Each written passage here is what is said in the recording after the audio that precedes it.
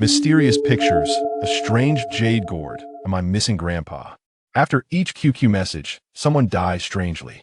This leads to a series of spooky events. To find the truth, I start risky adventures. From haunted dorms to ghost towns abroad. I'm always on the edge of death. I'm a ghost king who meets ghosts everywhere. Is it a plot or just bad luck? Werewolves, sea monsters, Egyptian mummies, the heavenly palace. There are too many mysteries. I've gone down a path I can't return from.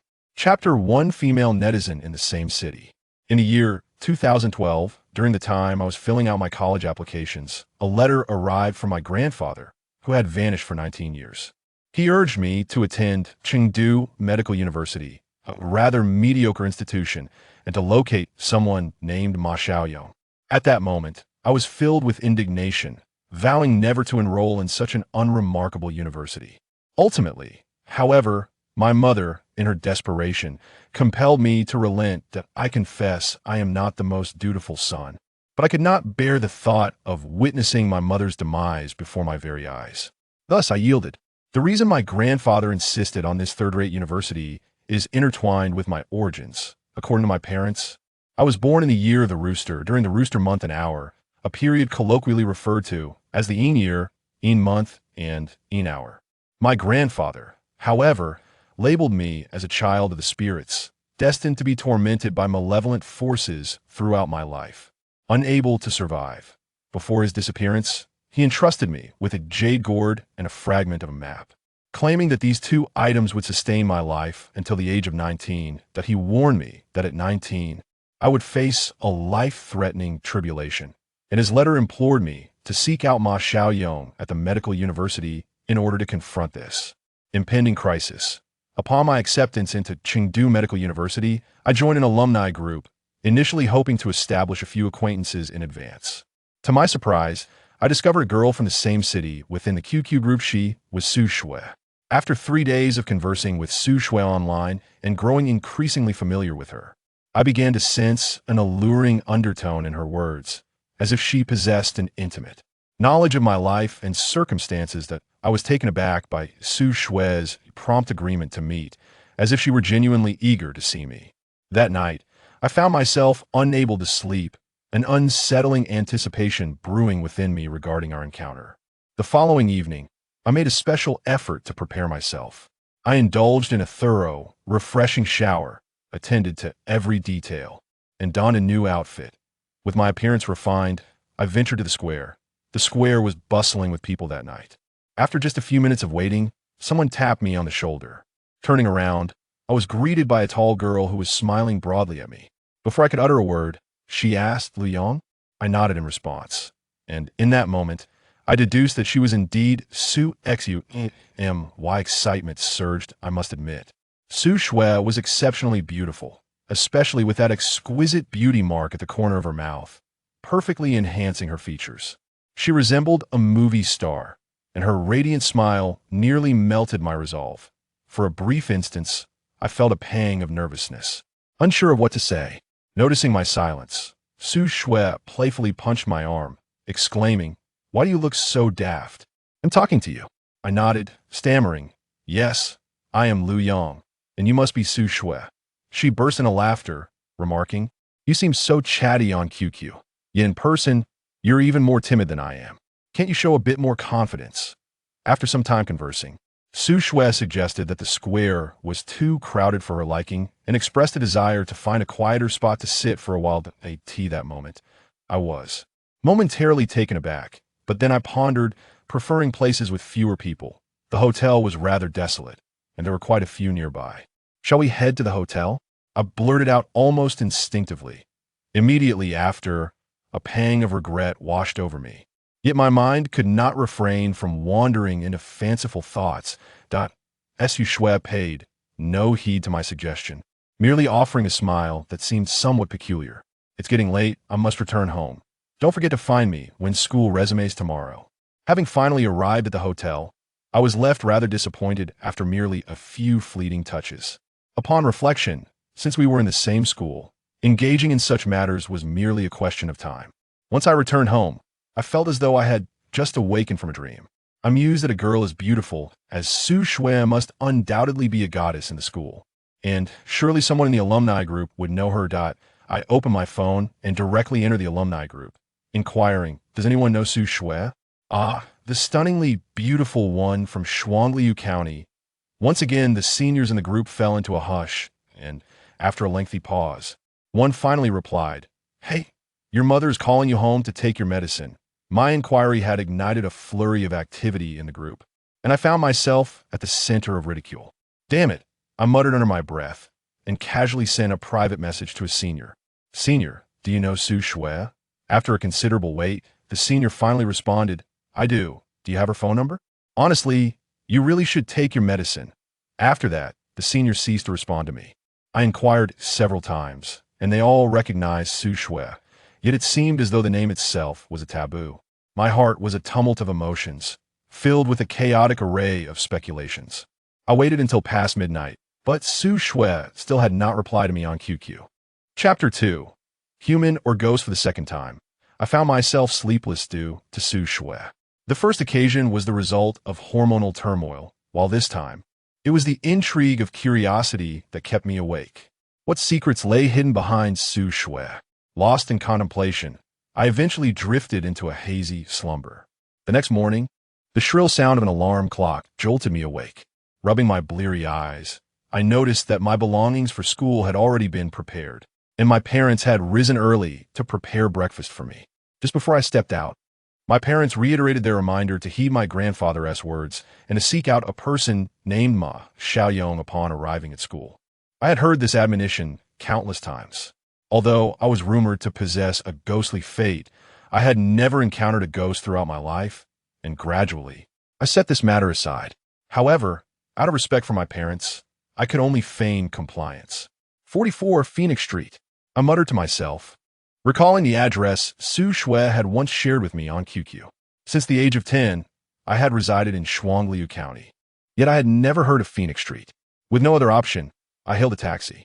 The street was a dilapidated old thoroughfare, flanked by rows of phoenix trees. At the intersection, a rusted signpost revealed the faded characters of Phoenix Street. The street was nearly deserted, with most shops shut tight. As I walked, I counted the house numbers, 43, 44. I halted at the end of Phoenix Street, confronted by an antiquated two-story structure of red brick. The exposed walls bore substantial decay, and the eaves of the surrounding wall were ensnared with cobwebs. My gaze shifted to the entrance, where two rusted iron gates were secured with a chain and a formidable padlock, both equally corroded, epitomizing a forsaken abode. A sense of bewilderment enveloped me. Was Su Shui jesting with me, providing a false address? "Young man, what brings you here?" Just as I was lost in thought, the neighboring gate creaked open, and an elderly woman protruded her head, casting a peculiar glance in my direction. "Nothing much. Then quickly leave. That house is haunted," she warned, surveying her surroundings with vigilance while lowering her voice. Haunted? I paused for a moment, and suddenly, a chilling thought inexplicably invaded my mind. How could that be? Surely, there are no specters in this world. "Excuse me, does Su Shui reside here?"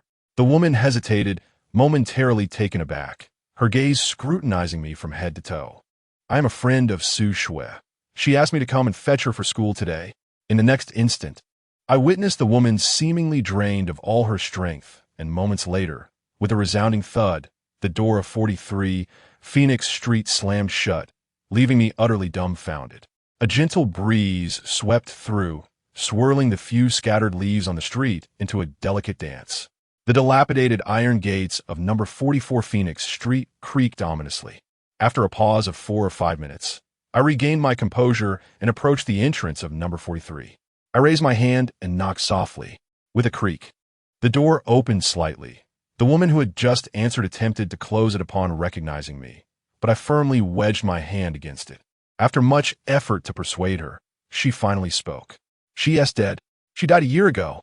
Those painfully simple syllables fell upon me like a bucket of icy water, sending a shiver through my very bones.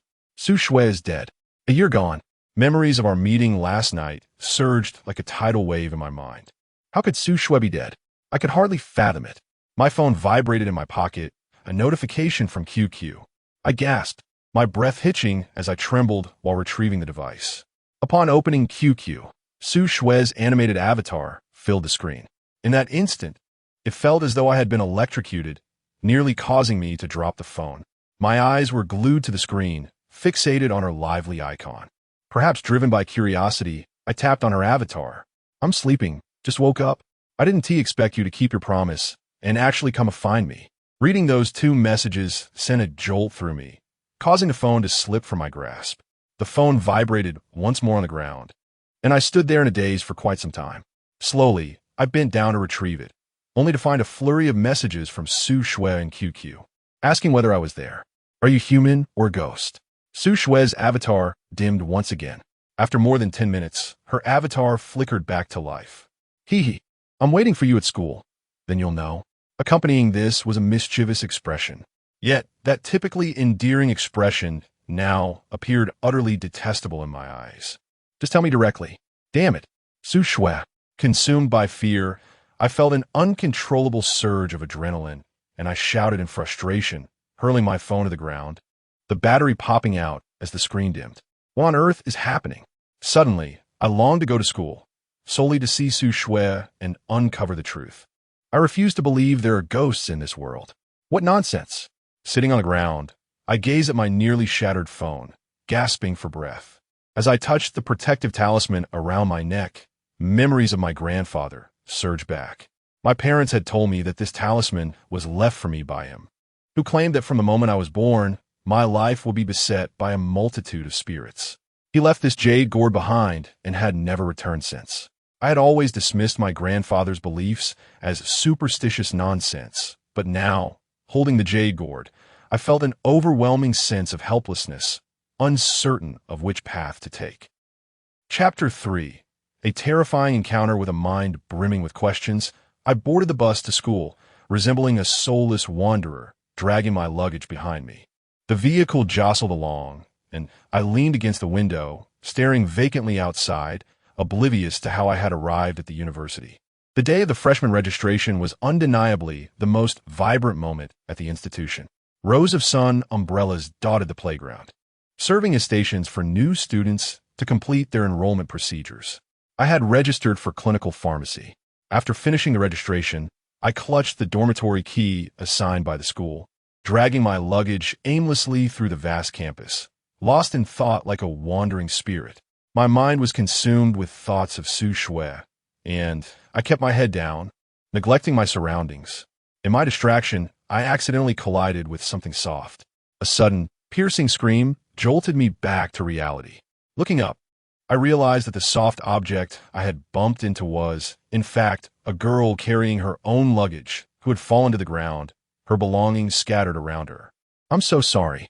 I'm so sorry," I stammered, flustered, as I hurried to help her gather her belongings. "It's all right." The girl's voice was ethereal and pure, yet oddly familiar to my ears. Instinctively, I raised my gaze to examine her, and a strikingly familiar face came into view. "Su Shue." Unconsciously, I blurted out, my body recoiling as if struck by an electric shock. The pocket watch I had just picked up from the ground clattered to the floor, emitting a crisp sound. What are you doing?" the girl exclaimed anxiously, rushing over to retrieve the fallen watch and carefully tucking it into her pocket. I stood a short distance away, my eyes wide, fixated on her. She bore a striking resemblance to Su Shue, save for the absence of a mole on her lip. Under my intense gaze, a flicker of annoyance crossed her face. She shot me a glare. "What are you staring at? Do you think you've seen a ghost in broad daylight?" Her words snapped me back to reality. It was indeed improbable for a ghost to appear during the day. Perhaps I was merely imagining things. Yet, this girl was undeniably reminiscent of Su Shue, prompting me to ask, "Are you Su Shue?" The girl paused for a moment, her large eyes fixed on me, then burst into laughter. "What's Su Shue? My name is Tong Kiki. Are you truly not Su Shue?" "Say it again, I am Tong Kiki." As she spoke, she waved the registration form in front of my eyes, and I saw her name clearly written as Tong Kiki. "Hey, earlier, when you saw me, you seemed frightened. Honestly, did you do something bad to someone named Su Shue, fearing she might seek revenge?" Tong Kiki appeared intrigued, leaning closer to me with her inquiry. "No." I shook my head, lifting my gaze, determined not to focus on this somewhat familiar face. Tong Kiki appraised me from head to toe, extending her hand as she said, "I am Tong Kiki, just returned from the United States. It is a pleasure to meet you. From this moment forth, you shall be my first friend in university." I replied with a gentle smile, "I am Lu Yang." As I lightly grasped Tong Kiki's hand, a warm sensation radiated from my palm. She possessed body heat. Affirming her humanity, she merely bore a striking resemblance to Su Shui, which was not entirely surprising, I mused. I was uncertain how the school had arranged accommodations, as the dormitory for first-year students comprised a shared courtyard for both genders. Throughout our walk, Tong Kiki and I engaged in casual conversation. "Isn't attending university in America quite splendid? Why did you return home?" I inquired. "Let me tell you," she exclaimed, her tone boastful. "I have already completed my studies in the United States. This transfer back is merely to experience my homeland's education." Momentarily taken aback, I shook my head and asked, "So you study medicine in the States as well?" "Indeed, I studied psychology. What about you?" Before I knew it, we had arrived at the freshman dormitory. Tong Kiki, undeniably beautiful, attracted many glances as we walked together. I lifted my gaze to survey the two slightly aged dormitory buildings before me. "I reside in Building 8, Room 444. Tong Kiki called back to me as she ascended the stairs. I nodded in acknowledgement and proceeded towards my own dormitory. Chapter 4. The dormitory ghost. By a twist of fate, or perhaps a deliberate arrangement, I found myself residing in Dormitory 7, Room 444, which stood in distant view of Tong Kiki's dormitory. The male and female dormitories were situated within the same courtyard, separated by a mere 30 meters. Upon my arrival, I discovered that 3 of the 4 beds were already occupied. Observing the unfamiliar faces around me, I introduced myself. "Hello, everyone. My name is Lu Yang." After a brief round of introductions, we had all become acquainted. On the first day of the semester, there was much to attend to, and by the time all matters were settled, twilight had descended. "Let us go out for dinner," spoke Chun Hao, the eldest among us and our unofficial leader. Without a doubt, a dining table is the best place for men to forge bonds. The 4 of us ventured out to a modest restaurant nearby. Who would have thought we would be so fortunate to share a courtyard with the girls? "We are truly blessed," exclaimed Wang Fu, a rather portly fellow with a somewhat lecherous demeanor. "Having the girls so close by. Isn't the school practically inviting us to make mistakes?" interjected Mao Chunhua, a bespectacled young man exuding an air of gentility. Chen Hao lifted his glass and took a sip, casting a disdainful glance at the two, and lowered his voice deliberately. "What good fortune! If you knew the secrets behind our shared courtyard, you wouldn't be so quick to celebrate. Come on, are you joking again, boss? You don't mean to say this dormitory is haunted, do you?" Wang Fu shook his head, clearly unimpressed. "You are correct. The courtyard where we reside is indeed haunted.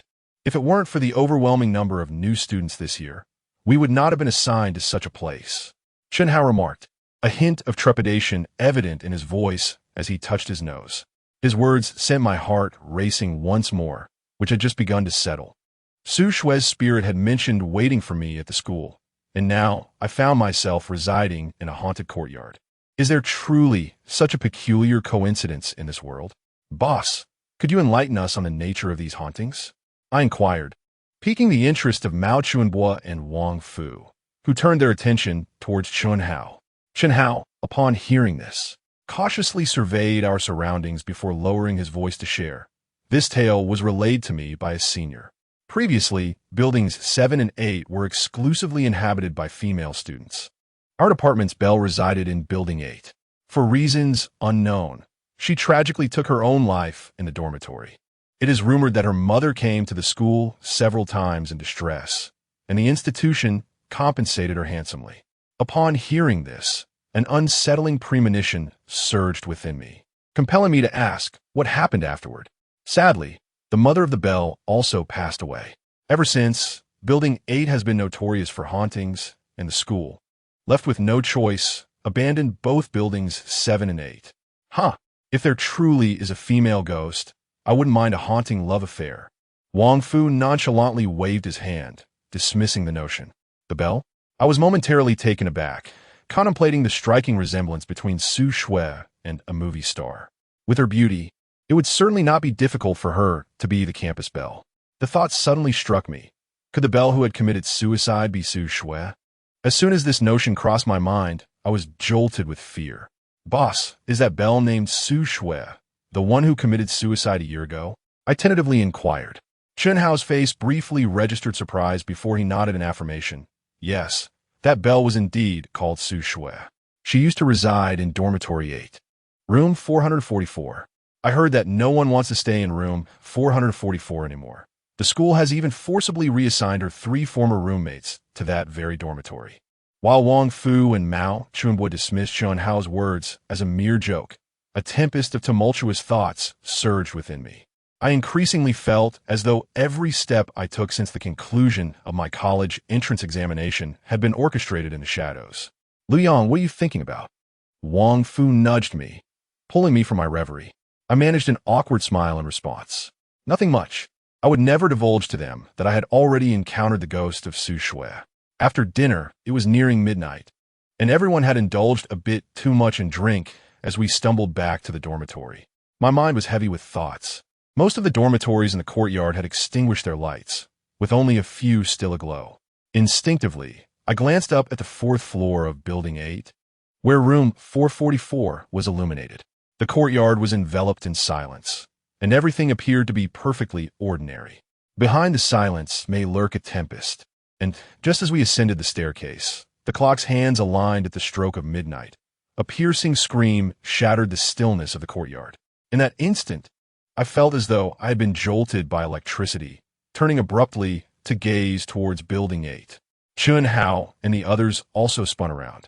Dormitory 444 had plunged into darkness, only to be illuminated once more, then extinguished again, causing my pupils to constrict sharply, cackling before we could recover from our astonishment.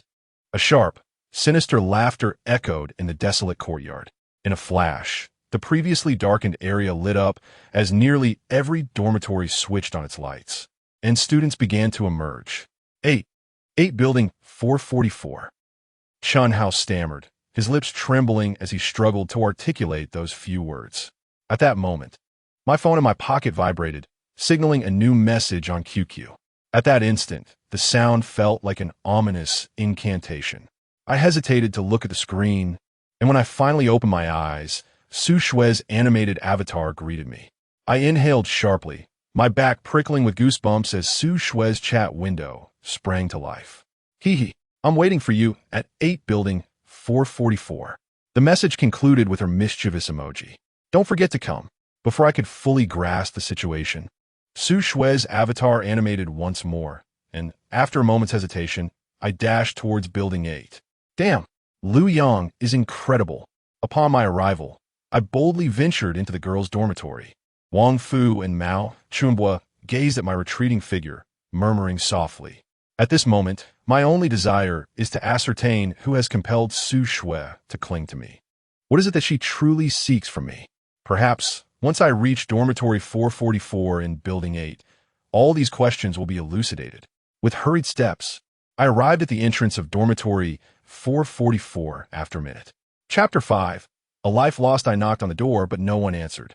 At that moment, all I yearned for was to unravel the enigma that had been haunting me. Taking a few steps back, I raised my foot and kicked the dormitory door, which swung open with a resounding thud. The curtains inside fluttered in the breeze, and the lights flickered ominously, casting an eerie aura over room 444. What was all this ghostly commotion about? Was a mere electrical fault enough to instill such fear? The dormitory supervisor, wielding a flashlight, approached. After a while, the entirety of Building 8 was illuminated, revealing 4 girls in room 444, their faces contorted in terror as they huddled in bed. You should all return to your slumber. The supervisor began to shout, ushering us out, and naturally, I was expelled from the girls' dormitory.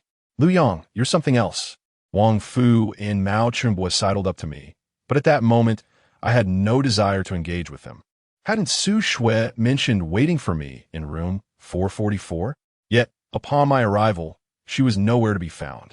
Just as I was engulfed in confusion, my phone vibrated in my pocket. Tomorrow, Feng Yuqi will die. The message from Su Shui made my eyes widen in disbelief. Lu Yang, what on earth are you staring at?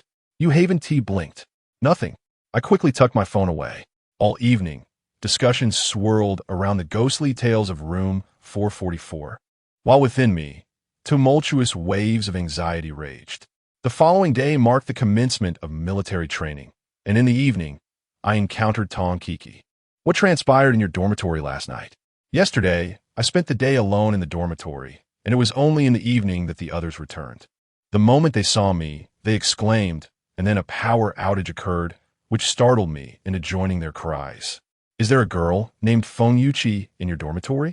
My mind was still occupied with Su Shui's QQ message from last night. I was unaware of their names. After finishing dinner with Tong Kiki, it was already past 10. When I arrived at Building 8, I hesitated for a moment, then mustered the courage to say, how about I escort you upstairs? No need. We're already at the bottom of the dormitory. Aren't you afraid of encountering a ghost halfway? I had not seen Su Shui last night, and I wanted to visit room 444 again this evening.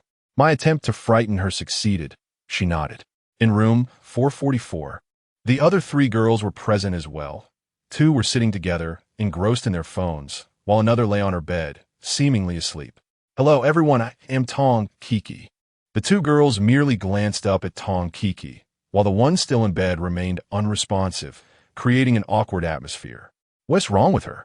Why is she asleep so early? It's because of your face. It has made her so anxious that she just took a sleeping pill. The remarks from the 2 girls made a look of guilt appear on Tong Kiki's face. She approached the girl's bedside and gently nudged her, saying, I'm sorry. The girl turned to look at Tong Kiki, and they exchanged glances for about a minute before the girl finally threw off the covers and got out of bed. Barefoot, she stepped cautiously to the window's edge. A gust of night air surged through the opening, causing the girl's long hair to dance wildly in the breeze. She stared silently outside, seemingly oblivious to the other occupants of the dormitory, as if they were mere phantoms. Chi-Chi, what on earth are you doing? Exclaimed the girl who had just taunted Tong Kiki, her voice dripping with annoyance as she glanced at the one by the windowsill. Chi-Chi? That was Feng Yuqi. In an instant, I was taken aback, and the next moment, the ominous QQ message flashed through my mind like a nightmare. Be careful. I snapped back to reality, shouting as I dashed towards the windowsill. At that moment, Feng Yuqi had already climbed onto the ledge, her body rigid as she leaned outward. I reached out, but grasped only air. The other students in the dormitory were equally stunned by the sudden turn of events. A dull thud echoed outside, snapping everyone back to reality. A scream erupted once more from room 444. Chi-Chi. The 2 girls engrossed in their phones rushed to the windowsill, shoving me aside to peer out. Behind the dormitory lay a stretch of greenery, bordered by a wooden fence. Feng Yuqi had jumped from the 4th floor, landing squarely on the fence, a wooden slat piercing through her jaw, leaving her suspended like a scarecrow.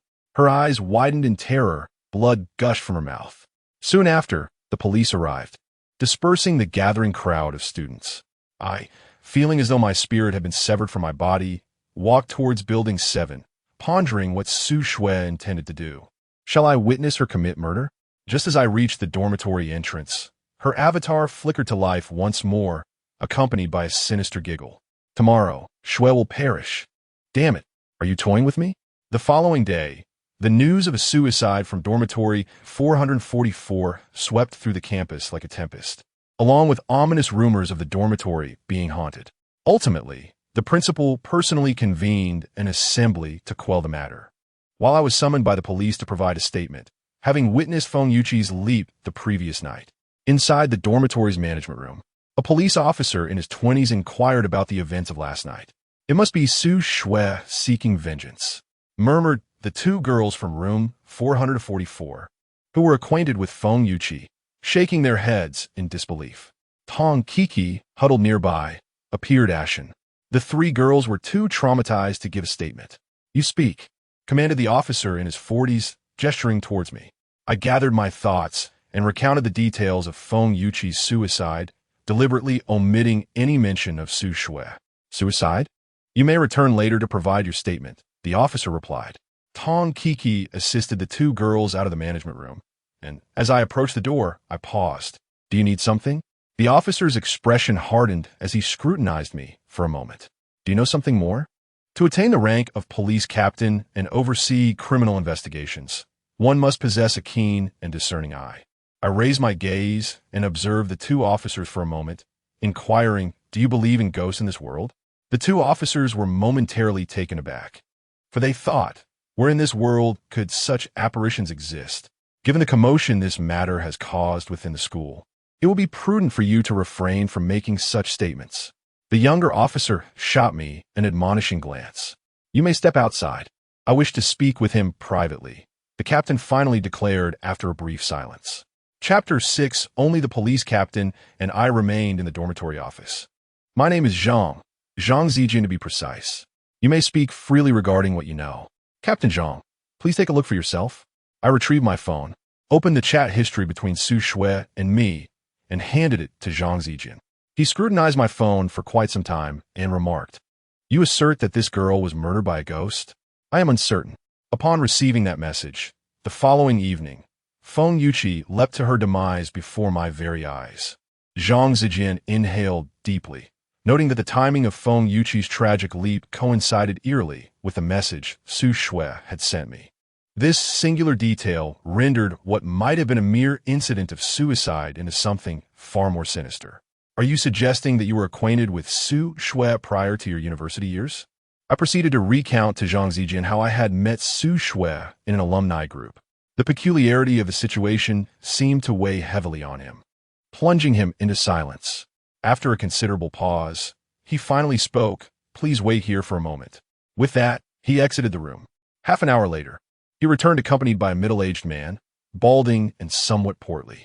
Principal Li, he addressed the man, I sought you out to inquire about a student named Su Shui. The middle-aged man, identified as Li Baoquan, the principal of the medical university, paused upon hearing Su Shui's name. After a moment of contemplation, he sighed and began. Su Shui was a student from the class of 09, known for her rather indiscreet behavior while at the university. Zhang Zijian nodded in acknowledgement and continued. Following Su Shui's passing, has there been any occurrence of hauntings at the school? There was a time when chaos ensued, but it was only after Professor Ma intervened that the matter was quelled. The dormitories 7 and 8 had fallen into disuse, and with the influx of new students this year, they were reopened, though none anticipated that a mishap would occur. Professor Ma, is it Ma Xiaoyong? Li Baoquan glanced back at me and nodded. Who is that Professor Ma? Li Baoquan's expression grew somewhat awkward. The school often experiences strange occurrences, and Professor Ma is merely a feng shui master hired by the institution, holding the title of professor. Principal, could we invite Professor Ma for a discussion? Professor Ma is on leave. My grandfather sent me to find Ma Xiaoyong, and just as I learned of his whereabouts, he took leave. Principal Li, you may return for now. Li Baoquan rose and exchanged pleasantries with Zhang Zijian. Before departing, he cast a glance in my direction. After he left, Zhang Zijian turned his attention back to me, emphasizing that the matters I knew must remain confidential. Presently, rumors of hauntings in dormitory 444 have stirred considerable unrest. Should the information I possess leak, it would undoubtedly incite greater panic. Captain Zhang, do you believe in the existence of ghosts? At this, Zhang Zijian nodded and then shook his head. I have never encountered a ghost myself, yet I am aware of numerous similar incidents to what you have experienced. I will notify the authorities to address this situation, and someone will reach out to you. What shall be done about Xiang Shui? The first message Su Shui sent me on QQ explicitly stated that Feng Yuqi would die, and indeed, he perished the following day.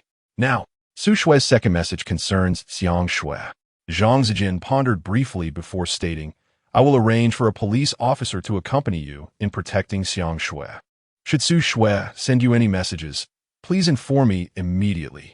Zhang Zijian personally intervened to secure my leave from duty and arrange for an undercover officer to assist in safeguarding Xiang Shui.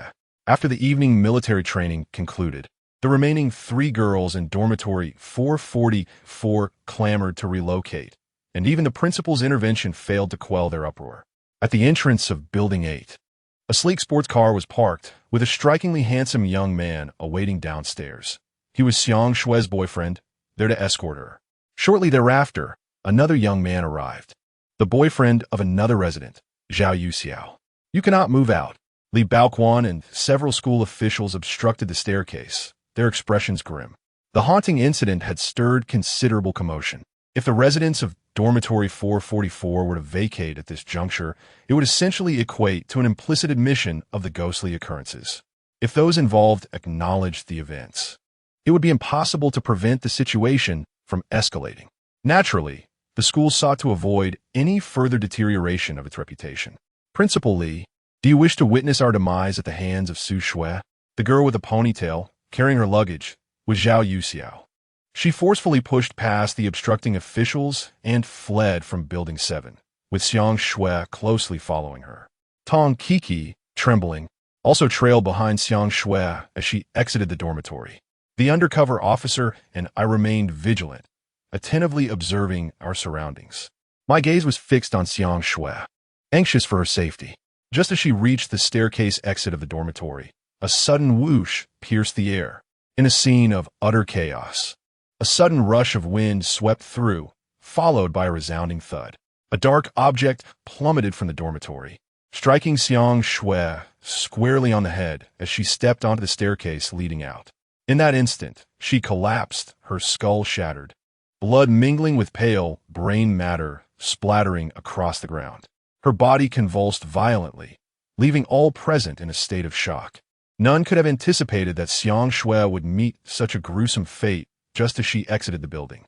A piercing scream shattered the silence as Tong Kiki and Zhao Yuxiao regained their senses, both girls fainting in sheer terror. The school officials stood pale and trembling, while Li Baoquan's expression turned ghastly, an unspoken dread spreading like wildfire.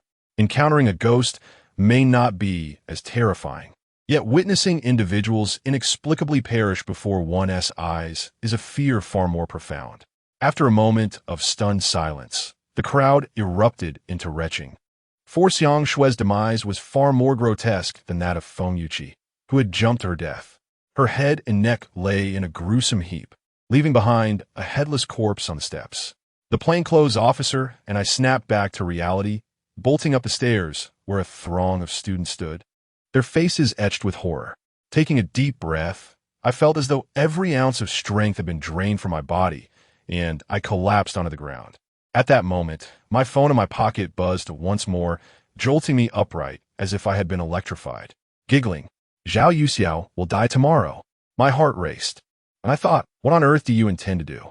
Su Shui's avatar dimmed, leaving only that chilling message, akin to a death notice, on QQ. Chapter 7. The unexpected. Before long, Zhang Zijian arrived at the scene with a contingent of police officers. Even those seasoned detectives, who had encountered countless corpses, furrowed their brows upon witnessing the gruesome sight of Xiang Shui's lifeless body, and even the coroner nearly retched. The area was cordoned off, and students from buildings 7 and 8 were temporarily evacuated. The principal, accompanied by the school's leadership, attended to those students who had witnessed the entire incident, while I remained behind at the behest of Zhang Zijian. What transpired moments ago? Captain, that girl was struck dead the moment she stepped out of the dormitory. The plainclothes officer's voice trembled as he spoke, the tragedy of Xiang Shui's death both horrific and bizarre. Old Chen, what are the findings? Zhang Zijian turned to the coroner, who was crouched beside the body. The cause of death is evidently the result of being struck by this slab. The gaze of the crowd shifted to the vicinity of Xiang Shui's corpse, where lay 4 or 5 shattered pieces of bluestone. Where did this stone come from? Such stones are commonplace, typically employed for building foundations and decorative walls.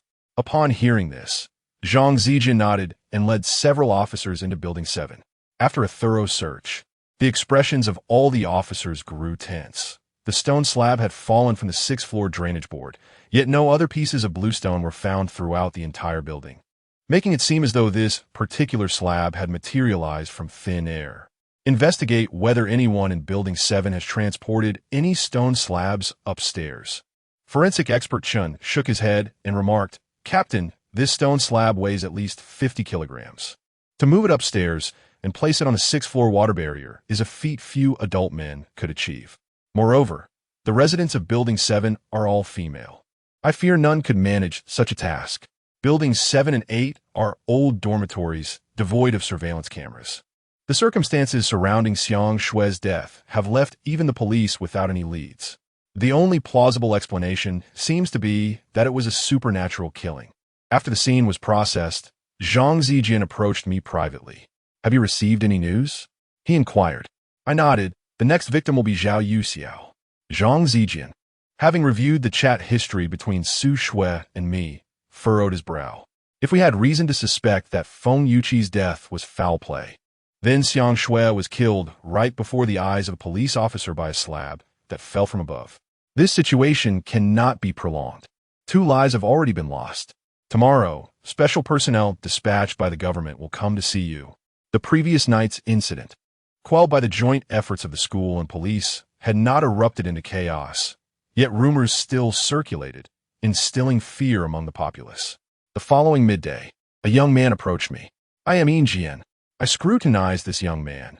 He exuded an aura of ominousness, as if he had indeed emerged from the netherworld. "Are you the special personnel mentioned by Captain Zhang?" I asked. "Indeed, I have been summoned to exorcise spirits," he replied. "Could it be that ghosts truly exist in this world?" At my question, Yin Jian smiled and scrutinized me. "Have you not already encountered one? Did I truly encounter a ghost? Since it was not my experience, I cannot be certain." Yin Jian's nonchalant response nearly made me choke with exasperation. After a brief exchange, I began to question whether this individual was indeed the ghost hunter Captain Zhang had enlisted, for throughout the entire afternoon, he had merely sat there, smoking and watching television, without engaging in any other activity. "Hey, when shall we commence our ghost hunting? Why the rush? Let me finish this cigarette first." It was only after 8 o'clock that Yin Jian finally rose, glanced at me, and said, "Let us go." "Where to?" "To hunt ghosts." The students from Buildings 7 and 8 had been relocated elsewhere, leaving the courtyard enveloped in an eerie silence. A chill breeze swept through, and I could almost detect a faint metallic scent of blood lingering in the air. With a cigarette clenched between his lips and his hands buried in his pockets, Yin Jian stared at the 7th dormitory building, showing no signs of readiness to begin the hunt. "We're already here. Why are you still idle? If there are no ghosts, what do you expect me to capture?" His retort nearly sent me into a fit. If there are none, then how did Xiang Shui and Feng Yuqi meet their demise? I am solely responsible for hunting ghosts, not for solving cases.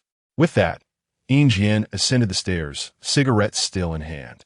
Following him, we inspected the entirety of Building 7. There were no ghosts present, but an unmistakable aura of the supernatural lingered.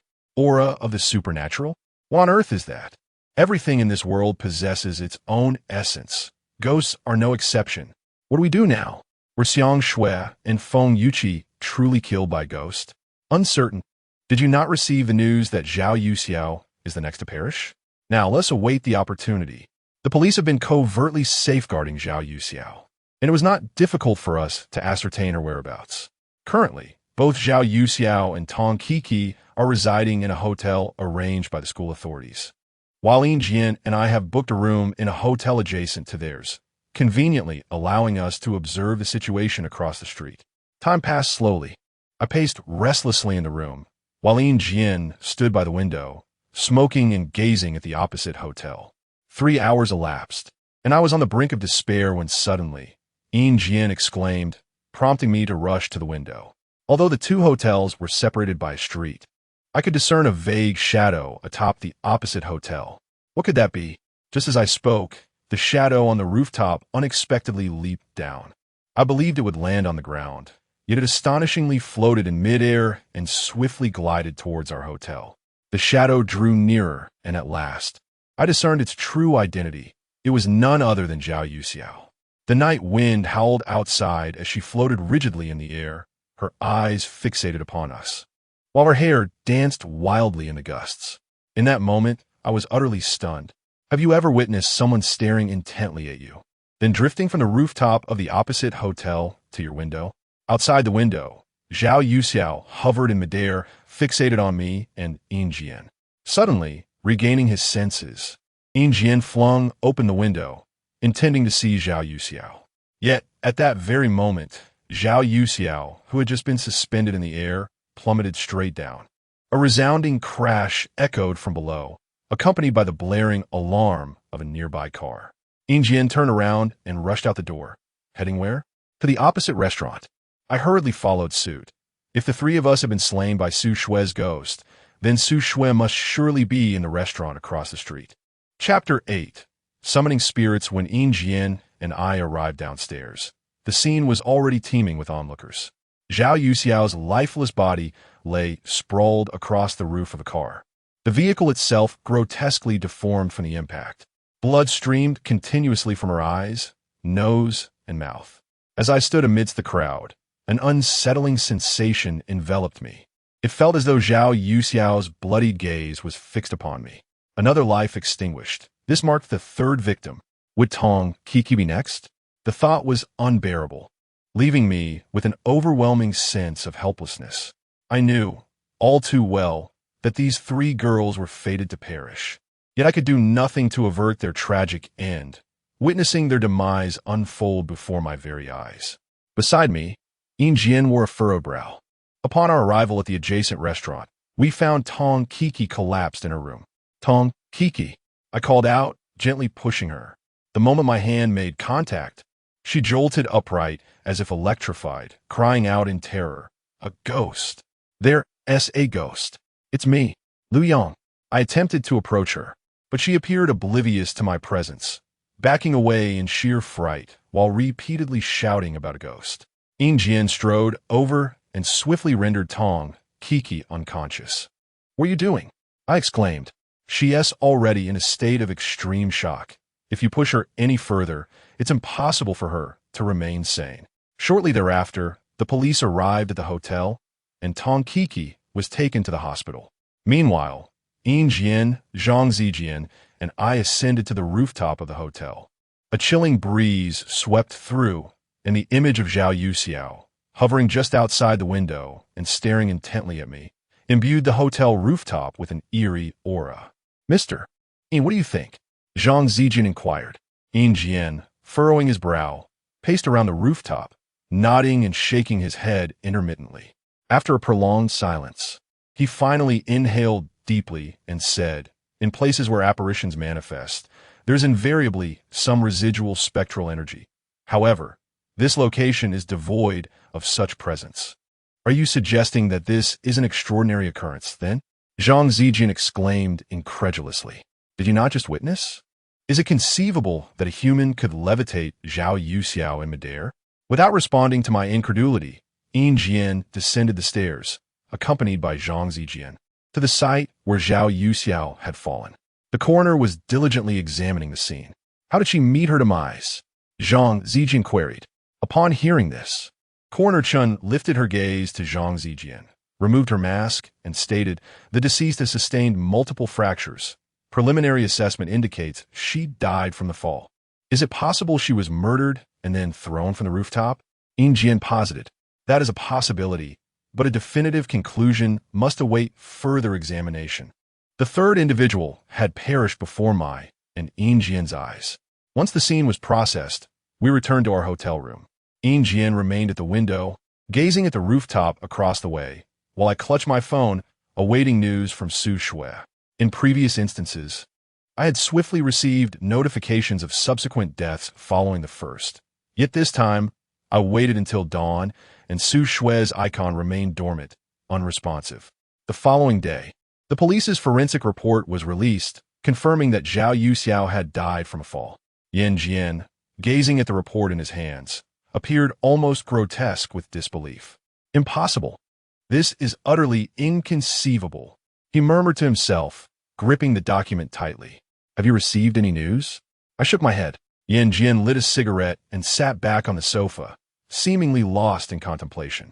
"What troubles you? Is it a complicated matter?"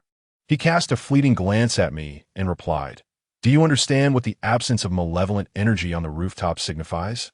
Does it imply that Zhao Yuxiao was murdered?" Upon hearing this, Yinjian inhaled deeply from a cigarette, then nodded and shook his head, stating, "The absence of such energy leaves us with two possibilities. Either Zhao Yuxiao was indeed killed by someone, or the entity responsible for her demise possesses a strength far beyond my own, rendering me incapable of detecting its presence. Do spirits possess varying levels of power? I inquired. Of course, just as humans are stratified into different classes, so too are spirits. What shall we do next? I received prior warnings from Su Shui about the 3 deceased individuals, and without realizing it, I had become embroiled in this entire haunting incident, making it impossible for me to extricate myself. The 3 individuals who perished previously were all residents of dormitory 444. If more deaths are to follow, they will undoubtedly be from the same dormitory. Is Tong Kiki the next target? I suddenly sprang up from the sofa. Although my acquaintance with Tong Kiki has been brief, as she expressed, she is my first friend at the medical university. It is indeed a possibility. I will not allow her to perish.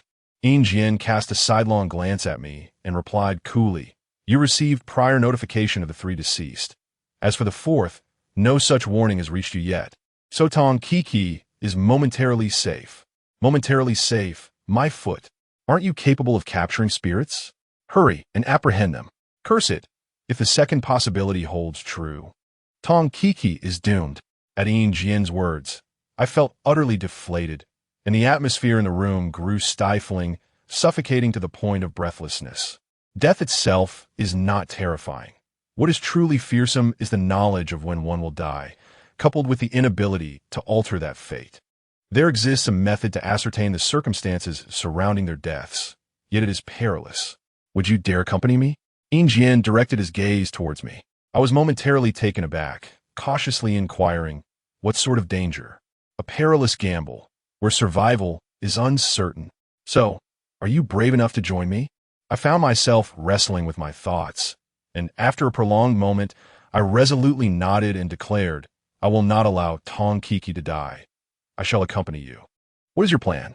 At my words, Yin Jian regarded me with evident approval and stated, we shall perform a soul summoning. What exactly is soul summoning? It is the act of calling forth the spirits of the deceased. If we can summon the souls of the 3 tonight, we will uncover the truth behind their demise. Now I comprehend the true essence of Yin Jian's words regarding the perilous odds of survival.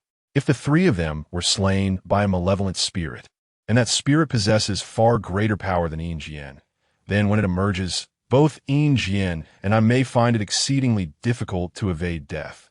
As the night approaches for the summoning of souls, let us proceed to visit Tong Kiki. Upon arriving at the hospital, I found Tong Kiki still in a state of unconsciousness, with a considerable amount of time remaining before nightfall. I chose to remain at the hospital while Yin Jian went to gather the necessary items for the summoning ritual. Since the moment I met Su Shui, and particularly after the haunting incident in dormitory 444 on the first night of school, followed by the inexplicable deaths of Feng Yuqi and her companions, I pondered deeply about Su Shui's true intentions. Despite my efforts to unravel the mystery, clarity eluded me, leaving me with but one hope, that the evening's summoning would succeed, illuminating the darkness surrounding these enigmas. Chapter 9. The shadowy hand at around 7 in the evening, Yin Jian returned to the hospital carrying a canvas bag. He first circled around Tong Kiki before finally directing his gaze towards me. Are you ready? I nodded and followed him out of the hospital. 3 lives had been lost. Where were we to summon their spirits now? A serene environment was essential for such a ritual, and a hotel was certainly out of the question. Let us proceed to the school first. Under the shroud of night, the courtyards of buildings 7 and 8 stood desolate, exuding an eerie silence. Yin Jian glanced around before heading towards the place where Feng Yuqi had met her demise. We arrived at the green belt behind Building 7. He took out a compass and surveyed the area, selecting a spot before turning back to me. If you wish to leave, now is still the time. I will not depart. Yin Jian chuckled softly, dropped his bag, and seated himself on the ground. Aren't we here to summon spirits? Wait until the midnight hour. Is there a specific time for summoning? He regarded me with a faint smile, lit a cigarette, and explained, midnight marks the moment when Yin prevails over Yang, and spirits are most active during this period. The night breeze rustled the leaves in the greenbelt, creating a soft whisper. After waiting for over an hour, the clock finally struck midnight. Yin Jian lifted his gaze to the sky, then rose to open his canvas bag. He retrieved a folding table, upon which he arranged an incense burner, candles, a bowl of rice, a wooden sword, a brush, and a stack of unfamiliar talismans, among other items. The candle flickered, casting a faint and chilling light. Injian turned a glance at me and asked, "Are you ready?" I took several deep breaths, fully aware that this summoning could spell disaster for us. Yet I resolutely nodded in affirmation. Subsequently, Injian produced a bamboo stick, inscribing Feng Yuqi's birth information on a piece of yellowed paper with a brush. He paused, handed me a talisman, and instructed, "Eat this."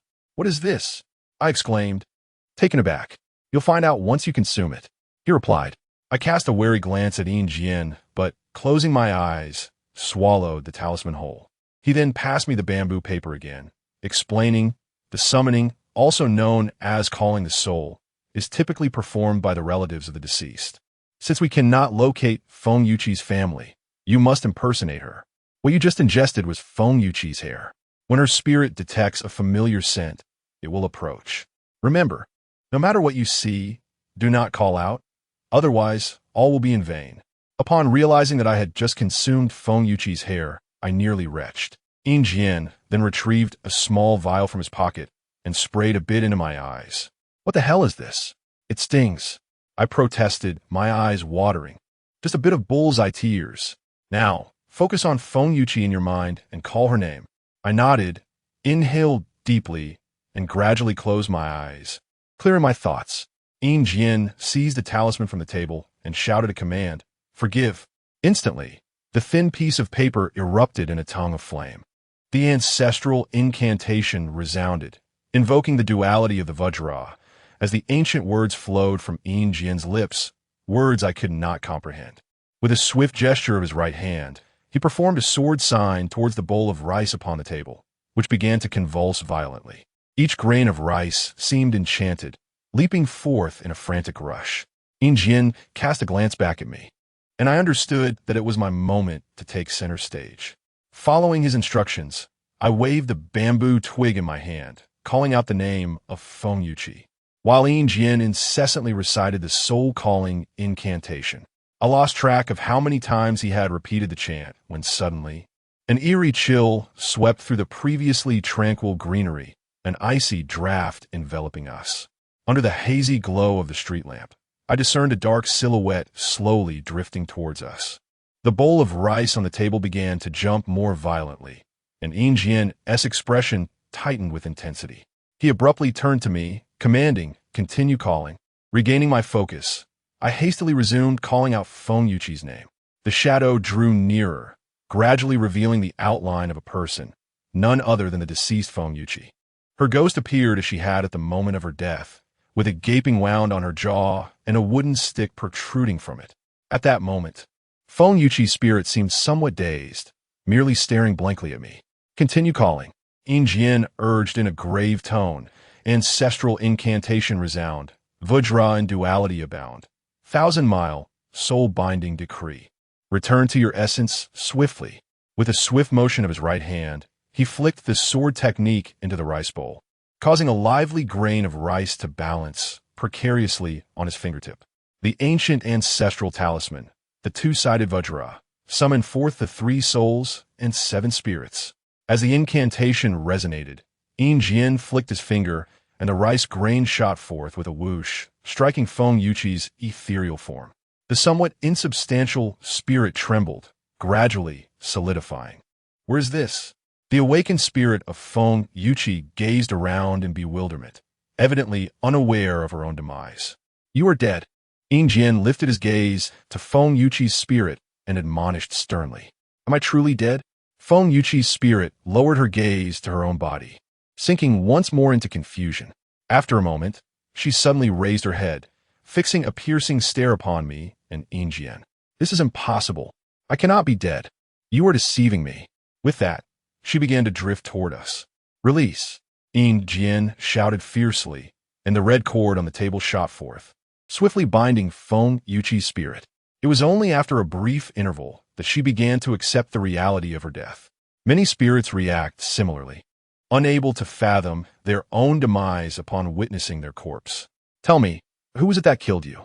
Feng Yuqi fell into contemplation, and, after a pause, a look of terror spread across her face. It was her. It was her. Who is she? She is. Huh.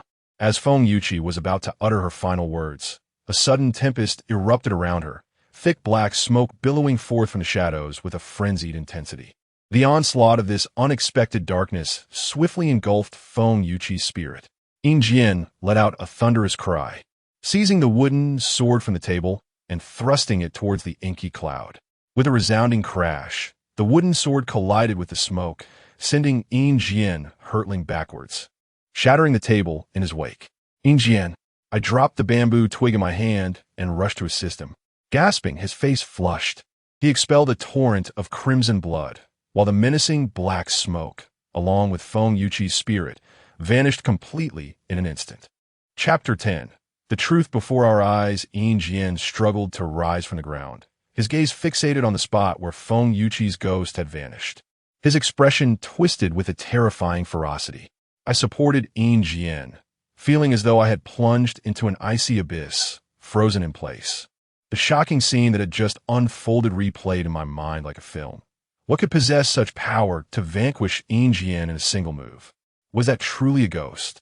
Yin Jian broke free from my grasp, lifting a hand to wipe the blood from the corner of his mouth. Not a ghost, but a human. My mind raced for a moment, nearly propelling me to leap up in disbelief. A human? Yin Jian nodded, his piercing gaze sweeping the surroundings, as if searching for something elusive. Let us go. To the staircase. Yin Jian bent down to clear the wreckage of the shattered table and headed toward the staircase where Shui had met his demise. Although I was uncertain of his intentions, I followed closely behind. For the next few hours, I accompanied Yin Jian as we conducted ascents at both the staircase and the hotel rooftop. Yet the spirits of Shui and Zhao Yuxiao seemed to have vanished entirely. After a night of frantic efforts, we uncovered no useful information, and Yin Jian had sustained injuries. Who was the person that abducted Feng Yuqi's ghost? What could their motives be? Yin Jian opened his half-closed eyes and glanced at me. I do not know who they are. However, individuals capable of eliminating me in a single strike are few in the spirit realm. Given time, I will uncover their identity. As for why they took Feng Yuqi's ghost, it is likely to prevent us from discovering the truth. After the failed ants, the entire incident fell into a brief period of tranquility, and both Yin Jian and I moved next door to Tong Kiki. The death of 3 individuals in dormitory 444 had a profound impact on Tong Kiki. She wandered about in a daze, her spirit diminished to a terrifying extent, her complexion as pale as a sheet of paper. For an entire week, I had not received a single message from Su Shui on QQ. Alas, if the murderer refrains from claiming more victims, how long must we wait idly for a chance? Yin Jian cast a glance at me, his brow still furrowed. Ever since my encounter with Su Shui, the entire affair had grown increasingly enigmatic. Were the 3 deceased in dormitory 444 truly killed by Su Shui? And who was the person she mentioned? Who was the figure that suddenly appeared on the night of the ants to abduct the spirit? A full week had elapsed since the fatalities, and our relentless vigil had left both Yin Jian and me utterly exhausted. One weekend evening, we decided to step out of the hotel for some fresh air. Have you managed to uncover the identity of the person who abducted the spirit that night? I have investigated all the entities in the spiritual realm capable of swiftly overpowering me. On the night when Feng Yuqi's spirit was taken, no one had come to Chengdu. The only remaining suspects are those who have long since vanished from sight, making the investigation quite arduous, thus yielding no immediate answers. With no progress on our end, according to Yin Jian's first hypothesis, the police, after a week of diligent investigation, finally began to gain some insights. Zhang Zijian invited us to a restaurant across from the hotel for a detailed discussion. Upon arriving at the restaurant, Zhang Zijian had been waiting for quite some time. Mr. Yin, based on your conjectures, we have indeed uncovered some clues. What clues? The entire affair commenced after your encounter with Su Shui, prompting me to investigate her. I discovered that Su Shui had experienced conflicts with 3 of her roommates due to romantic entanglements, and subsequently, she met her demise. Moreover, It remains uncertain whether Su Shue's death was a suicide, as these matters were suppressed at the time. Upon hearing this, I furrowed my brow, a sense of foreboding creeping into my mind. Tentatively, I inquired, Captain Zhang, are the three roommates you mentioned perhaps Xiang Shui, Feng Yuqi, and Zhao Yuxiao? Zhang Zijian nodded affirmatively, confirming it was indeed them. I have examined Su Shue's social connections and ascertained that no one would seek vengeance on her behalf. Captain Zhang, how can you assert that the three deceased might be victims of a vendetta? Allow me to finish, he urged. Although no one in the country would avenge Su Shui, our investigation revealed that she had a twin sister who moved to the United States with their father during their childhood. Recently, she returned to China and has come to Chengdu Medical University. At this revelation, I leapt up in astonishment, instinctively exclaiming, "It can't be her. Do you know who Su Shue's sister is?" Yin Jian fixed his gaze upon me. I collapsed back into my chair, gasping for breath before finally raising my eyes to Zhang Zijian. Captain Zhang, is Su Shue's sister Tong Kiki? Zhang Zijian let out a sigh and nodded. It is Tong Kiki. We have always regarded her as a victim, overlooking her potential as a suspect. The first time I laid eyes on Tong Kiki, I was taken aback by her appearance, and each time death occurred, she had been in contact with the deceased. How can we explain the bizarre deaths of the three individuals in room 444? I was present at the scene when they died, and Tong Kiki remained within our sight, having no opportunity to act. Deep down, I refused to believe that Tong Kiki could be the true mastermind behind this haunting incident. Now, however, her suspicion looms largest, and while we cannot definitively label her as the murderer, I intend to speak with her tonight. I too find her involvement highly suspicious. If the residents of room 444 were all slain by Su Shue's ghost, then why was Tong Kiki the only one unharmed? The only explanation is that Tong Kiki is the ghost herself. Just as my spirits sank further, my phone in my pocket vibrated once more. Upon retrieving it, I was startled to see Su Shue's dimmed profile picture pulsating back to life after a week of gloom. Cackle. Tornicht. Tong Kiki Vildi. The glaring words leaped onto the screen, and I hastily tossed my phone onto the table, leaping to my feet in shock. What's wrong? Zhang Zijian and Yin Jian gazed at me, puzzled. Tonight, it is Tong Kiki who will perish. I uttered this statement in a daze, and upon hearing it, Zhang Zijian and Yin Jian quickly seized the phone from the table, staring at the screen for several tense seconds. Let us go. To the hotel. I too have forgotten how we arrived at the hotel. The only recollection I have is of Zhang Zijian speeding down the road in the police car, nearly colliding with another vehicle. Hurry, hurry, Zhang Zijian exclaimed as he relentlessly pressed the elevator button. Damn it, let's take the stairs. Tong Kiki resided on the 7th floor, and by the time we reached that level, Yin Jian abruptly blocked our path, his gaze fixed intently ahead. Chapter 11. A resurgence of turmoil with a hint of blood. In an instant, an ominous sensation surged within me, intensifying with each passing moment. Go, go. The door reverberated as I knocked, yet the room remained enveloped in an eerie silence. Yin Jian forcefully shoved me aside and kicked the door open. Bang! As the door swung ajar, a nauseating stench of blood assailed my senses. When I regained my composure, my eyes were met with a scene drenched in crimson. The floor and the sheets were soaked in fresh blood, and Tong Coco lay on the bed, her eyes closed, droplets of vibrant red blood oozing slowly from her neck. Coco. The sight before me rendered my mind a blank void. A cacophony of buzzing overwhelmed my thoughts.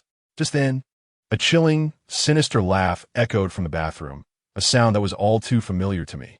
Yin Jian and Zhang Zijian exchanged a glance and dashed towards the bathroom, and I followed closely behind. Be careful. Yin Jian turned back to gesture at us. With a resounding thud, Zhang Zijian kicked open the bathroom door. My gaze swept inside, yet the bathroom remained starkly empty, devoid of any presence.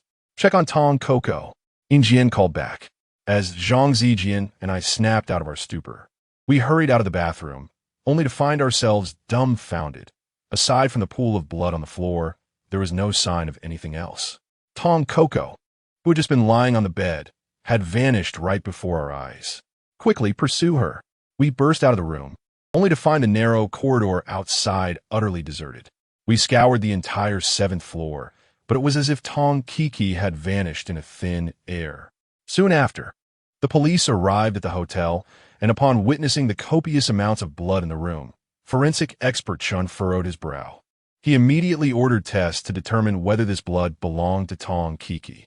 Chun nodded, retrieving swabs and glass vials to collect several samples, while I stood there, my fists instinctively clenching at the sight of the blood-soaked floor. Susue, what on earth are you trying to accomplish? If you have the courage, come out and face me. I could not fathom why I felt such intense agitation upon discovering Tong Kiki's plight. All I remembered was that my eyes were reddened, and I was yelling like a madman within the confines of that room. Suddenly, the lights flickered ominously, and the unexpected change put everyone on high alert. A chilling sensation seemed to seep through the very cracks of the space. Jian furrowed his brow and hastily pulled a cigarette from his pocket, lighting it up. In an instant, a thin mist began to waft from the air-conditioning vent, intensifying the room's already sinister atmosphere.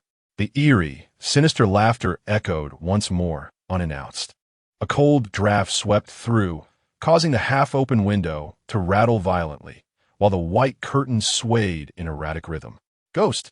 a police officer stammered, pointing towards the window, his tongue tangled as a few disjointed words escaped his lips. All eyes turned towards the window, where a ghostly white figure stood silently.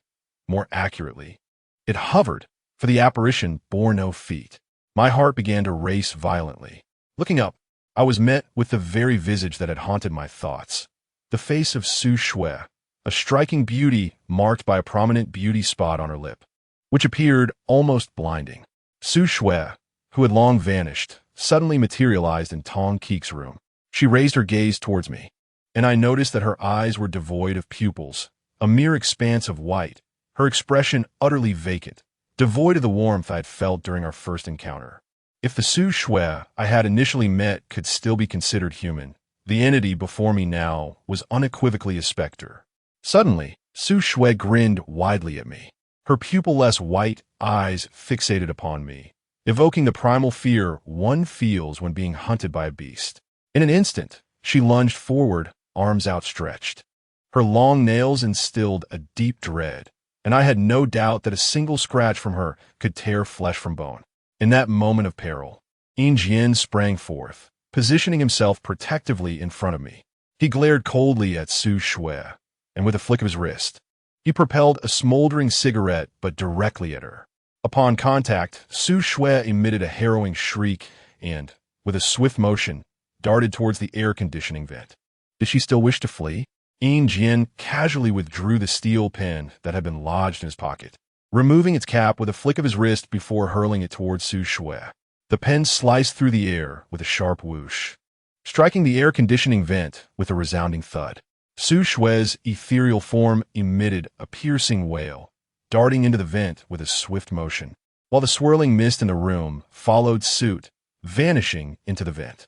The flickering lights, which had been dim and ominous, regained their steadiness, and the chilling atmosphere dissipated rapidly, akin to snow melting in molten lava.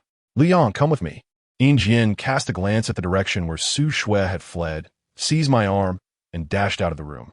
In the corridor, he retrieved a pocket watch from his coat, only to reveal a compact compass. Together, Jian and I scoured the entirety of the hotel, yet we could not uncover any trace of Su Shui. She has endured 2 of my strikes. She cannot have escaped the hotel unless someone aided her. Jian murmured softly. Tong Kiki had vanished without a trace, and although Su Shui had made an appearance, she too had inexplicably disappeared. The following day, Zhang Zijian delivered news that the forensic examination results had been released. The substantial amount of blood found in the room indeed belonged to Tong Kiki, with a volume exceeding 2,800 cc, which constituted 3/4 of an individual's total blood volume. In other words, Tong Kiki had perished. I shall not allow Tong Kiki to perish in vain. I am resolute in my pursuit of the truth. This incident has brought me immense humiliation, and I refuse to remain passive. I am determined to capture this specter. I will return after 3 days, having sought assistance at home. Chapter 12. The third possibility: on the third day, I received a call from Yin Jian and hurried to the police station. By the time I arrived, 4 individuals were already seated in the conference room. Aside from Zhang Zijian and Yin Jian, there was a woman and an elderly gentleman. With everyone present, we commenced our discussion regarding the entire affair. Following Mr. Yin's conjecture of 2 possibilities, we had pursued leads for quite some time, all of which pointed towards Tong Kiki. However, now that Tong Kiki is deceased, and although Su Shue's spirit has manifested, we have yet to capture it, leaving the situation at a standstill. There now exists a third possibility. A skilled individual has been covertly aiding the perpetrator. The failure of the last summoning, coupled with Su Shue's recent escape, serves as evidence of this. Individuals capable of swiftly eliminating Xiao Jian are scarce, particularly within the confines of Chengdu. As the woman spoke, her gaze inadvertently lingered on the elderly man. Indeed, there are always greater forces at play. I find myself uninterested in this matter, the old man remarked nonchalantly, then turned his attention towards me. You are Lu Yong? Yes, esteemed sir. May I inquire your name? Ma Xiaoyong. Remember to seek me out later, the elderly gentleman stated before departing the conference room. The woman furrowed her brow as she observed Ma Xiaoyong's retreating figure. Please recount the entirety of the incident, she urged. Having been present at nearly every incident, the responsibility to narrate naturally fell upon me. As I recounted the events in detail, I noticed the woman raise an eyebrow slightly. Has the lead regarding the second possibility now dissipated? Tong Kiki lost more than 3/4 of her blood, leaving no possibility of survival.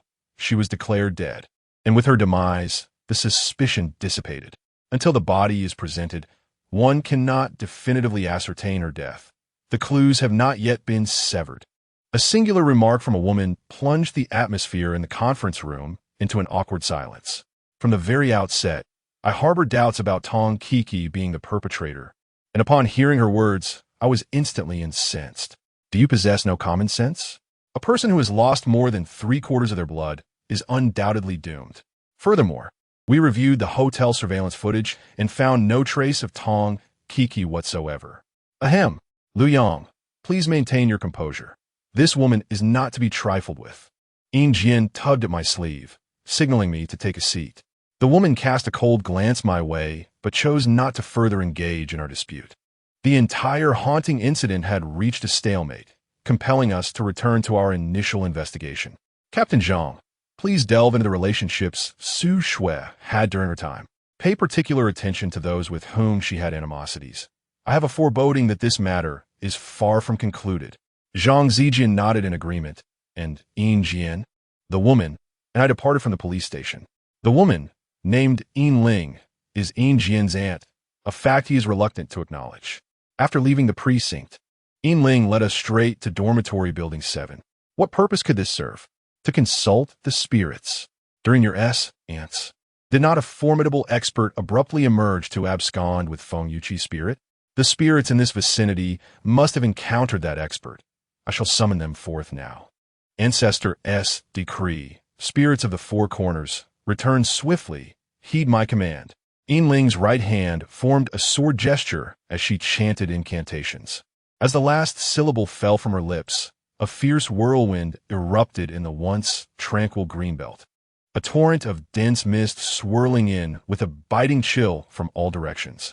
In an instant, the previously empty expanse was filled with various ethereal entities, tattered ghosts, and diminutive beings reminiscent of sprites. Had a formidable figure not recently graced this place? The spirits gathered, chattering in a language I could not comprehend. After a moment, a ghost clad in garments from the Qing dynasty, appearing to have perished many years ago, stepped forth and proclaimed, esteemed immortal, indeed a powerful individual appeared not long ago. Do you recall what this person looked like? The weaker spirits could only discern that the figure was an elderly man. The inquiry proved of little assistance. Our sole hope now lay in Zhang Zijian's ability to uncover the truth behind Su Shue's demise. In the ensuing days, Yin Jian and Yin Ling continued their investigation into the identity of the elder who had abducted Feng Yuqi's ghost that fateful night. I, too, sought out Ma Xiaoyong, however. The old coot merely regarded me for a moment before uttering that when the time was right, he would naturally seek me out. Thus, a week passed in tranquil monotony, and the rumors of haunting within the school gradually subsided. On the 8th day, Zhang Zijian conveyed news that the mystery surrounding Su Shui had been unraveled. Su Shui was a student at the medical university in 2009, a blossoming beauty amidst her peers, with suitors aplenty, enough to form a formidable battalion. Yet, she remained indifferent to their advances. It was not until the end of 2009 that a student named Li Ziming, having lavished considerable sums to corrupt Su Shui's 3 roommates, orchestrated a heinous act against her in dormitory 444, leading to her tragic suicide. Thus, it is said that from that moment forth, dormitory 444 became a site of haunting. Yin Ling interrupted Zhang Zijian's narration. Zhang nodded, recalling the profound shock Su Shui's death instigated within the university, though it was swiftly suppressed by Li Ziming's connections. Su Shui's mother had protested vehemently, but in her sorrow, she eventually succumbed to despair and passed away as well. Scoundrel, Li Ziming is it? Should fate allow me to encounter you, I would not hesitate to extract your very soul and transform it into a wretched spirit. With such a fierce outburst from Yin Ling, Yin Jian recoiled in fright. After absorbing Zhang Zijian's account, I too felt an overwhelming fury. Captain Zhang, who exactly is this Li Ziming? Upon hearing my inquiry, Zhang Zijian took a deep breath and explained, Li Ziming is the nephew of Li Baoquan. Following Su Shui's demise, rumors of hauntings in dormitory 444 began to circulate, and shortly thereafter, Li Ziming met his own end. Li Baoquan, sensing the gravity of the situation, summoned Ma Xiaoyong, and since his arrival, the disturbances in dormitory 444 were effectively quelled. However, it is astonishing that after a year of tranquility, unrest has resurfaced. Reflecting on Li Baoquan's earlier remarks regarding Su Shui's conduct at the university, it becomes evident that he was merely attempting to conceal his own culpability. Now, the situation has reached a tentative conclusion. If Su Shui has indeed returned for vengeance, 4 of those who wronged her in the past are already deceased, leaving only Li Baoquan. Thus, if Su Shui intends to proceed with her retribution, her next target must undoubtedly be Li Baoquan. However, if Su Shui is indeed seeking revenge, why would she eliminate the unrelated Tong Kiki? Furthermore, what is the true identity of the elderly man who abducted the ghost of Feng Yuqi? Chapter 13. Anomaly. Captain Zhang, could you please investigate Ma Xiaoyong? He is highly likely the one who abducted Feng Yuqi's spirit. Yin Ling pondered for a moment before turning back to speak. Zhang Zijian nodded. I will pursue Ma Xiaoyong on my end. As for you, please keep an eye on Li Baoquan. If it truly is Su Shui's spirit seeking vengeance, our police presence will be of no avail. Currently, the enemy lurks in the shadows while we stand exposed. The entire incident has yielded no breakthroughs. We are merely waiting for another murder to unfold. For the next few days, we will covertly trail Li Baoquan. The campus, shrouded in the cloak of night, appeared both tranquil and eerie. Hey, have you discovered anything unusual? A voice suddenly pierced the darkness, startling us. Upon closer inspection, we found Yin Ling clad in a black leather coat standing before us. The atmosphere remained deceptively calm until, just before midnight, a torrential downpour began. As we prepared to withdraw, I received another message from Su Shui on QQ. Tomorrow, Li Baoquan will die. Upon reading this message, a chilling shiver coursed through me. After waiting for so long, this was the moment I had anticipated. Since you've received the message, based on the pattern of the previous 4 murders, Li Baoquan should be safe tonight. Let us return and rest well. Yin Ling stood up and stated matter-of-factly.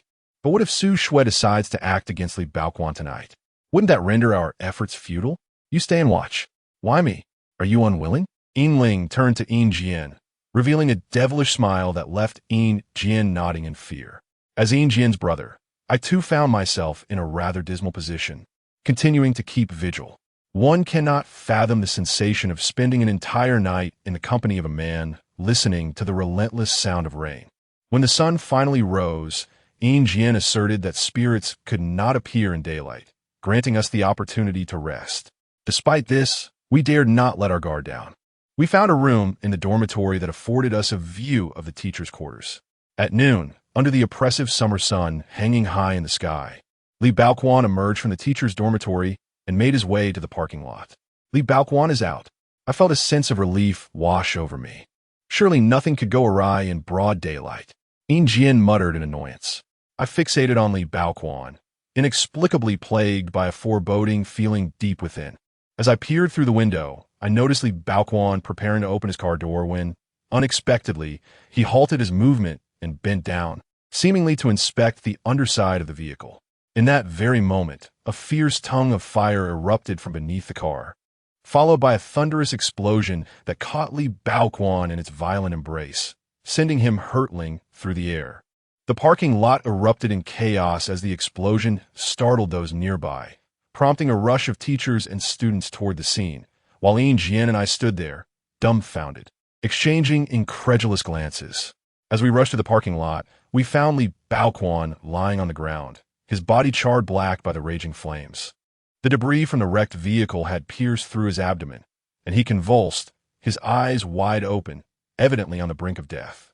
The shrill sound of sirens soon filled the air as firefighters and police arrived at the scene, extinguishing the fire, yet Li Baoquan lay there, inexplicably dead in broad daylight.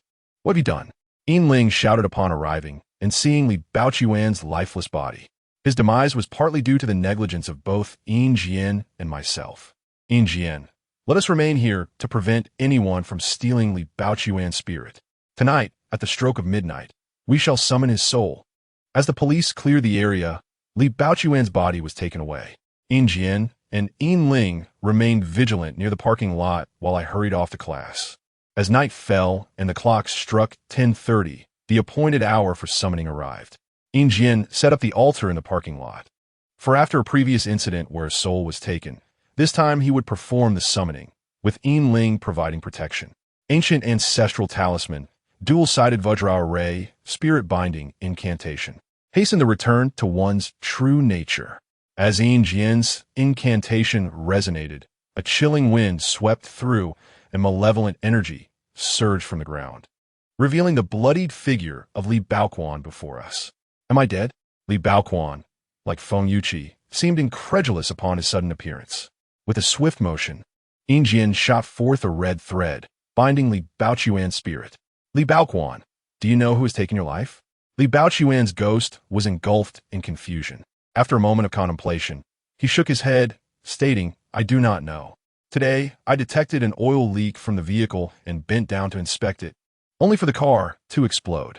Just as he posed this query, the chilling wind surrounding us suddenly intensified, and from the depths of darkness, a cacophony of ghastly howls erupted. Yin Ling's eyes widened in alarm. "Be cautious." As Yin Jian's warning reverberated, a white, ghostly figure materialized before us. Su Shui. Su Shui's gaze turned towards me, her pupilless white eyes fixated on me for several seconds before she lunged toward Li Baoquan's spirit with a swift motion. "Act now." Yin Jian and Yin Ling exchanged a glance, swiftly positioning themselves in front of Li Baoquan. Yin Ling flipped her palm, revealing a talisman nestled within it. "Taishan Laojun, as per your command, Wu Mai Lihua." No sooner had Yin Ling's incantation concluded than the talisman erupted in a burst of blue flames. The moment Su Shui's ghostly form made contact with the fire, she was instantly repelled. "How dare you appear with such feeble strength?" Yin Ling scoffed disdainfully, her hand sweeping towards a wooden sword on the table as she charged towards Su Shui. Sensing Yin Ling's formidable presence, Su Shui cast a fleeting glance at her, realizing the danger, and attempted to flee. "Little sword, grant mercy." With a swift motion of his hand, Yin Jian sent the red rope that had bound Li Baoquan hurtling towards Su Shui. Su Shui attempted to evade the rope, but at that moment, Yin Ling dashed in front of her, wielding a sword in her right hand while forming a spell with her left. Immediately, the wooden sword glimmered with a crimson light. Bang! The wooden sword struck Su Shui with considerable force, causing the red light to surge, and she was sent flying by Yin Ling's blow. Witnessing Su Shui in such a dire predicament stirred a pang of compassion within me, prompting an instinctive shout. Su Shui's gaze locked onto me in an instant, and she lunged towards me. No one anticipated that Su Shui would turn her aggression towards me. Her elongated nails, exceeding 10 centimeters, grazed my neck, unleashing a faint yet piercing pain. Yin Jian let out a thunderous cry, rushing to my aid, but the distance was too great. By the time he arrived, Su Shue's nails would have already severed my throat. Chapter 14. It was actually him. I am Lu Yong. Do you not recognize me? In a moment of desperation, I shouted. Su Shue's body trembled slightly, her sharp nails poised less than a centimeter from my throat. In that fleeting second of hesitation, Yin Jian rushed forward. Taishan Laojun, heed my command. 5 thunder spell. Yin Jian bellowed, a surge of silvery electric light emanating from his palm. With a resounding crash, the 5 thunder spell struck Su Shue squarely. The electric light erupted violently, propelling Su Shue backward. Are you all right? I inquired, shaking my head. In the next instant, a Shiying Oha enveloped me. Looking up, I saw Su Shue glaring fiercely, as if she wished to devour me. Yeah. She emitted a sinister laugh, her lips curling into a grin. Normally, a beautiful woman smiling at me would render me weak at the knees. But Su Shue's smile sent an icy shiver down my spine. With a swift motion, Su Shue lunged at me once more. Yin Jian scoffed, his right hand forming a spell. Perhaps the relentless assault had provoked Su Shue. This time, her speed was astonishing. Before Yin Jian could complete his incantation, she seized his arm and flung him aside. Yeah. She grinned at me, her razor-sharp nails aimed directly at my heart. In that moment, with neither Yin Jian nor Yin Ling able to assist me, a sense of dread coursed through my very being. Just as I closed my eyes, bracing for death, a sudden warmth emanated from the jade gourd left to me by my grandfather. Bang! Before Su Shue could even approach me, she was propelled away by a faint yellow aura emanating from the jade gourd. Xianling Festival honors eternal life. Tai Xian San, he preserves its true form. The 5 Zong deities ensure peace. At the moment Su Shue was flung away, Yin Ling's incantation had already been cast. With a swift motion, she struck the air, unleashing a pale red ribbon that tore through the night sky and struck Su Shue with tremendous force. With a resounding crash, Su Shue was knocked to the ground, her body appearing somewhat ethereal, clearly wounded. Wretched beast, how dare you act so arrogantly before me? Today, I shall administer divine retribution and shatter your very soul. As she spoke, Yin Ling produced a white talisman in her palm. You 2 children of the Yin family cannot slay this female ghost. A robust voice suddenly shattered the tense atmosphere. Ma Xiaoyong had appeared, standing protectively before Su Shue. It's you? Yin Jian approached, casting a glance my way before positioning himself beside Yin Ling, warily watching Ma Xiaoyong. This ghost is going with me. If you wish to take her, you must first inquire whether my 5 thunder talisman consents. Taishan Laojun, heed my command. The incantation escaped her lips, and with a flick of her wrist, the 5 thunder talisman shot towards Ma Xiaoyong. In that instant, a bolt of lightning, as thick as a thumb, descended from the heavens, aimed directly at him. The lightning struck swiftly, almost upon him, yet he casually raised his hand to perform a spell, causing a faint yellow glow to rise before him. Bang! Lightning struck the halo repeatedly, yet this seemingly fragile aura stirred not a ripple. To summon the female specter, one must call upon Yin Tianzhong. Ma Xiaoyong turned, waved his hand, and Su Shue vanished from sight. He cast a glance at me before disappearing into the shadows. Was I to let him go just like that? What about Su Shue? At my words, Yin Jian shot me a glare, responding curtly, what do you suggest? Yin Ling glanced in the direction Ma Xiaoyong had departed, said nothing, and turned to leave. It's over. It's over. This woman is about to explode. Explode? She appears quite composed. I looked at Yin Jian, puzzled. The calm before the storm. The 5 thunder talismans were her most powerful charms, yet they failed to even ruffle a hair on that old man. It was impossible for her not to lose her temper now. The following day, I sought out Ma Xiaoyong, but he was absent. On the 3rd day at noon, news came from Zhang Zijian, prompting me, along with Yin Jian and Yin Ling, to rush once more to the police station. Captain Zhang, what brings us here this time? We have clarified the cause of Li Baoqiuan's death, Zhang Zijian declared, placing an evidence bag on the table, which contained a charred black object. What is this? A convex lens. I was taken aback, struggling to comprehend. Are you saying that Li Baoquan was killed by convex lens? Zhang Zijin nodded. It appears someone had tampered with Li Baoquan's fuel tank beforehand, calculating that the next day would be clear and that he would drive back at that time. Gasoline has a low ignition point. A convex lens could easily ignite it. I exchanged a glance with Yin Jian, our eyes reflecting a shared incredulity.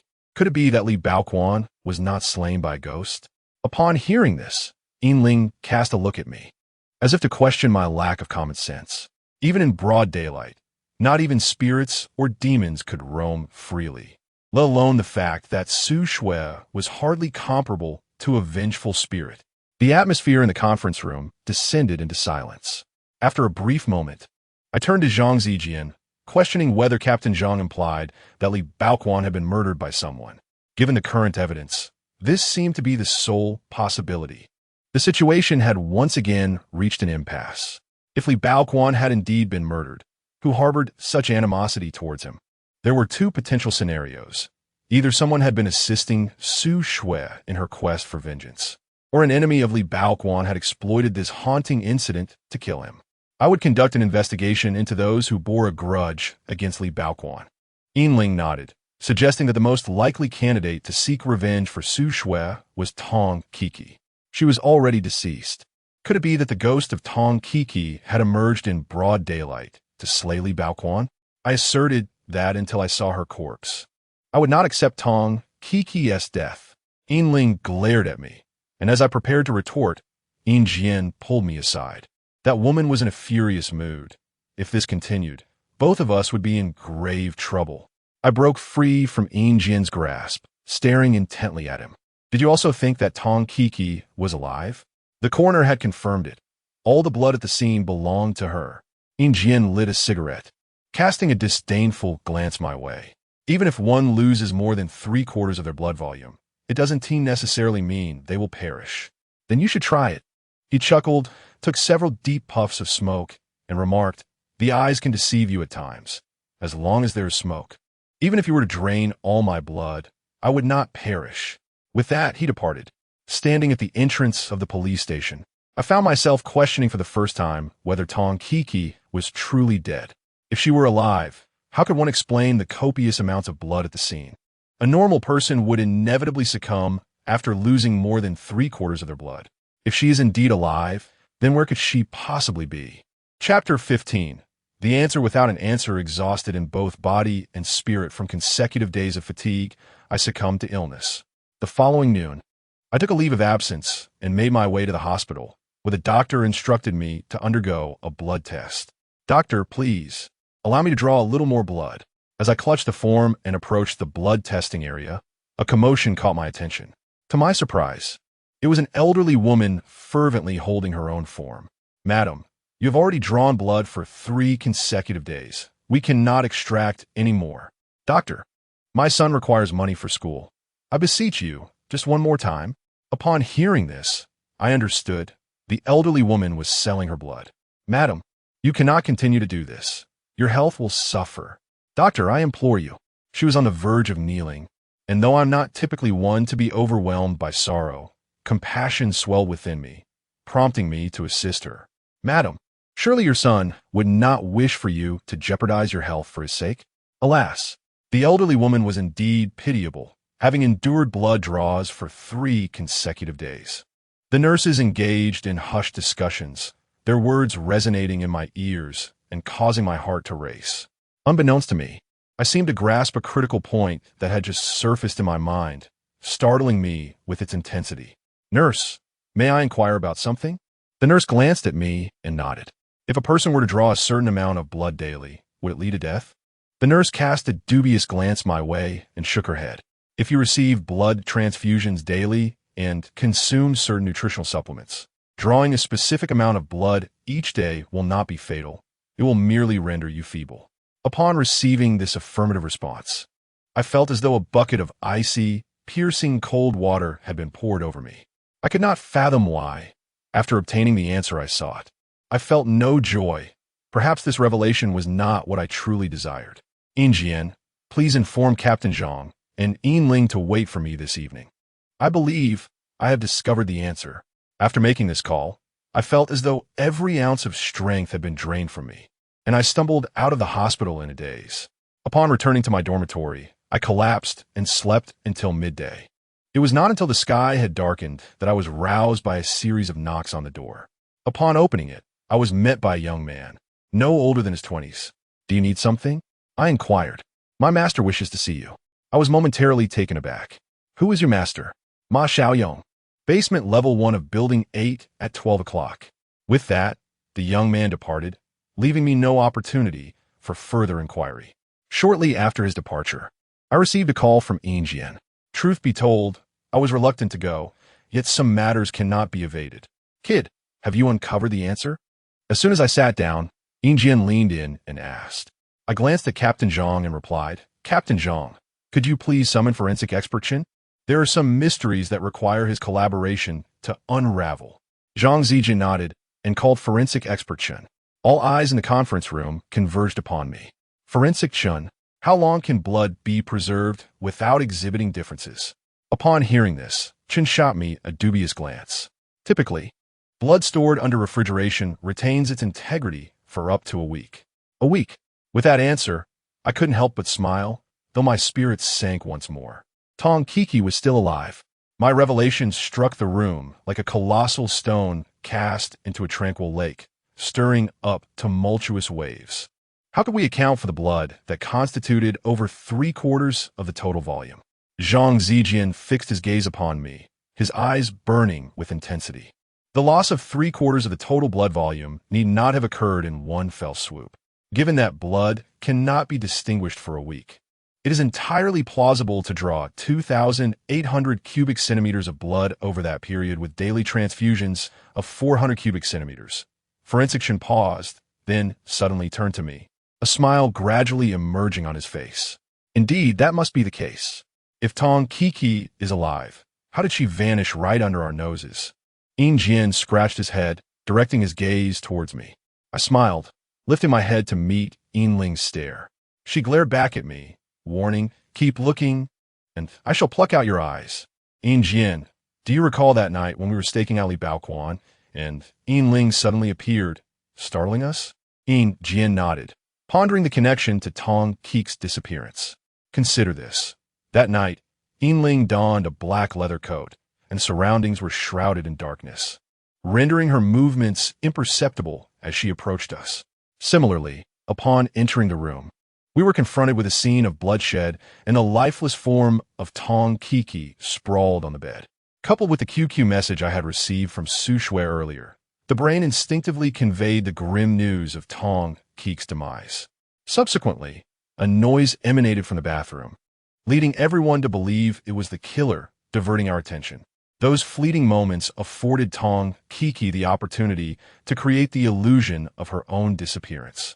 After her vanishing act, we reviewed the hotel surveillance footage, and despite the thorough search conducted by the hotel staff, no trace of Tong Kiki was found. How can this be explained? All eyes once again turned to me. "There's a place you have yet to search." The group fell into contemplation. Indeed, we had not scoured Tong Kiki's room. Jian smacked his thigh, fixing his gaze upon me. I nodded in affirmation. It was indeed Tong Kiki's room.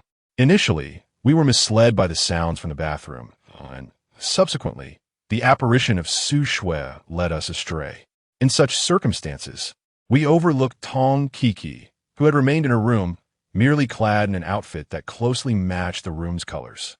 Once we completed our search of the hotel, believing her to be absent, she slipped away unnoticed. "Captain Zhang, please retrieve the surveillance footage from the hotel the following day." Zhang Zijin nodded, and soon the footage was presented. Indeed, we soon spotted Tong Kiki's silhouette within the recordings.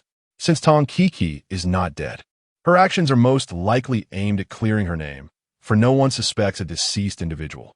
Although the mystery of Tong Kiki's sudden disappearance has been unraveled, two new questions have arisen. Where is Tong Kiki now? Why did Su Shui's spirit fortuitously appear in Tong Kiki's room? Could this merely be a coincidence? Despite the resolution of the mystery, I felt no thrill. After leaving the police station, I made my way directly to the school, for I was to meet Ma Xiaoyong at 10 o'clock, and I too had many questions that required answers from him. Chapter 16 in just 2 months. The basement level of Building 8, a place shunned by all students, harbors the anatomy class. This space contains a vast human specimen room, filled with various organs preserved in formaldehyde, alongside a cold storage unit housing corpses. I remain perplexed as to why Ma Xiaoyong chose to rendezvous with me in such a ghastly location.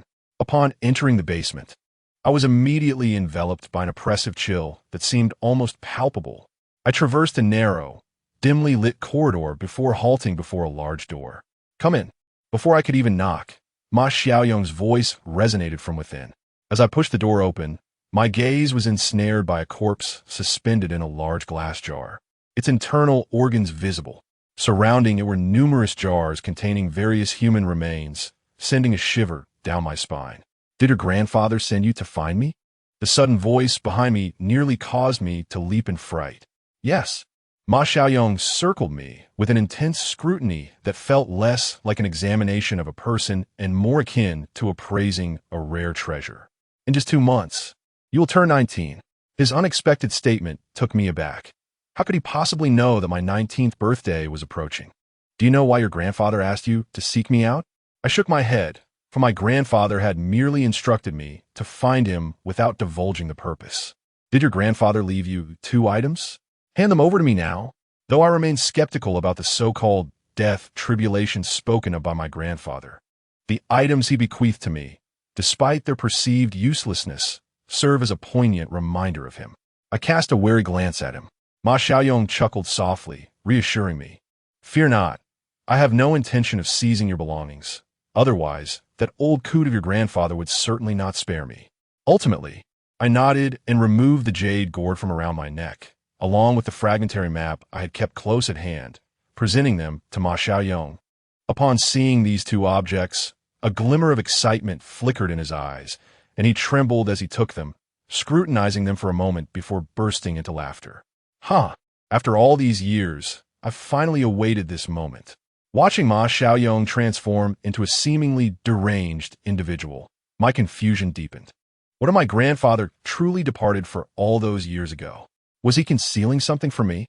After a brief pause, Ma Xiaoyong regained his composure, tossing the jade gourd back to me. "Take good care of this. Do not let those 2 little brats from the Yin family see it. I shall keep the map. Born in the year of the rooster, during the rooster month, at the rooster hour, you are destined to engage with spirits throughout your life." Did your grandfather ever mention to you that at the age of 19, you would encounter a death tribulation? I nodded, aware of this, yet I remained unconvinced. Ma Xiaoyong, seemingly anticipating my response, shrugged nonchalantly. "Your grandfather, that old man, had his own requests of me. Now that I have received this map, I shall assist you. I do not require your assistance." "Huh, in just 2 months, your impending calamity will manifest, and you will inevitably seek me out."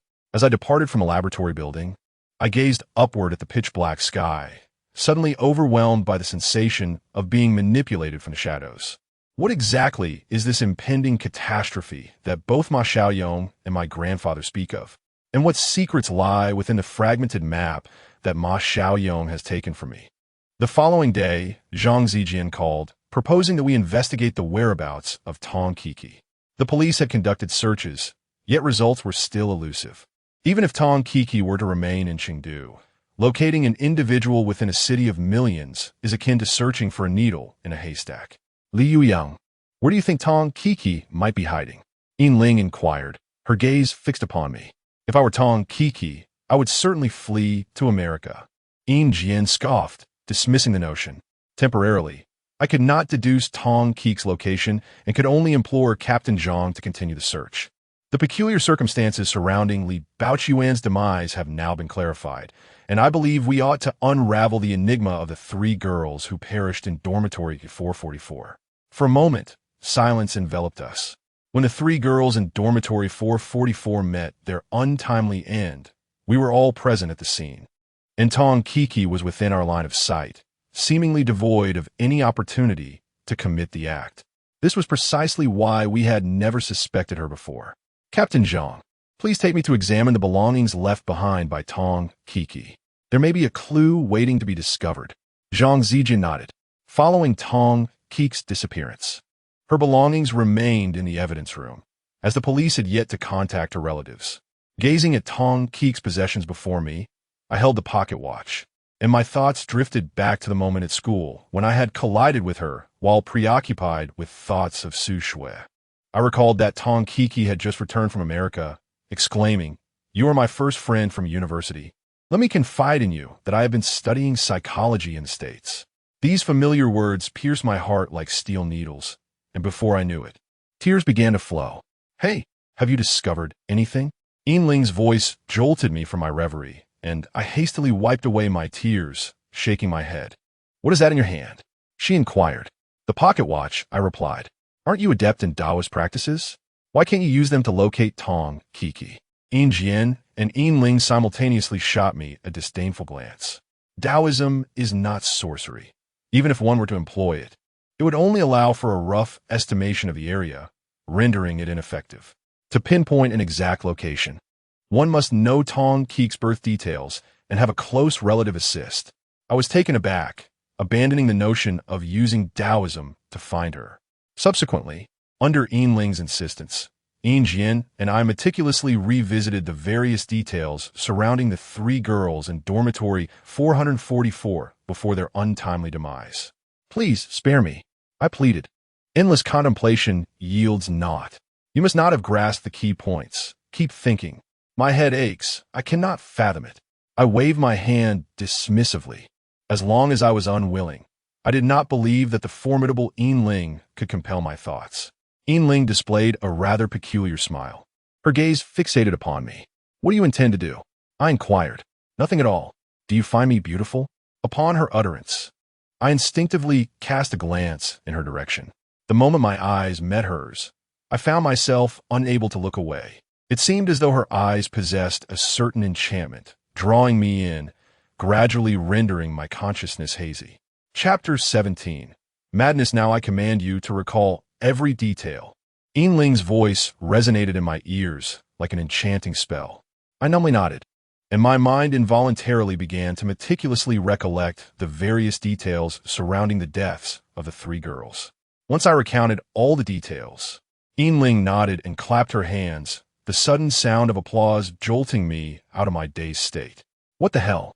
What did you just do to me?" Yin Jian glanced at me, his expression earnest. "I told you earlier, this woman is not to be trifled with. She just employed a soul-capturing technique on you." "What is a soul-capturing technique?" Yin Jian stroked his chin, pondering for a moment. "It is a secret art capable of influencing human brainwaves, quite similar to modern hypnosis." I cast a wary glance at Yinling.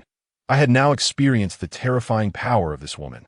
If I were to offend her, it would be quite possible for her to unleash the soul-capturing technique upon me one day, compelling me to run through the streets in nude, which would certainly be quite distressing. "Let us go. Let us visit the scene and see if we can uncover anything." The three of us first made our way to Building 7, where Feng Yuqi and Xiang Shui had both met their demise. At the time, Xiang Shui had just stepped out of the dormitory when a slab of green stone plummeted from the sky and fatally struck her. Now, assuming that the stone had been moved there by someone, it would require knowing the precise moment Xiang Shui exited the dormitory for the stone to have struck her at that very instant. How could the murderer possibly know? The preceding assumptions may hold true, yet there exists a crucial premise. The stone slab must have fallen. However, the police have searched all 7 buildings, and there was no one present. At that moment, Tong Kiki was also by our side. So, how did the stone slab come to fall? The slab fell from the rain shield of room 602. Let us ascend to investigate. The dormitory comprises 6 floors, and on the rooftop of each room on the 6th floor, there exists a rain shield situated just above the window. This shield is merely 30 centimeters wide, making it difficult for an ordinary individual to access, let alone to maneuver a 50-kilogram stone slab. Reluctantly, I had no choice but to descend from the rooftop, securing myself with a rope to inspect the rain shield of room 602. Despite my thorough examination of the 30-centimeter wide, 1.5-meter long rain shield, I could find no irregularities, aside from a small piece of plastic fragment in one corner. "What is this?" Yin Jian inquired, gazing at the plastic fragment in my hand. I examined the piece closely and shook my head, uncertain of its origin, though it bore a resemblance to something from a toy car. We meticulously scoured the entirety of the 6th floor, but found no useful clues. Let us proceed to room 444. Upon opening the door to room 444, a chilling gust of wind rushed toward me, causing me to squint my eyes. Suddenly, I perceived a shadow darting swiftly toward my head. A sudden pang of pain shot through my head, and as I opened my eyes, I realized that it was a clothes hanger that had struck me. In our dormitory, a clothesline was suspended from the window to the doorframe. The hanger, originally hanging near the window, was blown down the line by a gust of wind that swept through the room when I opened the door, landing squarely on my head. Stunned by the unexpected blow, I stood frozen, my gaze fixated on the swaying clothesline. Liu Yang called Yin Jian, yet I remained transfixed, staring intently at the line. Has this fool been rendered senseless by the hanger? Yin Ling approached and waved her hand in front of my eyes. In an instant, I snapped back to reality and seized her hand, pulling her along. Let us go. We must head to the hotel immediately. How bold to dare take advantage of that woman, murmured Yin Jian, observing my retreating figure. Let go of me, Yin Ling protested as I dragged her out of the dormitory building. It was only after she broke free from my grip that I regained my senses, hastily stepping back and regarding her warily.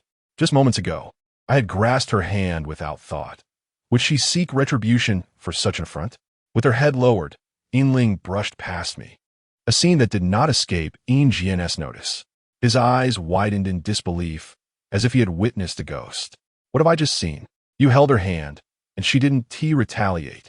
Weren't we going to the hotel?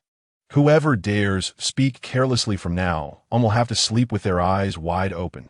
Both Yin Jian and I were seized by a chilling apprehension, obediently following Yin Ling towards the hotel. Atop the hotel, where Zhao Yuxiao had tragically leapt that very night, I stood at the edge, surveying the room we had occupied across the street. The distance between the place of Zhao Yuxiao's fall and our room was merely a street apart, with a vertical disparity of over 10 centimeters between the two locations. Let us go to the rooftop across. What for? I refrained from answering them, resolutely making my way to the opposite rooftop. Once there, I scrutinized the surroundings once more before turning to Yin Ling and inquiring, "May I borrow a few strands of your hair?" Yin Ling regarded me with a hint of suspicion. "What do you intend to do?" "Yes, you. I have no knowledge of sorcery. I cannot possibly harm you with your own hair. I shall return it once I am finished." Although I lacked the skills of a sorcerer, I understood the significance of physical belongings and birth dates to a practitioner of the craft. Should they fall into the hands of an adversary, it could spell grave danger.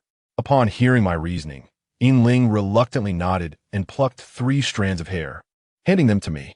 I examined the strands, noting their length of approximately 30 centimeters. "Yin Jian, could you descend and measure the height of the rain shield on our room? What on earth are you up to?" Both Yin Jian and Yin Ling gazed at me with skepticism, clearly perceiving my peculiar behavior as the ramblings of a madman. "Just do as I say," I insisted. "If you cannot provide a satisfactory explanation later, and I am left to toil in vain, I shall make you pay." Yin Jian, grumbling and cursing, clutched the drainage pipe and descended to the window above the room where we were staying that night. It was approximately 20 centimeters in height. Upon obtaining this information, a smile crept across my face, and I staggered backward a few steps, as if I had suddenly succumbed to madness. "Hey, what on earth do you mean by this? One moment you're looking this way, the next that, and now you're laughing in such an eerie manner." Yin Ling approached and reached out to touch my forehead. "You don't have a fever, do you? Could it be that you've truly been rendered senseless by that clothes rack?" Then, as if struck by a revelation, I declared, "I think I understand how Zhao Yuxiao met her demise." My unexpected utterance left Yin Jian and Yin Ling momentarily speechless, and after a brief pause, they widened their eyes and urged, "Quickly, tell us how she died." Chapter 18. The disappearance of Tong Kiki. There remains an unresolved mystery. I lower my head, murmuring to myself, and swiftly descended the stairs, where Yin Jian and Yin Ling exchanged bewildered glances. After leaving the hotel, I made a beeline for the library at the medical university. Yin Jian and Yin Ling watched in astonishment as I rummaged through the shelves. They nearly charged at me in frustration. "Eureka! Goodness, even at this hour, you still have the presence of mind to study psychology. I paid no heed to Jian's complaints, gently opening the book. The field of psychology is vast, encompassing the study of psychological phenomena in both humans and animals, their development and behavioral patterns. My trembling fingers traced the table of contents until I located the chapter on psychotherapeutic techniques, hypnotherapy. Those 6 words pierced my heart like steel needles, and at that moment, my breathing quickened. We must head to the police station. Ignoring the protest from Jian and Ling, I hurriedly made my way there. Why the urgency? Surely he has made another discovery? This fellow has been acting strangely today. You should inquire with him. Jian gestured towards me. Captain Zhang, could you please summon forensic expert Qin? There are certain matters that require his cooperation. Zhang Zijin glanced at me before turning to call for Chun. Once everyone had gathered, all eyes converged upon me once again. If you have made any discoveries, please share them promptly. I recall that during my second visit to dormitory 444, I mentioned to Shui and Zhao Yuxiao that Feng Yuqi had taken sleeping pills before her leap from the building. Forensic expert Chun, did you discover any traces of sleeping pills in Zhao Yuxiao's body? Qin nodded, confirming the presence of sedative substances in Zhao Yuxiao's remains. However, what relevance does this have to her demise? Zhao Yuxiao met her end through a fall, and the quantity of sleeping pills found in her system was insufficient to be fatal. It is precisely this inadequacy in the dosages of sleeping pills in both Zhao Yuxiao and Feng Yuqi that has led us into a misunderstanding. This year, there's been an influx of new students, and the reopening of dormitories 7 and 8 is crucial to the success of this case. Previously, dormitory 7 was rumored to be haunted, deterring anyone from residing in such a place. To dispel the rumors of hauntings, the school will undoubtedly arrange for Su Shui's former roommates to occupy the dormitory. The incident on the first day of school at dormitory 444 serves as the catalyst for the entire murder plot. Since Feng Yuqi and the other 2 had previously harmed Su Shui, coupled with Li Ziming's death, they must harbor a certain fear of Su Shui. Tong Kiki capitalized on this psychological condition. With her resemblance to Su Shui, combined with the deliberately created electrical malfunctions, she was able to frighten Feng Yuqi and her companions. I have researched Feng Yuqi, and she is inherently timid. Thus, after being startled by Tong Kiki, she found herself unable to sleep at night, resorting to sleeping pills for rest. Moreover, during her studies at the university in America, Tong Kiki majored in psychology, allowing her to adeptly grasp and manipulate the psychological states of others. One branch of psychological therapy is known as hypnosis. Dr. Chun, may I inquire under what circumstances individuals are most susceptible to hypnosis? Upon hearing this, Dr. Chun pondered for a brief moment before responding. Inducing hypnosis in an ordinary person is quite challenging. Generally, individuals are more easily hypnotized when experiencing extreme emotions or when their consciousness is in a state of lethargy. Given her naturally timid disposition, coupled with feelings of guilt towards Su Shui and the fright instilled by Tong Kiki's ghostly antics, Feng Yuqi was undoubtedly engulfed in a state of intense fear at that moment. Furthermore, sedatives are substances that exert an inhibitory effect on the cerebral cortex and central nervous system, gradually dulling a person's awareness. With these 2 conditions, it would be a simple matter for Tong Kiki to hypnotize Feng Yuqi. Zhang Zijin and Dr. Chun exchanged glances, both rendered speechless by the implications of my words. Liu Yang, are you suggesting that Feng Yuqi was hypnotized by Tong Kiki and subsequently left from the building? This appears to be the only plausible explanation. Zhang Zijian turned his gaze towards Dr. Chun. Old Chun, can hypnosis truly drive someone to commit suicide?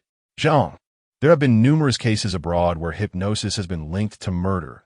Cult indoctrination, which compels individuals to surrender their lives or take drastic actions, operates on similar principles. Hey, what you're positing is merely conjecture. If Tong Kiki cannot perform hypnosis, then this logic falls apart. Ling interjected with a scoff. In the police evidence room, there lies a pocket watch left behind by Tong Kiki, which serves as evidence. But what of Zhao Yuxiao and Xiang Shui's demise? I turned to Jian and Ling and inquired, Do you recall what transpired after I was struck on the head by a coat hanger in room 444 today?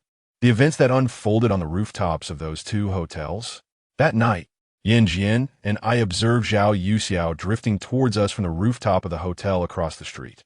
Her hair was inexplicably flowing upwards. Under normal circumstances, even if a person were to float in midair, their hair would not defy gravity in such a manner.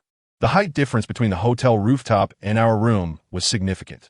The rain shield of our window stood 20 centimeters high, approximately the length of Zhao Yuxiao's hair. The situation likely unfolded as follows. A rope was tethered between the hotel rooftop and our room. After Tong, Kiki hypnotized Zhao Yuxiao. She was compelled to ascend to the rooftop, where she tied her hair to the rope and leapt down. Due to the elevation difference, Zhao Yuxiao appeared to be gliding towards us. She paused in front of our window for several seconds, at which moment she was still alive. Yet, as we regained our composure, her hair could no longer bear her weight and became untied. As for how Xiang Shui met her demise, I have yet to uncover the truth.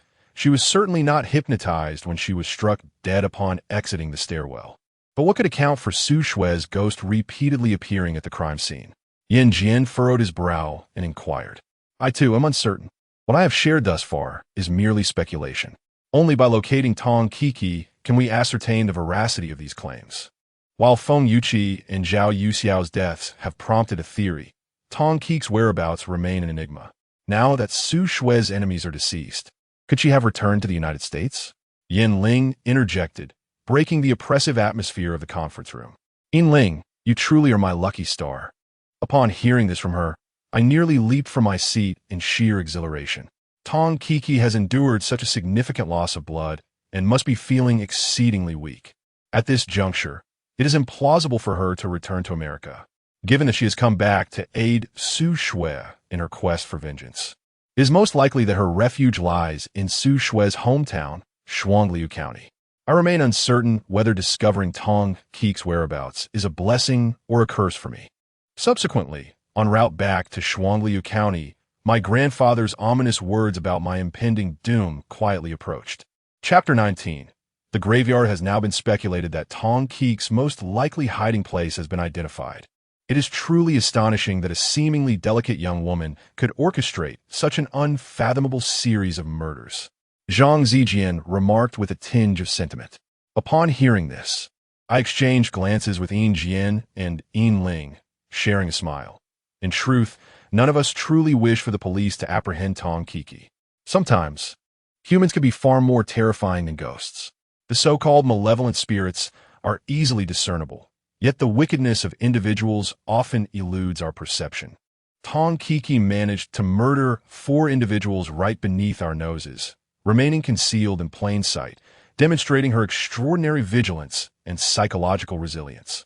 If a large contingent of police were deployed to Shuangliu County, it would likely provoke her to flee. Yin Ling nodded in agreement. Tong Kiki's cunning escape plan nearly deceived us all. If we were to provoke her, I shudder to think of the outlandish methods she might employ to elude capture.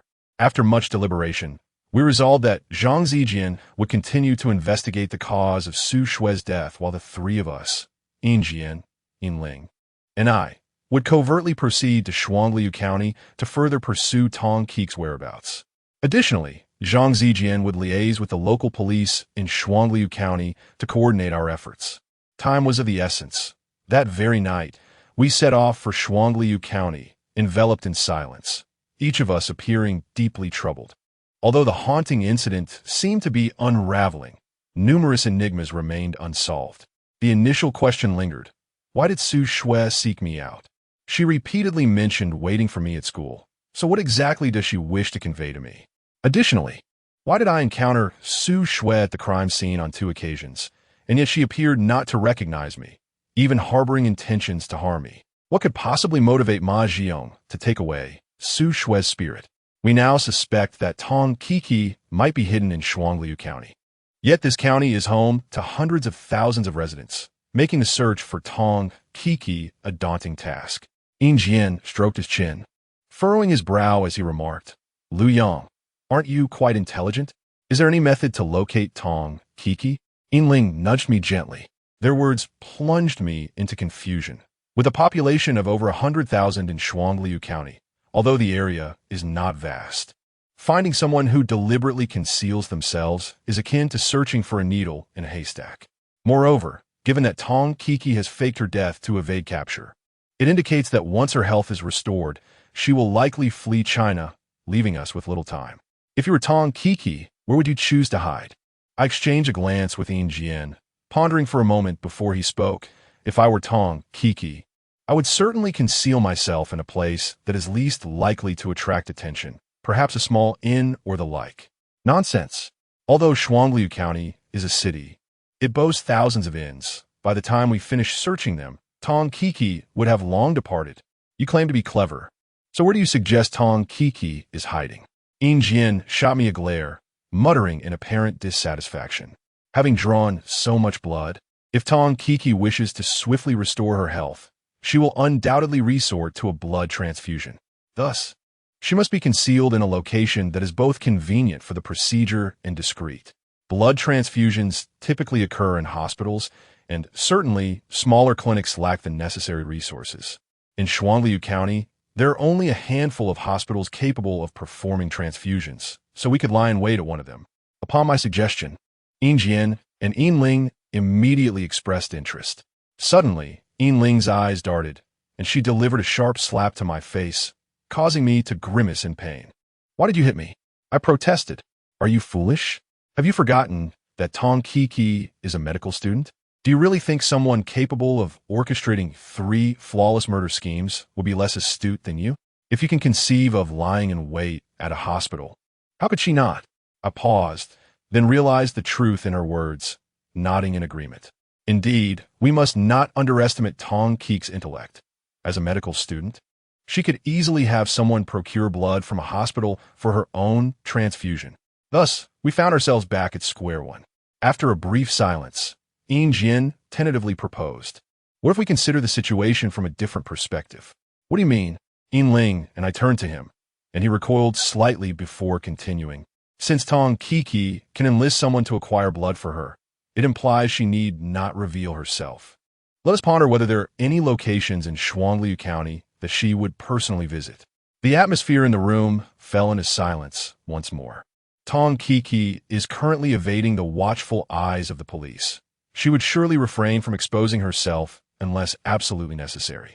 Many matters that appear intricate and perplexing may, upon revisiting their origins and meticulously unraveling them, reveal a deeply concealed breakthrough. Tong Kiki's return from America was motivated by a desire for vengeance on behalf of Su Shui. Now that her enemies have been vanquished, what could her intentions be upon returning to Shuangliu County? I furrowed my brow, stroking my chin as I murmured this question. Why had Tong Kiki chosen to return to Shuangliu County? What could her purpose be? After pondering for an indeterminate length of time, an improbable possibility finally dawned upon me. Having lived abroad with her father since childhood, Tong Kiki had not seen her sister, who resided in the domestic realm, for over a decade. Then, one fateful day, she received the devastating news of her sister's demise. The reason Tong Kiki did not return immediately after Su Shui's death was her inability to confront the loss. A year later, she returned to avenge Su Shui. If she found herself in Shuangliu County, and if Su Shui were still alive, then the place Tong Kiki would most yearn to visit would be her childhood home, to reunite with family members from whom she had been separated for over a decade. With both Su Shui and her mother now deceased, the only site she could visit would be Su Shui's grave. She would undoubtedly pay a personal visit to Su Shui's resting place. At that moment, the 3 of us, myself, Yin Jian, and Yin Ling, spoke in unison. Upon contemplating this possibility, Yin Ling promptly called Zhang Zijian, urging him to contact the police in Shuangliu County to investigate the location of Su Shui's grave. Zhang Zijian conveyed a message to us. Yin Jian glanced out the window. Dusk had already descended. He remarked, "It's almost dark. Is there any possibility that Tong Kiki will visit the cemetery today? From tomorrow onward, we shall vigilantly await her at Su Shui's grave." "No, we must go tonight," I retorted. "Are you out of your mind to visit a cemetery at such a late hour?" Yin Jian and Yin Ling simultaneously cast disdainful glances my way. At present, all our conclusions are mere conjectures. What if Tong Kiki has not returned to Shuangliu County?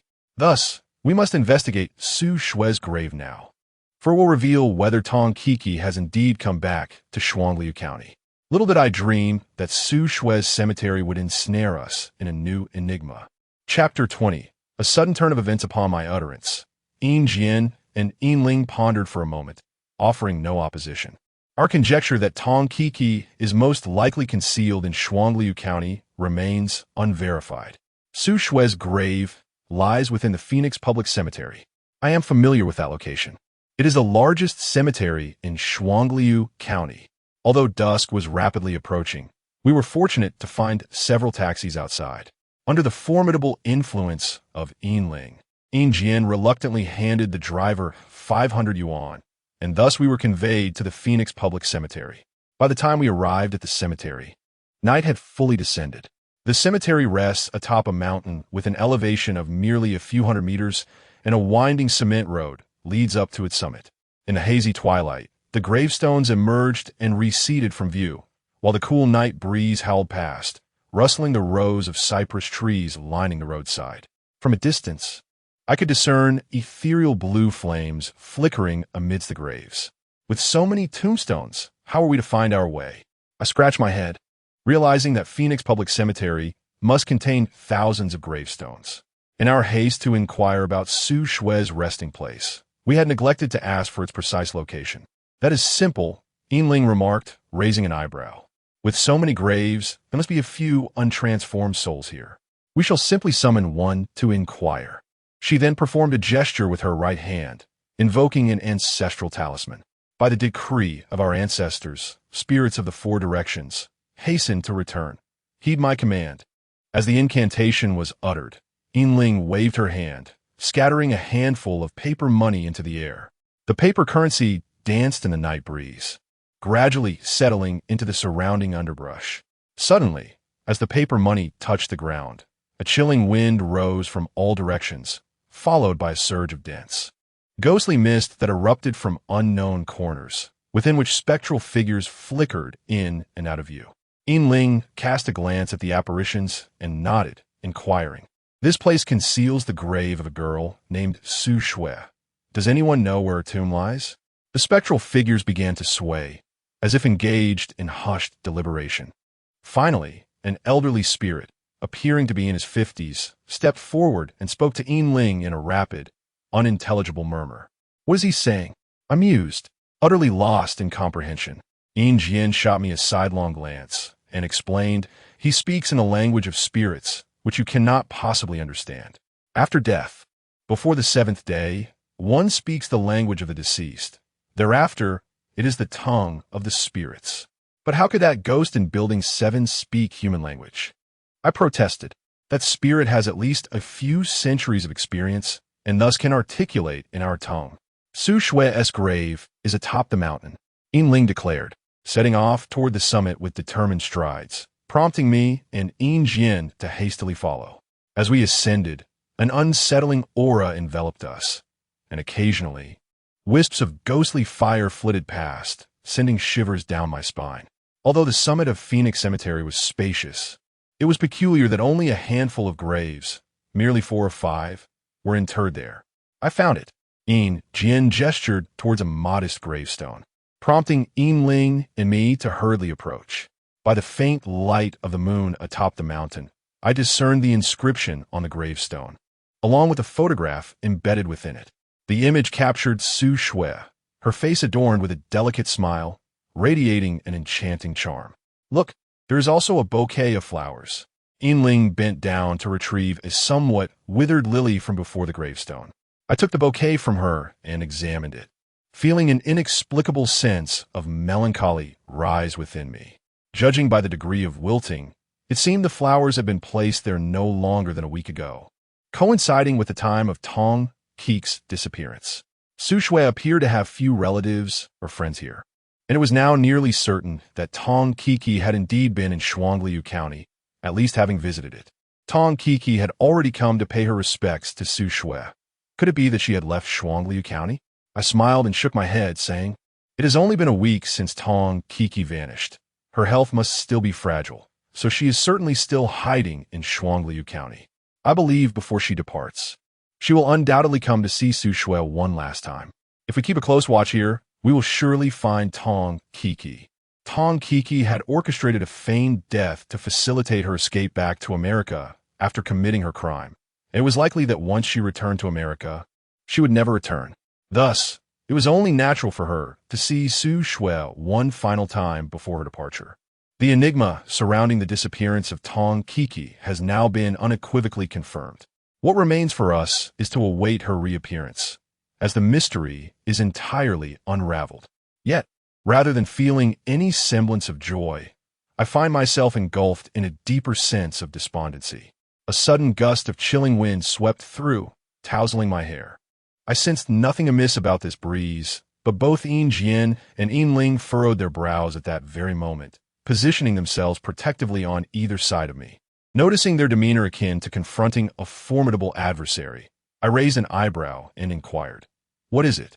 "There's a ghostly presence," Yin Ling whispered softly.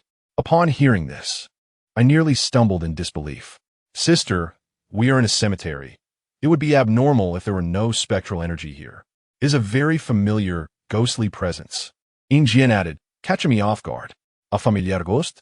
Could it be that there exists a spirit here that we have encountered before?"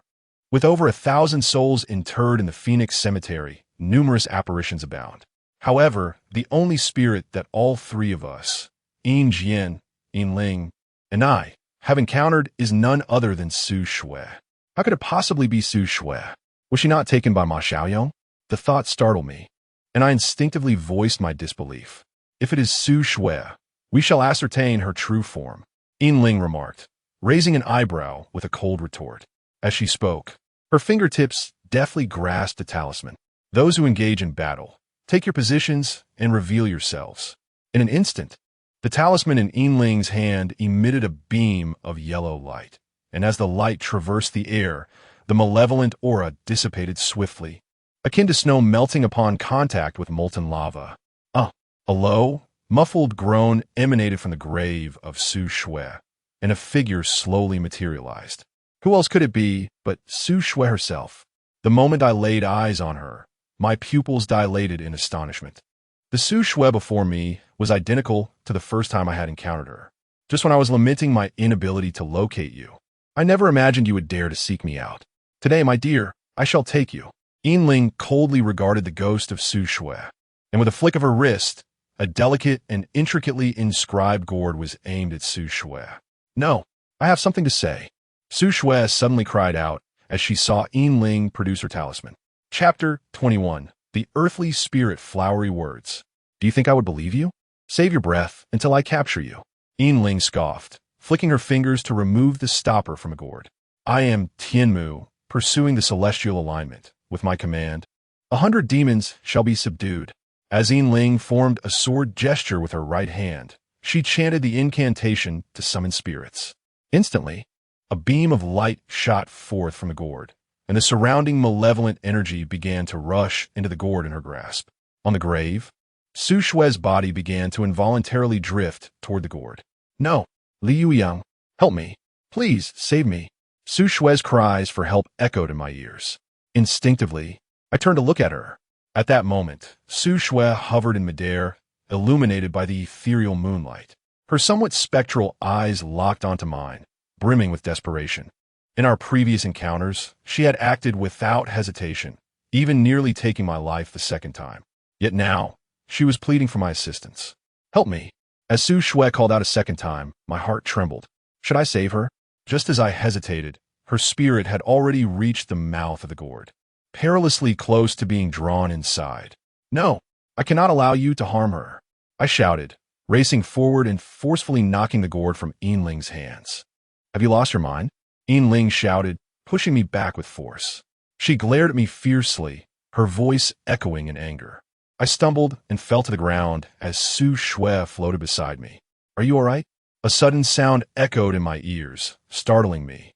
Upon turning around, I found myself locking eyes with Su Shui, whose gaze was filled with concern. In that fleeting moment, my heart quivered once more, yet a new question emerged in my mind. What was happening with Su Shui before me? Why had she not acted aggressively, instead appearing so delicate and fragile? Liu Yang, you are being bewitched.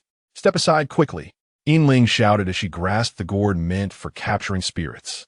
Meanwhile, I remained fixated on Su Shui. The aura she exuded now was in stark contrast to the two previous encounters I had with her. In those instances, she radiated hostility, resembling a vengeful spirit. However, the current Su Shui emanated no trace of malice. Liang, come here. Have you forgotten how you nearly lost your life at her hands last time? Yin Jian urged anxiously. Will you kill me? I inquired, gazing intently at Su Shui. She remained silent, merely shaking her head gently. Upon receiving this answer, I smiled, an unburdened smile, for I trusted that Su Shui was not deceiving me. Rising from the ground, I cast a calm glance at Yin Jian and Yinling. Do you not perceive that this Su Shui is entirely different from the one we encountered before? At my words, both Yin Jian and Yinling were taken aback, exchanging glances before turning their attention back to Su Shui. It does indeed seem somewhat different, Yin Jian remarked, furrowing his brow. Yinling furrowed her brows slightly and stepped forward, suddenly producing a bawang mirror from her pocket. Seeing this, I assumed she intended to confront Su Shui, and hurriedly positioned myself in front of her. Yinling, what are you planning to do? Yinling cast a fleeting glance at me, remaining silent, merely reciting an incantation. With a swift motion, the bawang mirror emitted a beam of yellow light, illuminating Su Shui within its confines. Moments later, Yinling stowed the mirror away. Her expression visibly altered. How could this be? Her reaction left me perplexed, while Yin Jian's countenance also darkened. He inhaled deeply and remarked, "It is indeed the Earth's soul." Su Shui cowered behind me, her gaze filled with terror as she observed Yin Jian and Yinling. My mind was awash with questions. What were they discussing? What was the Earth's soul? Yin Jian glanced at me and explained, "Humans possess 3 souls and 7 spirits. The first spirit is Tian Chong, the second is Ling Hui. The third represents Qi, the fourth embodies Li. The fifth is Zhong Shu, the sixth signifies Jing, and the seventh represents Ying. Each corresponds to the emotions of joy, anger, sorrow, fear, love, hatred, and desire. The 3 souls are Tian Han, Di Han, and Ming Han. Upon death, the 7 spirits dissipate. The earth's soul returns to the grave. The heaven soul ascends to the heavens, and the life soul descends to the underworld for judgment, potentially leading to reincarnation. However, if a person dies and transforms into a vengeful or malevolent spirit, their 7 spirits do not disperse, and their 3 souls cannot return until their earthly attachments are relinquished, allowing the 7 spirits to scatter and the 3 souls to reunite. Since Su Shui was compelled to her demise, she became a vengeful spirit, and her 3 souls and 7 spirits would coalesce, leaving no reason for the earth soul to remain in the grave. However, the earthly soul of Su Shui has now vividly manifested before our eyes, which raises a plethora of questions. Having transformed into a vengeful spirit, her earthly soul appears singularly at the grave. It seems that someone has extracted Su Shui's essence. As Yinling uttered these words, I felt as if struck by lightning. How could this be? Is it truly possible for the soul to be severed? While it can indeed be detached, the spirit that undergoes such an extraction endures immense suffering. Yin Jian nodded in acknowledgement, expressing a tone of reluctant sympathy. Gradually, I turned to gaze upon Su Shui, whose face was a portrait of confusion and dread. A tightness gripped my heart. Who was responsible for the extraction of your soul? I fixed my gaze on Su Shui, articulating each word with deliberate intensity. My fists clenched so tightly that they crackled ominously.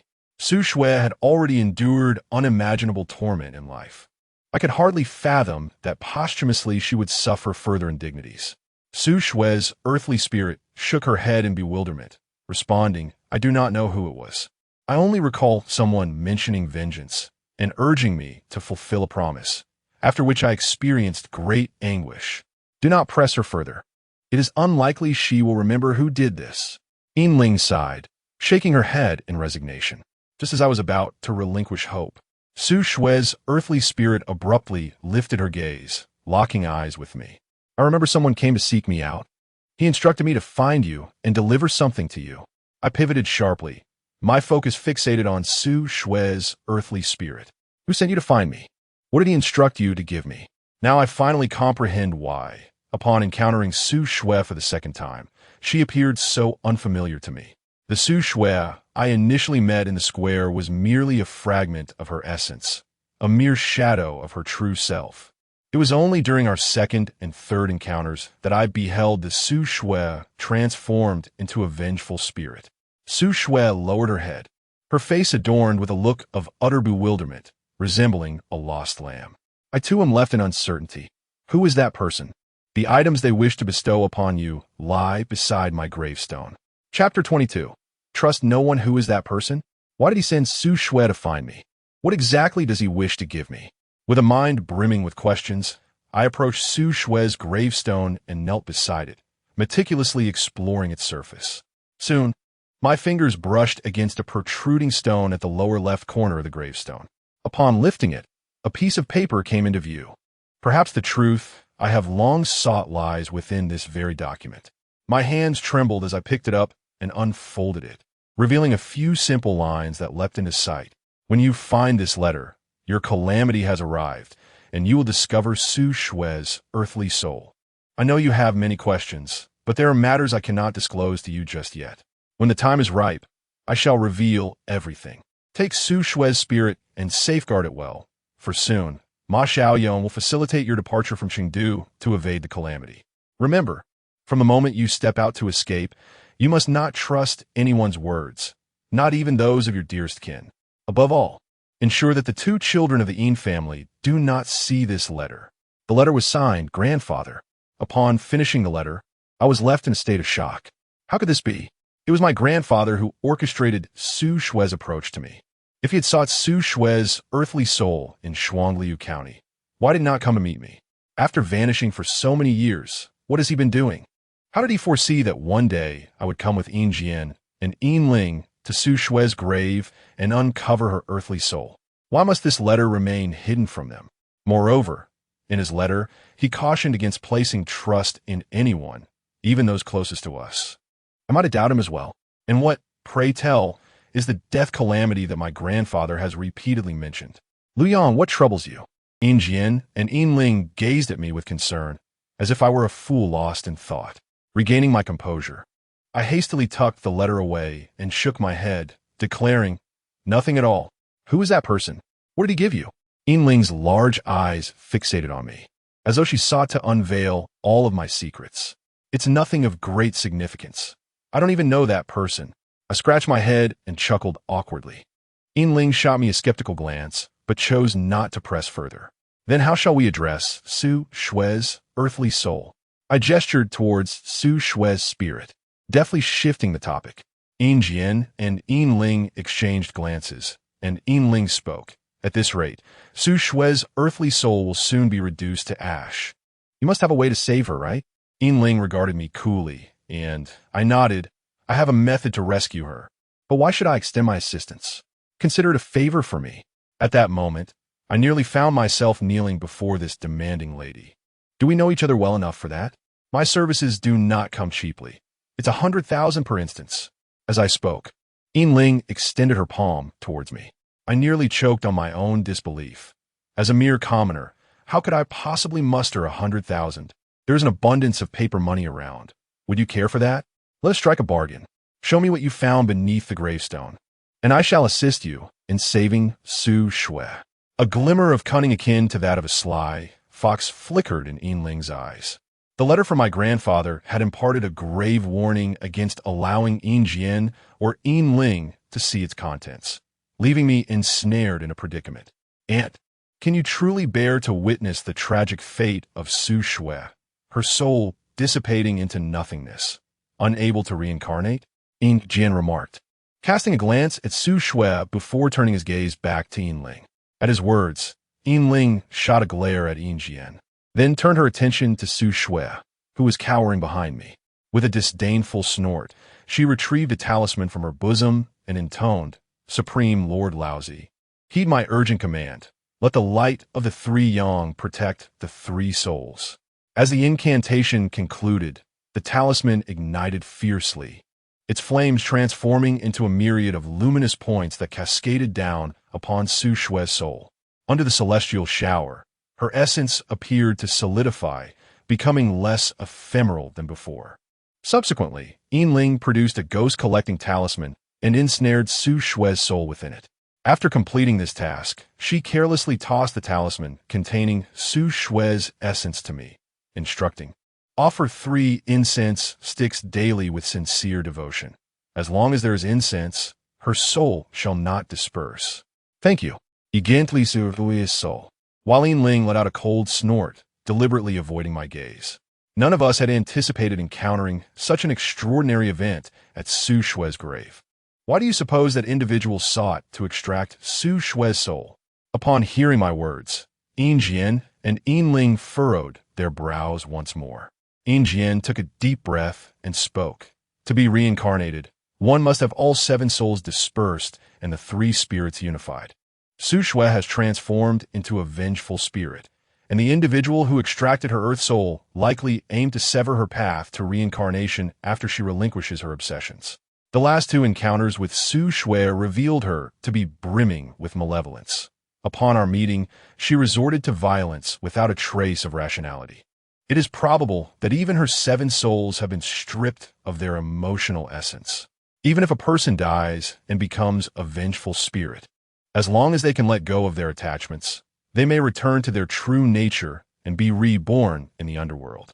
However, if one has lost a soul and the emotional essence among the 7 souls, then even if a vengeful spirit relinquishes their obsessions, they cannot revert to their true nature and will remain a spirit of slaughter for eternity. Damn it, if I uncover the identity of the perpetrator, I will ensure they are torn to shreds. Yinling glanced at me and remarked, "Last time, Su Shue was taken away by Ma Xiaoyong. It is likely that he is the one who extracted Su Shue's earth soul." I was taken aback. On the night Li Baoquan died, Su Shue appeared at the crime scene, injured by Yinling, and ultimately, Ma Xiaoyong suddenly appeared to take her away. Could it truly be Ma Xiaoyong who extracted Su Shue's earth soul? What could his motives possibly be? All these questions may only be unraveled once we return to the medical university. By the time we returned to the quaint little inn, dawn had already broken. After hastily consuming a few bites of breakfast, the 3 of us, laden with exhaustion, made our way once more to Su Shue's grave. As we had yet to capture Tong Kiki and were uncertain when she might next visit Su Shue's resting place, we resorted to the most primitive and clumsy method of keeping watch at her grave. The midday sun blazed fiercely overhead, casting a sweltering heat of over 20 degrees Celsius on the mountain, which rendered us drowsy.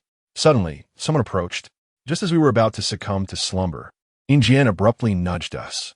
Yinling and I jolted awake, and, following Yin Jian's pointed finger, we indeed spotted an individual making their way towards Su Shue's grave. Could that person be Tong Kiki? Chapter 23. Sudden emergence beneath the blazing sun. The cypress trees in the cemetery swayed gently in the breeze. Under the shade, a woman clad in a flowing black veil, adorned with a sun hat and dark sunglasses, approached us, cradling a bouquet of lilies. As she drew closer, mere hundreds of meters away, Yinling could no longer contain her urge to reveal ourselves, but fortunately, I managed to restrain her in time. "Wait, if she is not Tong Kiki, we might alarm her." Yinling shot me a piercing glare, but ultimately refrained from further protest. With each step the woman took towards Su Shue's gravestone, my heart raced with an increasing intensity. Unbeknownst to me, cold sweat began to bead in the palm of my hand. I could not discern whether I truly hoped the visitor was Tong Kiki. As anticipated, the woman halted before Su Shue's gravestone. After gazing intently at the stone, she raised her hand to gently remove her hat and sunglasses, revealing a visage that was all too familiar, none other than Tong Kiki herself. "May I step out now?" I glanced at Tong Kiki. Her complexion remained pallid, and an inexplicable pang throbbed within my heart. If only Su Shue had not met her unfortunate fate, the sight before Tong Kiki would not have been a cold gravestone. "She has arrived. With both of you present, she cannot escape." Let her pay her respects to Su Shui first, and then we shall emerge, I implored Yinling, my tone imbued with earnestness. Yinling's eyes flickered momentarily, and with a soft huff, she no longer insisted on leaving. Thank you. For the first time, I perceived a glimmer of kindness within this seemingly violent girl. Tong Kiki bent down gently, placing the lily she held before Su Shui's gravestone. Sister, those who have wronged you are all gone. Today, I shall depart and never return. Do you admit that it was you who killed those people? Yinling leapt forward, blocking Tong Kiki's path. Yinjian soon followed her outside, and I could only muster the courage to step out as well. Our sudden appearance startled Tong Kiki, who paused for a moment before her pale visage transformed into an icy demeanor. She glanced at us with indifference, a smile breaking across her lips. Did I do something wrong? Shouldn't those people have died? Li Baoquan, the principal, forsook my sister's humiliation for the sake of his nephew. Her 3 roommates betrayed her for their own gain. Shouldn't they all die? Tell me, shouldn't they? Tong Kiki's expression twisted into one of ferocity, the breeze tousling her hair, rendering her akin to a menacing specter. Upon witnessing her like this, I lowered my gaze, unable to meet her eyes. Had it not been for me, perhaps Tong Kiki would have silently fulfilled her wish and departed. They all deserve to die, but it is not your place to enact their punishment. We live in a society governed by the rule of law. Yinling stepped forward, her gaze icy as she regarded Tong Kiki. Tong Kiki turned her gaze sharply, fixating on Yinling, her pale visage twisting in anguish. A society governed by law? How beautifully you articulate that. In such a society, does my sister have a place to voice her grievances? Can Li Baoquan truly evade justice? Kiki, it was Li Ziming who harmed Su Shui. The others bear lesser sins. Are you aware that taking their lives constitutes a violation of the law? Her body trembled slightly as she slowly pivoted, gazing at me in silence. The expression in her eyes was inscrutable, a blend of resentment and indifference that left me unable to meet her stare. Liu Yang, from the very beginning, I deceived you. Yet there is one truth I did not conceal. I considered you a friend. Little did I anticipate that I would ultimately fall victim to you. Tong Kiki's words pierced my heart like shards of ice, an excruciating chill mingling with a profound sorrow that overwhelmed me in an instant. I staggered backward, collapsing onto the ground. Do you understand why your sister appeared at the scene of the incident repeatedly? Ying Jin inquired, scratching his head. The haunting incident had been unraveled. Yet the sole enigma remaining was why Su Shui's ghost had manifested at the scene so persistently. Moreover, how did Xiang Shui meet her demise? Tong Kiki was momentarily taken aback by Ying Jin's words. After a brief pause, she turned to him, disbelief etched across her face. Is my sister not dead? She has passed. What appears is her spirit. Where is she? I must see her. I must see her. Enough of this nonsense. Today, you must face the consequences of your actions. Yinling let out a cold snort, her figure darting towards Tong Kiki. No, I shouted in an attempt to stop her, but her fist had already struck Tong Kiki with tremendous force. The frail Tong Kiki could scarcely withstand such a blow and was knocked to the ground, severely injured. It seemed as though she had no reaction. She merely stared intently at Su Shui's gravestone, a somewhat eerie smile gracing her face. Sister, why won't you come out to see me? Yinling cast a fleeting glance at Tong Kiki, bending down to seize her. Suddenly, a wild wind swept through the tranquil cemetery, lifting the fallen leaves into the air like fluttering butterflies. Yinling's hand froze mid-air as she turned her head, her gaze fixed intently to the west. Ying Jian furrowed his brow and swiftly positioned himself in front of me. As the tempest subsided, a somewhat stooped figure emerged into our view. Upon recognizing the newcomer, my pupils dilated in shock. Why had Ma Xiaoyong suddenly appeared here? His unexpected presence left us all taken aback. Yinling straightened, her gaze locked on Ma Xiaoyong, while Ying Jian stood gravely beside her. It's now time to close the net. Come to me, and I will allow you to see your sister. Ma Xiaoyong's final words were directed at Tong Kiki. Can you truly let me see my sister? Tong Kiki raised her head, her eyes reflecting a dazed longing as she looked at Ma Xiaoyong. Just come with me, and I promise your sister will appear before you. Ma Xiaoyong raised his hand and beckoned to Tong Kiki. In the next moment, Tong Kiki appeared to have lost her soul, her gaze vacant as she stood up from the ground and began to walk towards Ma Xiaoyong. Do not go. Although I was unaware of Ma Xiaoyong's intentions in taking Tong Kiki, I could sense that his motives were anything but benevolent. Upon hearing my shout, Tong Kiki paused momentarily.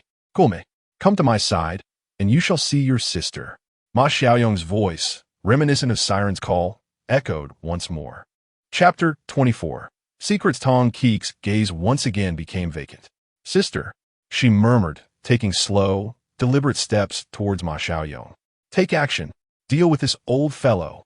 Yin Ling and Yin Jian exchanged a glance, and in an instant, they charged towards Ma Xiaoyong, one from the left and the other from the right. With a swift motion, Yin Ling leapt into the air, executing a lightning-fast kick aimed directly at Ma Xiaoyong's head, while Yin Jian threw a punch towards his face. In the face of their combined onslaught, Ma Xiaoyong merely smiled faintly, stepping back with measured grace. Yin Jian and Yin Ling found their strikes met with empty air, their feet hastily retreating only to charge at him once more. Though Ma Xiaoyong stood before them, it seemed as if an invisible barrier obstructed their advance. Observing this, I rushed forward, intent on reaching Tong Kiki, but Ma Xiaoyong waved his hand, rendering me immobile, as if frozen in place. Before our eyes, Tong Kiki approached Ma Xiaoyong, who regarded her with a gaze that bore an unsettling smile. With a casual flourish of his palm, a tempest arose once more. When the storm subsided, both Ma Xiaoyong and Tong Kiki had vanished, leaving only the leaves swirling in the wind like delicate butterflies. Who could have imagined that this old man had attained such formidable prowess? Yin Ling stared into the void before her, a flicker of panic illuminating her eyes for the first time. Yin Jian inhaled deeply, then turned to glance at me, his right hand forming a sword gesture, which he directed towards my forehead. In an instant, I felt as though I had regained control over my body. Why aren't you pursuing him? I inquired. Upon hearing this, Yin Jian and Yin Ling regarded me with expressions of disbelief. After all, Ma Xiaoyong was already miles away. How could we possibly chase him? My jaw nearly dropped in astonishment at this revelation. Ma Xiaoyong had barely departed a few seconds ago. How could he be 100 miles away? Could it be that this fellow possesses the ability to teleport? Yin Jian approached and placed a hand on my shoulder, saying, Have you heard of the Taoist shield technique? Shield technique? I echoed, bewildered. Ma Xiaoyong employs the disc shield, one of the most advanced shield techniques. I was momentarily taken aback by Yin Jian's explanation. Aren't you both formidable fighters? Why didn't you confront that old fellow just now? Did you not see that we couldn't even touch him? Yin Jian replied. Wasn't Ma Xiaoyong right in front of us?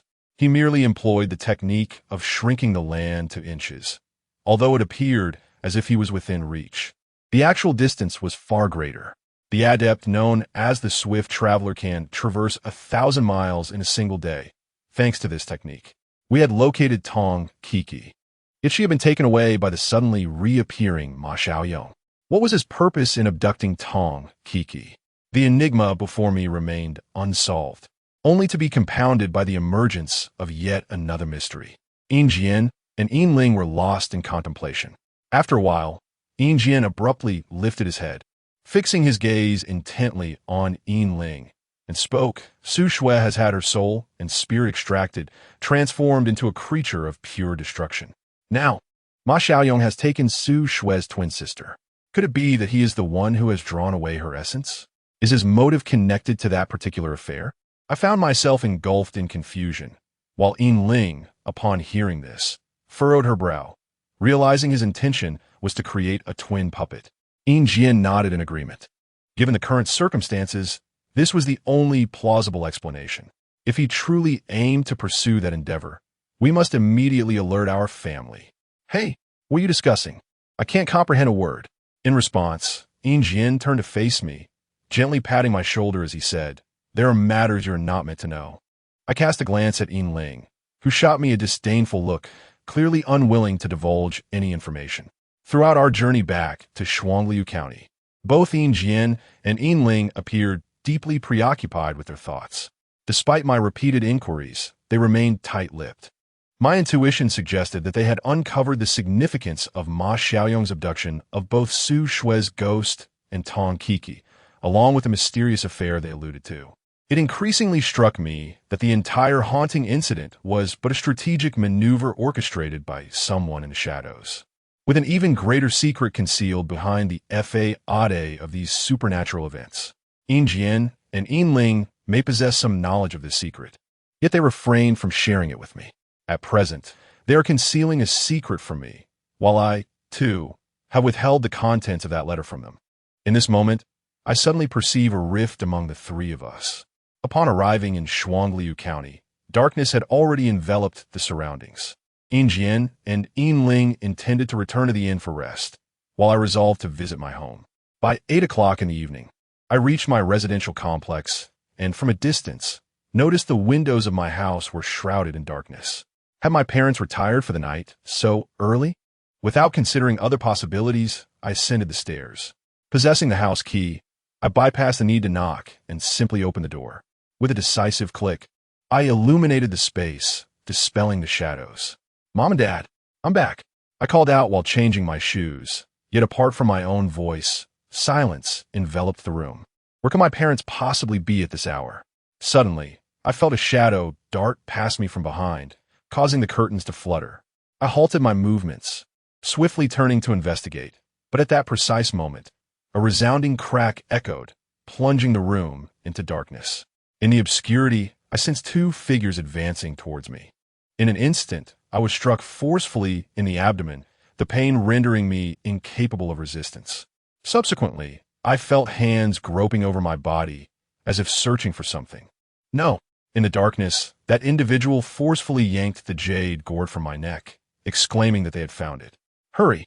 I heard the voices of a man and a woman amidst the shadows. As I struggled to rise from the ground and press the switch, I discovered that the room was already devoid of any presence.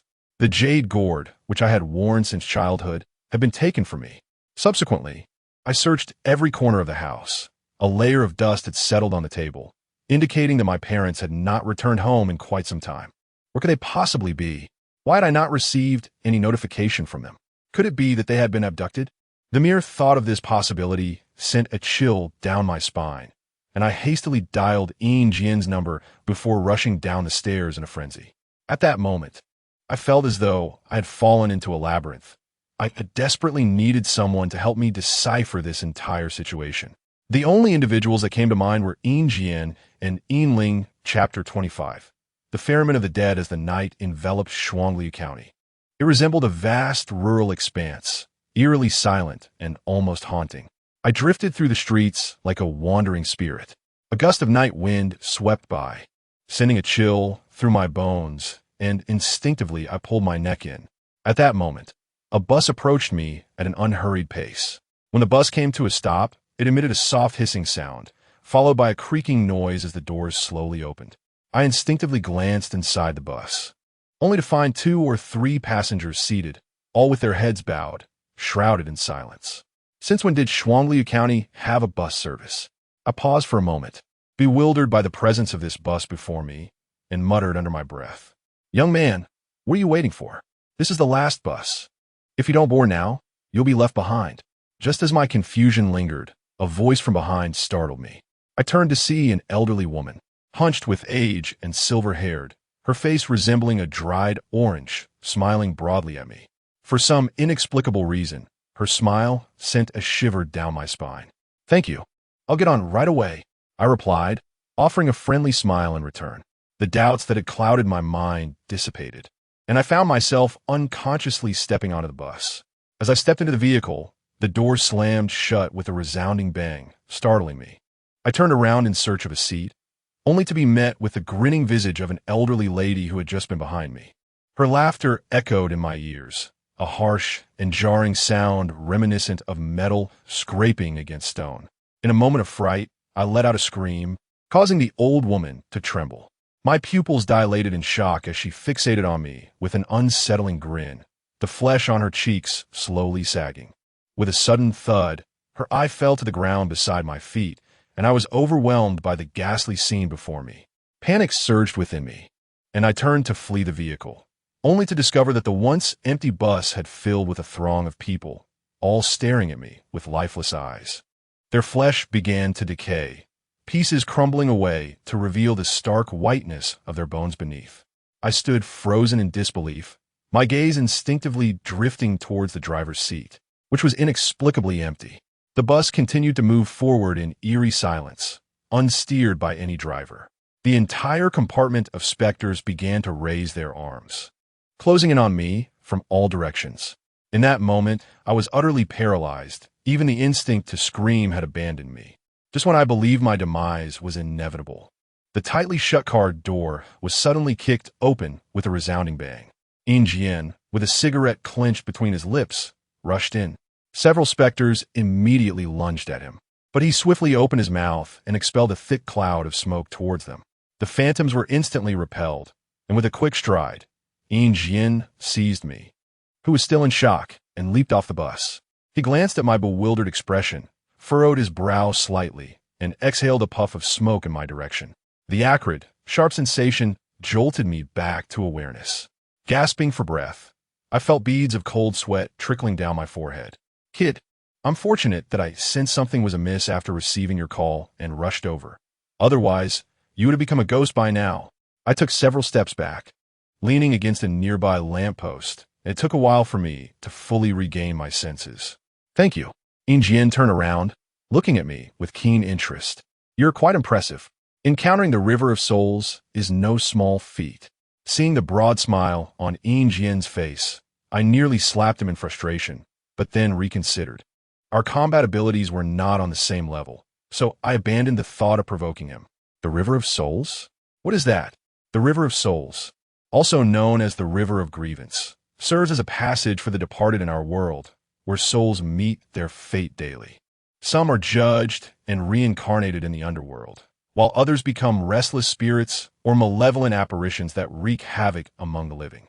Within this realm exists a peculiar group known as the departed souls, those who have met untimely ends, burdened by profound resentment. These spirits are unable to be reborn, confined within the city of the wrongfully deceased in the underworld, while the River of Souls acts as the designated conveyance for these entities, taking on various forms of transportation. Upon hearing this, I gasped in shock, realizing that the entire vehicle was filled with departed souls. Brother, I am lost." Just as I was grappling with my astonishment, I suddenly felt a gentle tug on my sleeve. Looking down, I beheld a little girl clutching a doll, her large, watery eyes gazing up at me. She appeared to be merely 5 or 6 years old, as charming as a porcelain doll. "Do you remember where you live? I can help you get home." I crouched down, raising my hand to gently pinch her cheek. To my surprise, the little girl tilted her head away, pouting, and said, "Big brother, don't touch my head.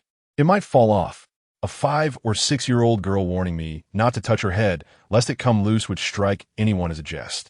I chuckled softly and patted her small head, thinking to myself how this little one was simply seeking a bit of fun with her older brother. Suddenly, a loud clang echoed through the air.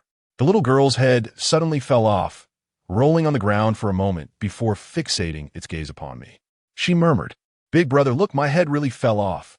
Jian approached to glance at the girl, remarking that it was time to leave. Otherwise, he would not hesitate to show his displeasure. The little girl, frightened, took a few steps back, bent down to retrieve her head, flashed me a grin, and vanished from my sight in an instant. "Kid, I find you increasingly intriguing. An ordinary person may never encounter a ghost in their lifetime, yet you have stumbled upon 2 in a single night." I raised my head, still shaken, and shot Jian an incredulous look. To have encountered 2 spirits in one night, especially following the theft of my precious gourd, raised the question of whether this was mere coincidence or the ominous beginning of my doom. Chapter 26. The beginning of the calamity upon returning to the quaint inn. An unsettling chill persisted along my spine.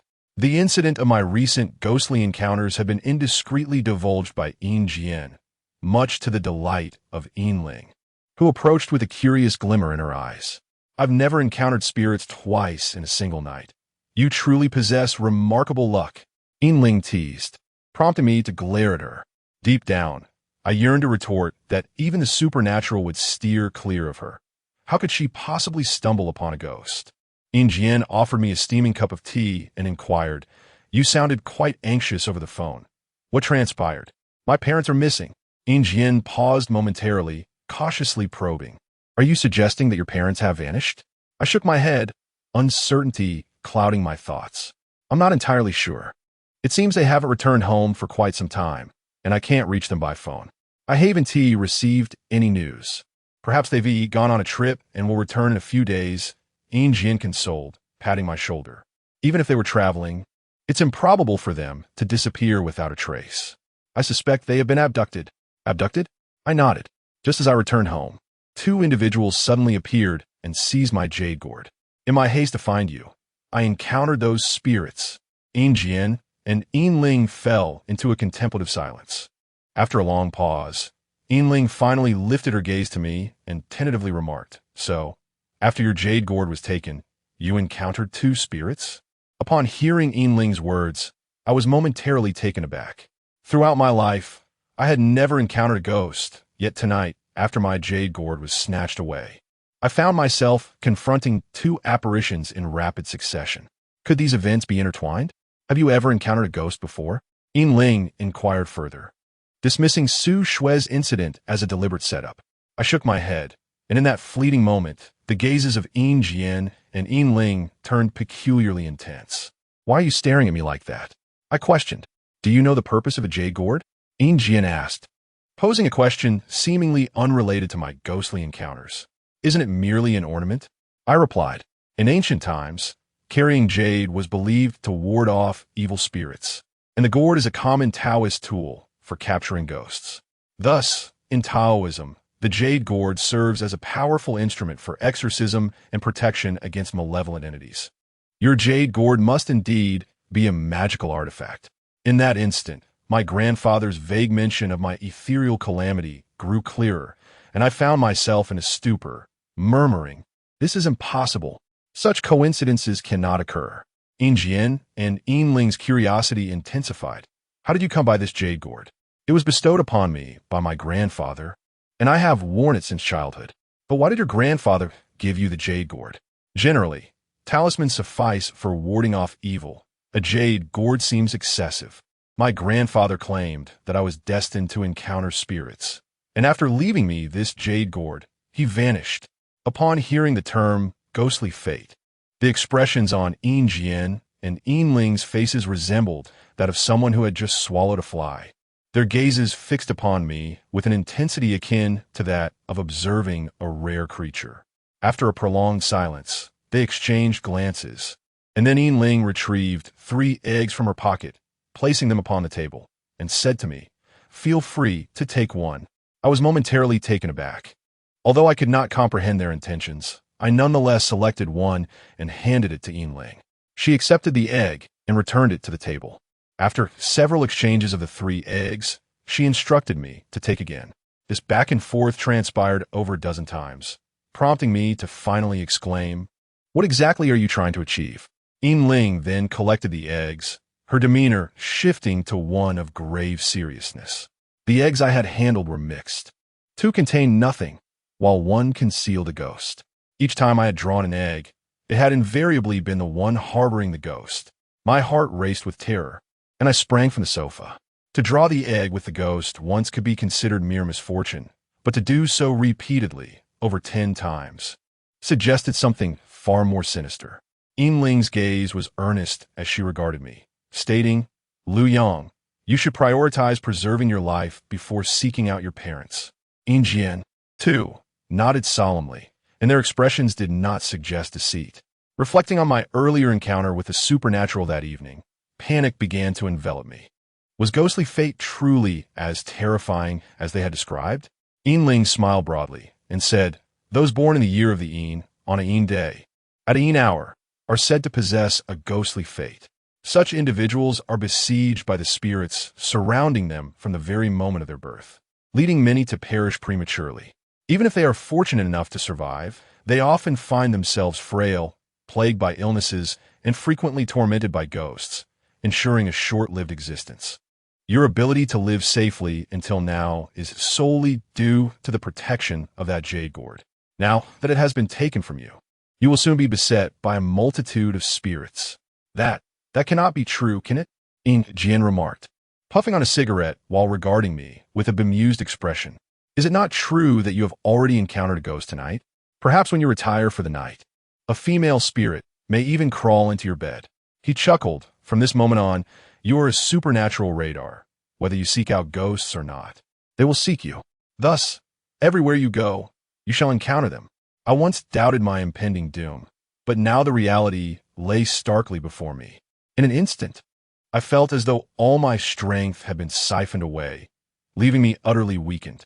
Ling cast a sympathetic glance in my direction. Do not worry. With us by your side tonight, you shall not encounter any spirits. So rest well. The night felt eerily silent as I sat alone on my bed, illuminating every light in the room. I fear that if darkness enveloped me, a horde of ghosts would descend upon me. I could not fathom, nor dare to contemplate, what life would be like if I were to be haunted by spirits wherever I went. I am uncertain even of how long I can endure. Tonight, the specter nearly claimed my life. Will there always be someone to rescue me each time I encounter the supernatural? The answer to this question is evidently negative. And once again, I find myself engulfed in confusion this night. Chapter 27.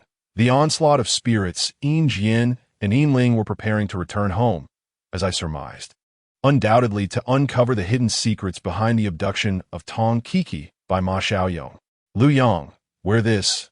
It will offer you temporary protection, Ling said, removing a necklace from around her neck and handing it to me. Observing the feminine ornament in her hand, I frowned slightly. Are you sure you want a grown man to wear a lady's necklace? That seems a bit unconventional, doesn't it? I jested, snatching the necklace from her grasp. In the grand scheme of things, my life was far more precious than any semblance of embarrassment. In truth, I longed to accompany Jin and Ling. With them by my side, what malevolent spirits would dare approach me? Yet, Ling cautioned me that those cursed to exist in this realm should not survive. Even if one were to miraculously endure, fate would invariably devise myriad ways to bring about their demise. She warned that if she and Jin remained close, I would only attract spirits of a more formidable nature, thus placing myself in greater peril. Her words struck me like a death knell. It felt as if the Grim Reaper had arrived, and no matter how I tried to evade it, the specter of danger loomed ever closer in an uncanny yet inevitable manner. With my parents having vanished without a trace, I couldn't help but wonder if this event was entwined with my own impending doom. I boarded the bus heading towards Chengdu. After the bus arrived at the station, I found myself navigating through the throngs of people toward the exit. Suddenly, I felt a jolt as someone bumped into me. I paid it little mind, considering the sheer volume of foot traffic at the station. By the time I returned to the medical university, it was already past 9 in the evening. Zhang Zijian called to inform me that the truth surrounding Xiang Shue's death had been uncovered, and that the case involving Su Shui from years past was to be reinvestigated. He was currently in the principal's office and requested my presence. Gazing out at the dimly lit night, a flicker of trepidation stirred within me, as if I might encounter a ghost upon stepping outside. Yet, didn't Ling provide me with a talisman for protection? What was there to fear? Ultimately, my insatiable curiosity propelled me out of the dormitory. The enigma surrounding Xiang Shue's demise appeared even more perplexing than those of Feng Yuqi and Zhao Yuxiao, and I was intrigued to discover how Tong Kiki orchestrated such a bizarre murder under the watchful eyes of the police. Deep down, I yearned for Su Shui to receive justice. Whenever the chilling gaze of Tong Kiki and the helpless expression of Su Shui surfaced in my mind, I couldn't help but feel a pang of guilt. If it weren't for me, perhaps Tong Kiki would have already returned to America. The principal's office was located on the 5th floor of the classroom administrative building, which, by night, was largely devoid of faculty, lending it an eerie silence. Shrouded in the hazy night, the building loomed like a monstrous specter, its gaping maw ready to swallow me whole the moment I crossed its threshold. As I set foot on the steps of the administrative building, the corridor lights flickered to life, dispelling the surrounding gloom and soothing my anxious heart as I ascended to the 5th floor. Suddenly, a sound echoed through the silent 3rd floor of the office building, causing my hair to stand on end and my breath to quicken. I possess Yinling's talisman. It is inconceivable that I could encounter a ghost. Impossible. Trembling, I reached into my pocket, recalling that I had deemed it too ostentatious to wear a lady's necklace, so I had tucked it away, believing that the talisman merely needed to be close at hand. However, as my fingers brushed against the fabric of my pocket, the anticipated solidity was conspicuously absent. In that instant, cold sweat broke out on my forehead. Where had the talisman given to me by Yinling gone? I hastily rummaged through my pocket, only to find it utterly empty, devoid of any trace of the talisman. I remembered being jostled at the station.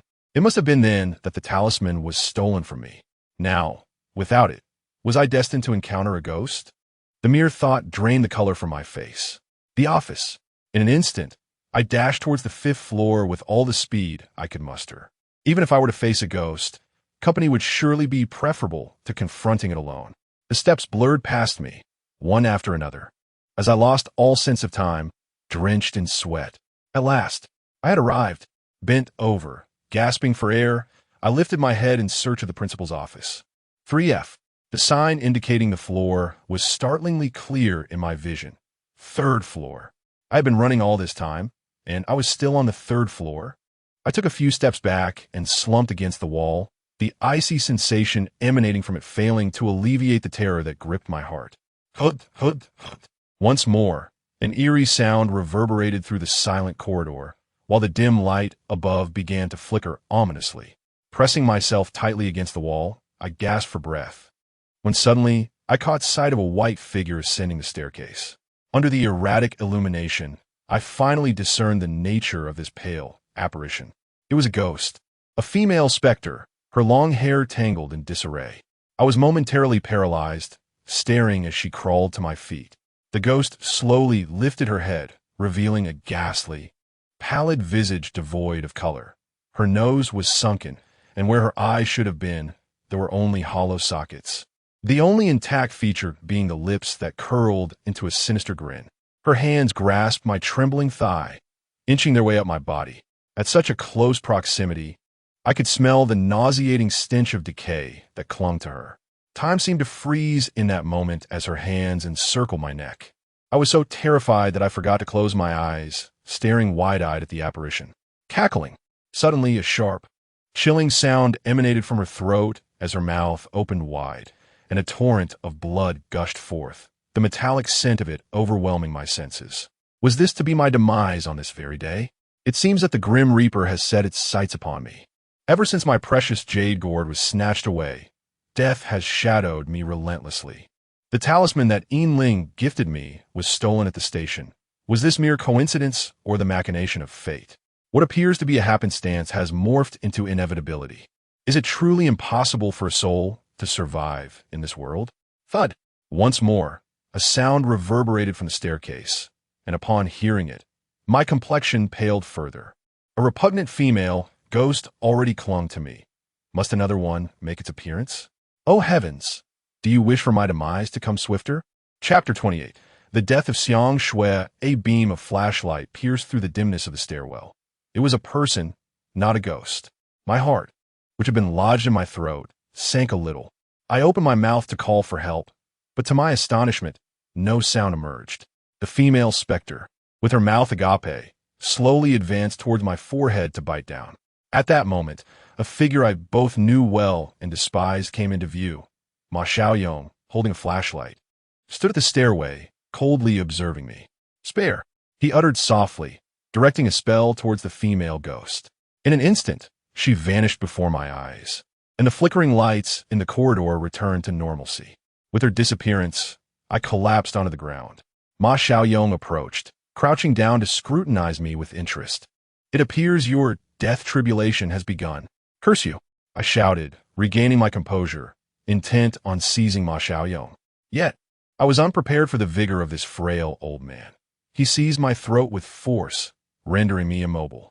It would be wise not to meddle in my affairs. If you wish to escape death, find me at Building 8 later.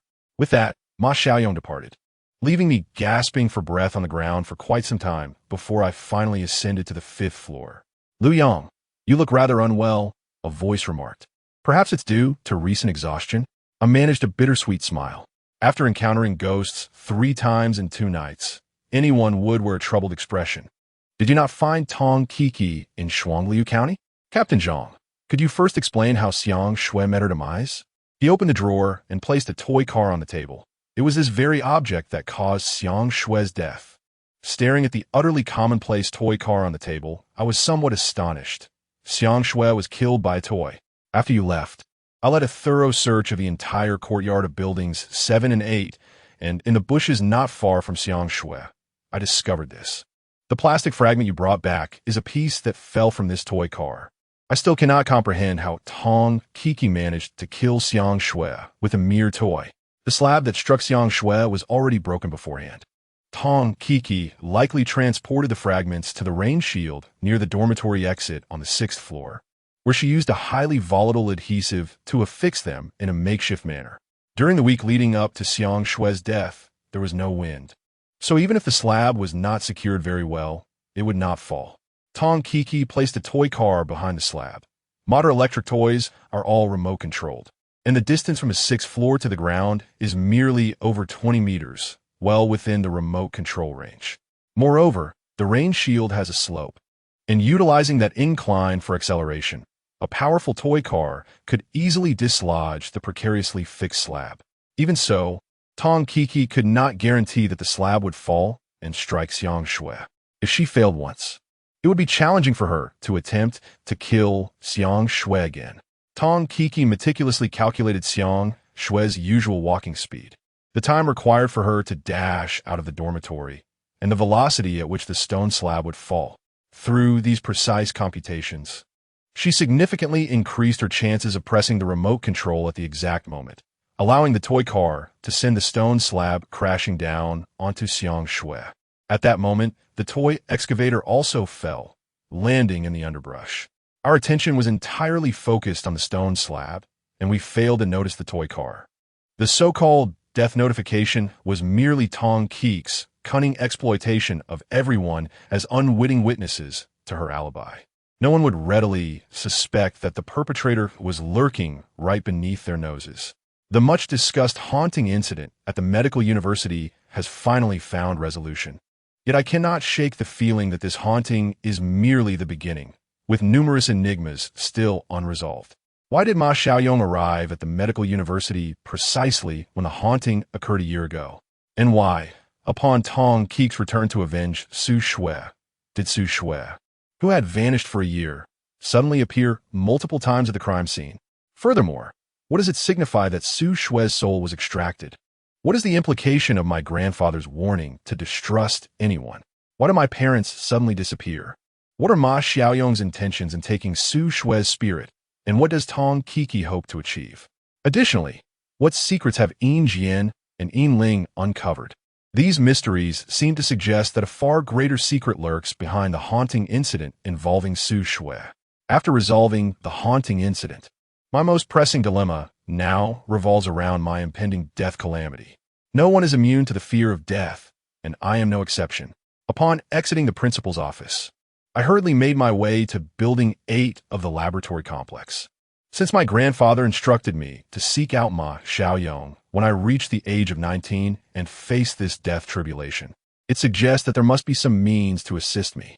Throughout my journey, I walked with trepidation, dreading the sudden emergence of a ghost from some shadowy corner.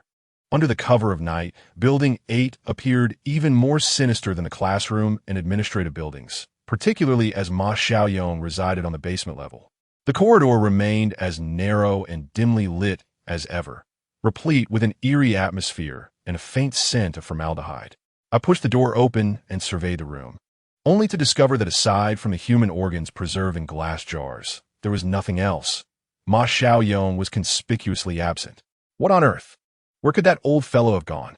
It would be utterly disastrous to encounter another ghost in this wretched place. Gazing at the jars containing human organs made my skin crawl. If a few more ghosts were to materialize, the scene would be too horrifying for me to contemplate. Suddenly, I felt something in my pocket quivering, as if eager to leap out. The continuous ghostly encounters had rendered me quite neurotic. I nearly jumped out of my skin. Upon reaching into my pocket, I recalled that it contained a talisman holding Su Shui's earth spirit. Why would the usually tranquil earth spirit of Su Shui suddenly be in turmoil? I withdrew the talisman and brought it close to my lips, asking softly, Su Shui, what troubles you? I'm uncertain about the cause, yet upon my arrival here, an overwhelming sense of fear and discomfort enveloped me. I paused momentarily, prompting you to elaborate. What precisely is it in this place that disturbs you? Directly before you, there exists something that evokes a profound unease within me. Following Su Shui's indication, my gaze fell upon a tightly shut iron door that came into view. Chapter 29. The demon devourer. The illumination in the specimen room appeared unusually dim, with the night breeze seeping through the ventilation shaft, causing the lamp to sway incessantly. Behind the iron door lay something that unsettled Su Shui. What could it possibly be? I approached the iron door step by step, and the talisman containing Su Shui's spirit in my pocket pulsated more intensely with each stride. Hurry! Open it! Open it! Su Shui's voice trembled, leaving me uncertain whether she felt fear or excitement. I softly responded and gently placed my hand upon the iron door, an icy chill immediately radiating from it. A cold that was not merely frigid, but rather a penetrating chill that seemed to seep into the very bones. A heavy iron chain and a lock adorned the door. Despite my efforts to push it open, it remained steadfast. I had always perceived Ma Xiaoyong as enigmatic. Could his secrets be concealed behind this iron door? The mere thought compelled me to retreat a few paces, and I delivered several forceful kicks against the door. Bang! After several resounding thuds, the bolt became deformed. As I pushed the door open, a gust of cold wind rushed at me, causing me to stagger back a few steps. Once the chill dissipated, I was utterly astonished by the sight before me. Behind the iron door lay merely a vacant space of over 10 square meters, with 2 earthen platforms at its center. The surrounding walls were plastered with talismans, and upon the right platform sat a massive glass jar, similarly adorned with talismans. Within the jar, several indistinct figures floated languidly. Among them, I recognized a familiar silhouette, Su Shui. As the spirit of Su Shui floated within the glass jar, I was utterly astonished upon closer inspection. The remaining figures were, astonishingly, the 3 girls who had perished in dormitory 444, along with the ghost of Li Baoquan. At that moment, these spirits were engaged in a frenzied chase, clearly terrified of Su Shui. Suddenly, Su Shui's ghost seized Feng Yuqi's spirit, and to my horror, she opened her mouth and bit down. Feng Yuqi's ghost emitted a piercing, anguished scream as I watched helplessly as Su Shui devoured her spirit piece by piece. What was happening? Could a ghost truly consume another ghost? My gaze involuntarily shifted to the left, where a figure sat cross-legged upon the earthen platform, bound by iron chains plastered with talismans. When I finally discerned the identity of that figure, my composure shattered. Tong, Kiki, I shouted, rushing forward. But it seemed she could not hear my voice, her eyes still tightly shut. The moment my fingers made contact with her body, I felt no warmth. My hand recoiled as if struck by lightning. A living being could not lack body heat. A dreadful thought surged through my mind. Trembling, I cautiously reached towards Tong Kiki's nose, sensing no breath. She was dead. Tong Kiki was dead. In an instant, I felt as though I had been struck by lightning, rendered completely numb. How did you get in here? The furious roar of Ma Xiaoyong pulled me back from the abyss of despair. If you dare meddle in my affairs again, I shall kill you instantly. With a single hand, he lifted me from the ground, and I was astonished by the strength this frail, old man possessed. His gaze was devoid of any emotion as he fixed it upon me. Kill me. If you have the capability, then do it. Suddenly, Ma Xiaoyong broke into a grin, and as he released his grip, I fell heavily to the ground. You are of use to me. Why would I kill you? Of use to you? Even if it costs me my life, I will never assist you. It seemed Ma Xiaoyong had anticipated my vehement reaction, for he merely crouched down and smiled at me. Tong Ku is a victim of my hand, and it was I who extracted the ghost of Su Shui. If you perish, how will you avenge them? I will kill you, Ma Xiaoyong. First, ensure your own survival. He cast a cold glance in my direction before releasing me. I struggled to rise from the ground, clutching my aching chest while glaring fiercely at Ma Xiaoyong. Unfazed by my defiance, he casually approached a nearby table, opened a drawer, and retrieved a piece of paper. I assumed he intended to use some talisman to help me evade my impending doom, but to my surprise, the old man produced merely a blank sheet inscribed with 2 lines. In desolate mountains and treacherous waters, the array of 100 ghosts, sealing doors and shuttering windows. Descendants shall perish. If you wish to evade death, you must venture to this accursed place and seek an object. I cast a glance at Ma Xiaoyong, realizing that, as he stated, even if I yearned to kill him, I must first secure my own existence. Old man, are you attempting to enlist my help in searching for something? Ma Xiaoyong merely chuckled and nodded. You may interpret it that way. I do not compel you. Whether you choose to go is entirely your own decision. In that moment, I found myself engulfed in turmoil, confronted by treacherous terrains and malevolent spirits. From these 2 sentences alone, I discerned that the location to which Ma Xiaoyong intended to send me could not possibly be a place of benevolence. The fate of a ghostly existence is one that heaven would surely not permit him to endure. To evade the entanglement of vengeful spirits, one must venture into a land rife with ominous energies, confronting evil with evil. Remaining behind would guarantee my demise, while departing might offer a sliver of hope. The method has been conveyed to you. I grant you the night to ponder your choice of whether to embark on this journey. Over the course of 2 nights, I encountered spirits thrice. I could scarcely imagine the continuation of my stay would grant me the same fortuitous rescues. Should I venture to the perilous realm described by Ma Xiaoyong, the prospects of survival seemed grim. Take this talisman, he said. As for its efficacy, I cannot ascertain. I merely hope you see the dawn of tomorrow. I accepted the talisman handed to me by Ma Xiaoyong and departed from the laboratory in a state akin to a soulless wanderer. A biting night breeze swept over me, restoring a degree of clarity. What were Ma Xiaoyong's true intentions with Su Shui and Tong Kiki? Why did Su Shui's spirit consume Feng Yuqi's essence? A torrent of questions flooded my mind, compelling me to contact Yin Jian, an expert on the supernatural who appeared to possess knowledge beyond the ordinary. Chapter 30. The twin puppets. The phone rang incessantly before being answered. Hello, Lu Yang, do you need something? Yin Jian's voice was hushed, and I could faintly discern the murmur of numerous voices in the background, as if they were deliberating over a significant matter. I had encountered Su Shui and Tong Kiki at Ma Xiaoyong's place. It was he who had abducted the spirit of Feng Yuqi that fateful night. The spirits of Xiang Shui, Zhao Yuxiao, and Li Baoquan were also in his possession. After a brief silence on the line, Yin Jian inquired, "What does Ma Xiaoyong intend to do with these spirits?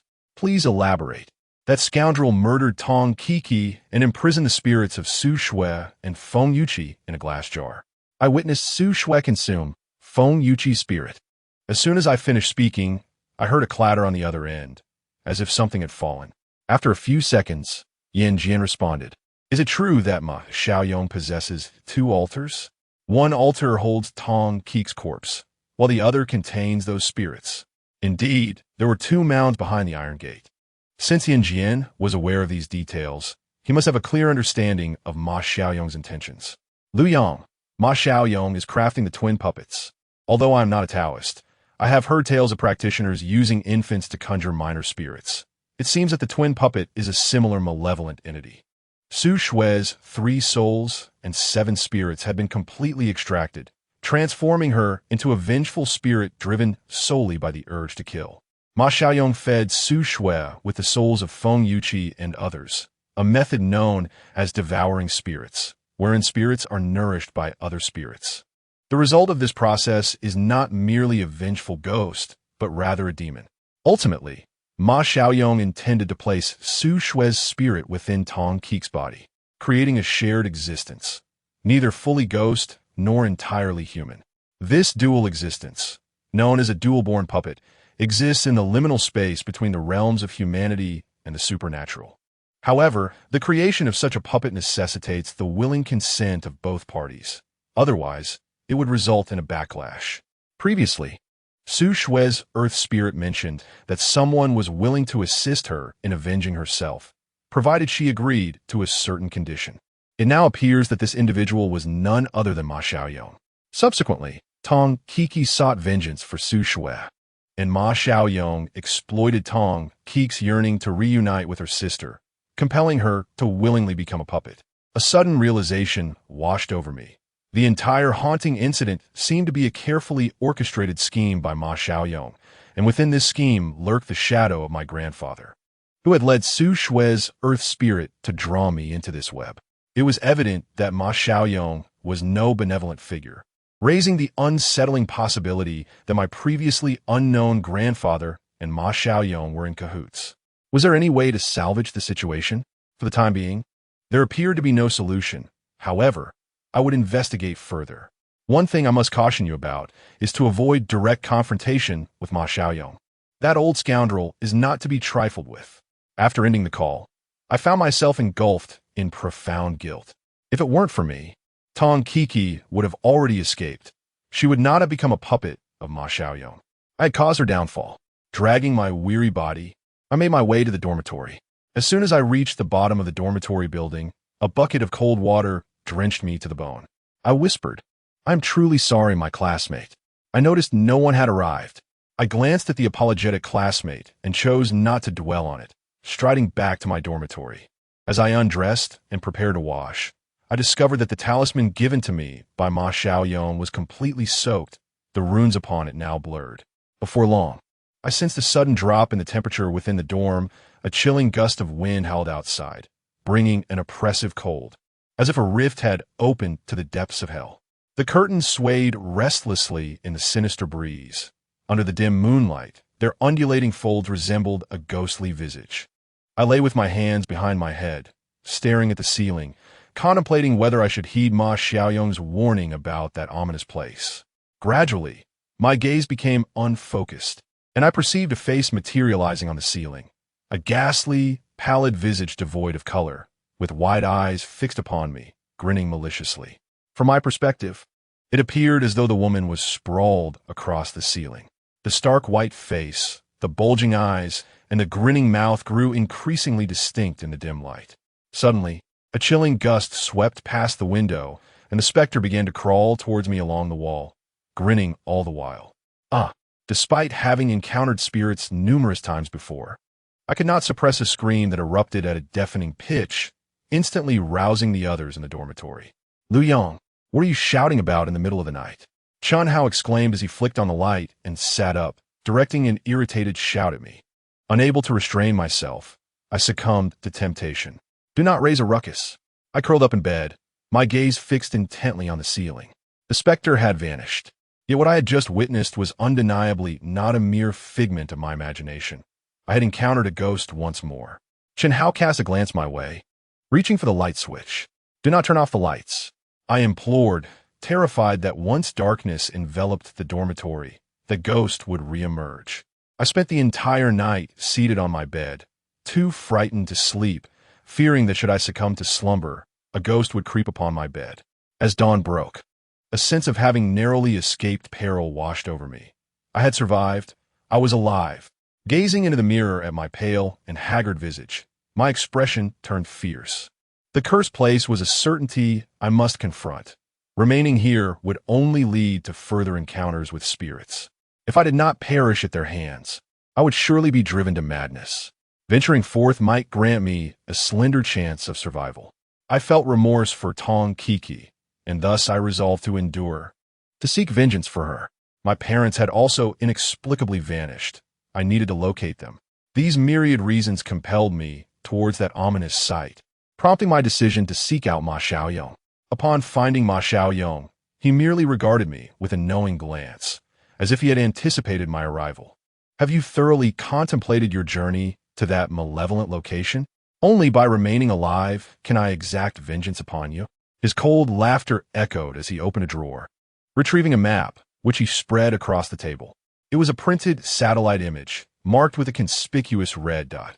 "This is the destination you must reach. Fengmin Village." Chapter 31. The first ghost village. Stay with me tonight, and tomorrow I shall have my apprentice accompany you. Fengmin Village? The name struck a familiar chord within me. In a haste, I retrieved my phone and typed the characters for Fengmin Village into Baidu. Almost instantly, a plethora of information regarding Fengmin Village flooded the screen. Nestled in an unnamed deep mountain at the border of Qinyang City in Jiaozuo, Hunan, and Shanna Town in Jinzhong, Shaanxi, the village lay desolate and devoid of life. The term fengmen implies the sealing of doors and cutting off of lineage. The ravines harbor skeletal remains, and the winding paths are said to be haunted by restless spirits, earning it the moniker of Ghost Valley, and it has even been lauded as China's foremost ghost village. Staring at the screen, I found myself entranced. The accounts of supernatural occurrences in Fengmen Village overwhelmed the entirety of my display. Desolate mountains and treacherous waters, a legion of ghosts. Sealed doors spell doom for descendants.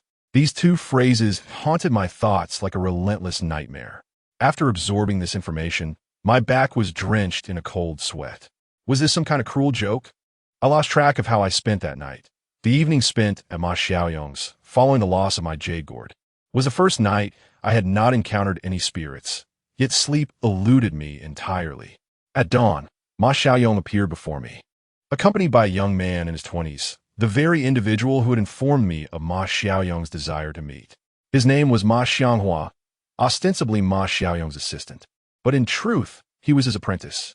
One person is sufficient. Why bring along this burden?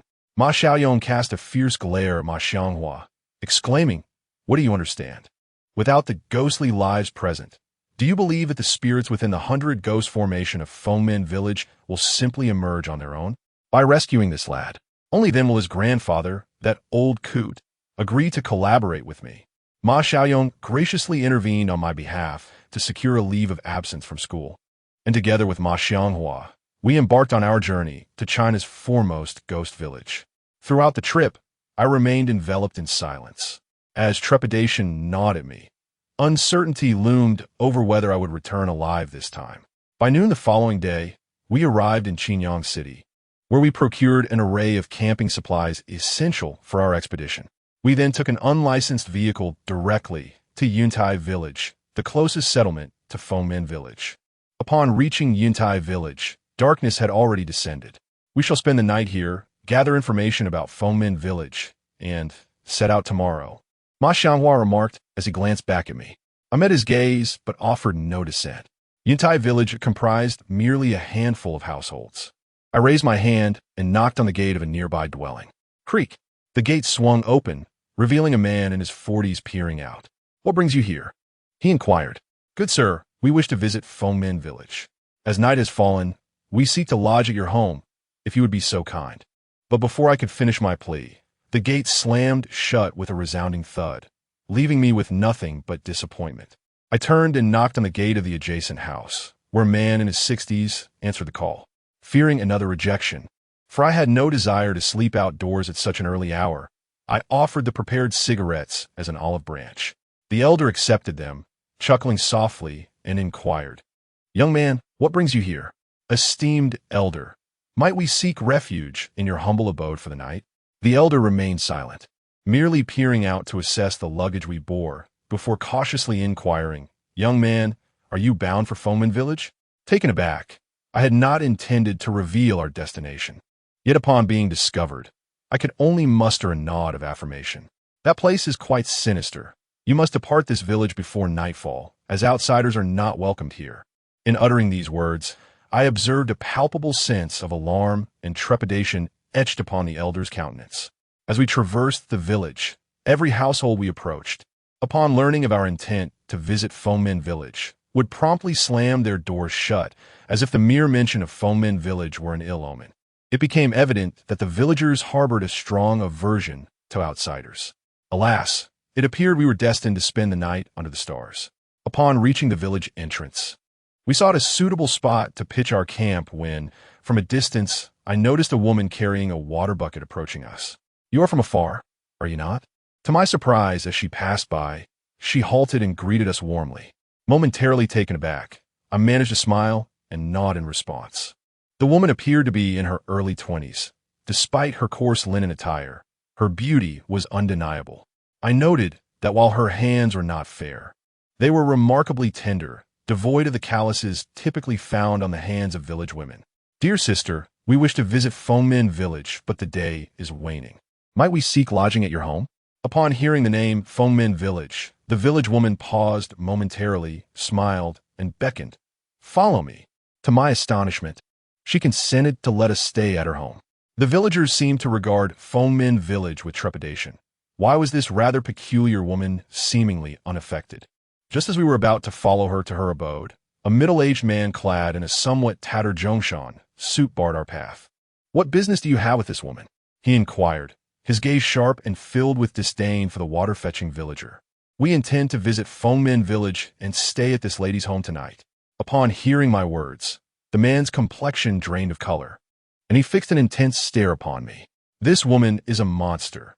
Going to her home is tantamount to seeking death. I am the village chief, and should you wish for accommodation, my home is open to you." Coincidentally, I have 5 others who also plan to journey to Fengmen village. This woman is a monster. Going to her home is tantamount to seeking death. I was momentarily taken aback, then smiled. It seemed to me that this sudden appearance of the village chief was merely an attempt to garner a few extra coins for lodging. "No, thank you." I declined the chief's offer. Even if the woman were indeed a monster, I had the Taoist Ma Xianghua by my side. I had nothing to fear. With a sigh, the village chief cast a glance at the woman before turning to leave. Throughout the encounter, the woman remained silent. She continued to carry her bucket of water slowly towards the edge of the village. I exchanged a glance with Ma Xianghua. He showed no reaction, and I followed suit. After walking for over 10 minutes, we stopped in front of a small courtyard at the edge of the village. We had arrived. She turned back and smiled at us, while I hurriedly ran forward to push open the courtyard gate. In that fleeting moment as I turned back, I suddenly noticed something shimmering in her bucket. Just as quickly, it vanished. I stood there, wide-eyed, trying to discern what it was. The once clear and transparent water in the bucket gradually transformed into a deep crimson hue, bubbling ominously. Slowly, a head began to rise from the bucket, grinning at me with a chilling smile. Chapter 32. The eerie encounter. The sudden appearance of a head in the bucket startled me, causing me to stagger back a few paces, my complexion turning ashen. "What is it?" The villager glanced back at me, and I shook my head, lowering my gaze to her bucket, which still contained nothing but the crystal-clear spring water. There was no head to be found. "You may come in," she said with little reaction, tilting the bucket to her side as she stepped inside. I turned to look at Ma Xianghua behind me. "Did you see anything just now?" Ma Xianghua cast a fleeting glance in my direction, but remained silent, stepping past me directly into the courtyard. Perhaps the haunting experiences of the past few days had left me weary and hallucinating. I consoled myself as I took a step forward into the yard. This was an ordinary farmhouse, meticulously tidy, yet the courtyard was eerily quiet, devoid of the usual clucking of chickens or quacking of ducks. As I surveyed my surroundings, I noticed that the hoe propped against the wall had rusted, suggesting it had not been used in quite some time. Directly across the yard stood the main house. To the left was the kitchen, while the right appeared to be a side room. The villager carried the bucket into the kitchen, leading us into the main house. Upon entering, I was immediately struck by the scent of fragrant paper that permeated the air. As I raised my head, I felt as though I had been jolted by an electric shock, momentarily frozen in place.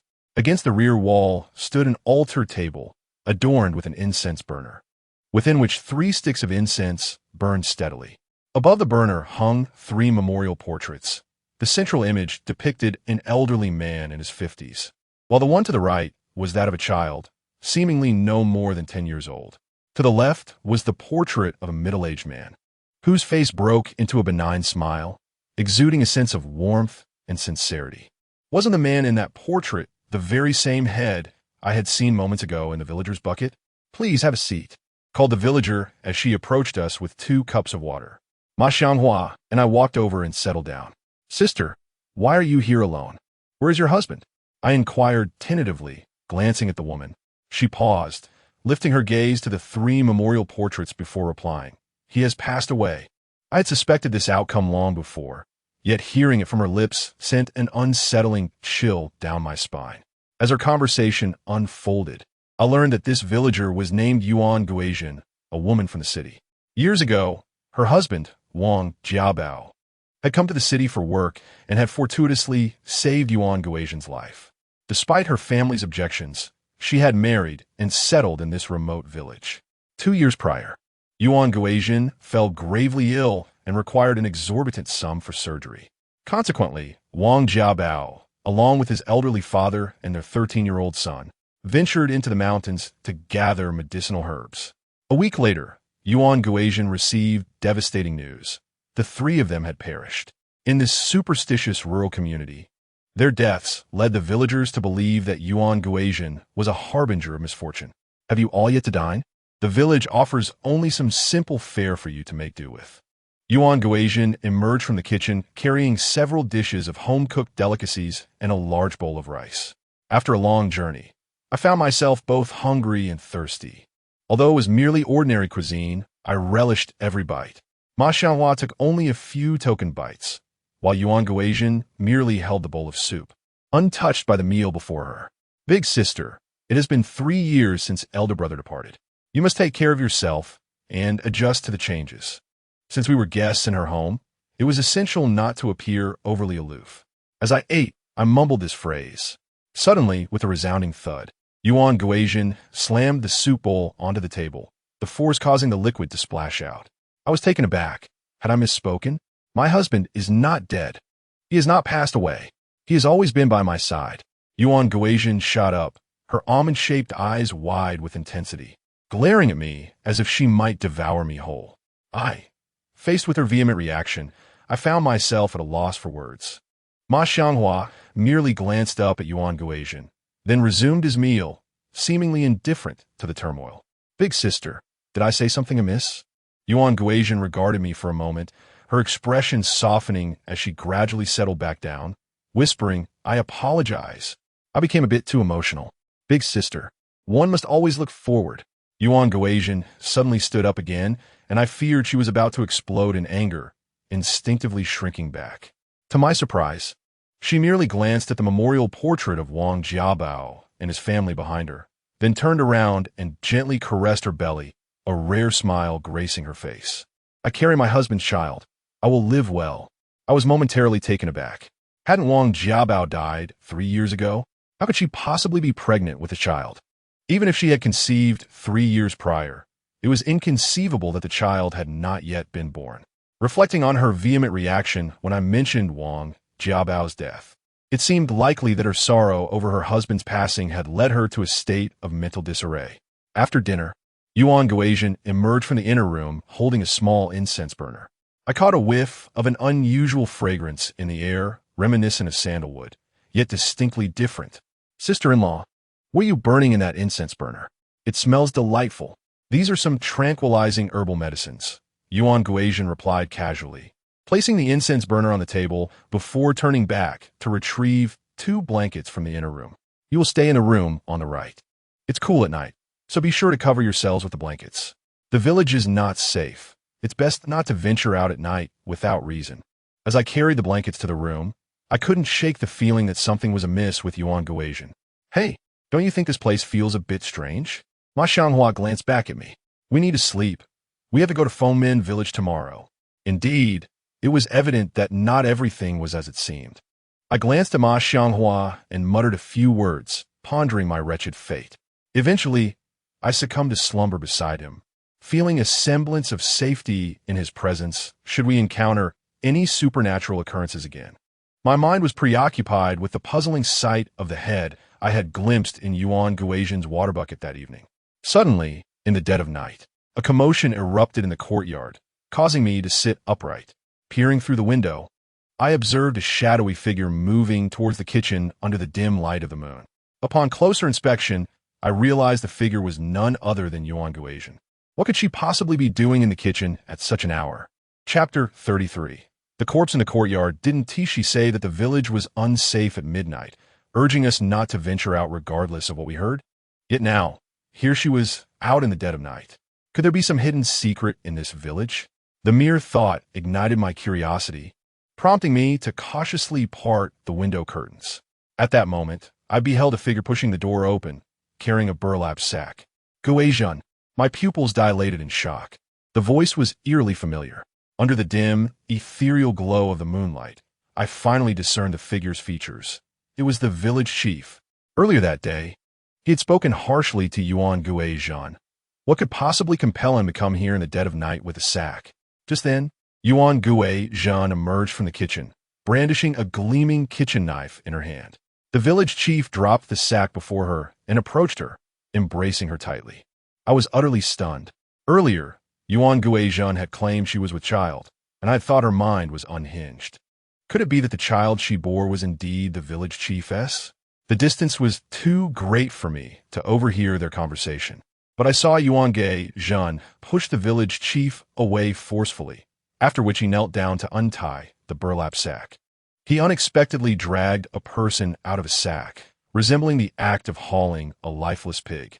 I then witnessed Yuan Guizhen raise the kitchen knife in her hand and, with a fierce stroke, sever it across the man's neck.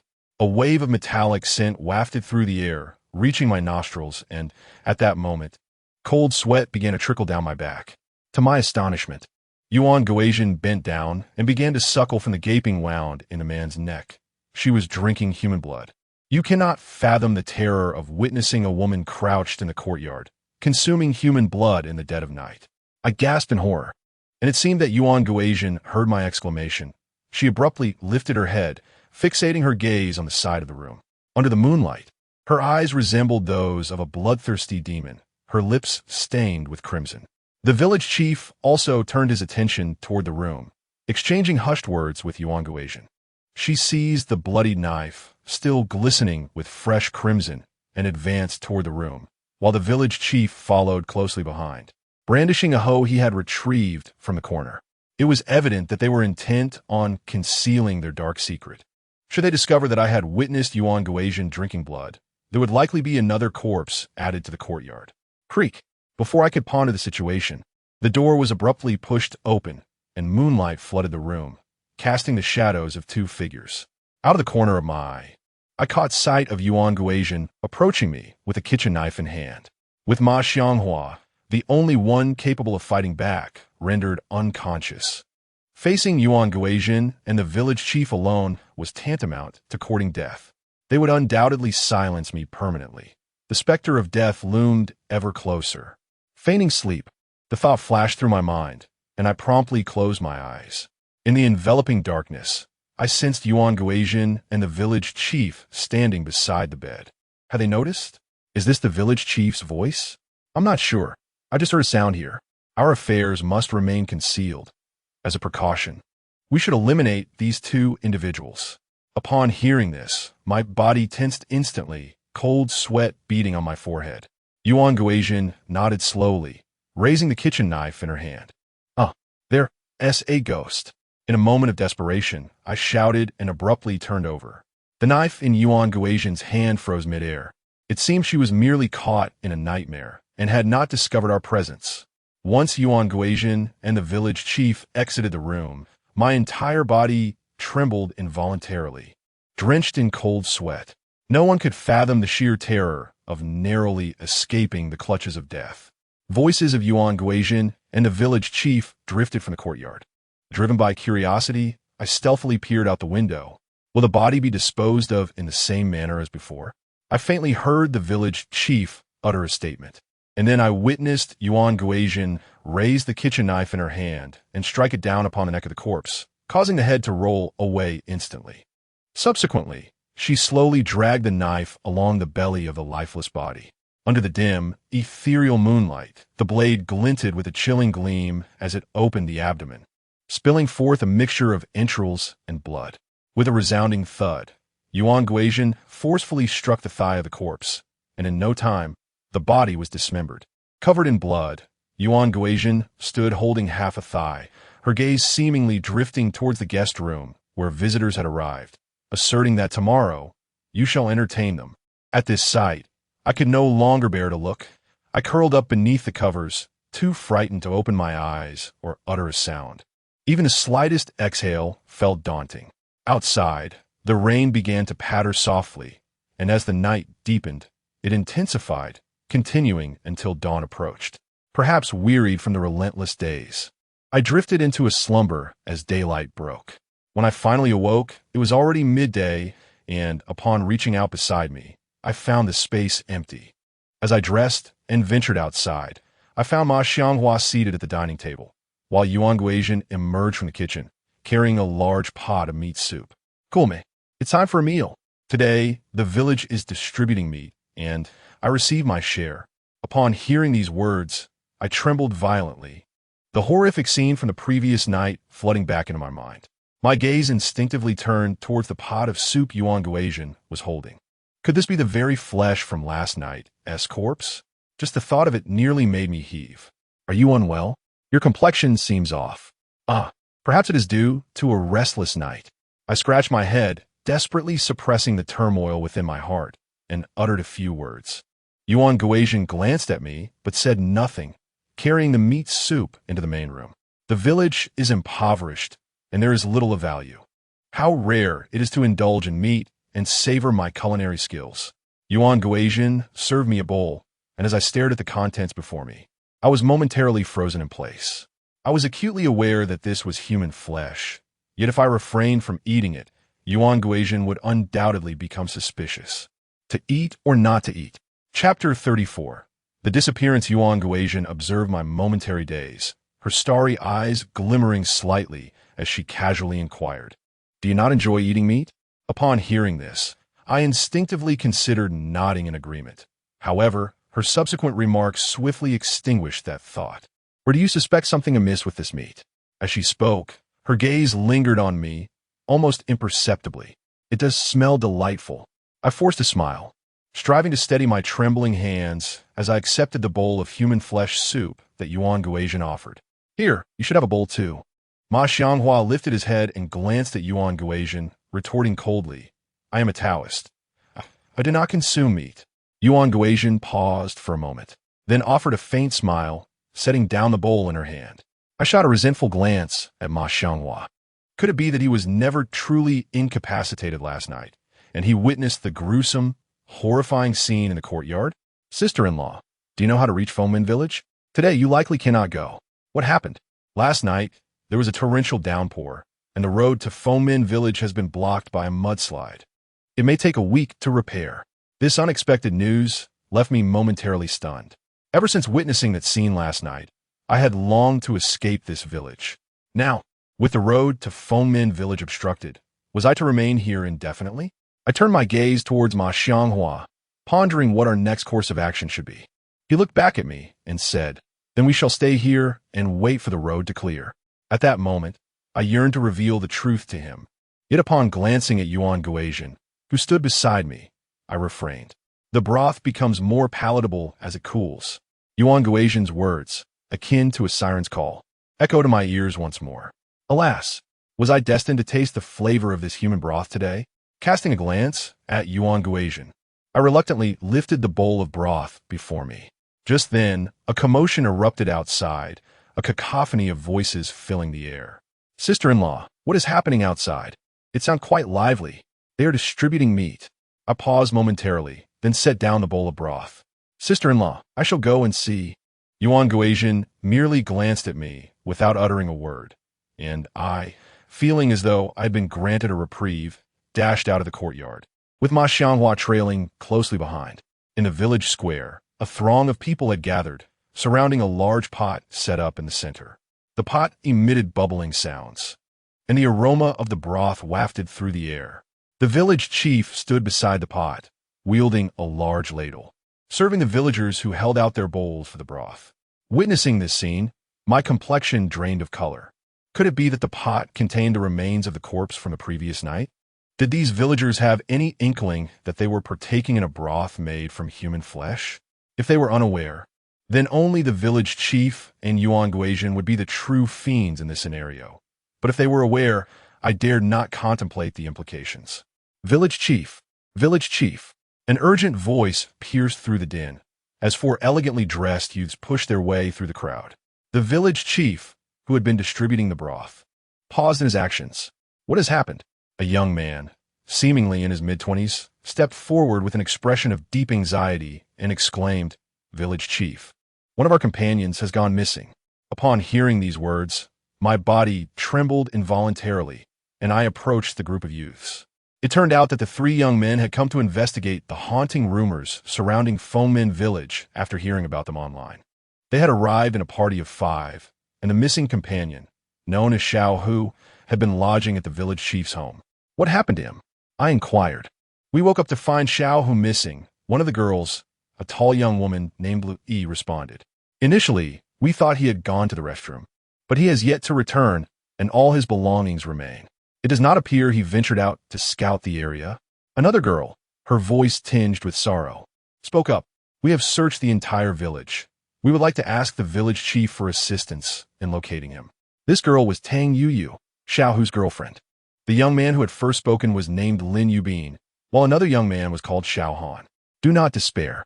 I will immediately rally the villagers to assist in the search, the village chief declared before organizing the locals to begin the hunt. I observed the chief's demeanor closely. When he had heard of the disappearance, his expression of urgency appeared genuine, not feigned. But what then had transpired in Yuan Guozian's courtyard last night? The four young men were also eager to search for their friend. I stepped forward to intercept them. I am Lu Yang, and this is my Xianghua, who also intends to venture into Fengmen village.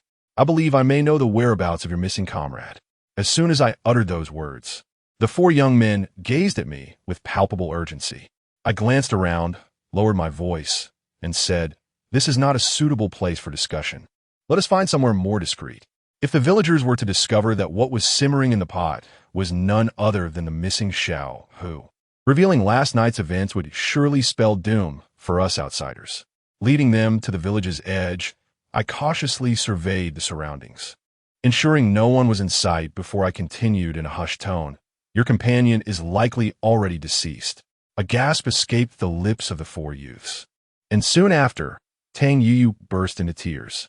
Another girl hurried to console her, while Xiao Han and Lin Yubin shot me reproachful glances, admonishing me to refrain from such baseless claims. I anticipated their disbelief.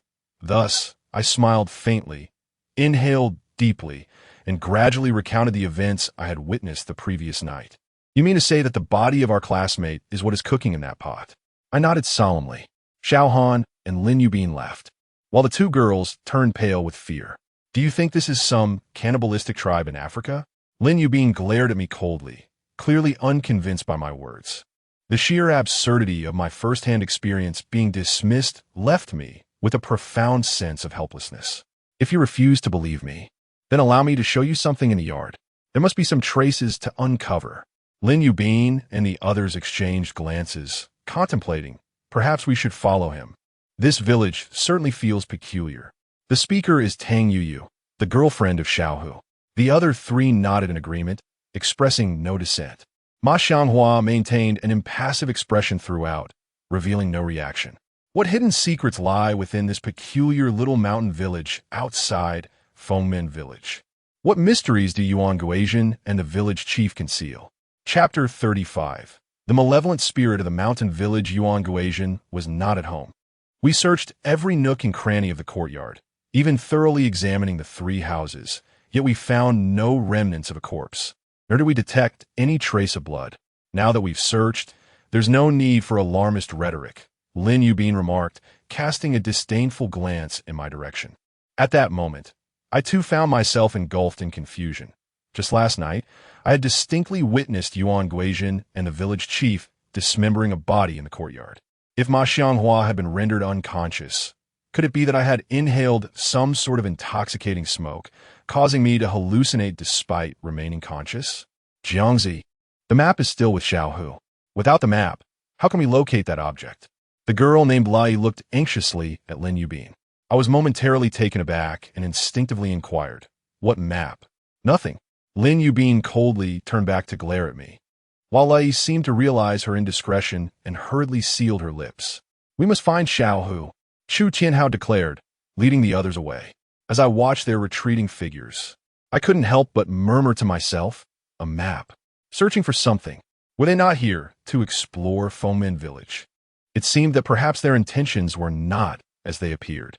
The entire day was shrouded in gloom, and by noon, a torrential downpour ensued. As I listened to the incessant patter of rain outside the window, I let out a deep sigh. Fengmen village lay nestled deep within the mountains, surrounded by perilous peaks. Even on clear days, traversing the area was a challenge, let alone on rainy days when the paths became treacherous. In the evening, as we gathered for dinner. A cacophony erupted once more within the village. "Sister-in-law, what has transpired outside?" I inquired. "The missing person has been found," Yuan Guasian replied, glancing at me with a nonchalant expression. What? The news nearly propelled me from my seat. Could it be that I was hallucinating? If not, then whose lifeless body did I encounter last night? I must go and see. Setting down my bowl, I hurried outside, where the village square was crowded with people, many villagers brandishing torches. From a distance, I heard the sound of a girl weeping. As I pushed my way through the throng, I discovered the lifeless form of a young man lying in the center of the square, while the girl, Tang Yu, was sprawled over the body, sobbing inconsolably. Lin Yubin and others were crouched nearby, their faces etched with solemnity and sorrow, and the village chief, Wang Fuge, stood pale and silent at the side. I made my way through the crowd and approached the chief. "Where did you find this individual?" I asked. "On the road to Fengmin village. By the time we discovered him, he was already deceased." My pupils dilated in shock. On the road to Fengmin village. Why did this young man forsake his companions to venture there alone? "May I take a look at his body?" I requested. Lin Yubin cast a glance at me, offering no objection. Only then did I crouch down to examine Xiao Hu's lifeless body. As I pushed aside his neck, I was taken aback by the grievous wound. The carotid artery bore a gash that appeared to have been inflicted by a beast. Yet, upon closer inspection, it bore more resemblance to a bite from a human. I glanced at his pallid face, devoid of any trace of blood, and a horrifying thought crept into my mind. Xiao Hu must have been drained of all his blood before meeting his demise. "Village chief, did you find any significant amount of blood near Xiao Hu's body?" I inquired, turning back to him. Wang Fugue hesitated for a moment before replying. "I didn't find any fresh blood." At his words, I could not help but draw a sharp breath. No blood had been discovered. Yet it was evident that Xiao Hu had suffered a severe arterial wound and succumbed to excessive blood loss. The image of Yuan Guasian, crouched in the courtyard, drinking human blood, flashed vividly in my mind. However, this presented a contradiction. Xiao Hu's body had not been dismembered, and Wang Fugue appeared quite anxious. Had he known beforehand that Xiao Hu was dead, his demeanor would not be so naturally tense. Was that unsettling scene from last night merely a figment of my imagination? He must have been drained of blood by some entity. Rising from the ground, I spoke with a grave countenance. My words fell like a boulder into a tranquil lake, instantly stirring up tumultuous waves. Moments later, the onlookers among the villagers were gripped by expressions of terror and unease. "A ghost! Surely, it must be that your presence in Fengmin village has provoked the malevolent spirit. I had warned against allowing them to remain in the village. And now we have incited the wrath of the ghost. Let us seize these outsiders and offer them as a sacrifice. Yes, let us drag them forth to appease the spirit." This utterance stirred a tumult among the villagers, who began to encroach upon us. Despite the passage of many years since the reform and opening up, the roots of feudal superstition run deep in rural areas, and we could indeed find ourselves offered as unwilling sacrifices to these villagers. "Everyone, please calm down and hear me out." The village head raised his hands to shield us. Wang Fugue still commanded considerable respect among the villagers, and gradually the agitated crowd quieted, though their gazes remained filled with a fierce menace, as if they longed to consume us alive. The situation remains unclear. Let us not wrong the innocent. These outsiders may stay in my home. If it is true that we have angered the malevolent spirit, we can always consider them for sacrifice later. The villagers exchanged glances, a few elders stepping forward. "Village head, if these outsiders are indeed the cause of our troubles, and they were to flee, would it not be our village that suffers the consequences?" "Indeed, village head, if they escape, the vengeful spirit will surely seek us out." The villagers, who had only just settled down, erupted into chaos once more. "Rest assured, until this matter is resolved, we shall not flee." The village chief cast a glance at me, then turned to reassure the villagers. They harbored distrust towards these outsiders. Could they not trust me? "Fear not, for until the situation is clarified, I shall not allow them to leave." I had not anticipated that matters would escalate to this extent. All 6 of us outsiders were detained by the villagers. I inquired with Ma Xianghua whether we should flee. To which he merely replied, "If I wish to leave, I could do so at any moment," and then he ceased to engage with me further. Village Chief. What is the story behind the malevolent spirit the villagers mentioned? Upon hearing my question, the village chief's expression shifted slightly, and he cast a wary glance around before lowering his voice to say, "It is not convenient to discuss here. Come to my home, and I will explain everything in detail." Chapter 36. Matters of importance. The village chief's reaction increasingly imbued me with an unsettling sense of the peculiarities surrounding this small village beyond Fomen Village. The chief resided at the eastern end of the village in a modern 3-story building, complete with several bungalows in the yard. In stark contrast to the uniformly low-tiled houses of the village, the chief's 3-story structure stood out distinctly. It was hard to believe that the village chief had managed to construct such a building. Upon hearing this, Li Fugue turned to me with a hearty smile, recalling, "In my youth, my brothers and I ventured out to work for over a decade before returning to erect this house." "Chief, why did you choose to assist us earlier?" I inquired. With a mysterious grin, the chief replied, "Though I have not pursued formal education, I have ventured into the world, unlike those antiquated souls. Do not be anxious. With me here, they dare not act recklessly." As we entered the chief's home, I nearly collided with a woman. "I beg your pardon." The woman cast me a somewhat unfriendly glance. "This is my wife. Hurry and fetch some water for our guests." The chief, appearing somewhat reserved, ushered us all into his home. "Come to my room. We can converse at our leisure." Wang Fugue guided us to his quarters. Once seated, the chief surveyed us with a keen eye and inquired, "Now, may I ask you to share the purpose of your visit to Fomen Village?" The sudden question from the village chief left me momentarily speechless. I soon noticed the varied glances of those around me, each seemingly concealing a secret. We are enthusiasts of the supernatural, having ventured to this haunted village after reading about its eerie reputation online. Lin Yubin glanced at his companions and made a remark. After pondering for a moment, I decided to candidly share my circumstances, believing that, irrespective of our words, they would remain skeptical. At that instant, the door swung open, and a young man with a buzz cut stormed in, casting a cold gaze upon us. He turned to the village chief and exclaimed, "Father, have you truly brought these ill-intentioned individuals into our home? Those malevolent spirits will come for us." "Xiao Tao, how rude you are. The guests I have invited are not for you to concern yourself with. Leave at once." The village chief sprang to his feet, his face aflame with anger directed at the young man. "Xiao Tao, you will regret it when those malevolent spirits come knocking." Xiao Tao shot us a frosty glance before storming out of the room. No sooner had Xiao Tao departed than another young girl, around 18 or 19, with 2 large ponytails and dressed in a vibrant outfit, entered carrying several cups of tea. "Father, tea," she called out, crouching down to place the cups on the table. As she reached my side, she accidentally knocked over a teacup, spilling tea everywhere. "I'm so sorry. I'm so sorry," she exclaimed, hurriedly attempting to wipe the tea from the table while offering her apologies. "It's quite all right." I smiled gently and reached out to wipe the table for her.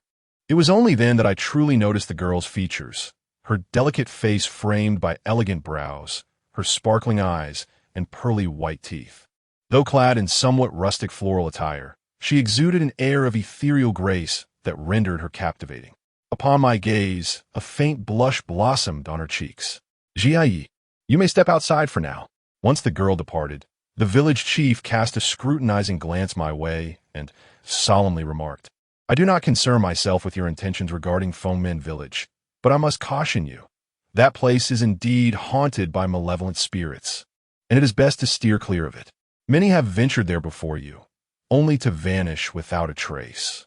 Village chief, what precisely did those individuals seek in Fomen Village? And what are the malevolent spirits the villagers speak of? A look of growing terror, anguish, and unease gradually spread across Wang Fugue's face. After a lengthy pause, he finally spoke. "These 2 matters are indeed intertwined. Is there a connection between the malevolent spirits and the purpose of those who ventured to Fomen Village?" He continued, "I heard this from my grandfather's generation. Long ago, Fomen Village was inhabited solely by families of the Su surname, approximately several hundred households. It is said they sought refuge here during the turmoil of the Qin dynasty. Legend has it that the village harbors treasures passed down from that era. Yun Village was established during the Qin dynasty, at a time when Fomin Village was still populated. Eventually, the tale of the hidden treasures leaked out, drawing many treasure seekers to Fomin Village. Subsequently, for reasons unknown, all the families vanished overnight, leaving not even a single chicken or duck behind. From that point onward, reports of malevolent spirits haunting Fomin Village began to surface. Upon hearing the village chief's account, I was taken aback. Suddenly, I recalled the words of one of the youths nearby, who had mentioned, "The map is with Xiao Hu. How shall we find it without the map?" Now it dawned on me that this group of individuals was likely drawn here by the so-called treasure of Fomin Village. Village Chief, when was the last time the malevolent spirits plagued Fomin Village? I inquired. Wang Fuguei pondered for a moment before responding. It was 3 years ago when Yuan Guozian's husband and their 3 generations sought the treasure in Fomin Village, only to be found dead outside its borders. Their bodies drained of all blood. Given that Yuan Guozian's husband and his lineage met such a fate, I couldn't help but wonder whether my encounter with Yuan Guozian and the village chief that night was merely a figment of my imagination or tangible reality. I had not anticipated that before reaching Fomin Village, we would find ourselves detained in this exceedingly eerie Yuntai village. As night gradually enveloped the surroundings, I contemplated the unsettling possibility that if what I witnessed that night was indeed real, then the village chief before me was no mere man, but a devil, residing in his home. How could I possibly find rest? I pushed open the door, intending to stroll about the courtyard, only to collide with someone the moment I stepped outside.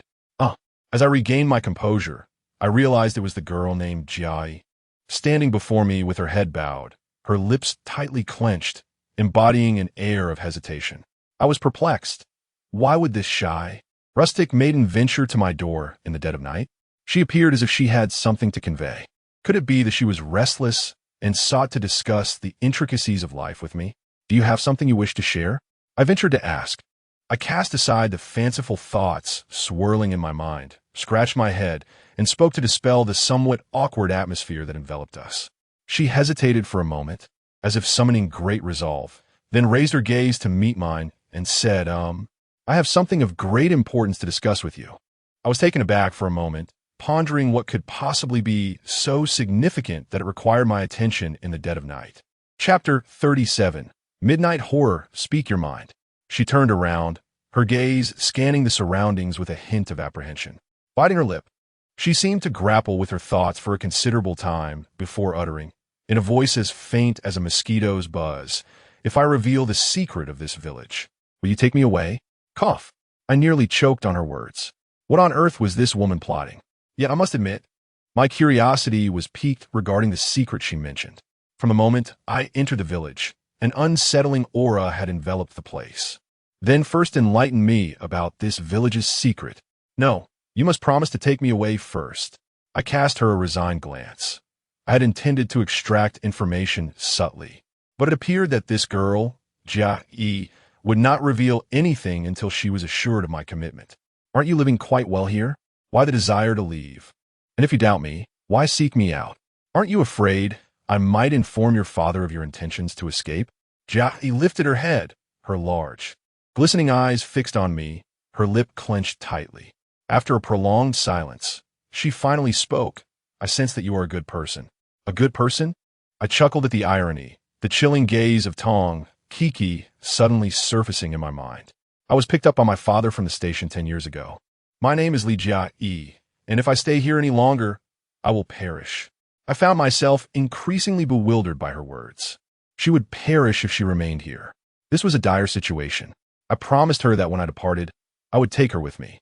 Upon hearing this, a radiant smile, akin to that of a reprieved soul, blossomed on Li Jiayi's face. You must remember, here you cannot trust anyone. Your eyes deceive you. Malevolent spirits lurk nearby. As she uttered these words, Li Jiayi fixed her gaze upon me intensely, startling me with the fervor of her stare. What secrets does this village conceal? Jiayi, what are you doing up so late? Hurry back to bed.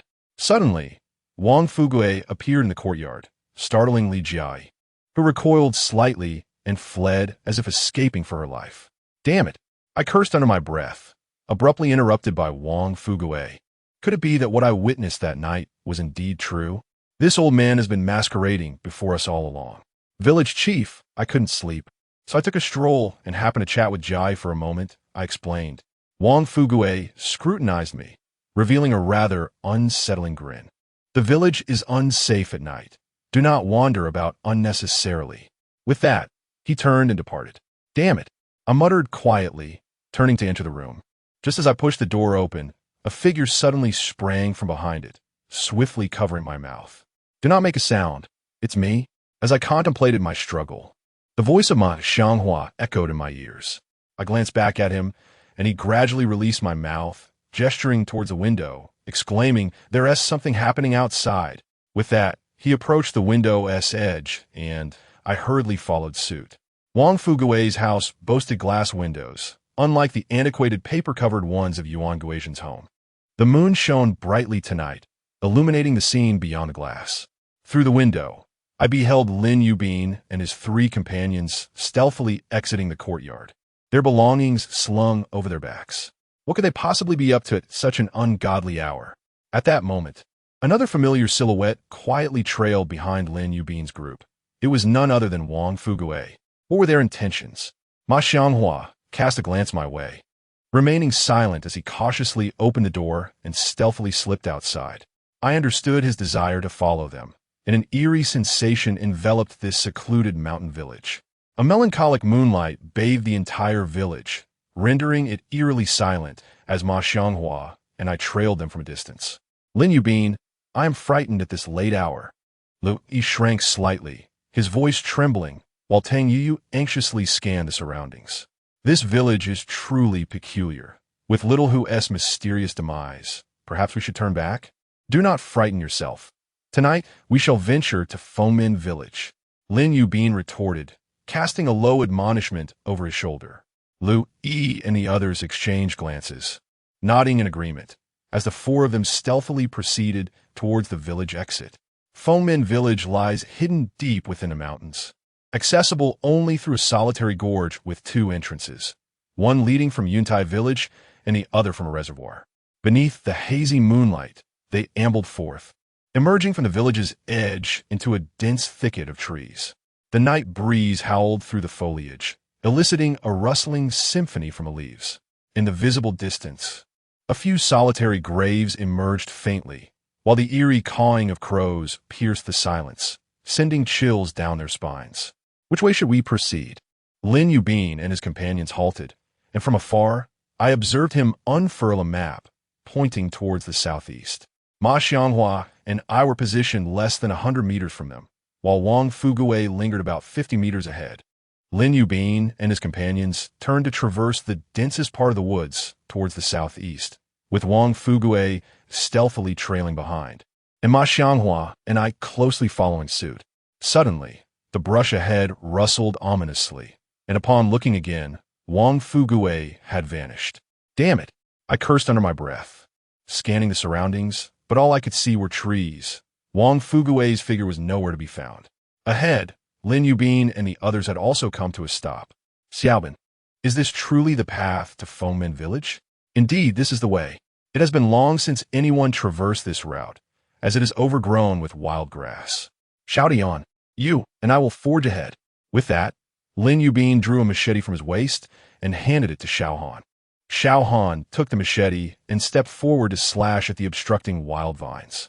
Just as he brought the blade down, a shadow suddenly leaped out from the grass before him and dragged Xiao Han into the underbrush.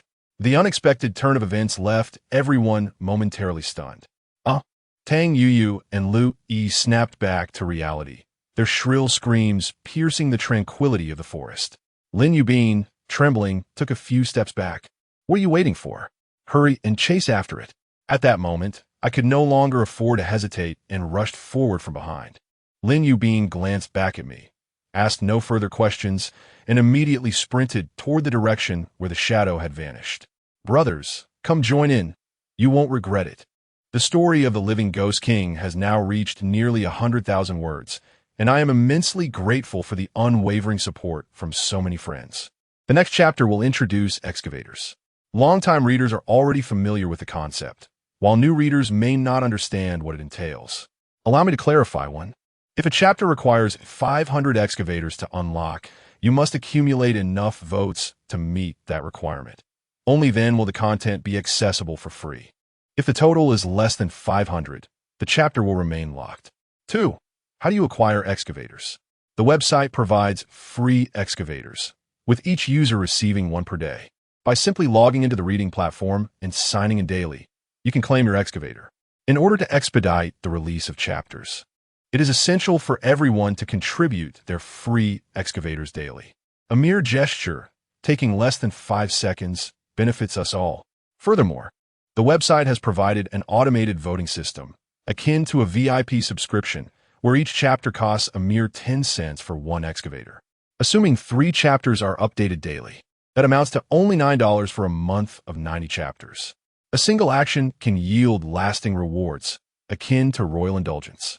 To my affluent friends, feel free to contribute as generously as your spirits allow, with no upper limit. Your lavish contributions will etch your names into the annals of history. Personally, I encourage the use of the automated voting system, as it functions similarly to a subscription. Many in our group are aware that I often write late into the night to meet deadlines. This is my vocation, and I hope it carries compensatory value. The extent of my remuneration hinges on how many friends choose to utilize the automated voting system. In essence, the excavator mode thrives on unity. Those willing to invest financially support the cause, while those unable to do so lend their moral support. The greater the number of participants, the stronger our collective power becomes. It is precisely because of your unwavering support that I, the spirited author, can continue my writing journey. I am profoundly grateful for your encouragement and extend my heartfelt wishes to you all. Chapter 38. Living Sacrifice. The sound of footsteps startled the crows perched in the surrounding trees, leaving us all momentarily frozen in place. Xiao Tian, Lin Yubin shouted as he rushed forward, and we hastily followed suit. Upon turning Xiao Han over, the countenance of everyone present shifted dramatically. Bathed in the cold, silvery light of the moon, Chu Tianhao's face was ashen, devoid of any trace of color, and his carotid artery had been viciously severed. I reached out to check for a pulse at his nose. He was lifeless. In the depths of the night, a shadow had suddenly emerged from the woods, dragging Xiao Han away. By the time we discovered him, he had been completely drained of his blood. Tang Yuyu and Lu Yi, unable to bear the suffocating silence of terror any longer, collapsed into each other's arms, weeping uncontrollably. Lin Yubin, too, sat on the ground, his face pale as death. A wave of dread washed over me, while Ma Xianghua stood upright, gazing into the distance. Not far off, under the hazy moonlight, a village hidden deep within the mountains came into view. Eerie green will-o'-the-wisps floated about the settlement.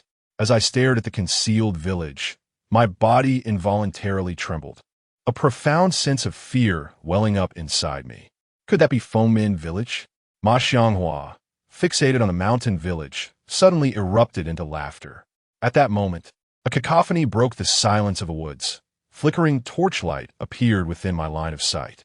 Over 30 robust villagers, led by Wang Fugue, came rushing towards us, encircling us completely.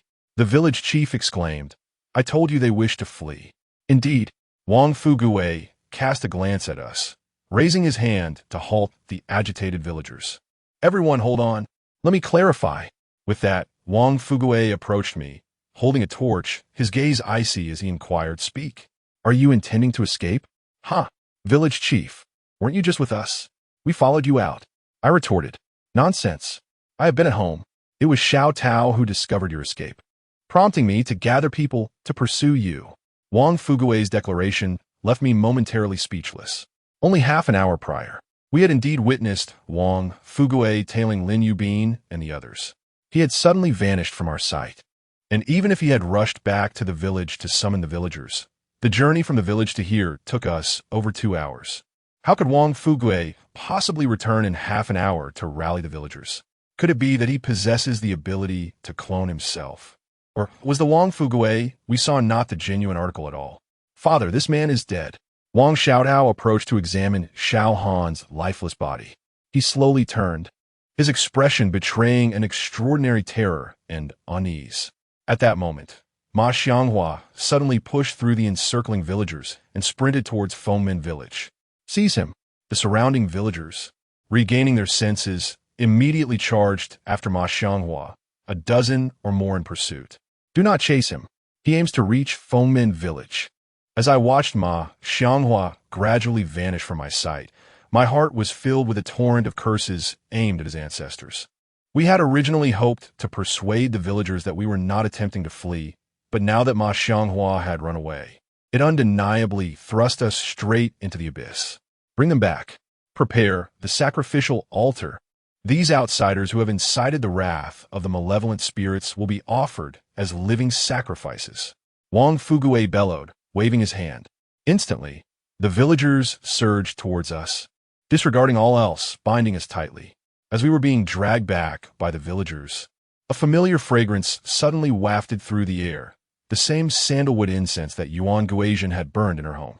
How could such a scent be present here? In a flash, a white figure darted past my line of sight. What on earth is happening tonight? This desolate forest is abuzz with commotion. Could it be that the malevolent spirit the villagers spoke of is Yuan Guozian? Yet, why did the village chief speak harshly to her during the day? The explanation seemed plausible, but in this moment, it appeared riddled with contradictions. Soon enough, we were bound and taken to Yuntai village. Inside, Wang Xiaotao, along with several villagers, rudely shoved us into a woodshed. At this moment, the two girls were trembling with fear, and even Lin Yubin's face was horrifically pale. I don't want to die. Someone, please let us out. I sat in a corner, a bitter and helpless smile surfacing on my face. I never imagined that upon arriving in Yuntai village, I would not perish at the hands of ghouls, but rather be treated as a living offering by these villagers. The so-called live sacrifice involves binding a person to an altar and draining their blood entirely. I let out a roar, startling two sobbing girls who shrank back in fear at my sudden outburst, while Lin Yubin glanced at me with a self-deprecating smile. Hey, what exactly do you all intend to do in Fengmen village? My curiosity regarding Lin Yubin and his companion's purpose for coming to Fengmen village had always lingered. With death looming over us, why bother asking such questions? It is precisely because we are on the brink of death that I seek clarity. Even in death, one should have a clear understanding, shouldn't one? Upon hearing my words, Lin Yubin's gaze flickered uncertainly for a moment before he finally spoke. We are part of a paranormal club. 2 weeks ago, we inadvertently discovered a treasure map related to Fengmen village, so we thought we would come here in hopes of fortune.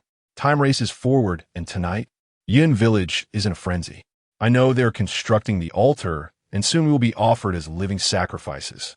Chapter 39. The Demon Under the Moonlight Creek. The ancient wooden door was pushed open, and a figure stealthily entered, startling me. Upon turning, a fair face, marked by a hint of panic, came into view.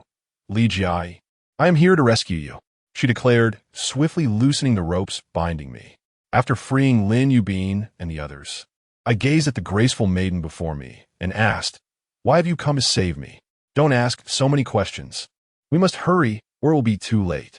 The villagers were preoccupied with constructing the altar, and the village was eerily quiet as we sprinted toward the exit. Just as we reached the village's edge, a figure suddenly emerged from the shadows, none other than Wang Fugue. It is the dead of night. Beyond the village lies the dense forest. Running out there is tantamount to seeking death. Come with me to my home, and at dawn, I shall ensure your safe departure. If I did not wish to save you, why would I be here? Wang Fugue, who should have been leading the villagers in building the altar, must have discovered our absence in the woods and pursued us. They've escaped. Everyone quick, pursue them. The village erupted into flames as the cries of the villagers shattered the tranquility of the midnight mountains. Run, or it will be too late. Wang Fugue shouted back at us, then turned and dashed into the underbrush by the roadside. In the depths of the midnight forest, I hardly believe that we, who have been coddled since childhood, could outrun the indigenous villagers trailing behind us. Concealment is undoubtedly our wisest course of action at this moment. The most perilous place often turns out to be the safest refuge. The village chief's home is undoubtedly our best sanctuary. We shall accompany him.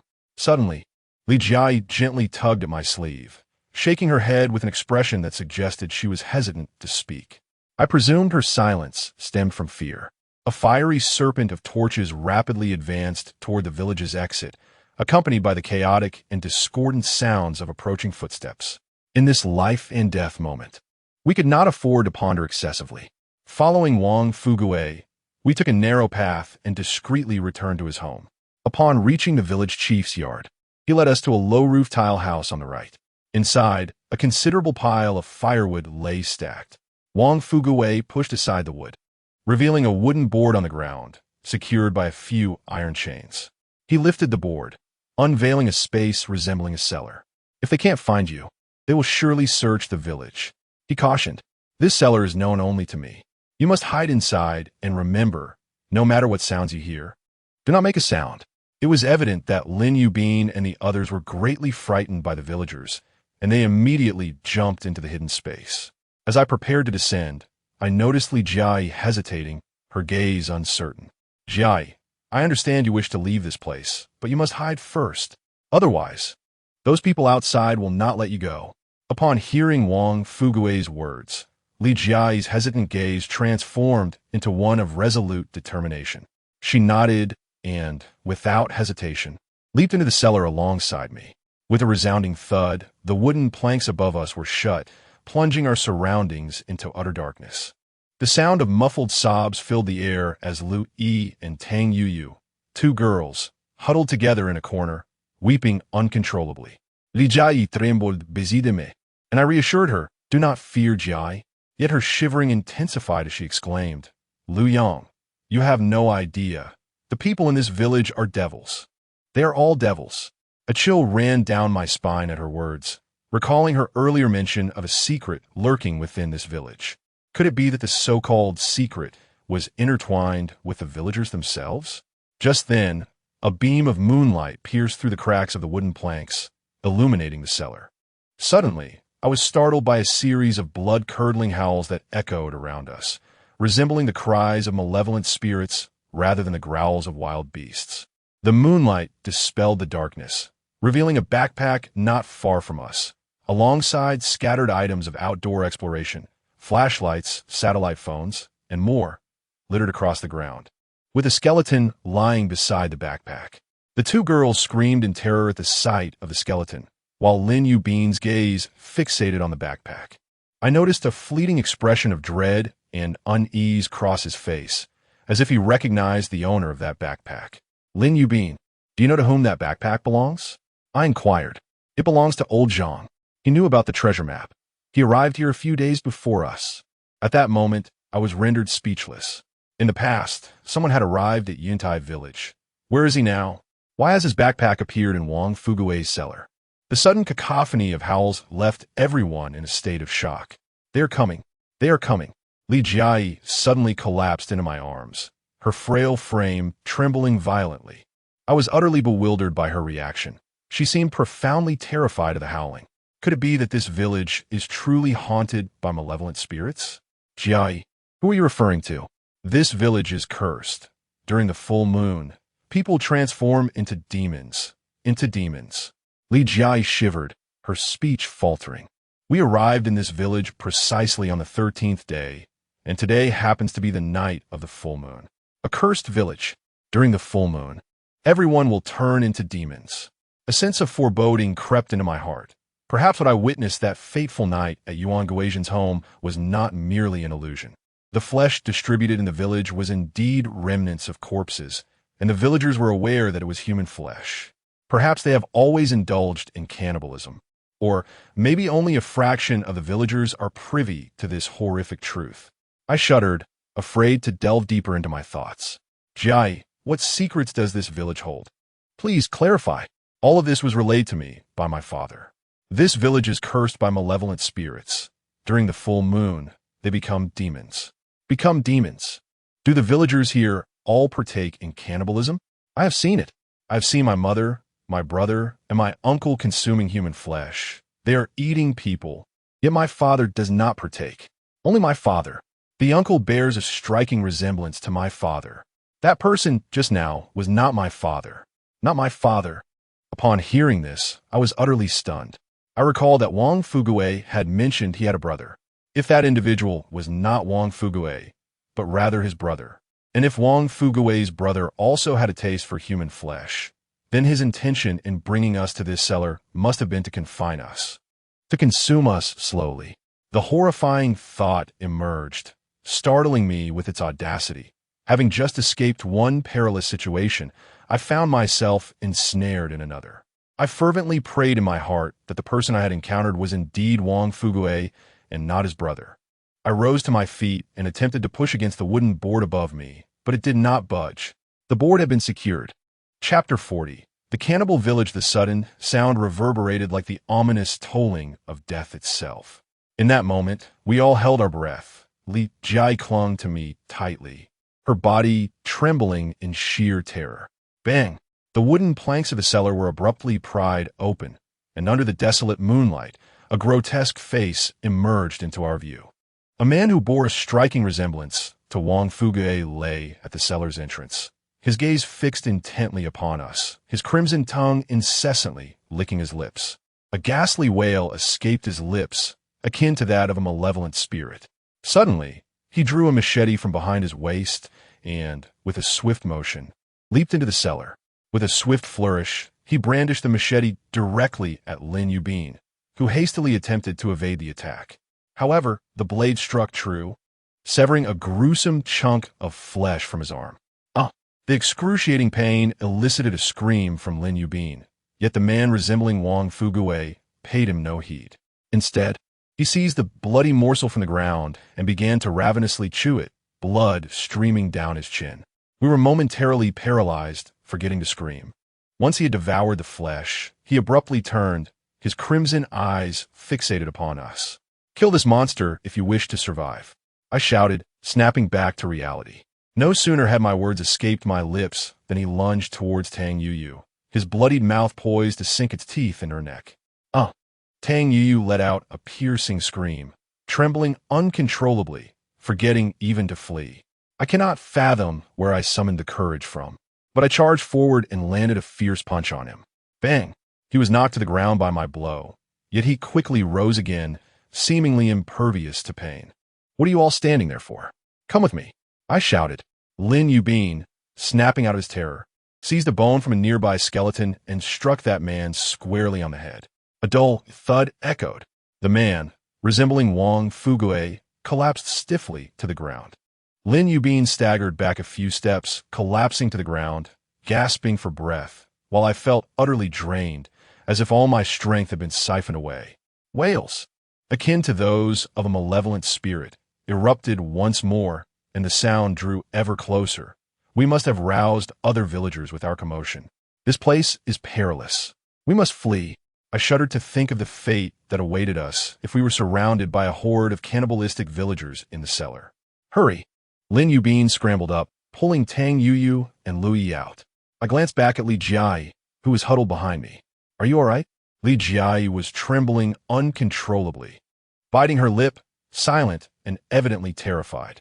With no other option, I hoisted her onto my back and exited the cellar. As we stepped out, bang, the door of Wang Fugue's home was abruptly thrust open, and Wang Xiaotao, accompanied by another villager, stormed in. As soon as they entered, their eyes glinted with a malevolence akin to that of malevolent spirits. They emitted a series of ghastly howls, and in a swift motion, Wang Xiaodao and the other villager seized two hose from the wall and charged towards us. I hastily retreated a step. Although I was not struck, my arm was grazed, leaving a cut. The scent of blood seemed to drive them into a frenzied rage. "Lin Yubin, if you wish to survive, follow me."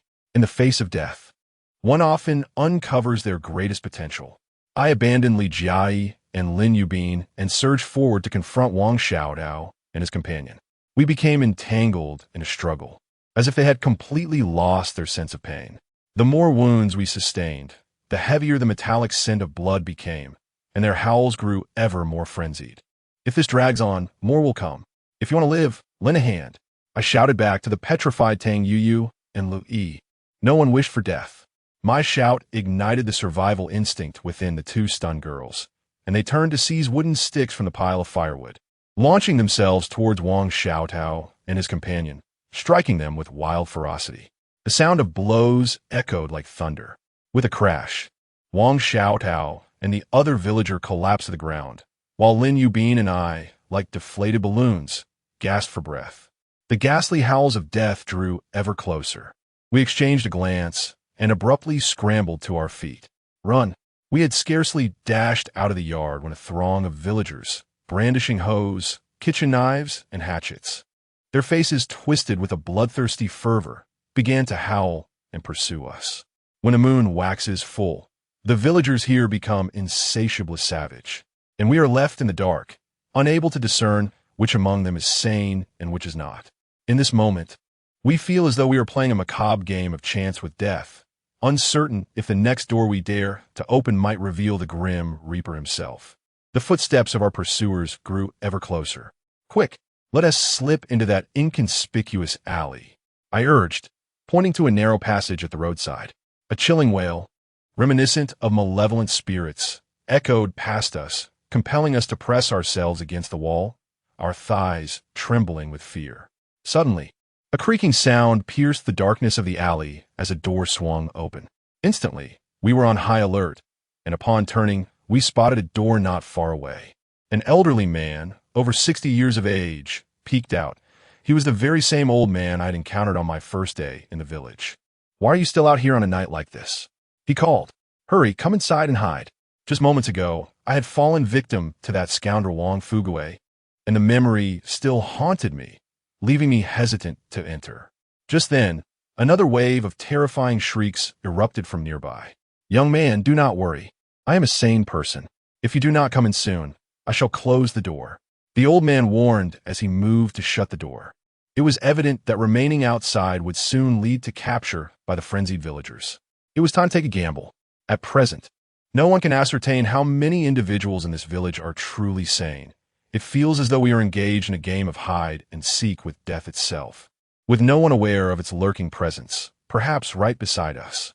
"Enter," I urged, taking the lead as I carried Li Jiayi into the depths of the building, while Lin Yubin and the others hesitated momentarily before following suit.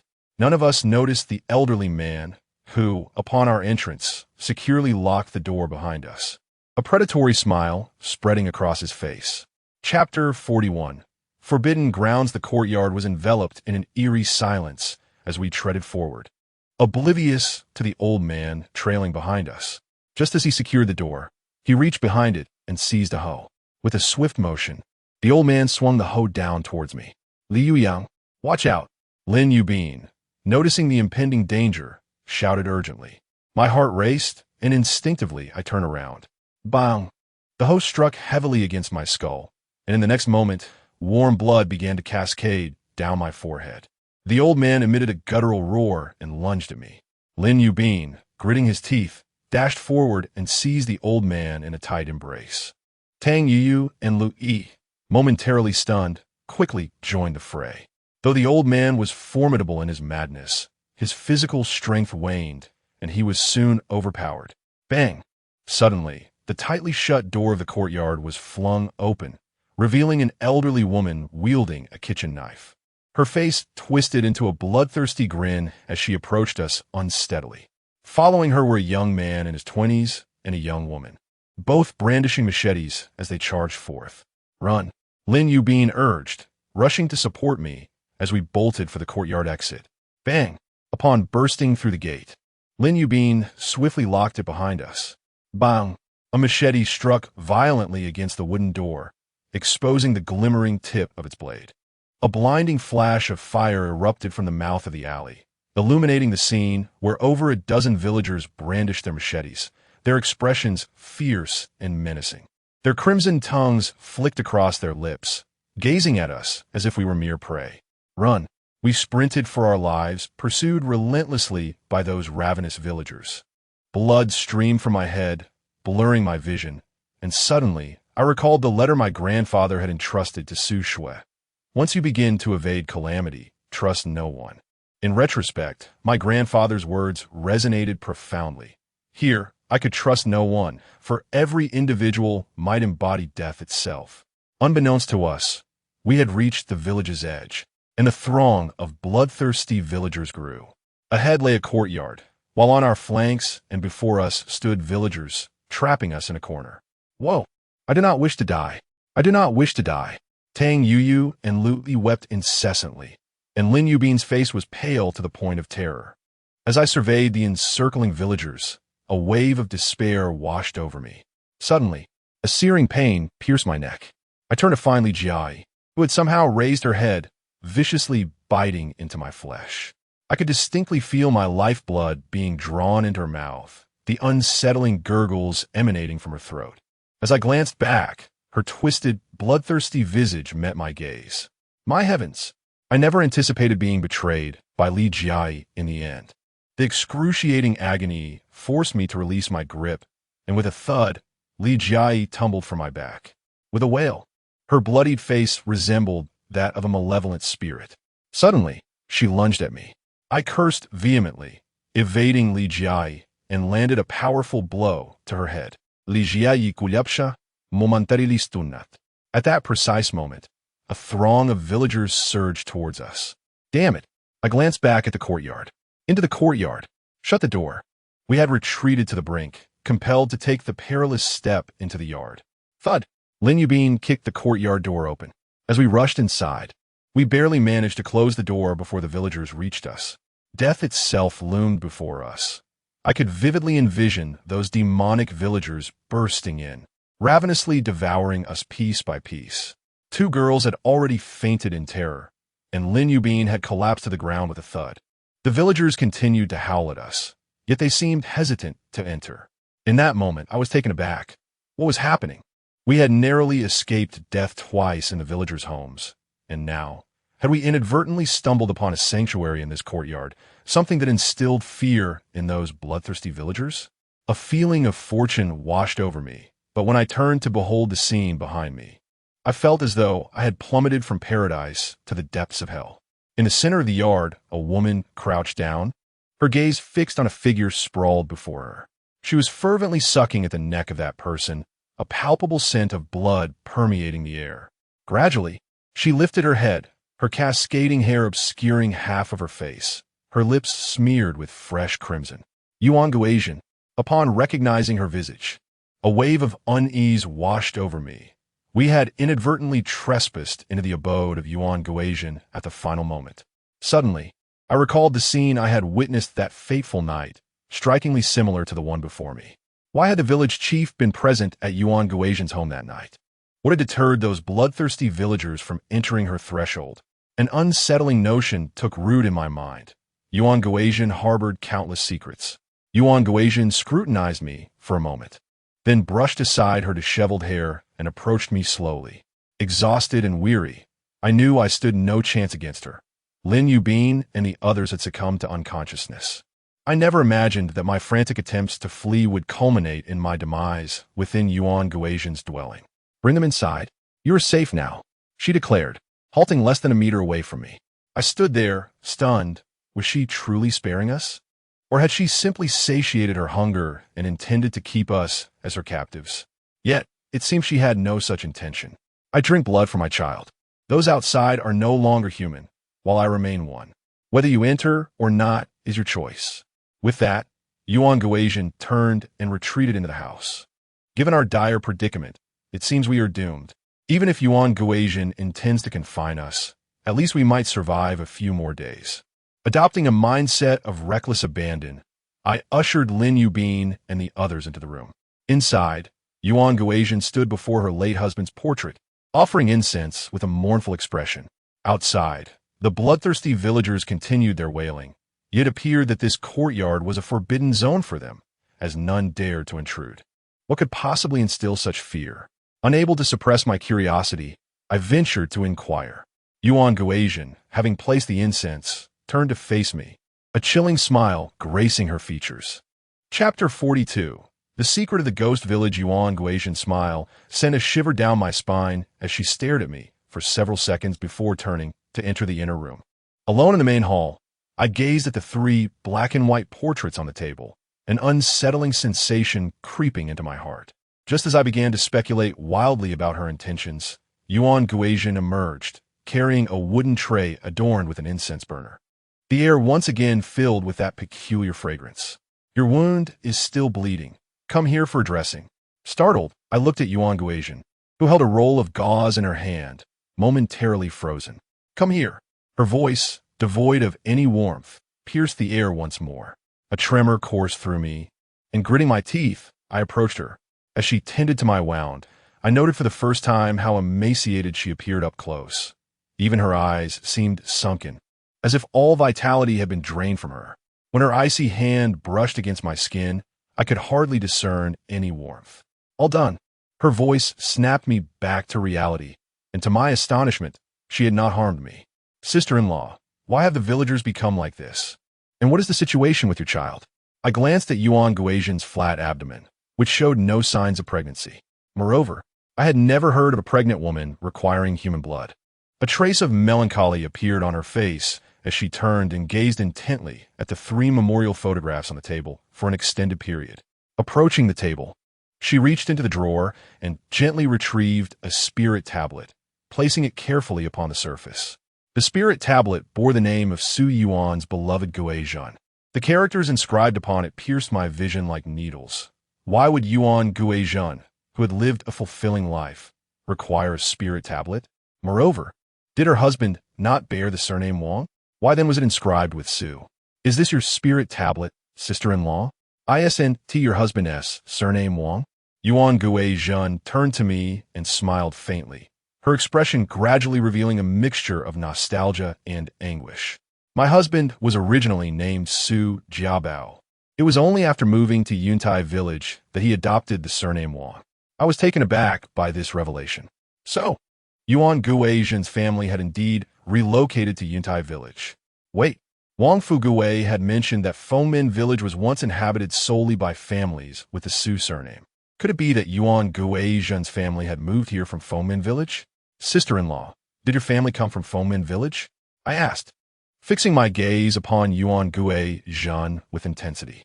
She nodded in affirmation, and my eyes widened in surprise.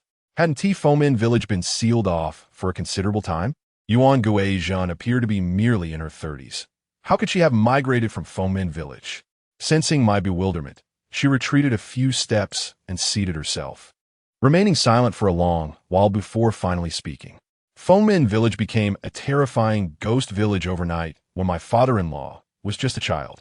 What secrets lie hidden behind the transformation of a village that once boasted hundreds of households into a place that instilled fear in the hearts of many?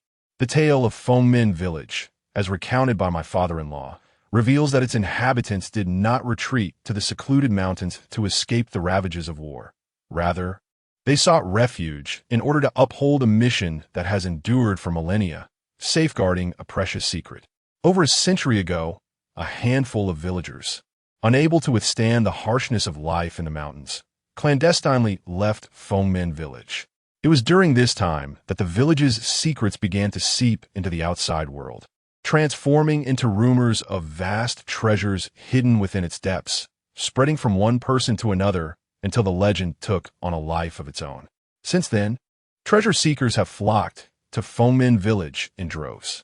The villagers, determined to protect what they hold dear, have fought against those insatiable and greedy individuals for generations, turning their once tranquil haven into a battleground of unending strife. During the late Qing dynasty, amidst widespread turmoil, a significant number of refugees arrived near Fengmen village. Although the village's population had dwindled, its remote location spared it from the ravages of war, allowing the villagers to extend a helping hand to the suffering newcomers. Little did they know, among these refugees were individuals who had heard whispers of the legendary treasures concealed within Fengmen village. On a fateful night when my grandfather was merely 8 years old, the disaster-stricken villagers suddenly unleashed their fury upon the inhabitants of Fengmen village. Blood flowed like rivers through the village, coinciding with the full moon of the 15th night. At that moment, it seemed as though Fengmen village had inadvertently provoked some malevolent spirit, transforming all its residents into ravenous demons. The villagers of Fengmen and the insatiable disaster survivors engaged in a brutal mutual slaughter, a grotesque war of cannibalism. From that day forth, Fengmen village became a place where bones lay scattered in the ditches, and vengeful spirits roamed the winding paths. My grandfather was the sole survivor of Fengmen village, while those who endured from the disaster established their homes not far from Fengmen, giving rise to Yuntai village. Mistakenly believing my grandfather to be the orphaned kin of their comrades, they took him in and renamed him Wang. After listening to Yuan Guozian's account, I was left in a state of utter shock, her narrative starkly contrasted with the version told by Wang Fugui. My mind was flooded with questions. What could have transformed those villagers into bloodthirsty demons overnight? What was the nature of the villagers in Yuntai village today that drove them to such savagery? Was there some hidden agenda between Yuan Guozian and Wang Fugui? And was her claim regarding the child of her deceased husband genuine? Sister-in-law, why have the villagers of Yuntai village become like this? I inquired, just as I spoke. A horrific, ghostly howl erupted from outside. Yuan Guozian glanced towards the door, her face suddenly breaking into a smile that was both ecstatic and eerie. This is their retribution, their reckoning. This place is cursed by malevolent spirits, and one by one, individuals transform into bloodthirsty, man-eating demons. Gradually, all the villagers of Yuntai village have succumbed to this monstrous fate. By day, they appear as ordinary people, yet when the full moon rises, the village metamorphoses into a horrifying den of cannibals. The mere thought of this sends chills down my spine, for I unwittingly inhabited a cannibal village for 3 days. After an overwhelming surge of dread, an inexplicable melancholy took root in my heart. Is human nature truly more terrifying than that of the fiends? The ancestors of Yuntai village slaughtered an entire village for the sake of an elusive treasure. In the wake of this sorrow, a multitude of questions flooded my mind once more. Chapter 43. The ghostly fetus because they are all puppets of my husband. This courtyard is ensnared by formations he has laid out, rendering it a forbidden ground for those villagers. Yuan Guozian turned to me, uttering these words with a faint tone. Goodness, I had contemplated countless possibilities, yet never anticipated this one. Could it be that Yuan Guozian's husband retains control over these bloodthirsty demons? Dear sister-in-law, could you elaborate on this matter? Yuan Guozian cast a glance my way, nodded, and then began, in Fengmen village. The male descendants of a Su family are all versed in sorcery. After my father-in-law narrowly escaped a great calamity, he has been secretly investigating the mystery that transformed Fengmen village into a nightmarish ghost town overnight. It seems he uncovered certain truths and devised a specialized formation to combat the villagers who had turned into demons. 3 years ago, I fell gravely ill, requiring an exorbitant sum for surgery. With no other recourse, my father-in-law decided to take my husband and his 13-year-old grandson back to Fengmen village to seek treasure. It's my fault that they ended up in this predicament. As she recounted this, tears streamed down Yuan Guozian's cheeks. Returning to Fengmen village to seek treasure. Could it be that the tales of treasure in Fengmen village were not mere fabrications, but indeed grounded in reality? I'm not certain. Perhaps it is true. Do you know what caused Fengmen village to become a ghostly realm? I queried. I had encountered numerous malevolent spirits, yet had never witnessed an evil capable of transforming an entire village into a ghost town overnight. Perhaps it was no longer mere malevolence, but something far more sinister. The secret behind this lies with my husband, who knows a fragment of a truth. I paused momentarily, addressing my sister-in-law. You need not blame yourself. It has been quite a while since my brother departed. He would not wish for you to live your life engulfed in guilt. It seemed my words struck a nerve with Yuan Guozian, as she coldly fixed her gaze upon me and uttered, My husband has not left. He remains by my side. I carry his child within me, and until the child is born, he shall not abandon me. I found myself questioning Yuan Guozian's mental state once again. Her husband had been deceased for 3 years. How could she possibly be with child unless the infant was sired by another? Unbidden, the image of that fateful night when the village chief embraced Yuan Guozian surfaced in my mind. She turned to me, her eyes piercing as if she could discern my innermost thoughts. I know you witnessed that night. Are you pondering whether the child in my womb belongs to my husband or to another man? Wang Fugui harbors feelings for me, as does his brother. They both desire my body. As she spoke, Yuan Guozian's expression was inexplicably strange, a blend of pride and profound isolation. Suddenly, I recalled that night when Wang Fugui shadowed Xiao Han and the others, after which Xiao Han was drained of her blood, and the scene from that same night in Yuan Guozian's home. Yet, Li Jia had claimed that Wang Fugui would not harm anyone. It was his brother who was the true predator. Upon hearing my words, Yuan Guozian let out a series of cold laughs. The people in this village are demons. Wang Fugui is a demon. She recounted how, after returning to the village with his brother following their work away, Wang Fugui had devoured his own sibling. Suddenly, I recalled that there was a skeleton in Wang Fugui's cellar. Could it be that of Wang Fugui's brother? Several enigmas that had long plagued me finally found resolution. In his bloodthirsty state, Wang Fugui had consumed his brother. After the full moon, he returned to normal, unable to bear the truth of having devoured his own sibling, which led to his mental disarray. During his moments of cannibalism, he envisioned himself as his brother, and in his sane moments, he was the amiable Wang Fugui. That night, the shadow that drained Xiao Han's blood was indeed Wang Fugui. Subsequently, when the villagers discovered our escape, they pursued us. Wang Fugui met up with those villagers along the way, and everything he said thereafter was a fabrication. Sister-in-law, were not those villagers too fearful to enter this place? Why then did Wang Fugui appear here that fateful night? The formation here only activates when the villagers transform into demons during the full moon. It is ineffective at other times. Now that Wang Fugui's secret has been unveiled, and since Yuan Guozian's child is not Wang Fugui's, has she truly betrayed her husband? Are humans and spirits capable of such intimate unions? Have you ever heard a poem? By the banks of the river of forgetfulness, I shall linger with you amidst the mire, our hair entwined, hearts unexpressed. Only a wisp of soul ignites a spiritual resonance, as withered bones give rise to mandragora. Yuan Guozian gazed at her husband's portrait, softly reciting this love poem, and at that moment, a hint of tenderness finally flickered in her eyes. No longer as cold and devoid of emotion as before. At this moment, I began to feel both sympathy and admiration for Yuan Guozian. The once blissful family of three now stood alone in desolation. In this instant, I witnessed a true love story unfold before my eyes. A phrase suddenly came to my mind. The burning of the living rhinoceros horn does not evoke fear. Rather, it emits a unique fragrance, touching the garments of mortals, allowing communication between the living and the spirits.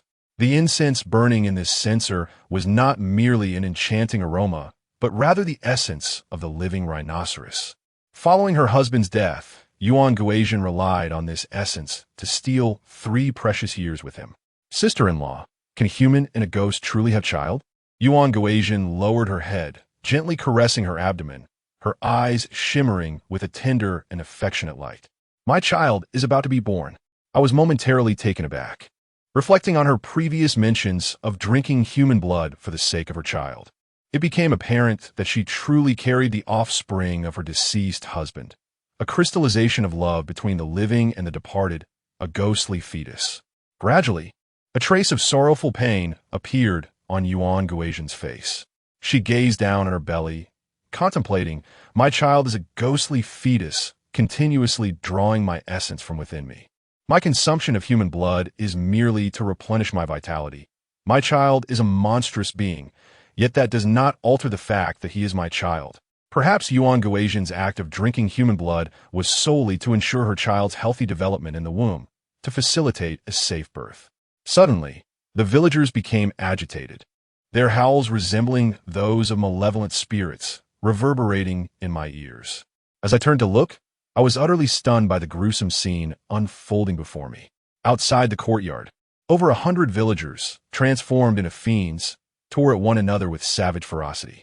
The frail among them fell victim to the onslaught, their lifeless bodies strewn across the ground, while the scent of blood drew a throng of villagers who, like malevolent specters, ravenously feasted upon the remains of their kin. Blood splattered across their faces, evoking the horrific and brutal scenes that once unfolded in Fengmen village. Suddenly, the tightly shut gate of the courtyard shook. A shadowy figure glided in like a wraith. The villagers dared not enter, for the remaining semblance of normalcy resided within. Who was this intruder, and what were their intentions? Chapter 44. The puppet master. A sudden gust of wind swept through the courtyard, causing the windows and wooden doors to creak ominously, while the swirling dust compelled me to squint. When I finally opened my eyes, a visage appeared before me, one that would forever linger in my memory. It was Ma Xiaoyong, clad in a flowing white robe. He stood with his hands clasped behind his back, exuding an ethereal presence. Yet in my recollection, this elder was nothing short of a demon, a malevolent figure stained with blood. He regarded me with an indifferent glance, surveying the interior of the house before returning his gaze to me, inquiring, "Where's Ma Xianghua?" "He has gone to Fengmin village," I replied. A subtle shift crossed Ma Xiaoyong's countenance. This fool had jeopardized my plans. No sooner had I spoken than he lifted his foot to stride into the house. My brow furrowed instinctively, and I positioned myself to block his path, for I knew from past encounters that his appearances seldom heralded anything fortuitous. With a dispassionate look, Ma Xiaoyong assessed me. When I regained my senses, he had already maneuvered behind me. Alas, I had forgotten his mastery of advanced defensive techniques. Even Yin Jian and Yin Ling could not withstand him, and as a mere novice, I stood no chance of impeding his advance. His gaze fell upon Yuan Guizhen, as if he intended to unveil every secret she harbored. Moments later, a chilling smile crept across his face. Lu Laotu had spoken the truth. I could scarcely believe that the specter of a ghostly child truly existed in Yuntai village. Upon hearing these words, I felt as if I'd been struck by an electric shock. Ma Xiaoyong had suddenly appeared here. Could it be that his intention was the ghostly fetus within Yuan Guizhen? Was that Lu Laotu he mentioned my grandfather? Ma Xiaoyong, what are you planning? I hastily positioned myself in front of Yuan Guizhen, my eyes fixed intently upon him. Yuan Guizhen, too, sensed the ill intentions of the old man before her and instinctively took a few steps back. "This is none of your business. It would be best for you to step aside. Everything that might displease you is related to me." The mere thought of Tong Kiki and Su Shue's plights ignited an uncontrollable fury within me, and in a fit of rage, I swung my fist towards Ma Xiaoyong. Swish! My punch met with empty air, for Ma Xiaoyong had already positioned himself behind me, his hands still clasped behind his back, advancing towards Yuan Guizhen with deliberate steps. "What do you intend to do?" "Hand over the child within you." Ma Xiaoyong's voice was devoid of any emotion, his demeanor suggesting that he considered himself the sole sovereign of this earthly realm. "Do not approach." Yuan Guizhen had retreated to the edge of the table, while Ma Xiaoyong continued his unhurried advance. "If you take another step closer, I will end my life before your eyes." Suddenly, Yuan Guizhen seized a pair of scissors meant for cutting paper money from the table and pressed it against her neck. The sharp blade sliced through her skin, and a trickle of crimson blood began to seep forth. Her eyes widened, fixated intently on Ma Xiaoyong, her face displaying such defiant pride that one could hardly doubt she would not hesitate to sever her own throat should he dare to advance another step. Ma Xiaoyong's figure hesitated momentarily, and a glimmer of satisfaction flickered in Yuan Guizhen's gaze. Yet, in the next instant, her expression froze, her eyes refusing to blink. It was reminiscent of the last encounter at Su Shue's grave when Ma Xiaoyong had cast a binding spell upon me. In a surge of desperation, I abruptly turned and seized a nearby chair, charging towards Ma Xiaoyong. In an instant, I perceived a blur, and Ma Xiaoyong's emotionless visage materialized before my eyes, followed by a crushing blow to my chest. The impact hurled me backward, crashing to the ground, and I felt several ribs fracture under the immense force. A wave of asphyxiating pain rendering me utterly motionless.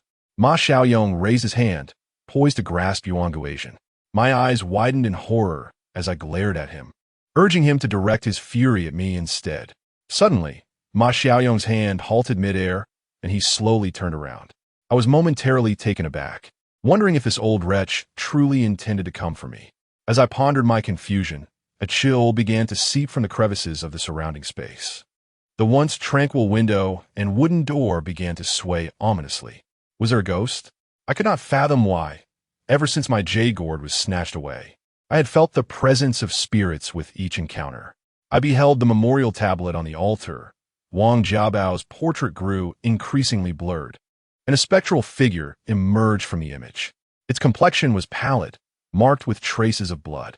The moment Wang Jiabao's ghost materialized, the temperature in the room plummeted to an unbearable low, as if a rift had been torn open from the depths of hell. With a swift motion, Wang Jiabao's spirit unfurled its arms, revealing claws that extended over 10 centimeters, lunging towards Ma Xiaoyong. Having witnessed Ma Xiaoyong's formidable prowess, I doubted Wang Jiabao could contend with him. Indeed, Ma Xiaoyong uttered a low command, "Pardon," and thrust his palm forward. Crack! 2 streaks of silvery lightning struck fiercely against Wang Jiabao's ghost. The power of his palm strike was extraordinary. I widened my eyes, realizing that the palm strike of Yingjian was child's play in comparison to Ma Xiaoyong's.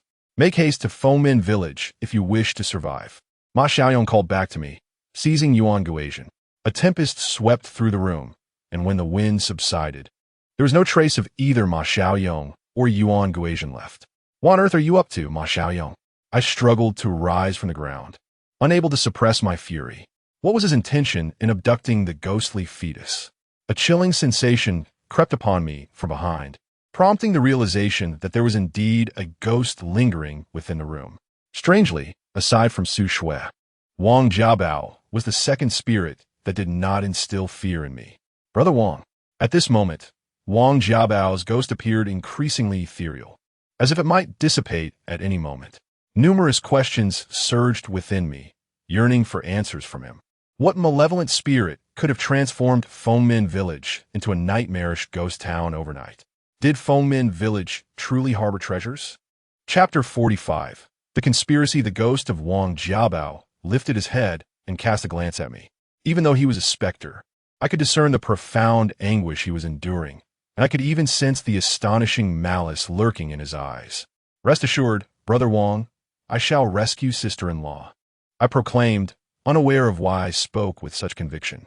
Wang Jiabao's ghost nodded slightly, a faint smile flickering across his pallid, bloodless visage. "I am on the verge of dissipating. The formation here has always been maintained by my presence. Once I vanish, the formation will collapse, and the demons outside will surge in. I know you intend to go to Fengmen village. Allow me to caution you. That place is not to be ventured into." I was momentarily taken aback, and a myriad of questions regarding Fengmen village surged through my mind. "Brother Wang, is it true that there lies a treasure hidden in Fengmen village? What transformed it into a ghost town in the past?" As my words faded, a look of torment and terror enveloped Wang Jiabao's ghostly face. "I do not know. I do not know. The treasure. The treasure is but a conspiracy that has endured for a millennium. A conspiracy that has persisted for a millennium. A conspiracy. What sort of conspiracy?" At that moment, Wang Jiabao's ghost grew increasingly ethereal, gradually transforming into a constellation of light points that dissipated into the air. I sank to the ground, meticulously reflecting on every word he had uttered. The treasure is a conspiracy that has persisted for a millennium. What sort of conspiracy could endure for 1,000 years? The villagers of Fengmen village have guarded a secret and a singular object for generations. Are these 2 treasures they protect connected to the so-called millennium-long conspiracy? Now, all the inhabitants of Fengmen village have perished, and perhaps the answers to all its mysteries can only be uncovered within its confines. Suddenly, a chilling wail akin to that of a vengeful spirit reverberated through the night air, reminding me of what Wang Jiabao once said, that once his soul dissipated, the protective formation shielding us from the villagers outside would collapse. With the formation's destruction, the bloodthirsty villagers would come rushing in. Just the thought sent shivers down my spine. The ghastly howls outside grew increasingly frenzied, and then there was a loud crash as the wooden door of the courtyard shattered. I turned around abruptly, and dozens of villagers, their faces contorted with rage and stained with blood, surged into the courtyard. What a nightmare! If these villagers swarmed in, our fate would be nothing short of being torn apart and devoured. What was happening? At that moment, Lin Yubin shook his head and regained consciousness, followed by Tang Yuyu and Li. "Run!" I shouted as I hoisted the unconscious Li Jiai onto my back and dashed toward the back door. Bang! Before Lin Yubin and the others could fully comprehend the chaos, several villagers had already smashed through the wooden door of the main house. The silver disk of the moon hung high in the sky, casting a desolate glow upon the earth. The ghastly howls echoed behind us as we, in a state of panic, found ourselves sprinting into the woods leading to the forsaken village of foemen. The sound of rustling leaves accompanied my frantic dash, and my legs felt as if burdened by leaden weights, while beads of sweat cascaded down my forehead. The monstrous howls resounded once more. The relentless villagers pursuing us hurled their crude implements, kitchen knives and hoes, toward our fleeing figures. The sharp whistle of blades slicing through the air pierced my ears incessantly. A chilling glint grazed the tips of my hair. With a clang, a gleaming kitchen knife was embedded in the trunk of a tree before me, its razor-sharp edge trembling violently. I swallowed hard, feeling the specter of death brush past me once again. In the tranquil solitude of the midnight forest, a horde of bloodthirsty demons relentlessly pursued us, transforming our flight into a harrowing game against the Grim Reaper. I had lost track of how long we had been running, but as I finally lifted my gaze, a desolate village, hidden within the depths of the mountains, began to materialize amidst the mist. My steps faltered for a moment, my heart racing uncontrollably at that instant.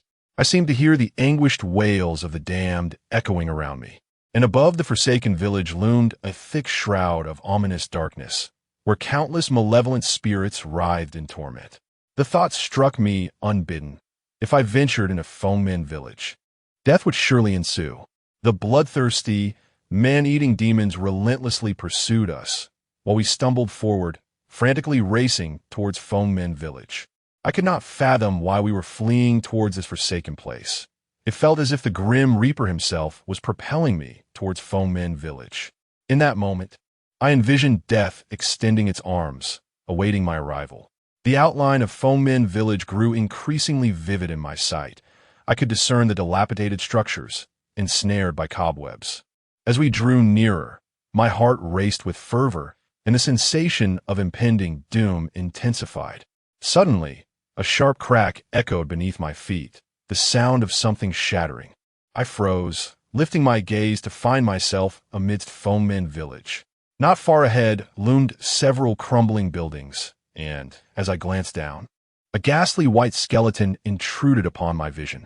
Its alabaster skull bore hollow eye sockets, from which flickered two greenish flames, as if it were staring directly at me.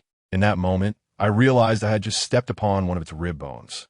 A gasp escaped my lips, startled by the suddenness of it all, and I instinctively recoiled.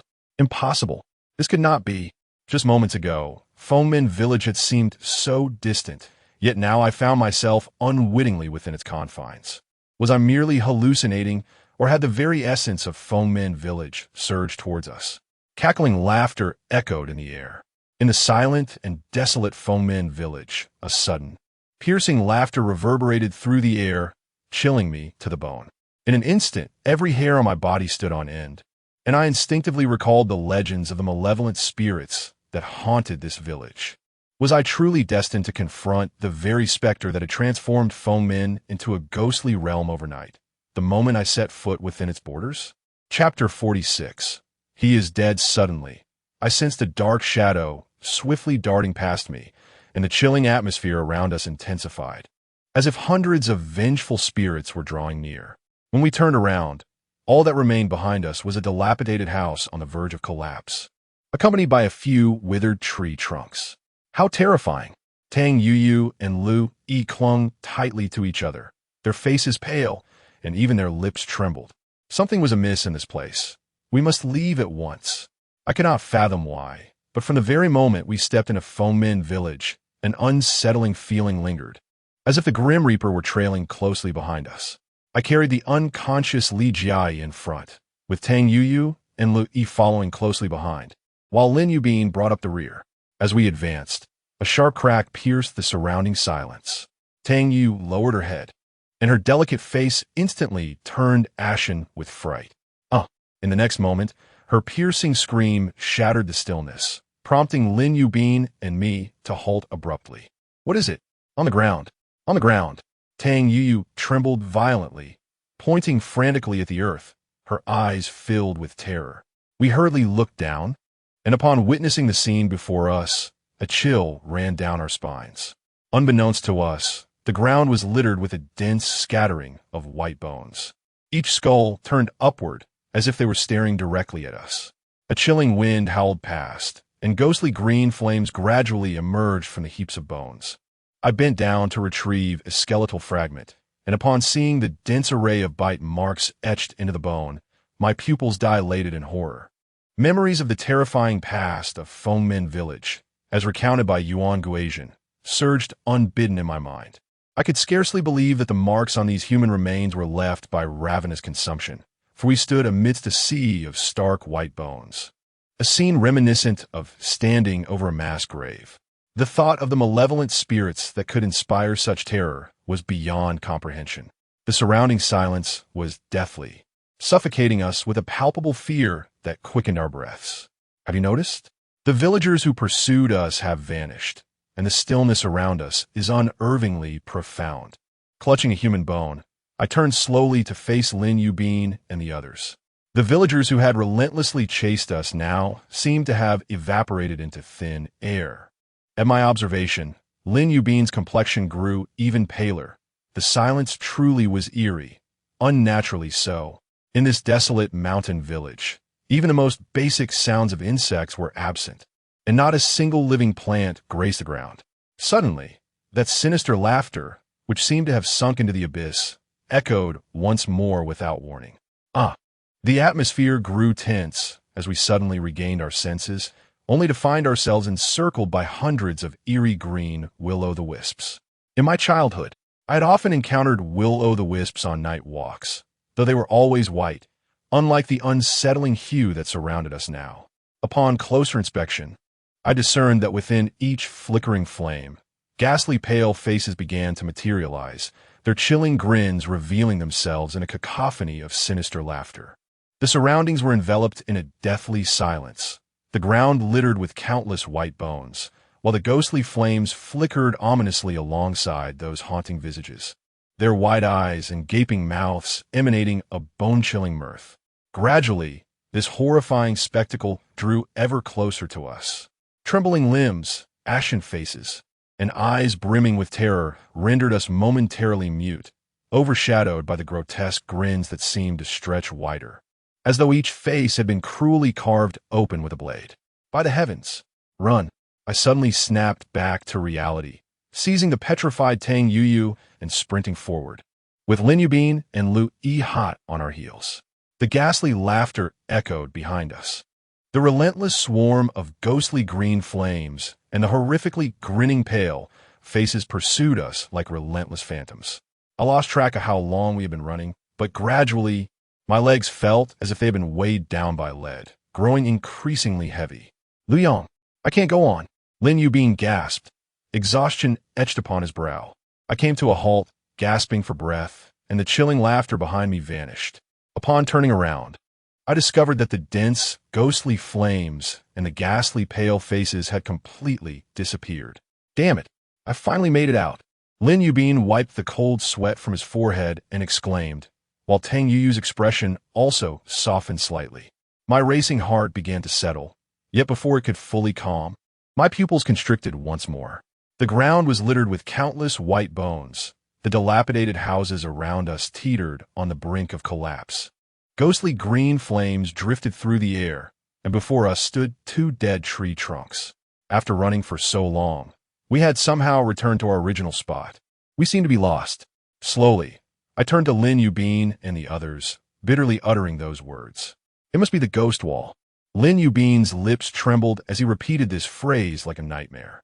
Suddenly, I recalled my own encounter with the ghost wall in the school's office building, running in circles without making any progress. If it hadn't been for Ma Xiaoyong's sudden appearance, I would have perished that night. However, I no longer believed anyone would come to rescue me now. Damn it! I cursed under my breath and turned to examine my surroundings more closely. When my gaze fell upon the 2 dead trees, I gasped in shock. Beneath the hazy moonlight, a figure was hanging eerily from one of the branches, swaying gently in the wind. Suddenly, that figure lifted its head, A familiar visage emerged within my line of sight. Ma Xianghua. I beheld a rope tethered around Ma Xianghua's neck, suspending him from a gnarled tree. His countenance was ghastly pale, as though every drop of his blood had been drained away. Suddenly, Ma Xianghua grinned at me, and a copious stream of blood gushed forth from his mouth. My hair stood on end in terror. Had Ma Xianghua arrived at Fengmen village before us, only to fall prey to the malevolent spirits that haunted it? Bang! Chapter 47. Tong Kiki Ma Xianghua lay sprawled on the ground, propelling himself towards us with a wild abandon, his head tilted back as he flashed a manic grin. His movements resembled not those of a human, but rather a feral beast in frenzied pursuit. Run! In that moment, fear eclipsed all else, and I kicked a skull lying on the ground towards Ma Xianghua, momentarily disrupting his pace. We swiftly turned and fled. In the grip of sheer terror, our exhausted bodies seemed to summon an extraordinary burst of energy. The sound of crunching bones echoed beneath our feet with each frantic step. Yet, as we ran, a sense of disquiet enveloped me. The two gnarled trees that hung ominously over Ma Xianghua's corpse appeared to shift in tandem with us. No matter how we sprinted, those trees remained ever present, and the surrounding scenery remained unchanged. I halted, bending down to find a multitude of stark white skulls staring back at me. Stop running. We are ensnared in an endless loop. We were like lambs tethered to a post, unable to escape our confines. If we continued this futile flight, we would surely perish, whether by the hands of the malevolent spirits here or by our own exhaustion. Wu! I am so frightened. I am so frightened. Tang Yuyu and Lu Yi collapsed onto the thick layer of bones beneath us. I want to leave this place. I want to leave this place. At this moment, Lin Yubin appeared as if possessed, gasping for breath, his eyes bloodshot and fixated ahead. How do we escape? We must remain calm and devise a plan. You are a ghost. Lin Yubin suddenly locked his gaze onto me, his face gradually contorting in anguish. Lin Yubin, snap out of it. His sudden breakdown caught me off guard. The malevolent spirit had yet to manifest, yet someone was already crumbling under the weight of this silent terror. I could scarcely fathom the horrors that awaited us. He abruptly lifted his head, his crimson eyes piercing through me, letting out a ghastly shriek before lunging at me. Before I could react, he tackled me to the ground, gripping my throat with an iron hold, shouting, "It's you, the evil spirit. You want to kill us." Lin Yubin's strength was astonishing. My face flushed with a deep crimson hue as the oxygen deprivation sent me spiraling into dizziness, my eyelids feeling as heavy as lead. Strangled and powerless, I wondered, am I to perish? Just then, Li Jiai, who had been unconscious, suddenly coughed a few times, awakening from her stupor. Lu Yang. At this moment, I could not respond. Let go, or Lu Yang will be choked to death. Li Jiai reached out in an attempt to push Lin Yubin away, but he seemed entranced, unwavering in his grip on my throat. Li Jiai bit her lip tightly, trembling as she picked up a human thigh bone from the ground. With her eyes closed, she struck Lin Yubin's head with a violent force. A resounding crack echoed. The bone shattered into two pieces, and crimson blood gushed forth from Lin Yubin's skull, his body collapsing rigidly onto the ground. In shock, Li Jiai sank to the floor while I gasped for breath, overwhelmed by the scene. Tang Yuyu and Lu Yi, trembling, approached cautiously. Once I regained my composure, I reached out to check Lin Yubin's breath, only to recoil as if jolted by electricity. He was dead. Lin Yubin was dead. I had killed him. I had committed murder. Li Jiai shivered, shaking her head, resembling a frightened lamb. We must leave. This place is too eerie, I urged, helping the stunned Li Jiai to her feet before swiftly moving forward. Tang Yuyu and Lu Yi hesitated momentarily, but hurriedly followed suit. The further we walked, the more I sensed something amiss, an unsettling feeling that something was trailing us. The chilling sensation compelled me to turn around, desperate to uncover the source. As I pivoted, the two desolate trees materialized before me like specters, their branches adorned with four lifeless bodies, heads drooping as their forms swayed with the breeze. A sinister, chilling laughter suddenly echoed once more.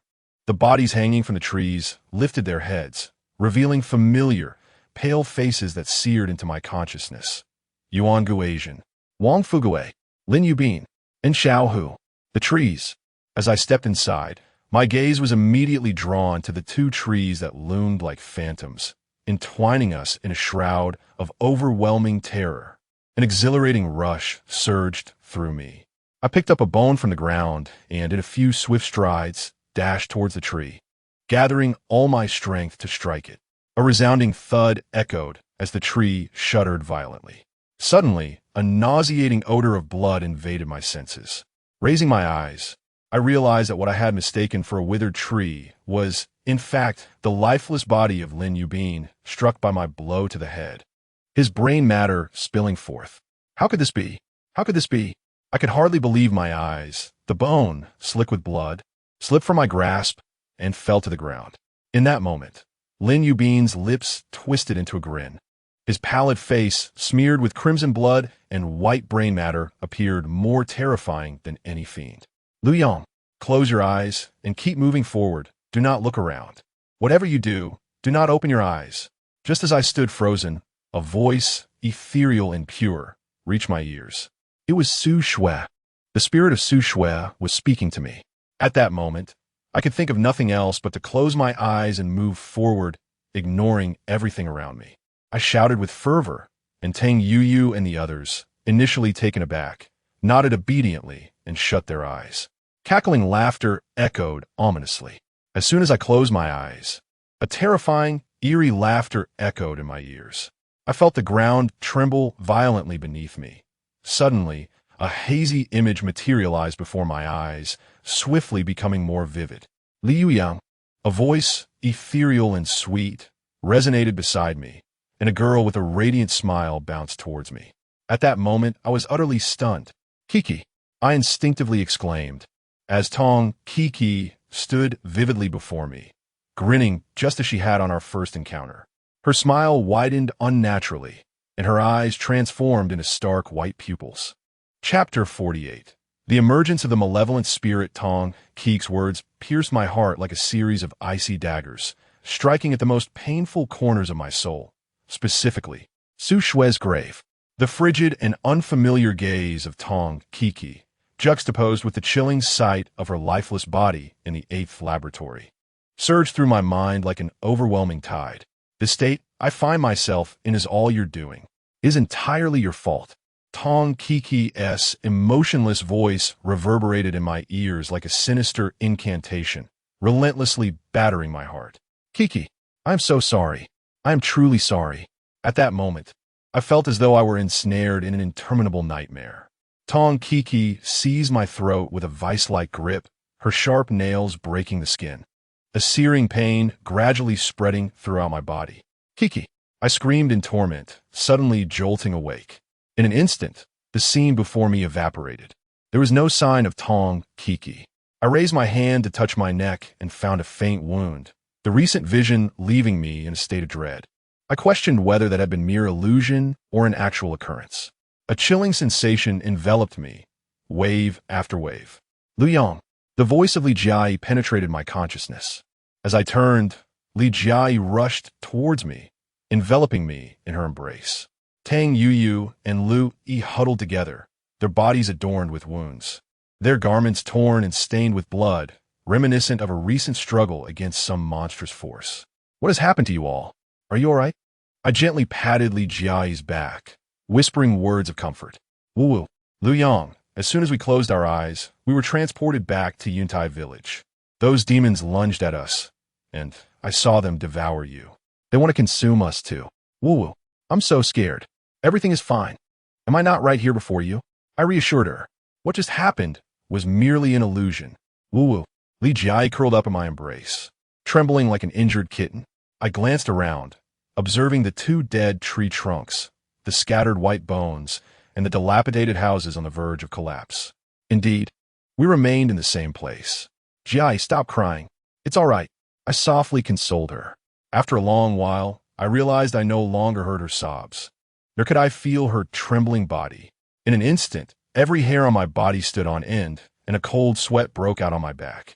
When I lowered my gaze, a pale, expressionless face met my eyes, the beauty mark on her lips glaringly conspicuous. Su Shui. At that moment, my pupils dilated to their utmost. Kikek. Su Shui grinned at me, emitting a sharp, eerie laughter from her throat. Suddenly, a dull thud resonated, and a piercing pain surged through my chest. I noticed a trickle of blood seeping from my chest, swiftly staining my shirt a deep crimson. Su Shui's sharp nails had already pierced into my flesh. As I lifted my gaze, I was met with a pale face, expressionless yet grinning at me with an unsettling smile. Impossible. This must be an illusion. There is no way Su Shui and Tong Kiki could be here. They simply cannot be present. Suddenly, I recalled that Su Shui's spirit was confined within a glass jar by Ma Xiaoyong, while her earthly soul resided in my pocket. How could they possibly appear here? This is a delusion, a mere figment of my imagination. I must awaken. I must awaken. I murmured these words like a haunting refrain, my mind racing with thoughts of how to regain consciousness. Pain. Yes, pain could rouse me from this nightmare. Without a moment's hesitation, I bit down hard on my tongue. The tip is a region dense with pain receptors, and even a slight touch typically causes lingering agony. Now, as I bit down fiercely, the metallic taste of blood quickly filled my mouth, and the sudden surge of pain nearly drew tears from my eyes. After shaking my head, I found that Su Shui had vanished. I touched my chest, and it was intact, devoid of any wound. In that moment, I felt utterly helpless. Overwhelming fear was on the brink of driving me to madness. This wretched place was truly sinister, and those hallucinations had struck at my vulnerabilities with precision. Luyang. Li Jiayi's voice reached my ears as I turned around, and she rushed towards me, enveloping me in her embrace. Tang Yuyu and Lu Yi were curled up together, their bodies marred by wounds, their garments torn and stained with blood, reminiscent of a fierce struggle against some malevolent force. What has happened to you? Are you all right? I gently patted Li Jiayi's back, whispering words of comfort. Wu. Luyang. The moment we closed our eyes, we were transported back to Yuntai village, and those demons lunged at us. I saw them devour you, and they wanted to consume us as well. Wu. I'm so frightened. Everything is fine. Am I not standing right in front of you? I assured her. What we just experienced was merely an illusion. As I prepared to lightly pat Li Jiayi's hand, I froze, realizing I had just encountered this scene moments ago. Wait. I suddenly felt an absence of pain on my tongue. In a flurry of thought, I pressed my tongue against my teeth, only to be astounded by the result. There were no wounds on my tongue. This couldn't be possible. I had bitten my tongue to awaken from that illusion. Yet why was there no trace of injury? Or perhaps I had never truly awakened, still ensnared in a delusion. The realization sent my body into a state of tension. I shouted, instinctively pushing Li Jiayi away from me, terrified that she might transform into Su Shui in the next moment. Li Jiayi fell to the ground, sobbing softly. As I gazed upon Li Jiayi, weeping sorrowfully on the ground, I felt an urge to approach her and offer my support. Yet, I hesitated, grappling with uncertainty about the authenticity of this scene before me. Am I losing my mind? The words of my grandfather echoed in my mind. From the moment you sought refuge, you must trust no one. I screamed like a madman, questioning whether everything before my eyes was indeed real, or if it would transform into a ghastly illusion in the next instant. Chapter 49. Are you not dead? Ghost. You are all malevolent spirits. One hand pressed against my agonizing head, while the other pointed at Li Jiayi lying on the ground. My entire body trembled as I succumbed to despair. I could no longer discern whether I was ensnared in a hallucination or ensconced in reality. Luyang, it is I, Li Jiayi. What ails you?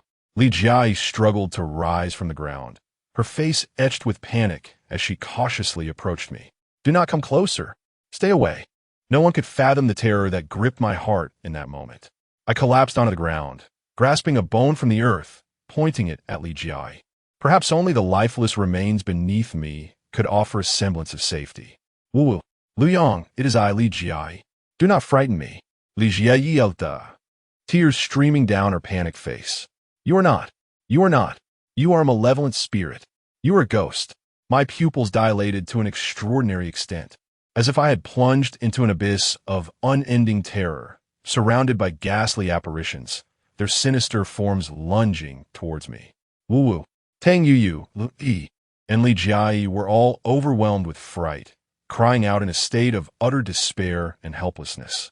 I found myself slumped on the ground, gasping for breath, my gaze fixed intently upon the three girls before me.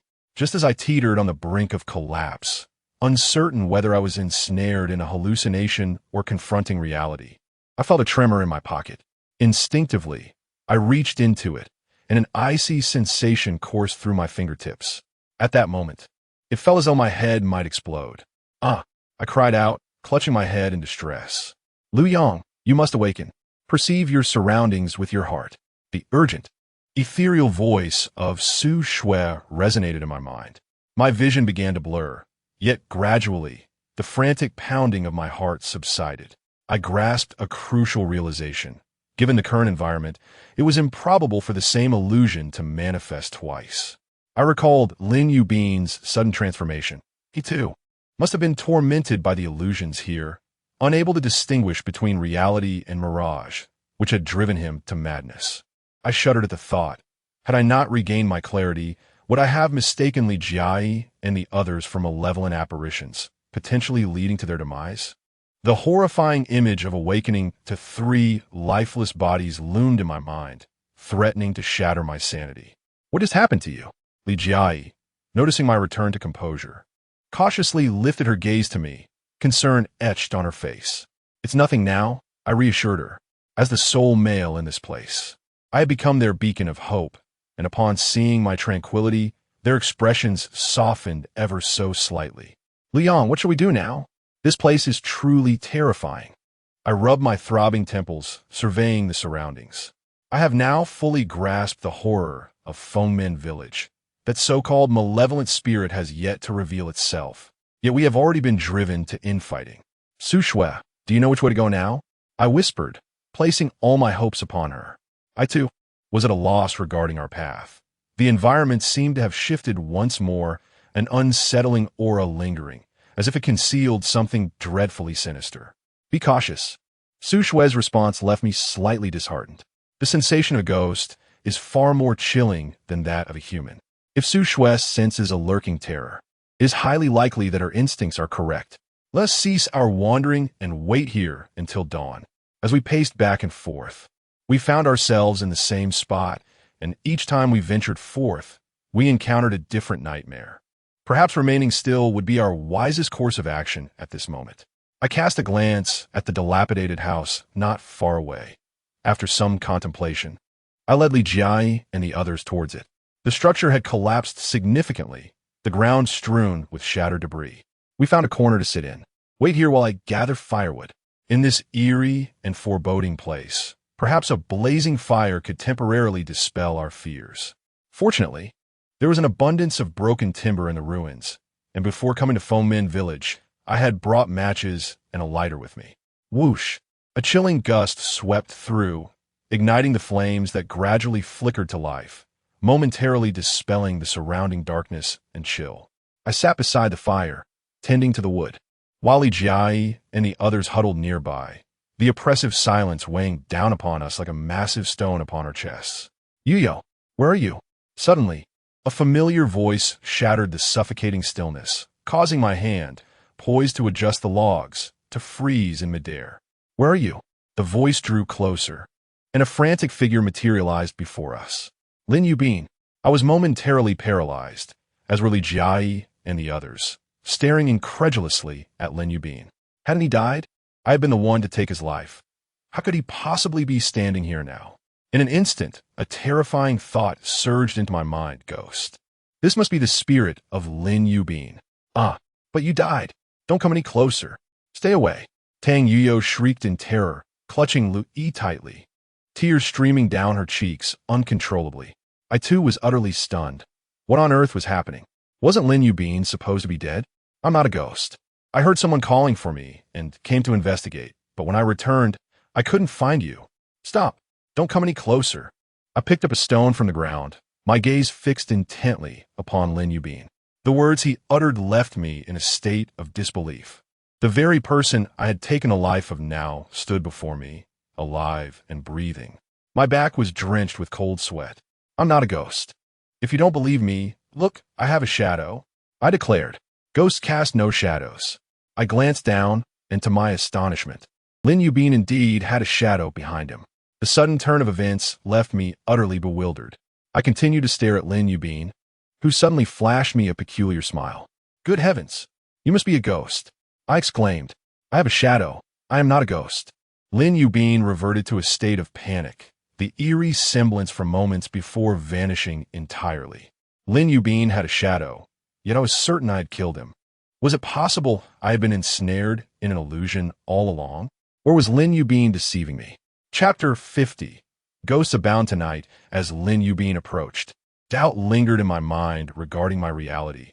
I was certain of my humanity, yet the essence of Lin Yubin remained enigmatic. And even the identities of Li Jiai and the others behind me seemed uncertain. Halt!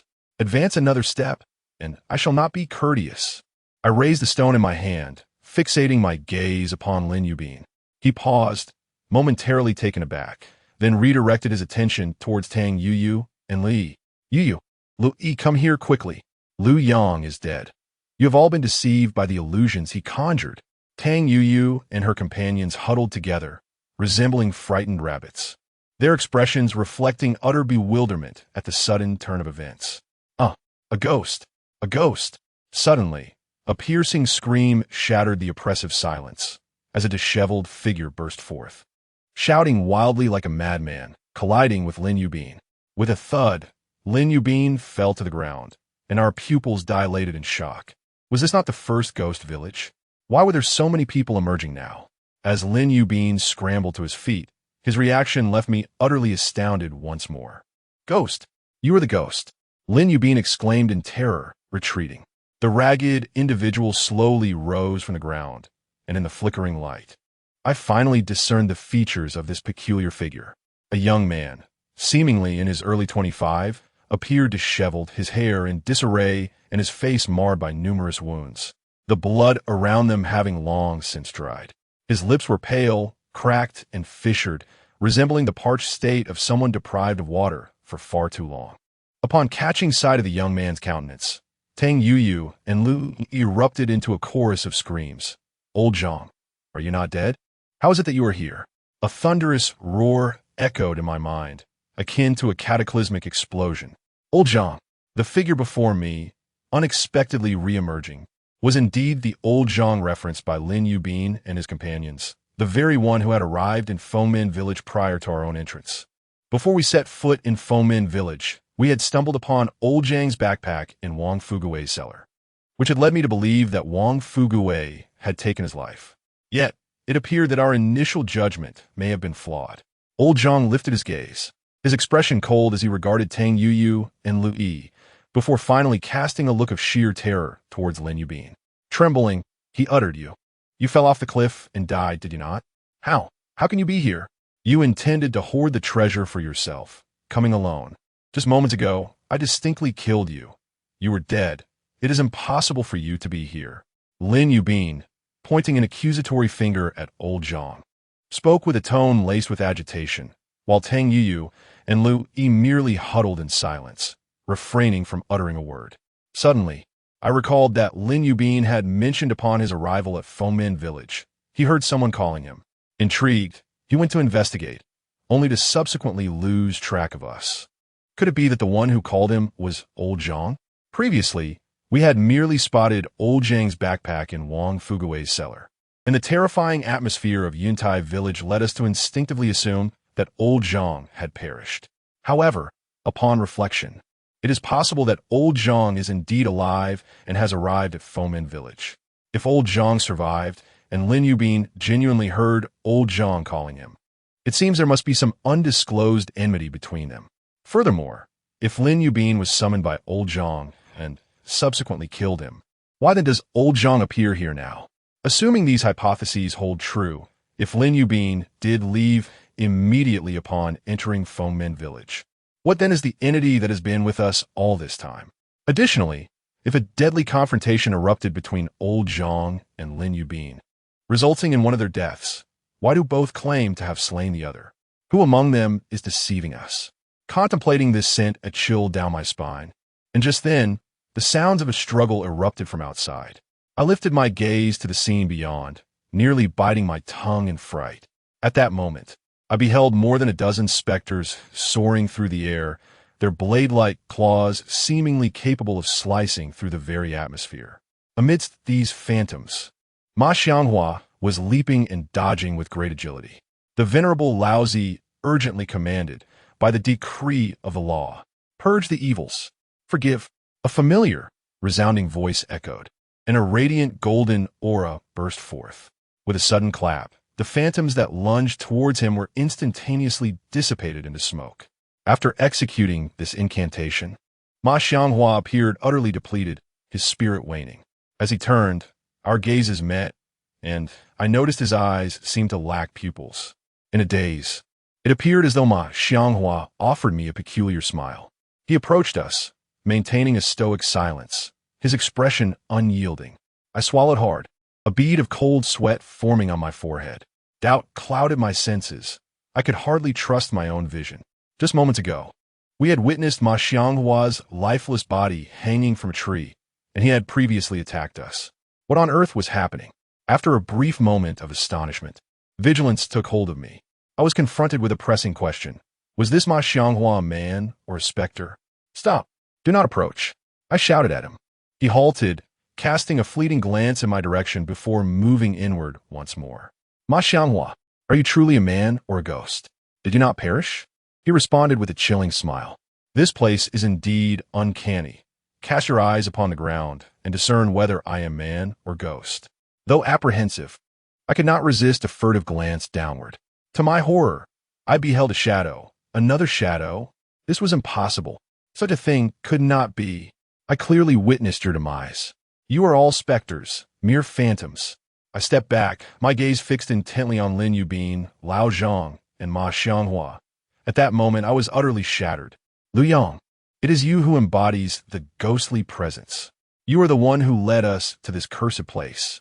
Suddenly, Lin Yubin pointed a finger at me, unleashing a furious roar, and I could even sense the astonishing aura of malevolence radiating from him. "No, I'm not a ghost. I'm not a ghost. Look for yourself. You lack a shadow. You are the specter." Chapter 51. The Plunge. I am human. I am human. As I retreated, I found myself momentarily devoid of fear. It was the second time I felt utterly helpless. "Jia, believe me, I'm truly not a ghost. I'm not a ghost." My gaze turned towards Li Jia, and in that moment, I felt as lost as a child wandering without direction. Li Jia bit her lip tightly, her beautiful eyes filled with hesitation. After a brief pause, she stood up, attempting to approach me, only to be obstructed by Ma Xianghua's sudden movement. "Don't go near him, he is a ghost. This place is cursed. The more you believe in someone, the less you can trust them. If you do not heed this warning, you might find yourself tormented by your own mind before the malevolent spirit even appears." Ma Xianghua turned to Li Jia, his gaze icy and devoid of any emotion. "Indeed, he truly has no shadow. Have we not just fallen into an illusion? Perhaps it was Lu Yang who conjured this specter." "Jia, do not approach." Tang Yu also stood, gently tugging at Li Jia's arm. "You have no shadow. You are a ghost. You have no shadow." Those words echoed around me like the anguished wails of demons from the depths of hell, enveloping me entirely. I clutched my head, releasing a pained cry of despair. "Stant Azida. Today, I shall scatter his soul to the winds." Ma Xianghua stepped forward, his right hand forming an incantation, and with a resounding voice he proclaimed, "9 luminaries, proceed in harmony.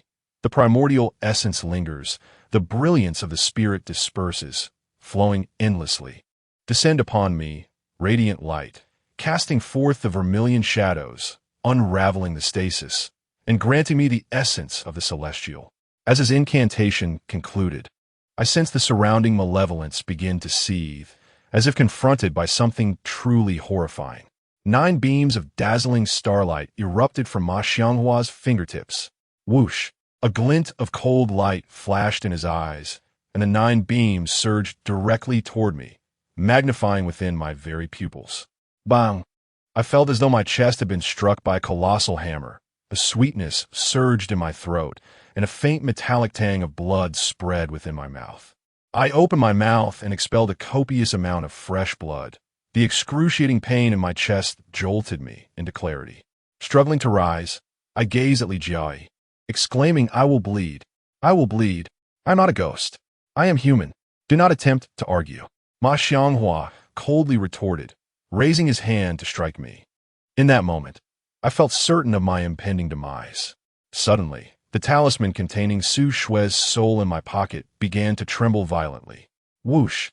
The talisman flew from my pocket. A vague white figure materialized in midair. As she turned, I beheld the beauty mark upon her lips. Su Shue. Su Shue has emerged. Lu Yong, you must flee. Remember, trust no one here, not even me. You must go. Su Shue shouted at me, and in the next moment, Ma Xianghua lunged at me with a fierce expression. Taishang Lao Jun, heed my command. Grant mercy. Ma Xianghua matir incantations. And arcs of electricity flickered in the palm of his hand. I realized this was the thunder palm. With a swift motion, Ma Xianghua struck towards me. Suddenly, Su Shue's earth soul spread its arms and charged at Ma Xianghua.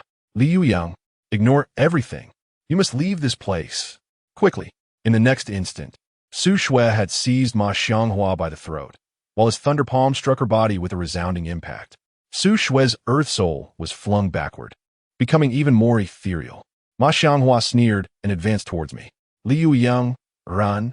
Su Shue's earth soul surged forward once more, tightly ensnaring Ma Xianghua from behind, while I remained frozen in place, paralyzed by uncertainty. Whom should I trust? What awaited me if I stepped outside? The thought was too daunting to contemplate. Lu Yong, you have no shadow. You are a ghost. Lin Yubin bent down, picking up a stone and approaching me. No, I'm not a ghost. I retreated a few steps. Li Yuyang, hurry and leave. Why are you still standing there? Su Shue's voice had grown faint. In that fleeting moment, when I turned away, I saw Ma Xianghua's spell strike Su Shue's earth soul, rendering her form increasingly insubstantial. Wait for me. I will return. I dashed forward like a lost soul, overwhelmed by despair. I am tormented to the brink of despair in this wretched place. Beneath the hazy moonlight, I cast my gaze downward and realize I possess no shadow. It is impossible for a human to lack a shadow. Only a specter might exist devoid of one. Crack, crack, below my feet, an endless expanse of human bones sprawls out, resembling a road paved with white skeletons. The skulls, turned upward, glare at me like malevolent spirits. Lu Yong, as I sprint, a familiar voice suddenly resonates in my ears, causing me to instinctively halt. Turning around, I behold a flickering bonfire less than 3 meters away, beside which sit 3 figures, 1 woman and 2 men, Yin Jian and Yin Ling. My pupils constrict momentarily before I vigorously shake my head. No, it cannot be. How could Yin Jian and Yin Ling possibly be here? I refuse to believe it. This is all an illusion, all a fabrication. Ghosts, you are all phantoms. I scream, shutting my eyes and running madly ahead, the bonfire behind me pursuing like a will-o'-the-wisp. Li Yuyang, stop. You cannot run any further. Yin Jian's voice calls from behind me. I glance back to see Yin Jian and Yin Ling chasing after me. I scream in terror, suddenly feeling the ground give way beneath my feet as I plunge downward. I am falling into the abyss. Why do I lack a shadow? Are Ma Xianghua, Lin Yubin, and Old Zhang human or specters? Is Su Shue still alive, having risked everything to save me? What is the true nature of all that I have experienced? Real or illusory? Chapter 52. Abnormality. A profound darkness enveloped the remote mountains, and within the hazy mist, the secluded village of foemen appeared like a fleeting specter. The gnarled, lifeless branches swayed restlessly in the chilling night breeze, while the dilapidated houses, on the verge of collapse, contributed to an eerie silence that hung heavily in the air. As dawn approached, a faint blush of light emerged in the eastern sky, and the first rays of sunlight pierced through the inky clouds. Below the cliffs lay an expansive body of water. A gentle breeze stirred, causing ripples to dance across the tranquil surface, illuminated by the morning light. On this waterway, a small boat drifted with the current. A woman clad in a form-fitting black leather outfit lowered her head, her delicate brows furrowed in concern. Her strikingly beautiful face bore a hint of worry. Beside her sat a young man in his early 20s, exuding a cultured demeanor, who silently drew on a cigarette, his gaze cast downwards. At the stern of the boat, a youthful lad, appearing no older than 18 or 19, diligently wielded the oars. Meanwhile, on the deck of the small vessel, a boy who seemed scarcely past his teenage years lay quietly, his complexion pale and eyes tightly shut. His tattered clothing bore the stains of dried blood, now washed away by the water, and his body trembled intermittently. His fists clenched and relaxed sporadically, and soon beads of cold sweat appeared on his forehead, as if he were ensnared in the throes of a terrifying nightmare. Ghosts! You are all ghosts! Xiao Jian! How could Lu Yang be here? The striking woman was none other than Yin Ling, while the young man smoking was Yin Jian. Upon hearing this, Yin Jian furrowed his brow slightly, shook his head, and remarked, I have no idea, but by the looks of him, he has likely ventured to Fengmen village. That fool is courting death by going there. Yin Ling's tone was laced with annoyance, yet the worry etched on her face was unmistakable. We must wake him up. With that, Yin Jian took a deep drag from his cigarette, extended his hand to help me up, and then delivered a sharp slap to my back. With a sputter, I expelled a significant amount of water. Yin Jian leaned closer, exhaling a thick cloud of smoke into my face. The moment I opened my eyes, two familiar faces came into view, and instantly, my pupils constricted in terror. Ghosts! I instinctively shoved Yin Jian away and attempted to flee. Liu Yang, calm down. We are human, not ghosts. No, you're all ghosts, all of you. My lips trembled as I struggled to discern whether I was in reality or a mere illusion.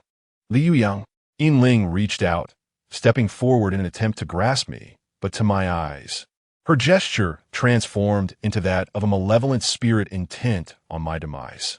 I recoiled and, with a splash, fell overboard. The icy waves surged toward me, and panic engulfed me. I could not swim. The moment I plunged into the water, I began to thrash wildly. Has this boy lost his mind? Yin Jian observed my frantic struggle in the water, irritation evident in his voice. Wang Shuai, row the boat over here. Yin Ling called out to the young oarsman. When Yin Jian pulled me from the water once more, I had swallowed a considerable amount, leaving me in a dazed stupor, and I could scarcely recall how I had made it back to the shore. The midday sun blazed fiercely in the sky, its rays piercing and relentless. I rubbed my eyes, feeling a heaviness cloud in my mind. Lu Yang, are you awake? Yin Ling's anxious voice pierced through my foggy consciousness. As I opened my eyes, I was met with her worried visage, the scene before me reminiscent of the terrifying moments that had just transpired. This cannot be. It is but an illusion. You are all apparitions. How could that fiendish Yin Ling possibly care for anyone?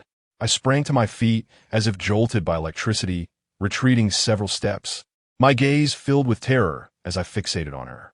In the next instant, I beheld Yin Ling's strikingly beautiful face transform into a grimace of fury, and I sensed a chilling aura of murderous intent begin to envelop us.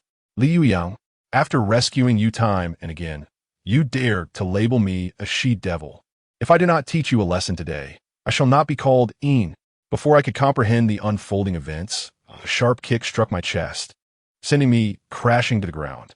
Pain pierced through me like ice, and my head collided with a nearby rock, warm blood oozing from my forehead. Struggling to lift my head, the blinding sunlight made it difficult to open my eyes.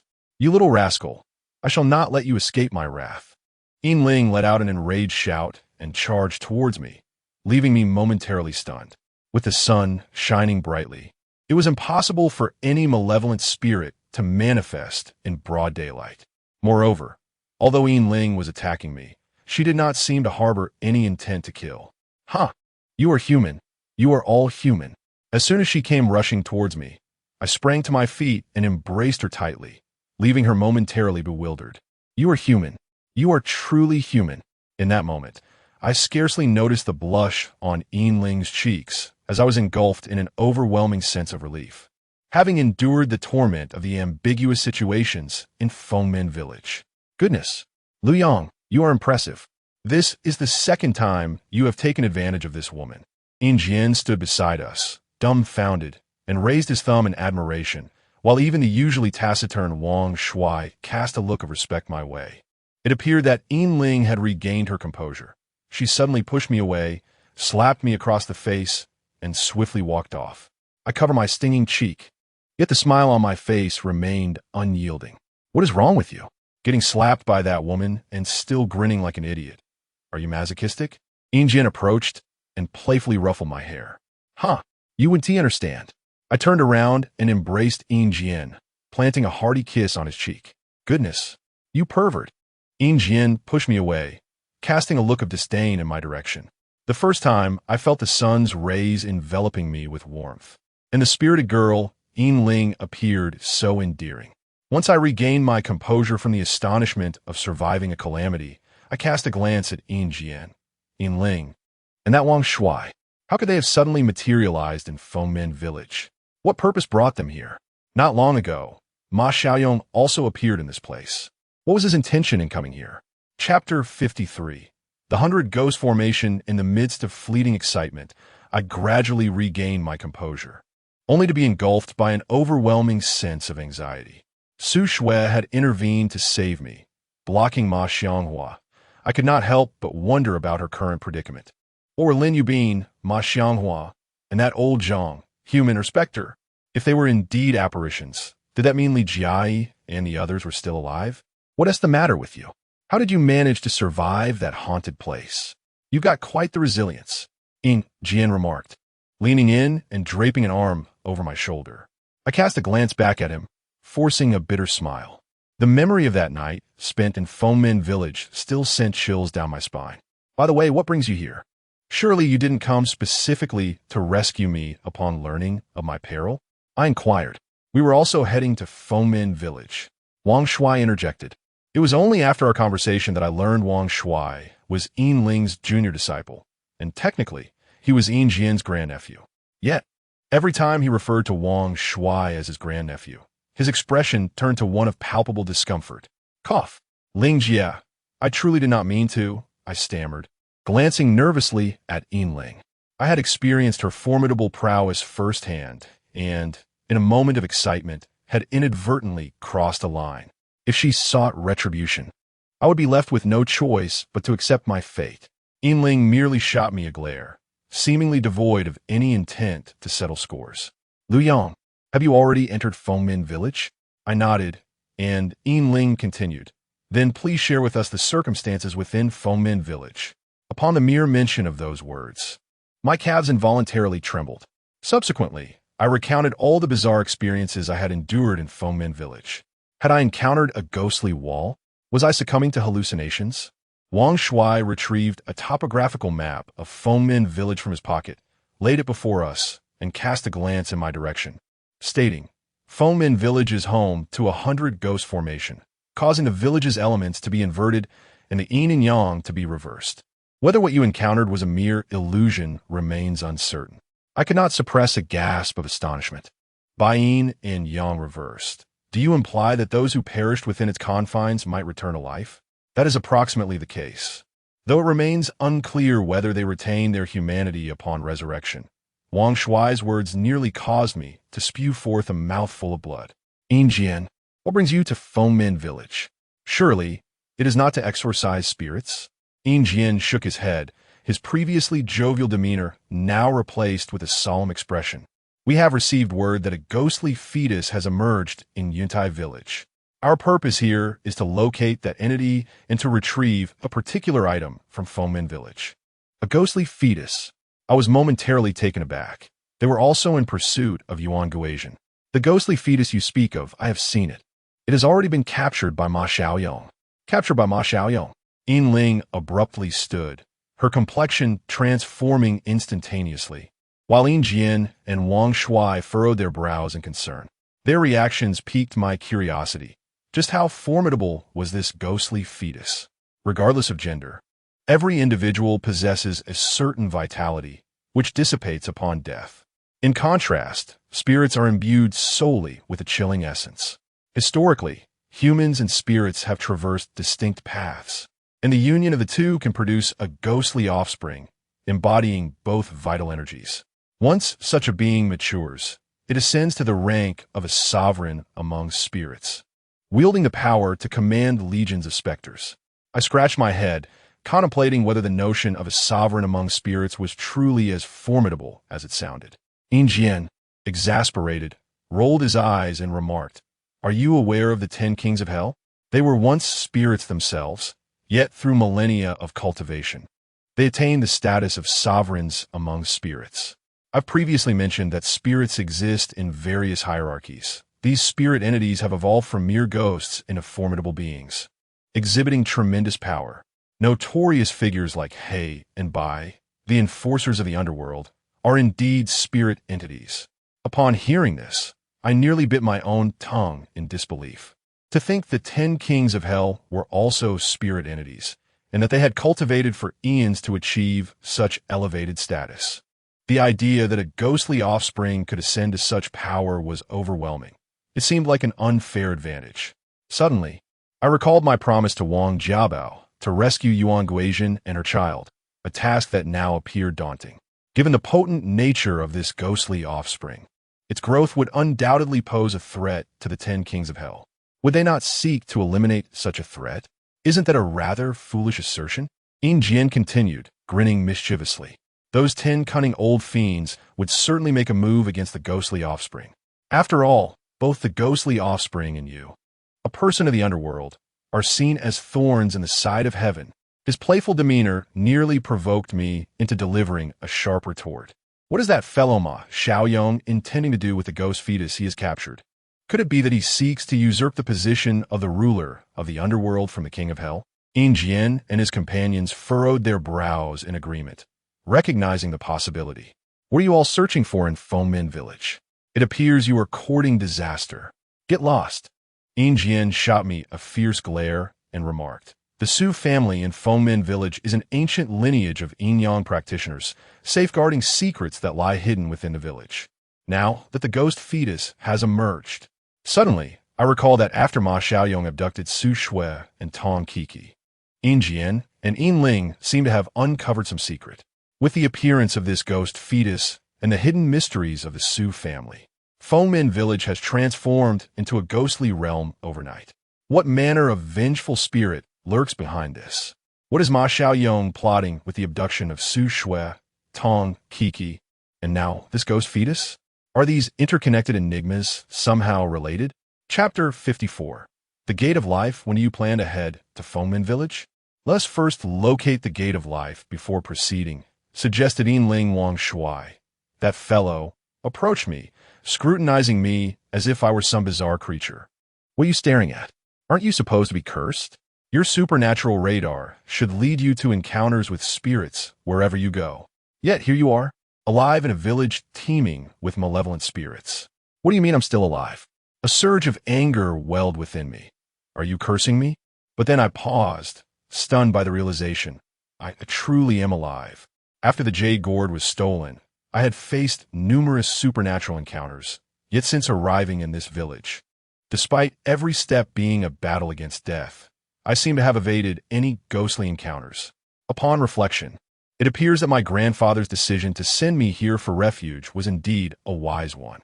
What exactly is the Gate of Life? How do we locate it? I turned back to inquire. Regardless of whether it is a trap or a death zone, there is always a Gate of Life. This gate may be deeply concealed. Fengmen village is shrouded in a myriad of spirits, and without finding the Gate of Life, escape is impossible. A shiver ran down my spine at the thought of being trapped inside. I had already experienced the village's peculiarities after just one night, and I could scarcely fathom what would happen if I were unable to escape. How did I manage to flee from Fengmen village in the first place?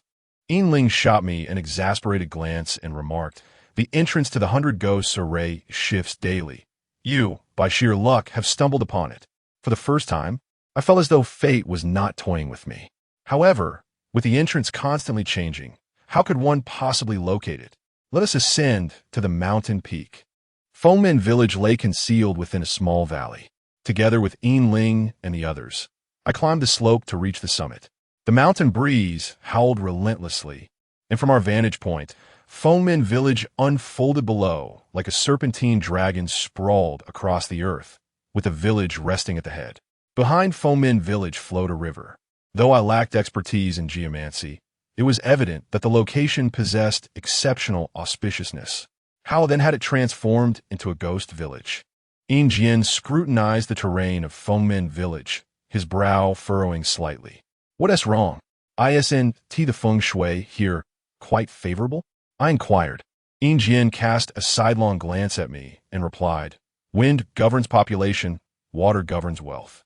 The feng shui configuration of Fengmen village is known as two dragons play with pearls, considered a prime location for prosperity. This valley represents the earth dragon, while the river symbolizes the water dragon, with Fengmen village situated at the dragon's pearl. Thus, it has thrived for centuries, flourishing in both population and favorable weather. Thriving in population? Nonsense, I retorted.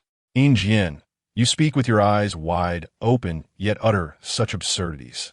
Fengmen village has devolved into a place of bones in the ditches and spirits in the bends. How can one speak of prosperity?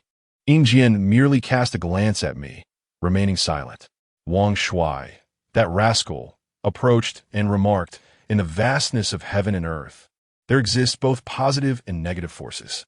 A favorable geomantic configuration can inadvertently transform into a site of great misfortune, while a dragon vein may bless a family or even a nation with harmonious weather.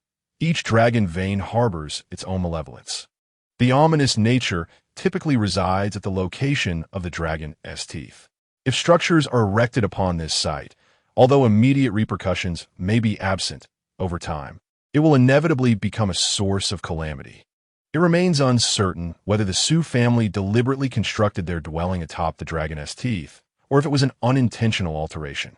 Moreover, if we examine the current topography of Fengmen village, the water dragon's lower section has been converted into a reservoir, effectively severing the dragon vein. Meanwhile, the establishment of Yuntai village in front of Fengmen village has obstructed the flow of auspicious winds, rendering the dual dragons playing with pearls utterly futile. Subsequently, numerous treasure seekers and villagers clashed in skirmishes, escalating into full-blown warfare, the most severe of which was the conflict between the ancestors of Yuntai village and Fengmen village. That battle was marked by rivers of blood and countless corpses, and the malevolent energy born from the massacre, alongside the resentment of the unjustly slain. Fully awakened the ominous nature inherent at the dragon's teeth. Thus, Fengmen village gradually transformed into a site that instills terror in the hearts of many. And the array of 100 ghosts, was it crafted by human hands or naturally formed? I paused, taken aback. How did you know that all the residents of Fengmen village are surnamed Su? And can the array of 100 ghosts truly be a natural formation? The natural world harbors numerous labyrinths. Formations operate under the same principle. Yuan Guozian mentioned that the inhabitants of Fengmen village are skilled in mystical arts, and they should possess a profound understanding of geomancy. How, then, could they allow such a prime site of geomantic fortune to devolve into a realm of great misfortune? The deeper one delves into Fengmen village, the more enigmas arise. How does one perceive the life gate? Yin Ling cast a glance at me, explaining that where the wind and water converge, there lies the life gate. The wind is an intangible force, effortlessly flowing and permeating every crevice, making it easy to locate the source.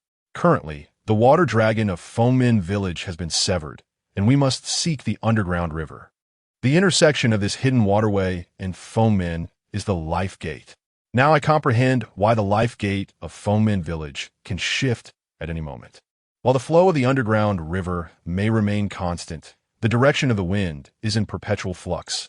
Thus, finding the life gate essentially equates to discovering the hidden river. But wait, shouldn't we be heading underground to find the river? Why are we climbing to the valley's peak? Yin Jian regarded me with an expression akin to that of a fool, as if to say, do you not know that water flows downward?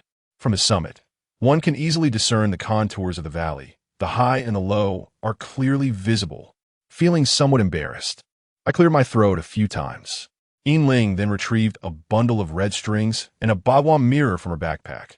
while Yin Jian fetched a wooden stake.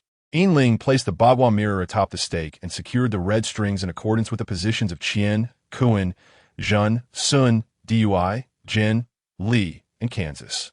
Subsequently, she brandished a compass, continuously traversing the surroundings in search of something. Eventually, she approached, lifted the red strings corresponding to the Qian, Zhun, and Qin positions, and gently flicked them towards the ground. As the red strings sprang back, I could distinctly see water stains upon them. There are 3 hidden currents. Once we enter, as long as we can ascertain the direction of the wind, we shall locate the life gate. Yin Ling's words left me momentarily speechless, taken aback by the revelation. How effortlessly one can discover the hidden river. I fear that even the exploration team would find it no easy task to locate it. How did you manage to find the concealed river? Yin Ling turned around, arms crossed over her chest, and revealed a rather enigmatic smile.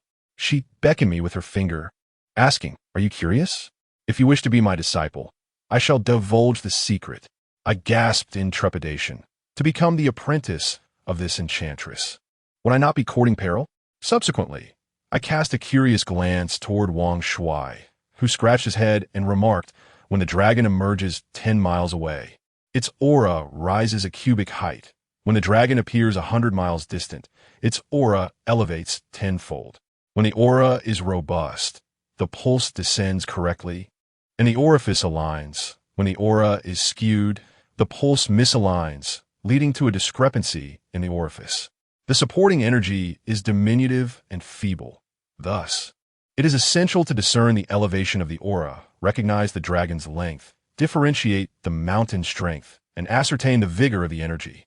Chapter 55. The Soul Snatcher. As we descended from the mountaintop, leaden clouds, resembling ink blocks, silently enveloped the entire sky, casting a somber hue over the landscape. From a distance, the secluded Fengmen village, nestled deep within the mountains, appeared as a malevolent creature lying in wait, its maw agape, eager to devour the souls of the unwary. Waves of mist rose from the dense forest, swiftly shrouding Fengmen village in an eerie embrace. "Take this," Yin Ling instructed, producing 4 bells from her pocket. The shifting manifestations of the 100 demons in Fengmen village can blur the lines between reality and illusion. Once we enter, do your utmost to remain together. Should we become separated and struggle to discern the real from the unreal, these bells will serve as our means of identification and connection. She deftly tied the bells to our wrists. This knot is known as the soul binding knot. Only I possess the knowledge to untie it. Within these bells is a heart unity spell. By letting a drop of your blood fall upon it, anytime one of you shakes your bell, the others will resonate in response. With that, Yin Ling bit her fingertip and allowed a drop of crimson to fall onto each of our bells. Having already witnessed the terror of the 100 demons of Fengmen village, I felt a glimmer of reassurance with this bell in hand, enabling me to discern whether those around me were human or specter. We took our first steps towards Fengmen village, and perhaps due to the presence of Yin Jian and Yin Ling, I felt a slight sense of comfort amidst the encroaching darkness. Beneath the hazy glow of night, the village of Fengmen, shrouded in thick mountain mists, appeared to be mere hundreds of meters away. Although our pace was leisurely, we had been walking for nearly half an hour. While we might not have covered several kilometers, the distance of mere hundreds of meters should have been traversed by now. Yet, it seemed as if Fengmen village perpetually remained a few hundred meters distant, as if we were advancing while the village receded. Wait a moment, something feels amiss. I halted, raised my hand, and called out, prompting Yin Jian and the others to stop abruptly and turn to me with puzzled expressions. What seems to be wrong? The last time we were pursued by the villagers of Yintai, we inexplicably found ourselves in Fengmen village. Yet now, after this lengthy trek, we had still not arrived. Upon my remark, the expressions of Yin Jian and the others shifted slightly.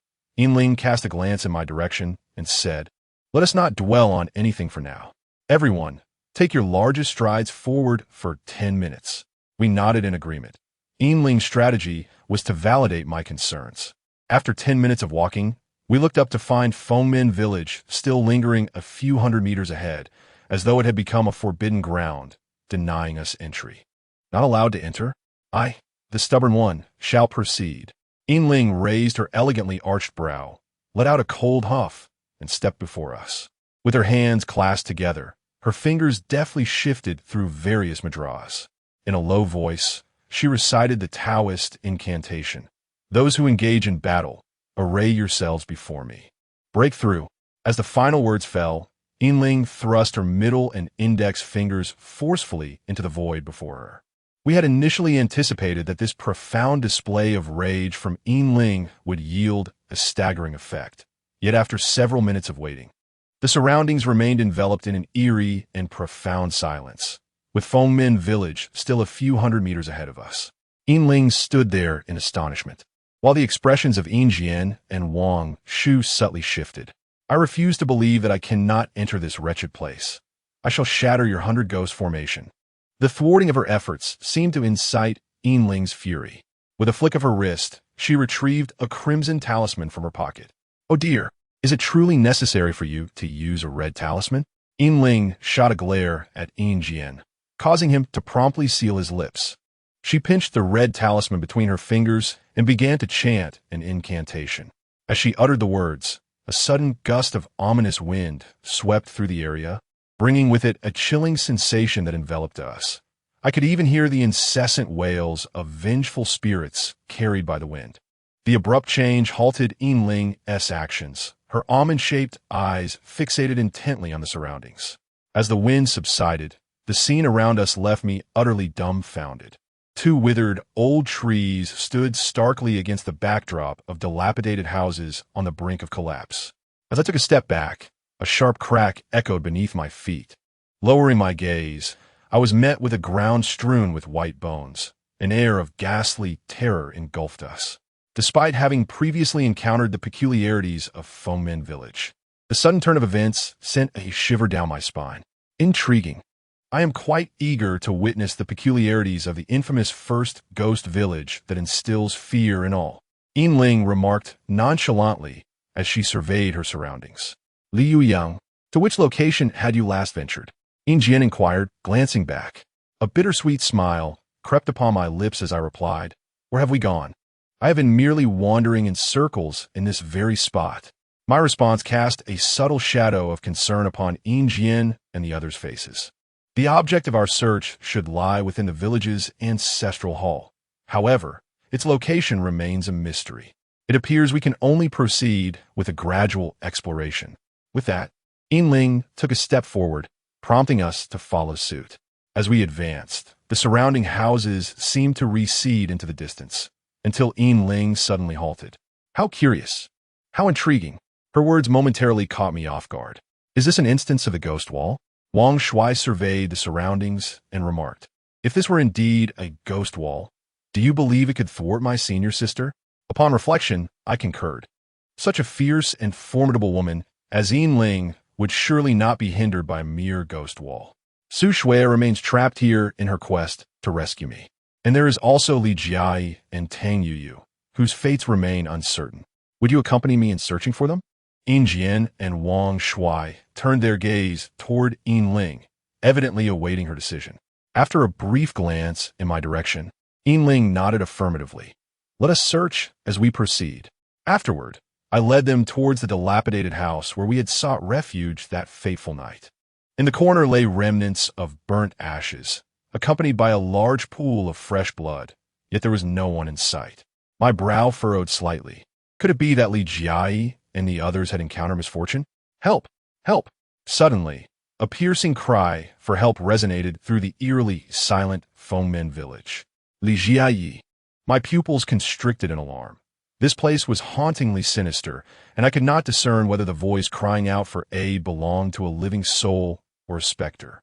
Let's investigate. Yinjian and Yinling nodded in agreement, and just as we turned around, a figure silently materialized before us, its piercing gaze fixed intently upon me. Chapter 56. The incident I felt as though I were being stalked by a malevolent beast. Before me stood a young man, seemingly in his early 20s, with tousled short hair that danced wildly in the cold winds swirling around us. He was clad in a form-fitting black long robe, two swords strapped to his back. Though he spoke not a word, A formidable aura emanated from him. Jin and the others swiftly positioned themselves before me, their gazes fixed intently on the youth. And the atmosphere grew palpably tense. "Are you Liu Yang?" The young man's eyes remained locked on mine throughout. I was momentarily taken aback. Who was this unexpected visitor? He seemed to recognize me. "Indeed, I am Lin Dingyang, and we shall meet again shortly," he remarked coldly before turning away and vanishing from our sight in a series of swift movements. Was that individual even human? He was human, and undoubtedly a master. Could it be that he had come for that particular object as well? No one dares to snatch something from me, unless they are prepared to meet their demise, Ling declared, her brow raised defiantly, leaving us three trembling in the wake of her bold proclamation. In this enigmatic village of sealed doors, the sudden appearance of a young master who recognized me raised numerous questions. Who exactly was Lin Dingyang? The distant cries for help from Li Jia echoed faintly, a haunting reminder that in this village where each step felt like a dance with death, the situation was growing increasingly surreal. To the southeast, Jin's ears twitched, and in a flash, he dashed outside, prompting us to hurriedly follow suit. Outside, a chilling wind howled incessantly, and the ground was littered with eerie white bones that shimmered with a sinister glow under the dim night light. It was unclear when, but ghostly green flames had begun to rise in clusters above the skulls, appearing to number in the hundreds. At the center of these spectral flames stood a gnarled tree, swaying with the wind, its trunk supporting a figure hanging upside down. Her long hair cascaded down, obscuring her face, while beneath the trunk sat a trembling girl, none other than Li Jia. "Liu Yang Wu, save me. I am scared." "Jia, do not fear. I shall rescue you at once." The scene before me made me forget the strangeness of this place. My mind was solely focused on saving Li Jia. Just as I took my first step forward, the figure hanging from the tree suddenly lifted her head, revealing a pale, expressionless face that met my gaze. Upon recognizing that face, I inhaled sharply, a shiver coursing through me. It was Li Jia. I could hardly believe my eyes. What was happening? "Woo-woo. Liang, I'm frightened." The Li Jia seated at the base of the tree looked up at me with a lonely and helpless gaze. Seeing her pitiful state made my foot, which had just begun to move, come to an abrupt halt. What was going on? Was Li Jia already dead? And was one of them a ghost? I turned my gaze back towards Jin and the others. Ling's brow furrowed slightly as she retrieved a bagua mirror from her pocket. Murmuring an incantation, a beam of yellow light shot towards the two Li Jia. Moments later, Ling stowed the bagua mirror away, and an enigmatic expression took hold of her countenance. I too sensed the peculiar nature of the situation. What on earth was happening? Both of them were human, and neither was deceased. Ling's revelation struck me like a thunderclap, leaving me utterly bewildered. Two living humans. And yet I could not bring myself to believe that Li Jia possessed the ability to perform some form of duplication. "Are you certain you did not misinterpret what you saw? Could one of them be a monster or a malevolent spirit in disguise?" I could not suppress my inquiry. Ling shot me a reproachful glare, admonishing me not to doubt the capabilities of the family's heir. This place was too uncanny. I felt myself teetering on the brink of despair once more. What should we do now? At that moment, I felt akin to a fly trapped within a glass jar, utterly helpless. There was only one Li Jia, yet suddenly two appeared, both vibrant and alive. Yet, deep down, I knew that among the two, only one was genuine. The other was a harbinger of death. "Go save her," Jin declared, lighting a cigarette with a calm demeanor before striding towards Li Jia. After a moment of hesitation, I hastily followed suit. The numerous flickering green will-o'-the-wisps surrounding us gradually drew closer. Jin took a deep drag from a cigarette before exhaling a thick cloud of smoke, which instantly repelled the ghostly flames. Beneath the tree trunk, Wang Shui leapt up and gently lowered Li Jia from the branches. "Wu, Liu Yang, I am frightened." Two Li Jias, one on each side, collapsed onto me, leaving me frozen in place, uncertain of whom to comfort. TSK. What a fortunate predicament," Jin remarked, stroking his chin with a mischievous grin directed at me. Ling cast a fierce glare at him, prompting him to quickly silence himself. At that moment, a figure suddenly materialized in our line of sight. Ma Xianghua stood before us, his gaze icy and unyielding. As I met his gaze, I was momentarily entranced. The figure before me resembled a lifeless corpse, evoking no semblance of anger within me. Was he human or specter? Suddenly, Ma Xianghua flashed a peculiar smile and slowly raised his hand, unleashing a palm thunderbolt towards us. Seeking death, Yin swiftly sidestepped and retaliated with a powerful strike, creating a resounding boom that sent dust swirling into the air. In an instant, Ma Xianghua pivoted and fled into the distance, commanding, "Wait for me here." Without hesitation, Yin pursued him, leaving me unable to intervene. This place is so ominous. Are you not going to assist? Assist? You are overestimating the situation. Wang Shuai nonchalantly uttered a remark, while Yin Jian leisurely smoked nearby. Although I remain unaware of the true extent of Yin prowess, it is evident that her capabilities must rival, if not surpass, those of Ma Xianghua, given the evident trepidation exhibited by both Wang Shuai and Yin Jian. Liu Yang. The two Li Jiai called my name in unison, and I recoiled as if struck by an electric shock, instinctively pushing them away, hesitant to draw closer, uncertain whether one of them might plunge a knife into my back in the next moment. After approximately 10 minutes, a somewhat disheveled figure emerged within our line of sight. Yin. At this moment, her clothing appeared tattered, and her complexion bore a pallid hue, clearly indicating that she had sustained considerable injuries. Chapter 57. The Secret of Yin Jian. The first time I entered Fengmen village, I encountered a series of bizarre occurrences, where the deceased would suddenly reappear, and a myriad of illusions unfolded one after another, leaving me unable to distinguish between reality and phantasm. Ultimately, even my own shadow vanished. On our second visit, we were confronted by two identical companions, and now it felt as though we were rolling dice with death itself. A wrong guess would lead to demise. The strangeness of Fengmen village far exceeded our imagination, intensifying my desire to unravel the mysterious veil shrouding it. "You are courting death. Come back," one of the Yinlings coldly exclaimed as she rushed toward the other. "You cannot impersonate the heir of the Yin family." The other Yinling, dragging the corpse of Hua, countered fiercely. Bang, bang, bang. The two women exchanged blows with remarkable ferocity, causing my scalp to tingle and further solidifying my belief that provoking Yin, this formidable woman, would be unwise. Meanwhile, Yin Jian and Wang Shuai looked on with furrowed brows, and Wang Shuai finally shouted, "Stop. Whoever possesses the bell is the genuine one."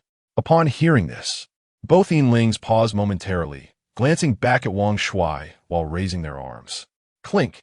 The bells on our wrists chimed in unison, revealing that both Yinlings bore bells as well. The atmosphere grew eerie and oppressive, for the heirs of the Yin family never accept defeat. The dead are merely impostors. The returning Yinling raised an eyebrow and coldly stated, "Whoever has perished is the false one." A splendid idea. Another Yinling clenched her fists, an aura of chilling murderous intent radiating from her. With a swift motion, the two Yinlings prepared to engage in battle. At that moment, Yin Jian raised his head and declared, "Wait. I possess a secret known only to my aunt and father. Whoever reveals, it shall be deemed the true one." "Little Jian, are you certain you wish to disclose your secret?" The two Yinlings turned simultaneously to gaze at Yin Jian, their expressions tinged with hesitation. "Just the two of you tell me, and I will discern the truth." The two Yinlings nodded, and the one who had returned approached Yin Jian, whispering a few words into his ear. Subsequently, the other Yinling followed suit, doing the same. Yin Jian's brow furrowed slightly, and he suddenly thrust his hand to push away the latter Yinling, coldly stating, "You are the fake." The latter Yinling stumbled back a few steps, a cold smile spreading across her face, while we hastily stepped aside. "You are the true one." Yin Jian turned to face the advancing Yinling, asserting his claim. A triumphant smile illuminated her features, but at that moment, Yin Jian abruptly struck her with his palm. Bang! The Yinling was sent hurtling backward, crashing heavily to the ground.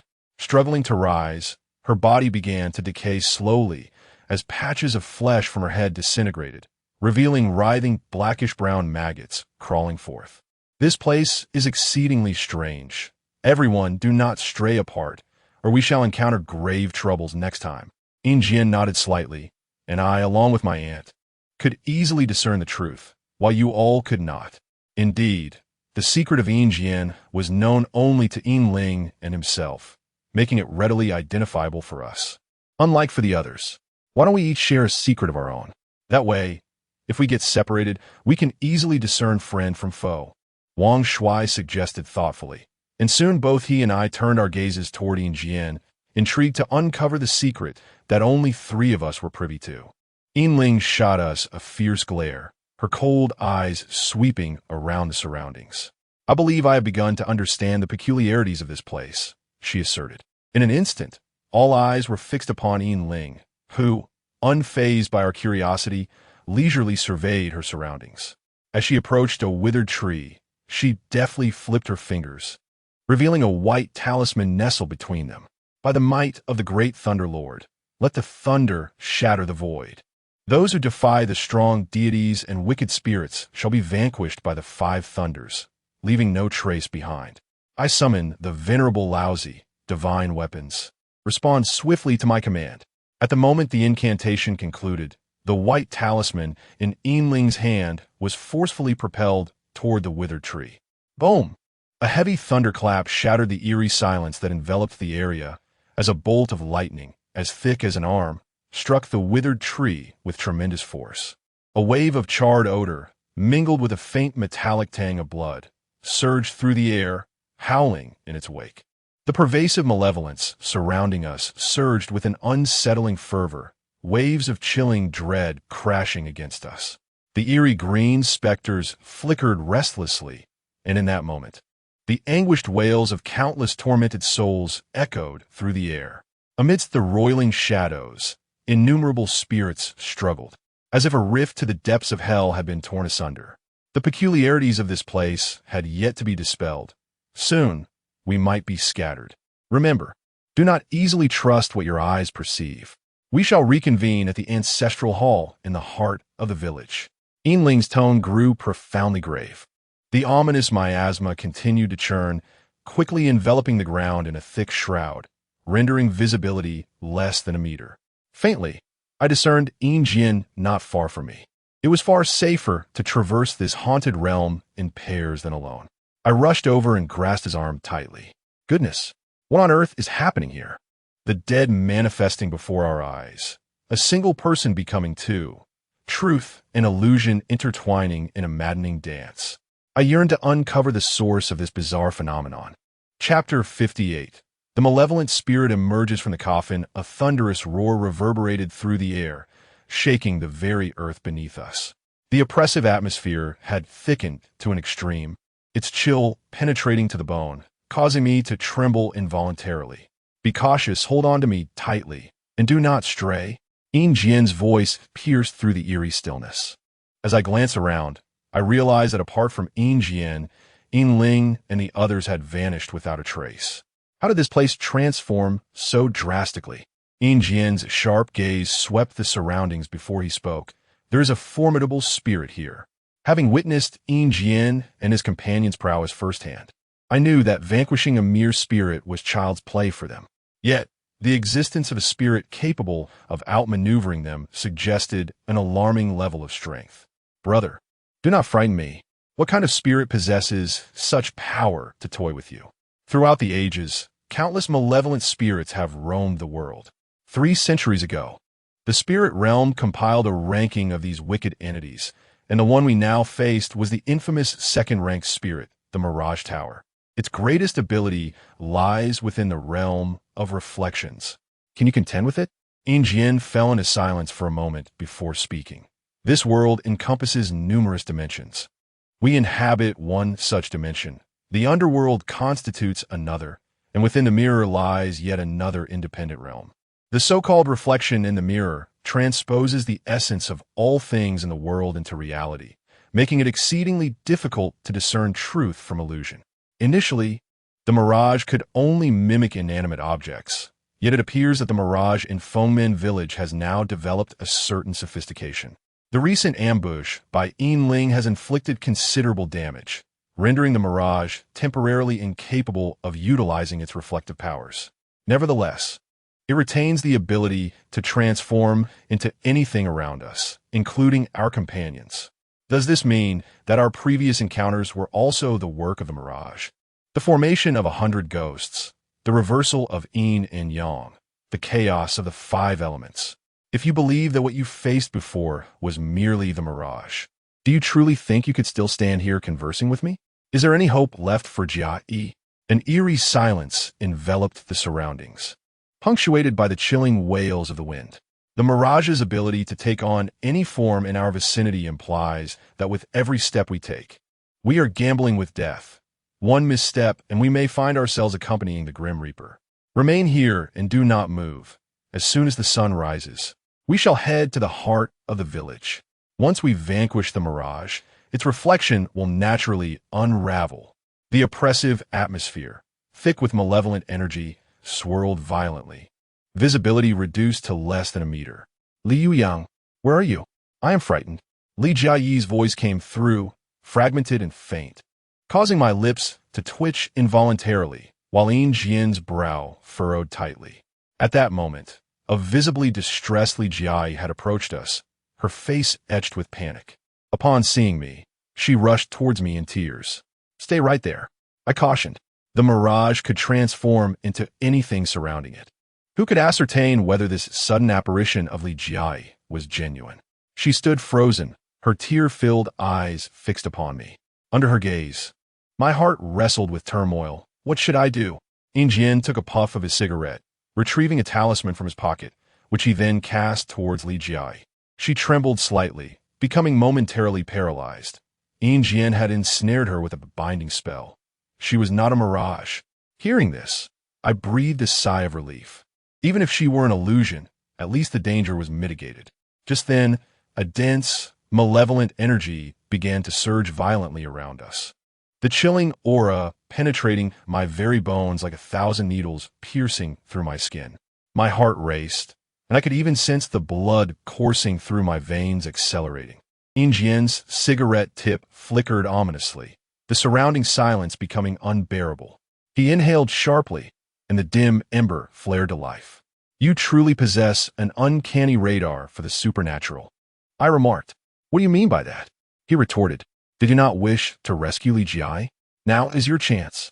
Yin Jian had just mentioned that as long as the Xuanqi Tower was destroyed, the entities emerging from his mirror would vanish on their own. His implication was that the Xuanqi Tower had come to seek us out. I could scarcely fathom the consequences of encountering the malevolent spirit ranked second on the 100 Ghost leaderboard. The very thought sent shivers down my spine. In the next moment, beads of cold sweat cascaded down my forehead. I yearned to utter a word, yet it felt as if my throat had been constricted, rendering me utterly voiceless. Hold on tight, it's coming. In the suffocating darkness, I sensed Yin Jian's firm grip on my shoulder, and his cigarette extinguished in an instant. The howling winds surged forth like blades slicing through the air, casting doubts upon my very existence. Had I truly descended into the depths of hell? My surroundings were entirely engulfed in darkness. When the frigid winds finally abated, we found ourselves within the confines of an abandoned 2-story wooden building. The chilling gusts enveloped us, plunging the temperature to its nadir, while a musty odor, characteristic of long-deserted places, hung heavily in the air, and the walls were encrusted with spider webs. Was this the Xuanqi Tower's method? It seemed devoid of immediate peril. Yin Jian shot me a fierce glare. This Xuanqi Tower had yet to reach its full potential. Otherwise, we would have already been transported to another dimension. I now understood with utmost clarity that we stood at the very threshold of the ghostly realm. I surveyed my surroundings, which consisted merely of a dilapidated building, revealing no apparent dangers. At that moment, our companion Li Jiayi suddenly trembled violently. Her face contorted grotesquely, her complexion paling significantly, nearing a ghastly gray.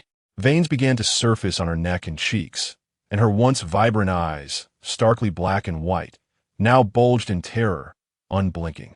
In a startling turn, Li Jiayi, who had seemingly been immobilized, lunged towards me. Before I could comprehend the situation, she had seized my throat with an iron grip, and I soon felt the suffocating sensation engulfing me. Cough, cough. Injian, save me. Injian furrowed his brow slightly, realizing the gravity of the situation. Possessed. Goodness. I soon found my vision fading as Li Jiai tightened her grip, and in that moment, Injian lit a cigarette, taking a deep drag before forcefully exhaling the smoke towards Li Jiai's face. It appeared that she was greatly repulsed by the scent of his cigarette. As she recoiled several steps, a disturbingly sinister smile spreading across her twisted visage. No one can escape before dawn. A chilling and ominous voice emanated from her throat. Damn it, Injian cursed, swiftly making his way towards the door.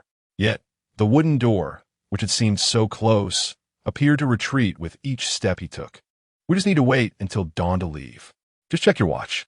Chapter 59. Humans and Spirits. With a sinister chuckle, Li Jai lunged towards me, her arms outstretched and her wide eyes fixed on me as if I were the embodiment of her deepest vendetta. I found myself fleeing around the room, calling out, Brother Jian, save me. Jian, exhaling smoke, shook his head in resignation before swiftly positioning himself in front of me, effortlessly restraining Li Jai within mere moments. Brother Jian, why are you just standing there? Hurry, exorcise the spirit, I urged, acutely aware of the peril posed by malevolent spirits capable of possessing humans. Should this malevolent entity fully manifest, we would find ourselves in grave trouble. In a moment of panic, I regained my senses and attempted to pry her mouth open, only to discover that the possessed Li Jai possessed an unexpected strength. Brother Jian, what are you waiting for? If you don't act soon, she may perish. Jian's brow furrowed slightly. In an instant, he seized Li Jai by the throat with a formidable grip, forcing her mouth open. In a swift motion, he blew a puff of smoke into her mouth. I stood there, astounded, questioning whether this was an act of exorcism or an opportunistic advance. Li Jai trembled violently before collapsing backward, and I quickly reached out to support her. After a brief moment, she gradually regained consciousness, while Jian, still smoking, remained silent. His brow furrowed in contemplation. Brother Jian, what is the matter? He remained silent, merely reaching into his pocket, where he discovered a pen and a cigarette case, the latter containing only 2 cigarettes. At that moment, his brow furrowed even deeper. It appeared that tonight we were truly destined to confront the gates of hell. Jian's tone grew somber as the cigarette burned rapidly between his fingers. Just as the ember extinguished, I sensed an abrupt drop in the temperature around us. Brother Jian, I believe you can handle this, I reassured him. Jian cast a glance in my direction and replied coolly, if we were outside, I might have a solution.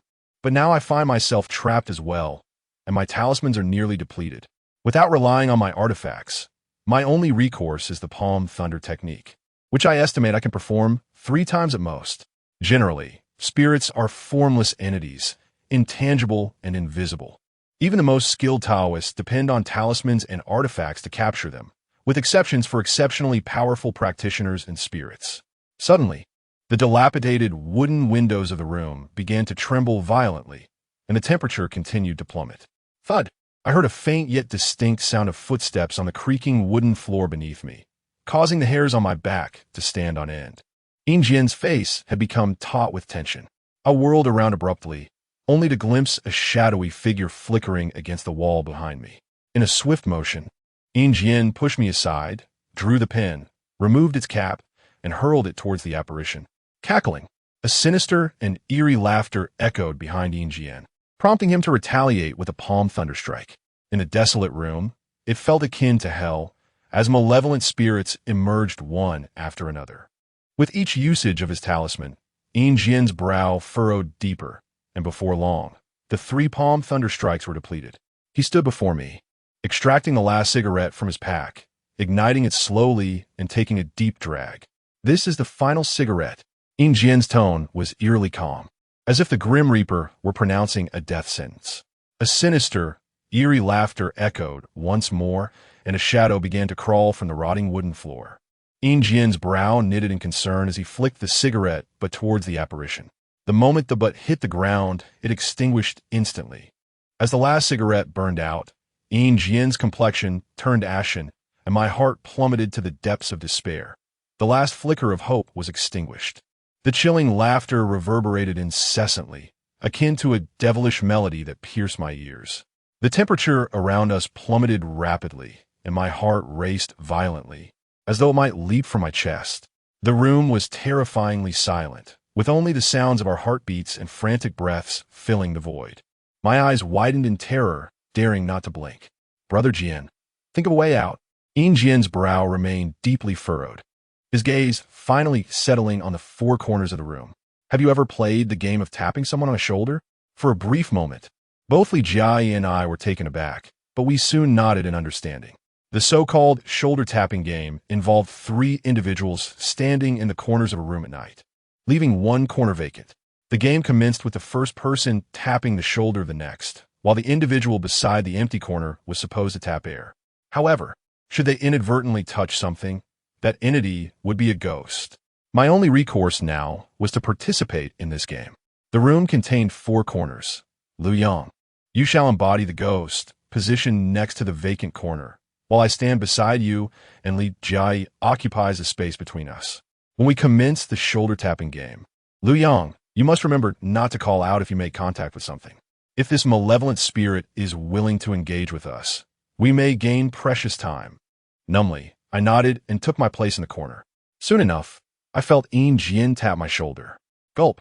I swallowed hard and cautiously approached the vacant corner, my heart racing as I raised my trembling hand into the air. If I failed to make contact with the ghost, we would be left to await our doom. Taking a deep breath, I closed my eyes and brought my hand down. My palm halted in midair, a chilling and rigid sensation coursing through it. I opened my eyes, only to find the corner still devoid of presence. I glanced towards Yin Jian, who nodded at me. I made contact. I tapped my shoulder, and at that moment, my back was drenched in cold sweat. The silence around me was eerily oppressive. I trembled as I repeatedly reached toward that empty corner, a sensation of dread enveloping me, one that no one could comprehend, the terror of playing a shoulder tap game with a ghost. Just as I reached out once more toward that vacant space, Li Jia suddenly lunged at me, her face adorned with an unsettling grin. She opened her mouth and aimed to bite my neck. I instinctively gasped, my palm striking down, and the cold, hard sensation vanished into thin air. In that fleeting instant, my heart plummeted. The ghost had departed, the game was interrupted, and Yin Jian could no longer exorcise the spirit. We were left to await our doom. Chapter 60. The final move. Li Jia moved with astonishing speed, and in an instant I found myself thrown to the ground. At that moment, her mouth was agape, and her once delicate cheeks were now grotesquely swollen with bulging veins, rendering her visage horrifyingly inhuman. She lunged at my neck with her teeth bared, but fortunately, Yin Jian arrived just in time, seizing her by the hair and flinging her away with remarkable force. No one can escape before dawn. Li Jia stood dazed not far away. Her complexion transformed to a ghastly gray, with veins protruding along her neck and cheeks, her face contorted into a sinister, eerie grin. Coughing, I struggled to rise from the ground and glanced at Yin Jian. Brother Jian, has she been possessed again? Yin Jian furrowed his brow, fixating on Li Jia for a moment before taking a deep breath and responding slowly. No, if she hasn't been possessed, then why did she suddenly attack me? She is the one who emerged from the mirage, and having never encountered such a phenomenon before, I was unaware of whether those who step out of the mirage could be manipulated by it. It now seems that the answer is affirmative. I couldn't help but gasp in shock. If this Li Jia beside us is a mere illusion, then where's the real Li Jia? Previously, two false Yinlings had appeared out of nowhere. Had it not been for Yin Jian's swift discernment of their authenticity, I shudder to think of the consequences had the false Yinling launched a surprise attack on us. First, let us vanquish this counterfeit. Yin Jian coldly reprimanded with a sharp voice, his fists clenched as he charged towards Li Jia.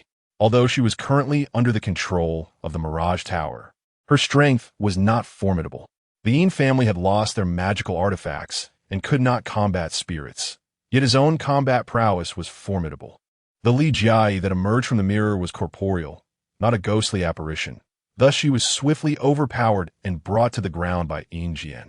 "Return to where you belong," he exclaimed, gripping her neck tightly, her eyes bulging as she maintained a grotesque smile that was indeed chilling. Watching Li Jie, who was now on the brink of consciousness, I felt an overwhelming urge to rush to her aid, clenching and unclenching my fists several times. Suddenly, the decaying wooden floor creaked erratically, causing me to tense in response to the unexpected noise in the dilapidated house filled with malevolent spirits. Jian instinctively turned to look behind him, and in that fleeting moment, Li Jie managed to break free from his grasp and darted into the adjacent room. Under the hazy moonlight, several shadows began to materialize from the rotting floorboards, crawling on all fours. As they lifted their heads, their ghastly faces revealed exposed white bones in several places. Some had lost flesh from their noses, leaving only gaping holes, while others were devoid of eyes and ears. A few of the apparitions displayed distended bellies, with entrails grotesquely spilling out. In that moment, my pupils dilated to their utmost limit. The sudden appearance of these specters, clad in ordinary coarse linen garments, evoked a chilling realization. The majority of these apparitions bore the likeness of their mortal forms of the moment of their demise. I could ascertain that these malevolent spirits were indeed the residents of Fomen village, their bodies marred by the gnawing remnants of a nightmare that had transformed the entire village into a realm of phantoms. Gulp! I swallowed hard, the effort of moving towards Jian beside me feeling excruciating. "Brother Jian, what shall we do now?" Jian gazed intently at the malevolent spirits before us, his countenance grimly serious. Suddenly, the wretched entities sprawled on the floor began to grin at us, their emaciated faces twisting into unsettling smiles that evoked a profound sense of dread. Such a grin sent shivers down my spine. If a ghost does not smile at you, you might be safe, but should it choose to grin, it signifies an intent to harm. With a swift motion, the wretched spirits lunged toward us, enveloped by an overwhelming stench of blood. The inevitable had arrived. As long as one musters the courage to confront it, these sinister beings cannot inflict harm. Liu Yang, I shall now impart to you the Taoist technique of tranquil clarity. Close your eyes and relinquish all thoughts. Whether we endure this trial depends on our fate. With a heart as pure as ice, one remains unperturbed by calamity. Amidst the chaos, the essence remains steadfast, the spirit serene, untainted by worldly filth, untouched by mundane appearances. One finds solace in the void, existing in a state of utter tranquility. At this very moment, I found myself too overwhelmed to consider anything else.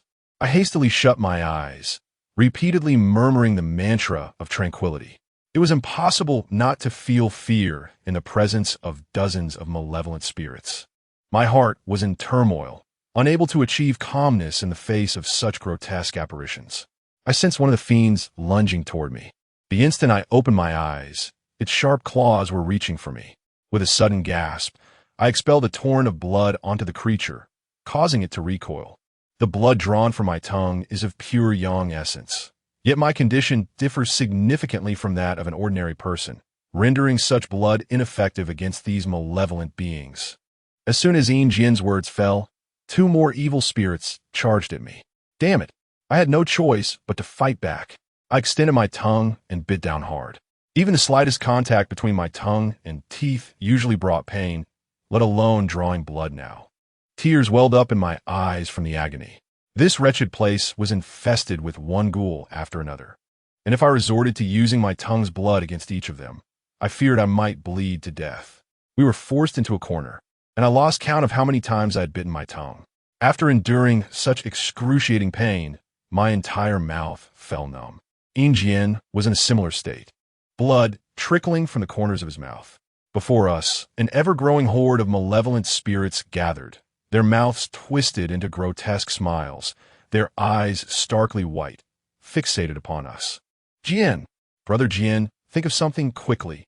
Jian's brow furrowed deeply, his expression oscillating between grave concern and fleeting relief, seemingly ensnared in a web of indecision. A malevolent spirit lunged towards us. Damn it!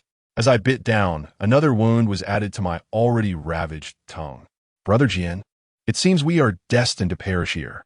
As soon as my words fell, Yin Jian's furrowed brow suddenly relaxed. He turned around and swiftly retrieved a pen lodged in the wall, then spat a mouthful of blood upon its tip. Extend your hand. I was momentarily taken aback, yet I extended my hand before him. Yin Jian grasped my palm and, lowering his head, inscribed a seemingly intricate talisman within my hand. Chapter 61. The anomaly. A multitude of questions surged through my mind, and I suddenly recalled the secret that Yin Ling spoke of regarding Yin Jian. Could this be the revelation of his enigma? Before I could fully grasp my bewilderment, Yin Jian grasped the collar of his garment and, with a swift motion, tore it away. He stood before me, bare-chested. In the dim light of the night, I discerned 7 nails embedded in his back, arranged in the shape of the Big Dipper. Each nail protruded slightly, leaving a head exposed. In that moment, my eyes widened in disbelief. Could it be that I was experiencing an illusion? What sane individual would inflict such torment upon themselves by driving nails into their own back? Moreover, it appeared that these nails had been there for quite some time. In the decrepit wooden shack, teeming with malevolent spirits, Yin Jian suddenly emitted a low, beast-like growl. His eyes bulged, and a crimson hue began to creep forth from the depths of his irises. I observed the veins on his body swell, and he trembled violently. With a sudden lurch, the 7 nails, deeply embedded in his flesh, began to emerge from his body, accompanied by a flow of blood that stained his back a vivid red. As the nails extricated themselves, his body quaked even more ferociously. I noticed wisps of dark energy rising from the crown of his head, and his skin gradually morphed into a shade of ashen gray. Suddenly, a multitude of malevolent spirits surged towards us.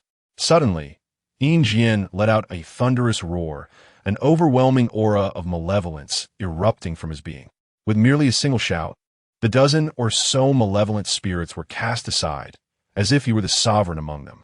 The dramatic transformation before my eyes nearly rendered me speechless, and I found myself questioning whether those apparitions were truly spirits at all. Perhaps, in this moment, it was Yin Jian who embodied the essence of a true demon.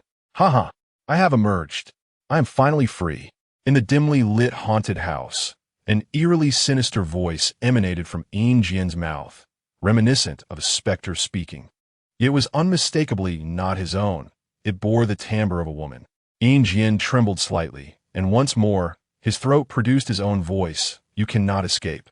As long as I exist, you shall never be free. Suddenly, Yin Jian turned to face me, his gaze piercing.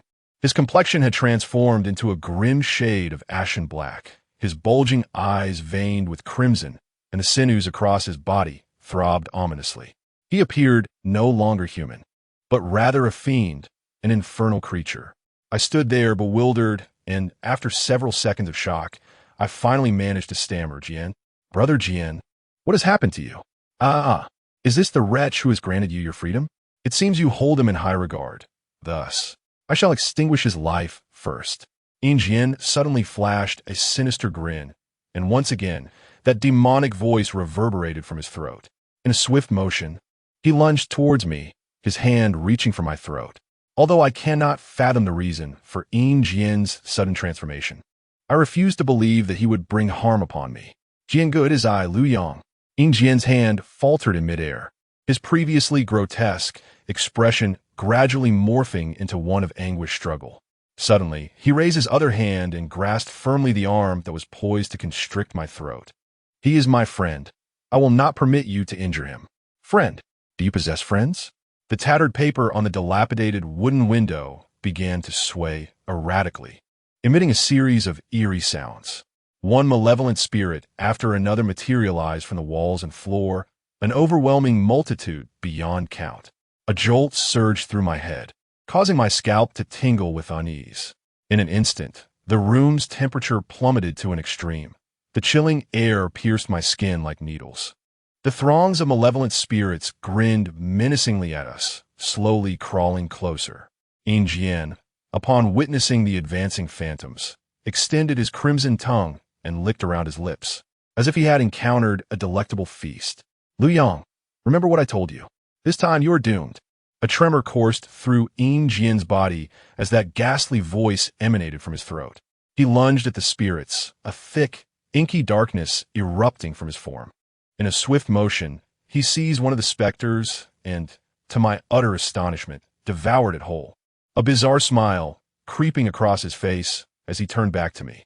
In that moment, I feel as though I am ensnared in a dream. Without the aid of magical tools, it is utterly impossible for Jin to confront the malevolent spirits. Yet, inexplicably, Jin has transformed, embodying the very essence of a fiend, engaging in fierce combat with these wicked entities barehanded, consuming them one after another. In this moment, Jin appears to have morphed into an entirely different being, transcending the bounds of humanity, resembling instead a merciless demon. The multitude of malevolent spirits before me resembles a flock of sheep, while Jin stands as a ferocious tiger. In a matter of mere minutes, the spirits vanish entirely, leaving no trace behind, and the dark aura surrounding Jin intensifies. The chill within the room does not dissipate. Rather, it plummets rapidly. Suddenly, a series of footsteps echoes from the decaying wooden floor as two figures descend from the second floor. At this moment, Li Jiai's complexion has turned ashen, her eyes hollow and devoid of life, resembling a mere reflection in a mirror. Behind her stands a man clad in white, his countenance strikingly handsome, reminiscent of an ancient figure. A gentle smile graces his lips, yet as he makes his entrance, the temperature in the room drops precipitously. My body, unable to withstand the sudden chill, begins to tremble violently, my heart racing uncontrollably, every pore tightening in response. The terror I experience now far surpasses that of confronting hundreds of malevolent spirits, as if the man before me embodies the very essence of death itself. You possess something that piques my interest. The man's gaze suddenly fixed upon me, his voice gentle, yet so amiable that it sent a shiver down my spine. I could not fathom what it was about me that could possibly intrigue this menacing figure.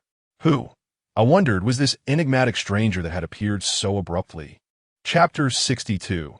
The malevolent entity born in the year of the rooster, during the rooster month, and at the rooster hour, I am a being of purine. I find your body intriguing.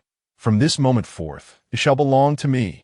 The words of the man in white struck me like a thunderclap, stirring tempestuous waves within my heart. Initially, I believed that those marked by a ghostly fate would attract relentless pursuit from malevolent spirits, a thorn in the eye of heaven. Just before, Jin and Ling had vied to take me as their disciple.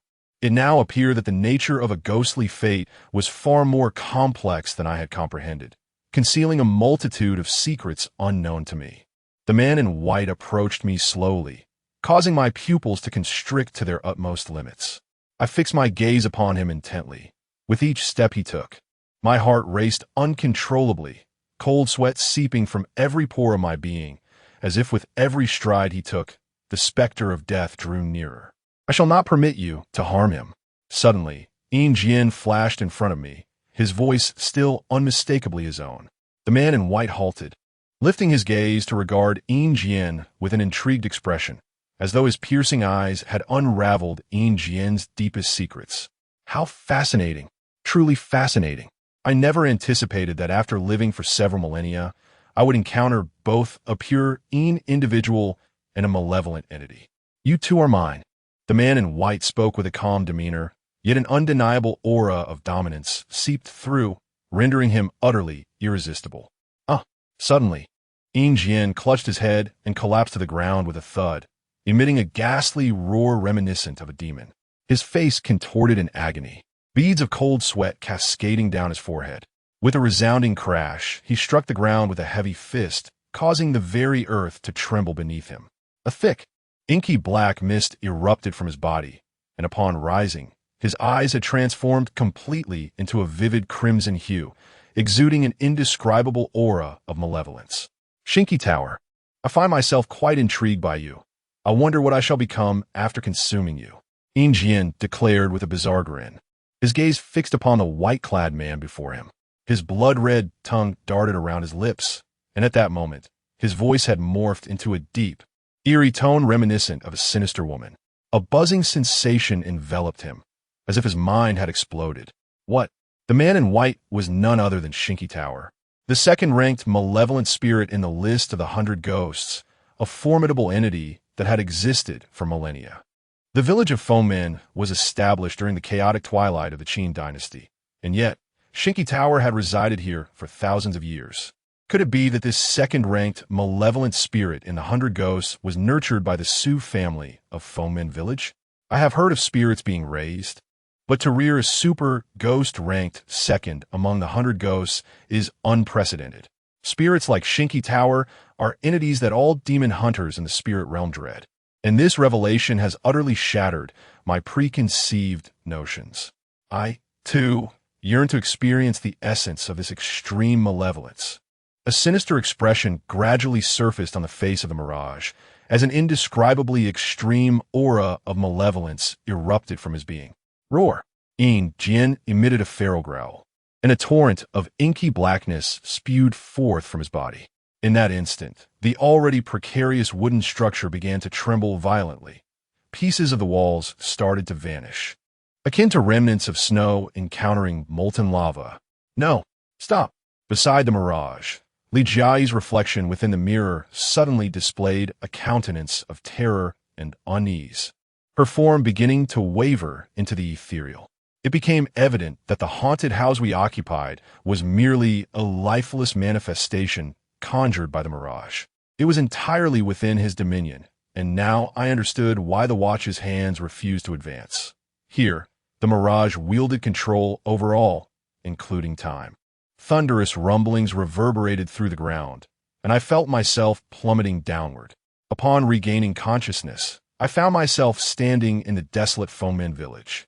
The ground littered with an array of chilling bones, surrounding dilapidated structures on the verge of collapse, howling winds, and a dim sky, all strikingly familiar, save for the absence of the two withered trees. The malevolent force was indeed extraordinary, capable of shattering my reflection. I can still vanquish you. In an instant, Jian lunged towards the mirage. Whoosh! The mirage abruptly vanished from my sight. As I lifted my gaze, I realized that the once dreary and overcast sky had transformed into an ominous gloom. A biting, chilling wind seemed to carry the sharpness of blades, while the dense, sinister energy had coalesced into clouds suspended in midair, with the mirage standing atop this malevolent vapor.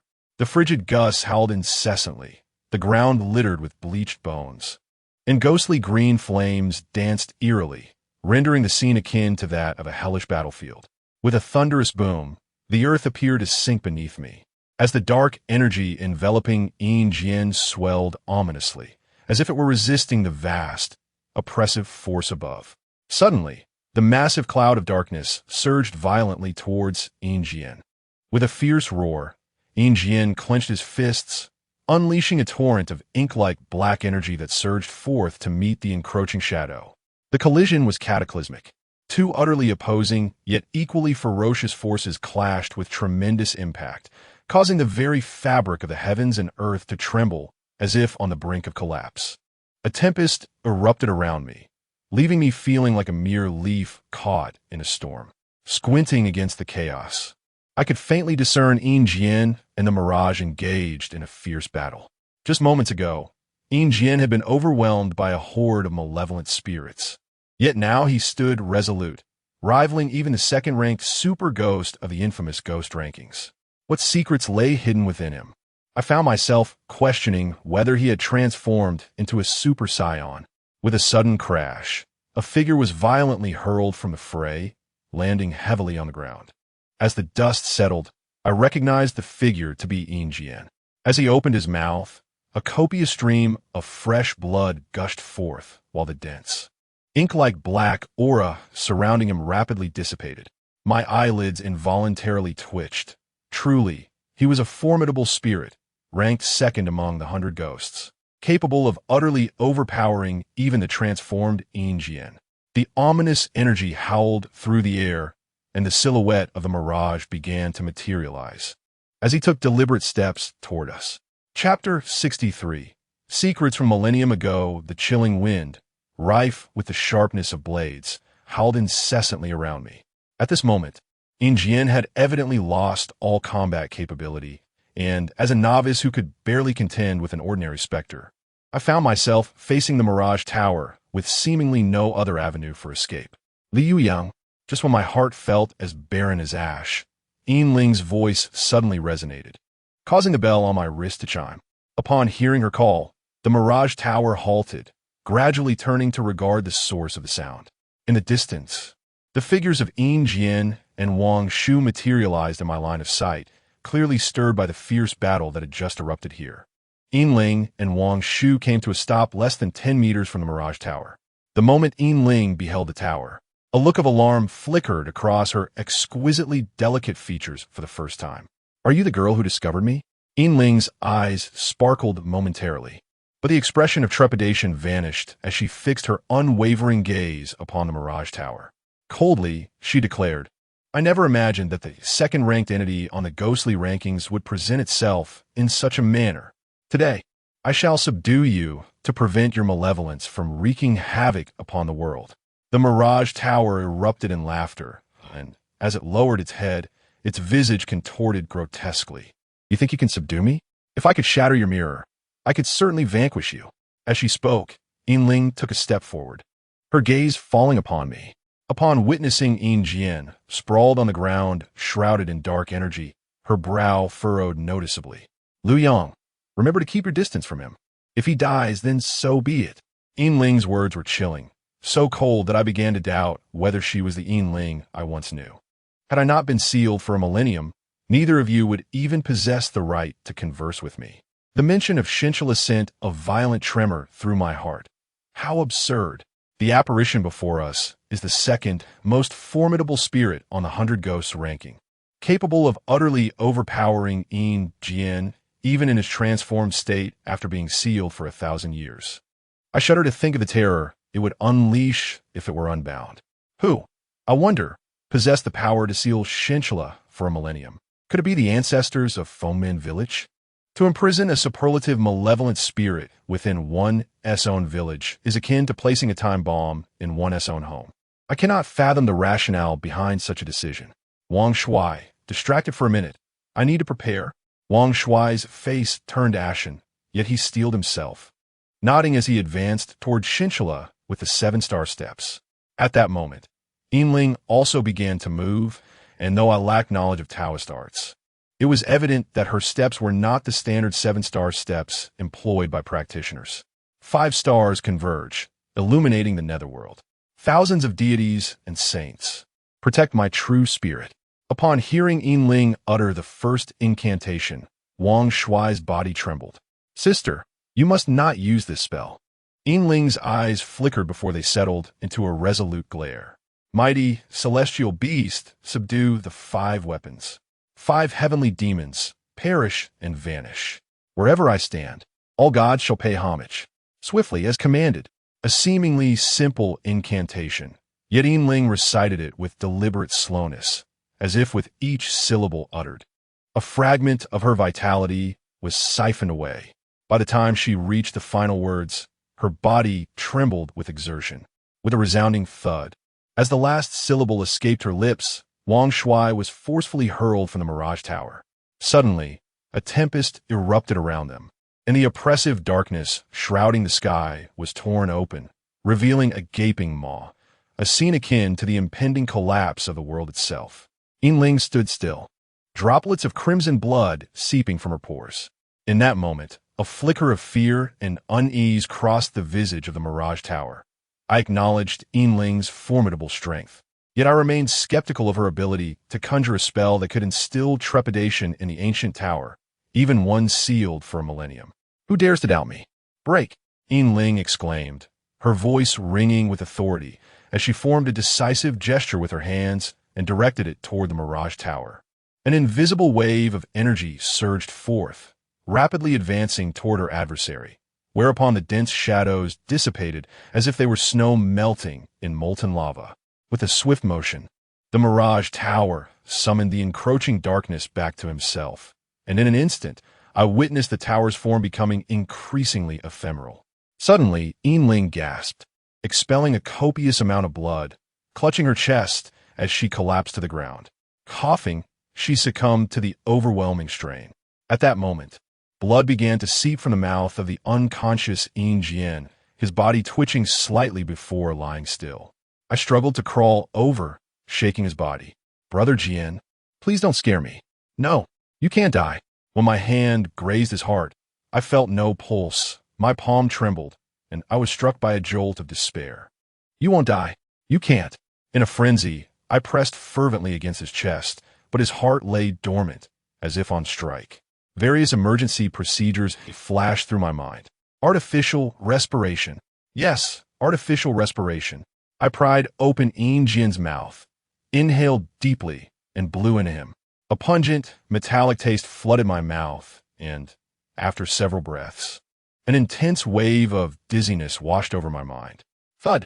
I collapsed beside him, gasping for air, feeling utterly weak.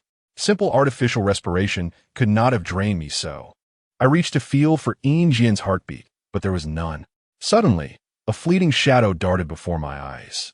When I opened them, the Mirage Tower loomed before me, ethereal and on the verge of vanishing. I took a few steps back in fear.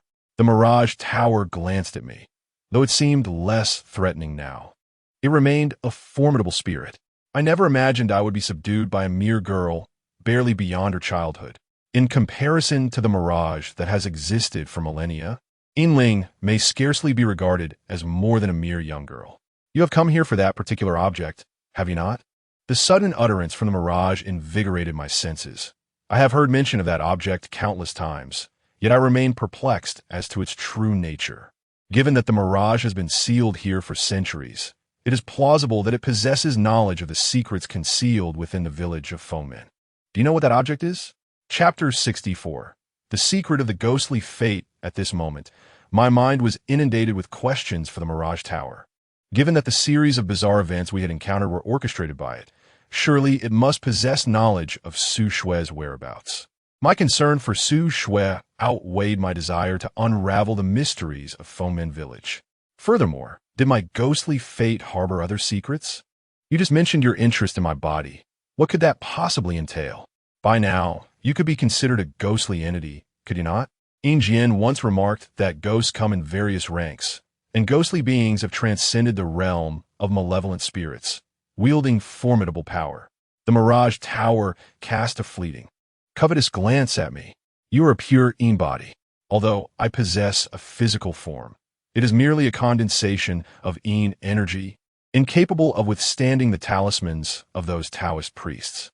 All ghostly beings yearn to seize your corporeal vessel, as it offers liberation from the constraints of condensed Yin energy, including the 10 Yama Kings of the underworld.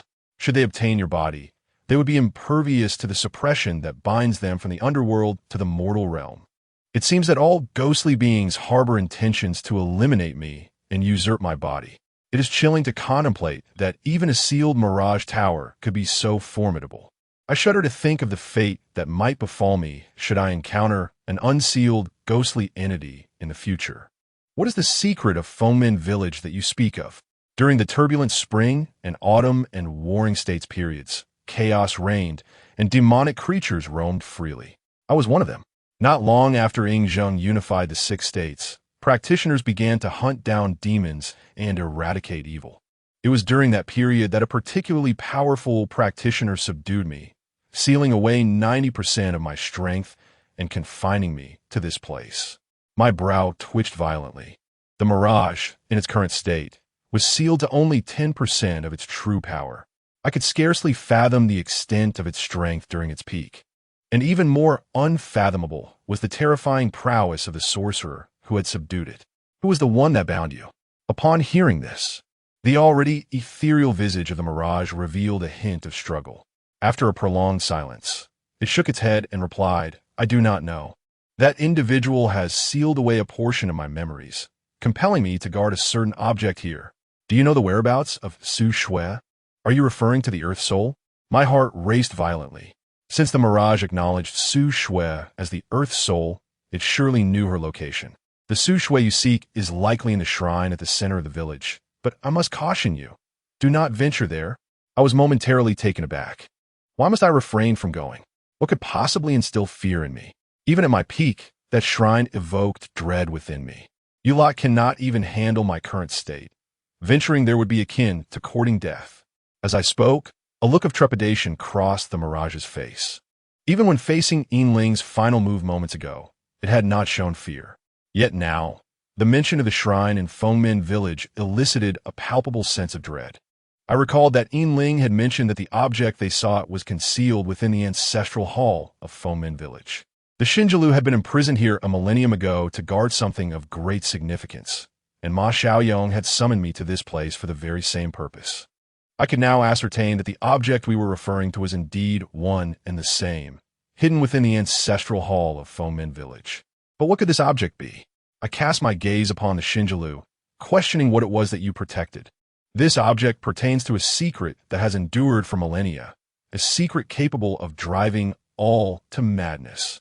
At that moment, my pupils constricted. Could it truly be a secret that would incite universal frenzy? Just as I pondered this, the Xinjilu's expression suddenly turned vacant. It emitted an excruciatingly piercing scream, and I beheld dark flames erupting from its form. Its body ignited like paper, consumed by the surging black fire.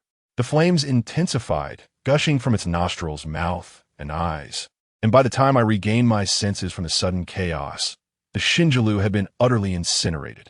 The Xinjilu's abrupt demise once again left me troubled by the secrets of Fengmen village. I had already discerned Su Shui's whereabouts. She was in the ancestral hall at the heart of the village. In that moment, I found myself engulfed in indecision. The ancestral hall of Fengmen village was a place that instilled fear in even the second most formidable evil spirit on the ghostly hierarchy. Should I dare to proceed? It was the unwavering pursuit of truth that had sustained me until now. Suddenly, the mirage dissipated, the secrets were shattered, and an indescribable weariness enveloped my entire being. As my head tilted, I collapsed onto the ground. In a haze, I dreamt of the 10 kings of the underworld dispatching their spectral soldiers to seize me. Upon awakening from this dream, the blinding sunlight made it difficult for me to open my eyes. When I finally managed to do so, I beheld a pile of extinguished bonfire beside me. Wang Shui sat nearby, his face taut with concern, while in the corner, Yinling was seated in meditation. Her complexion as pale as parchment, devoid of any hint of color. Struggling to rise from the ground, I inadvertently startled Wang Shui, who glanced at me with a somewhat indifferent, even disdainful, expression. Liu Yang, Yure Awake. Before I could utter a word, Yin Jian darted towards me. His gaze fixed intently upon me, revealing a deep concern. Heaven is blind. How could it allow you to awaken? Wang Shui stood up, regarding me coldly, a hint of derision curling at the corners of his mouth, his tone becoming uncharacteristically bland. The atmosphere grew increasingly strange, although my acquaintance with Wang Shui was brief. I found it hard to believe he would suddenly alter his demeanor without cause. Wang Shui, be quiet. I interjected. Why should I be silent? If it weren't for this fellow's pure Yin body, would you have encountered the Mirage? If you hadn't met the senior sister of the Mirage, she would. Silence, I commanded. Yin Jian turned around and bellowed at Wang Shui, his eyes wide with fury. Upon witnessing Yin Jian's wrath, Wang Shui shot me a fierce glare before turning and exiting the room. Brother Jian, what has happened to Yinling? And about last night? Before I could finish my sentence, I was interrupted by Yin Jian, who raised his hand. He fixed his gaze upon me for several seconds and asked, Do you truly wish to know? I nodded. After a brief moment of silence, Yin Jian inhaled deeply and declared, Come with me. I shall reveal everything you seek to understand. Chapter 65. Dual Souls. Yin Jian walked until he reached a clearing, where he paused to deftly extract a cigarette from his pocket, placing it between his lips as he gazed upward at the sky. In the sunlight, his profile appeared ghostly pale, almost reminiscent of a specter rather than a human being. At that moment, his gaze deepened, embodying an essence of profound resignation and solitude. Was it you who saved me last night? He turned to face me, his expression devoid of emotion, leaving me momentarily at a loss. You are my brother. I could never stand idly by and watch you perish. You had no heartbeat last night. I performed mouth-to-mouth resuscitation on you, for heaven's sake. I never anticipated that my first kiss would be bestowed upon you. An oppressive and tense atmosphere enveloped Yin Jian and me. My attempt at levity was meant to ease the tension, yet I was unprepared for the next moment when Yin Jian suddenly lunged toward me, seizing the collar of my shirt with a ferocity that resembled a cornered beast. Liu Yang, I tell you this. Yin Jian, do not require friends, let alone brothers. His declaration was a thunderous roar. My heart quivered slightly. I had fought valiantly to save him, and now he addressed me in such a manner. I must admit, the urge to strike him crossed my mind, but then I recalled the night when Yin Jian had transformed into something terrifying and otherworldly, and the voice of that woman had whispered from his throat, "Do you still have friends?" This recollection struck me like a bolt of lightning. I stared at Yin Jian for several seconds, his previously helpless gaze piercing my heart like a steel needle. You neither require nor dare to have a brother. I believe I am akin to you, for since childhood, I have been regarded as a freak, an aberration. My parents have vanished, and I am oblivious to when my own demise may occur. I forcefully pushed him away, seemingly unleashing the pent-up resentment that had accumulated within me for so long. Yin Jian stumbled back a few paces, his form quivering slightly as he gazed at me in silence, the cigarette but incessantly smoldering between us. After a pause, he suddenly broke into a grin, exclaiming, "Liu Yang, you are such a fool. Only a fool like me would consider you a brother." At my words, the smile on Yin Jian's face instantly froze. "Liu Yang, do you realize that saving me last night was akin to courting death?" His tone was unnervingly calm, instilling fear within me. I hesitated for a moment, then chuckled softly. Though I was unaware of the secrets you harbored, I recognized that those secrets were the very root of your suffering. If you could choose any means to save me, why could I not sacrifice my life for you? I am a monster. Indeed, I am a monster. Would you wish to be brothers with such a creature? Yin Jian pointed to himself, laughing as he uttered this line. A person burdened with excessive pain and helplessness can have their smile distorted. Am I not also marked by accursed fate? Perhaps it is precisely this that makes us more suited to be brothers. I moved closer and gently patted Yin Jian's shoulder. His body trembled slightly as he raised his hand and inhaled deeply from the smoke. It is not that I lack a heartbeat, but rather, my heart has never truly beat at all. The words of Yin Jian struck me like a jolt of electricity, sending tremors through my very soul. How can a normal person possibly lack a heartbeat? Surely, a heartbeatless being is akin to a corpse. Observing my stunned silence, he unexpectedly grasped my hand and pressed it against his chest. To my dismay, I felt no pulse. "Jian, brother Jian, what on earth is happening to your body? Is there something amiss with your heart?"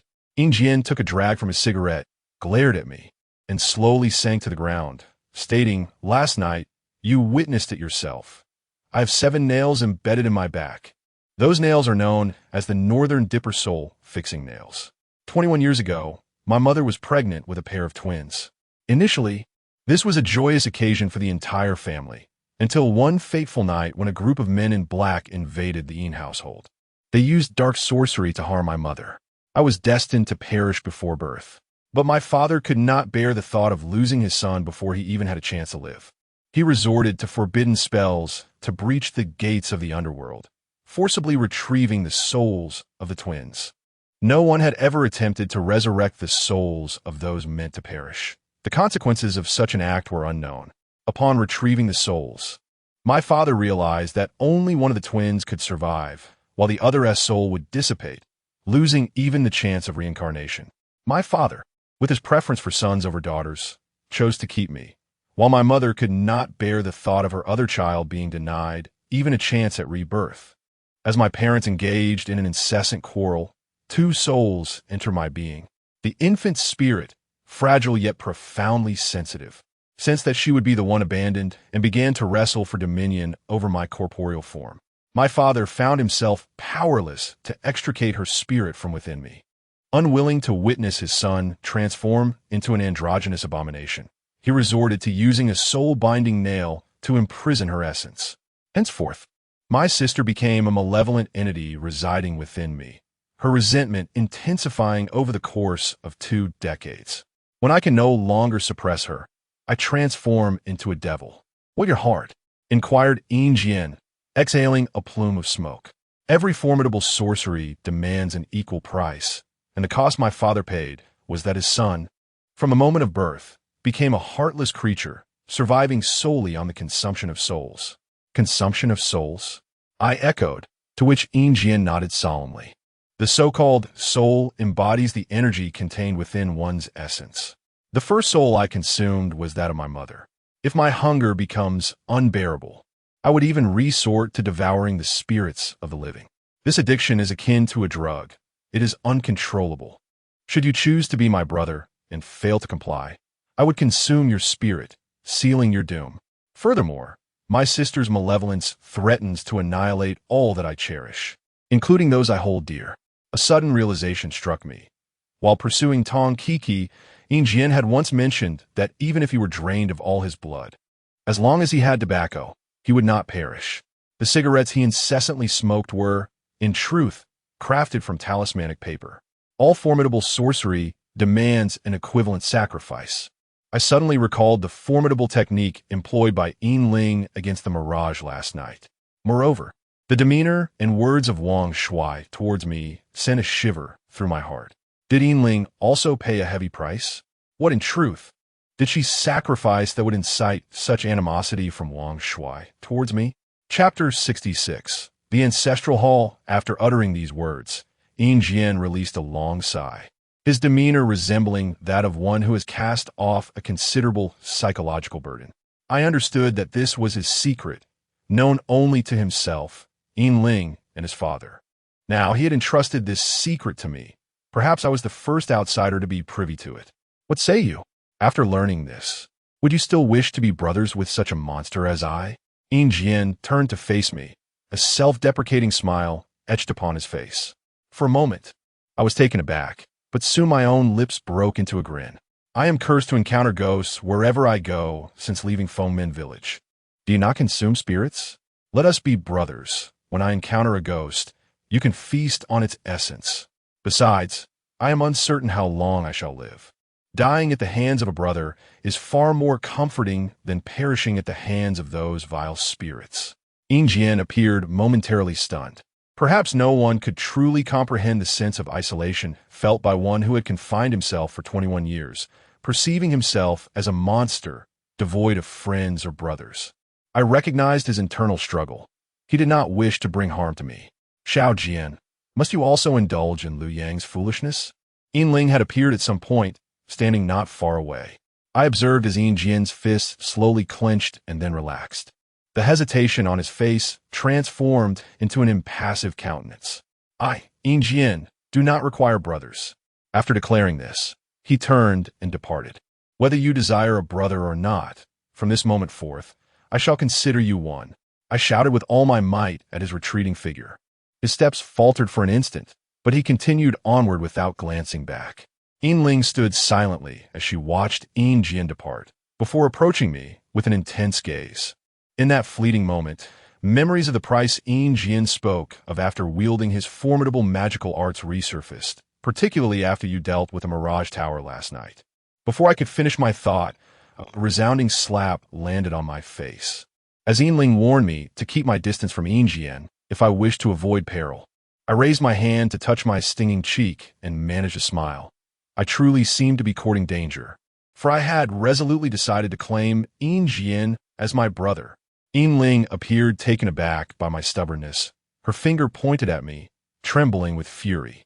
Her already pallid face drained further of color, and she staggered back a step, her body swaying precariously. Ling, I reached out and caught her, her form collapsing into my embrace. Have you sustained lingering effects from using your powers? Like a startled rabbit, Ling abruptly broke free from my hold, averting her gaze. No, I'm just injured and haven't recovered. I was astonished to discover an unexpectedly endearing side to this fierce girl when she lied. In a moment of uncharacteristic boldness, I found myself inexplicably pulling her closer, locking my eyes onto hers. You need not deceive me. You acted this way to save us. I have the right to know the truth. With a deep breath, Ling finally raised her head to meet my gaze, and after a prolonged silence, she asked, "Do you truly wish to know? Speak." Last night, I employed the most formidable technique of the Yin family, yet my abilities were woefully insufficient to wield it, resulting in the sacrifice of 40 years of my lifespan as the price. Thunderous. Yin Ling's words resonated in my mind like a cataclysmic thunderclap. 40 years.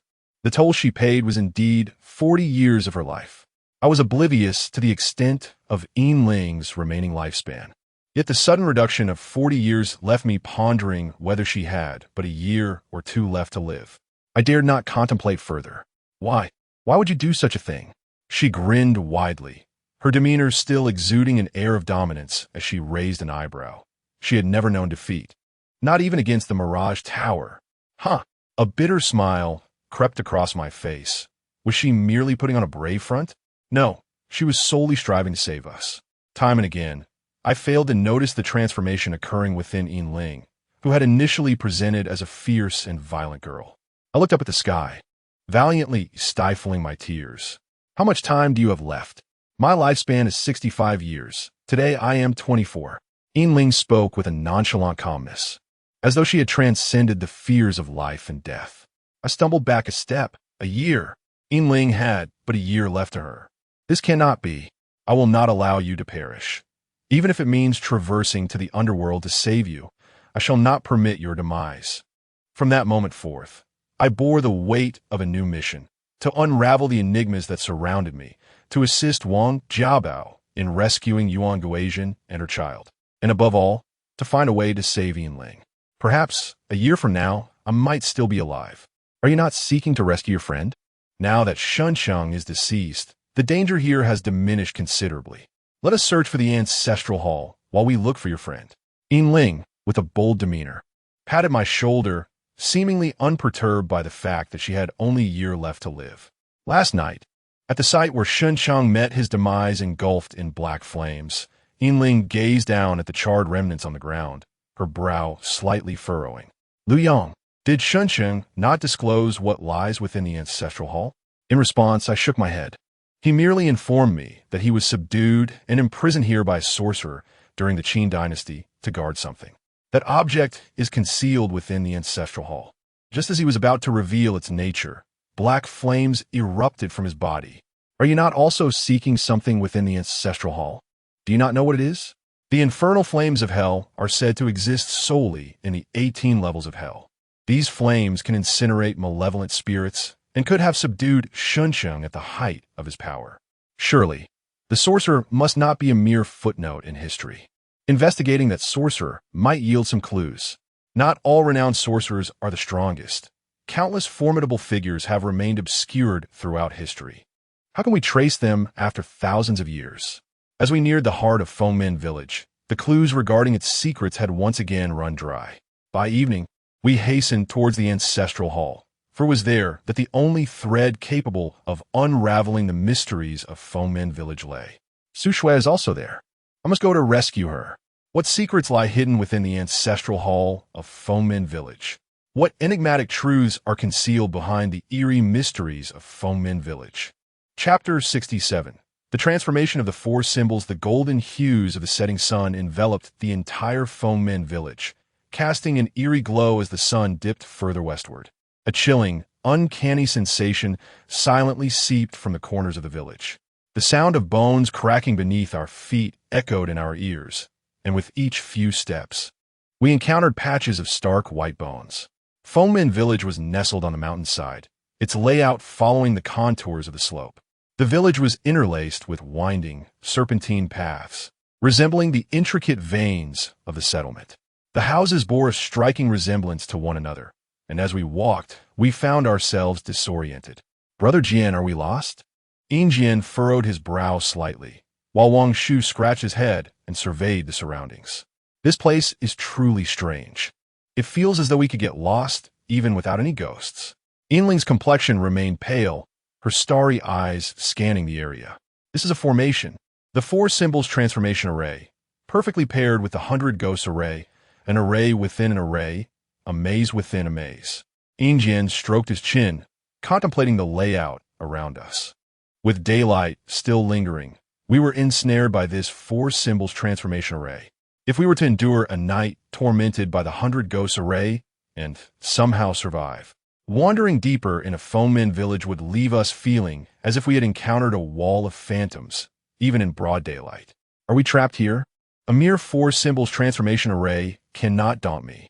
Ling raised an eyebrow, casually uttering a phrase before turning to face us. Listen closely to my words and follow my steps. To the east, the color is azure, accompanied by the dragon. To the west, it is white, paired with the tiger. To the south, a vermilion hue, accompanied by the sparrow. To the north, black, paired with the warrior. East 4, west 2, south 6, north 8, step forward 1. Retreat 9, left 7, right 3. As Ling spoke, she took 4 steps eastward, then retreated 2 steps, proceeded southward for 6 steps, and finally turned to walk 8 steps north. I closely monitored Ling's movements, fearing any misstep. Upon completing the 4 phrases, a winding, serpentine path revealed itself before us. This was our escape route. Simply continue forward. Indeed, following this path, we encountered no further forks, as the entirety of Foeman Village, with its houses and alleyways, seemed meticulously arranged according to the 4 symbols formation. This was clearly a deliberate design. Thus, was the pervasive 100 Ghosts array enveloping Foeman Village a product of human endeavor or a naturally occurring phenomenon? As I walked, I pondered the matter deeply when suddenly, I stumbled over something and fell clumsily to the ground. As I struggled to rise, a sight caught my eye, sending chills down my spine. Embedded in the wall to my right were 4 individuals. The first was Ma Xianghua, the second Lin Yubin, who bore a large gash upon his head, evidently inflicted on that fateful night by myself and Li Jiai. The third was Tang Yuyu, and the remaining one was Lu Yi. Lu Yang, what is the matter? Look, I pointed towards the wall, and as Jian and the others turned to behold the scene before them, their faces paled almost instantaneously. The lifeless bodies of Ma Xianghua and his companions exhibited an eerie shade of pitch black. Their skin had shriveled, their eyes bulged, and their mouths gaped wide. Although my acquaintance with them had been brief, the shocking transformation of once familiar companions into mere corpses before my eyes stirred a sense of profound melancholy within me. Jian furrowed his brow and approached, gently touching Ma Xianghua's corpse.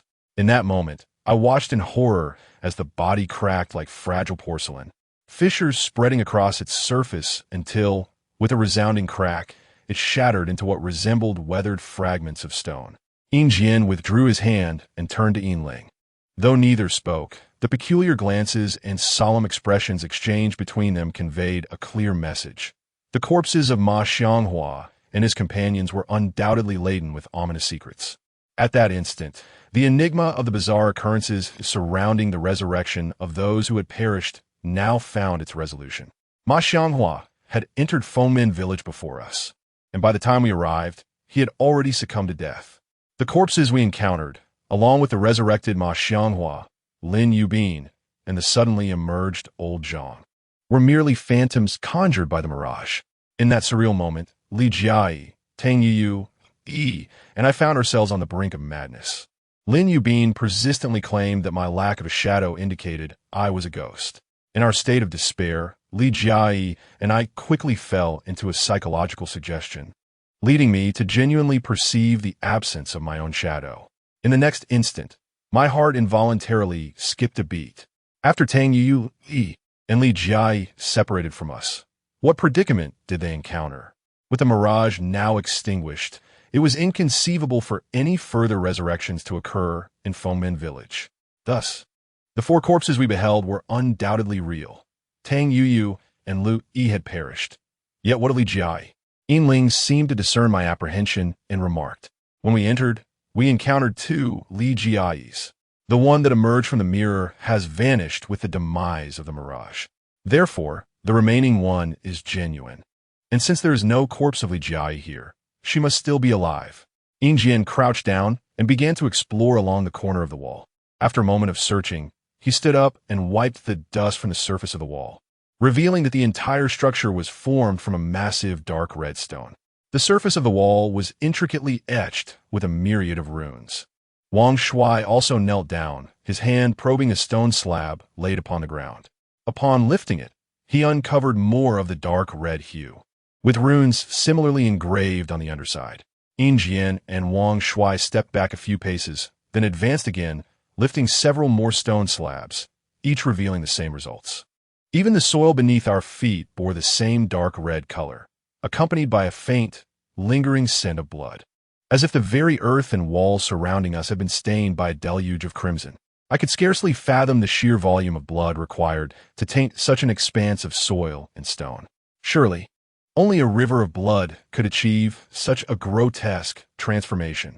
For eerie corpses, stones adorned with runes, and soil tainted a dark red. What secrets lie hidden beneath these ominous signs? Brother Jian, what is the meaning of this? Chapter 68.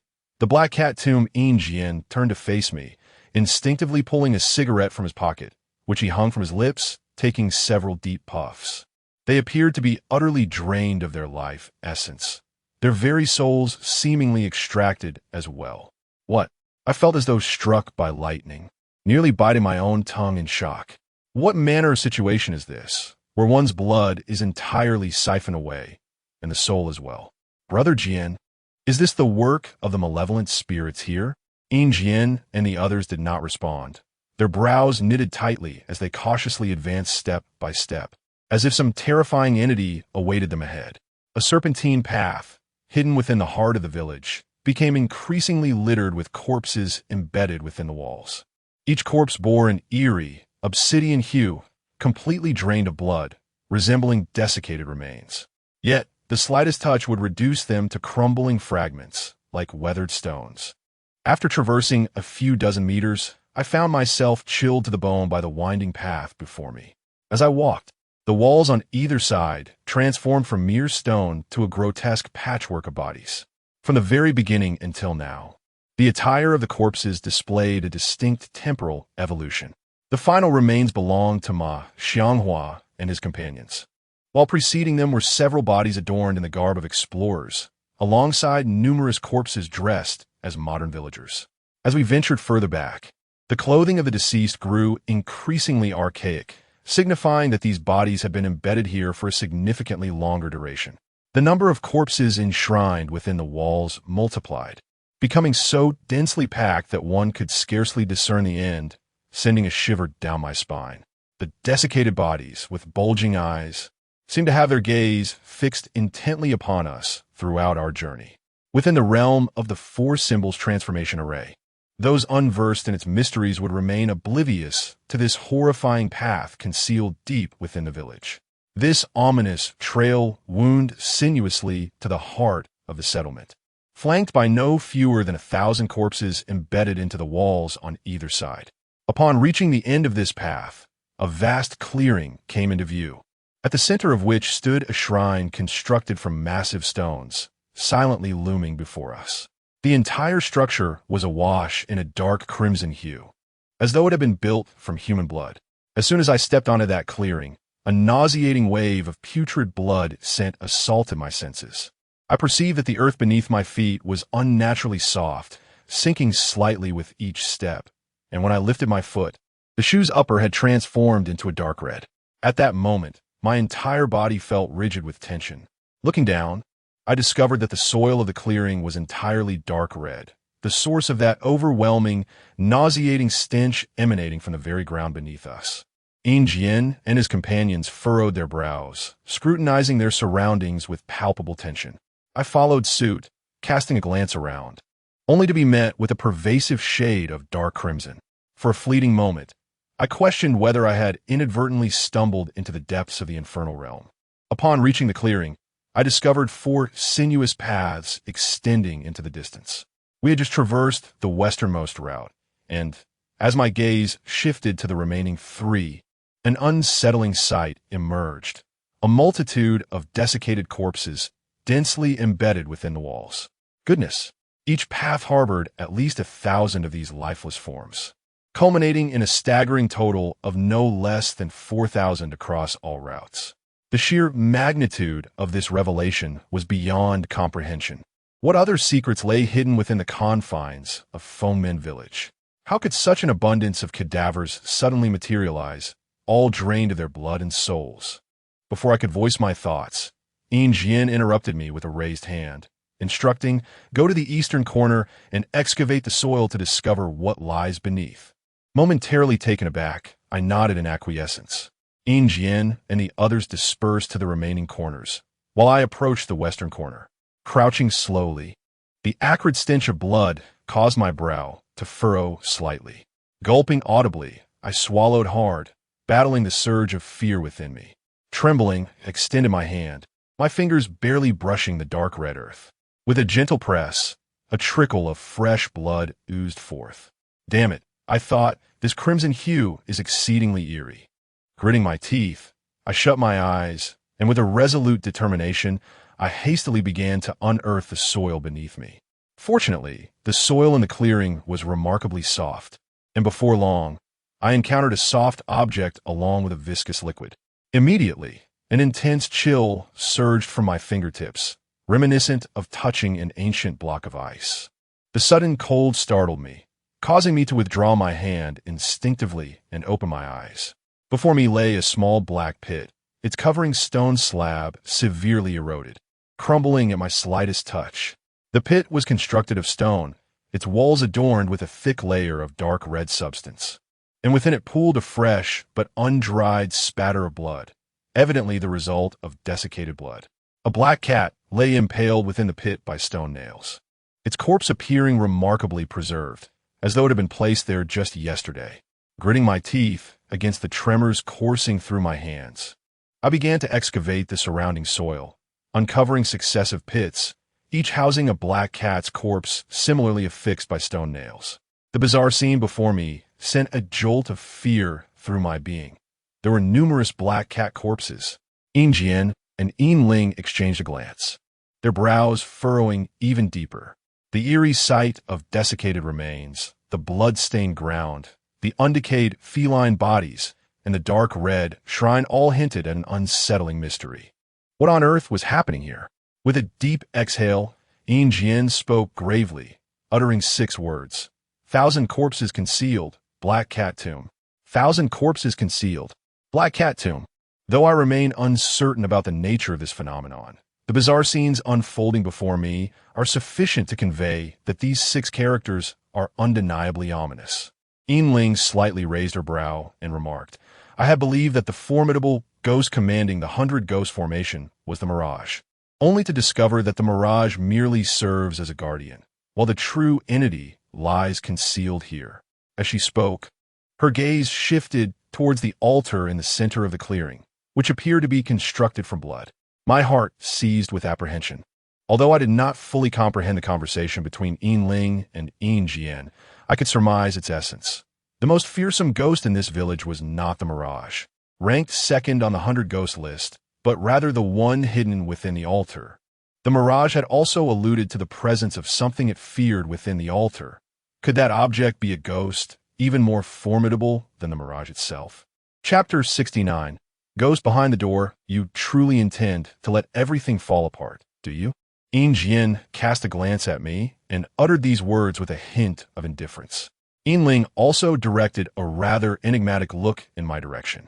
Our gazes converged, and we shared a subtle smile, each of us harboring our own dark fates, one with a malevolent spirit that could turn against him at any moment, another born with a cursed existence uncertain if she would meet her end at the hands of some vengeful ghost, and the last clinging to a mere year of life.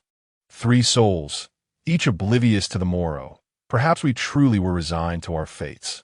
Before we ventured further, could you enlighten me about what you just mentioned? I scratched my head and inquired.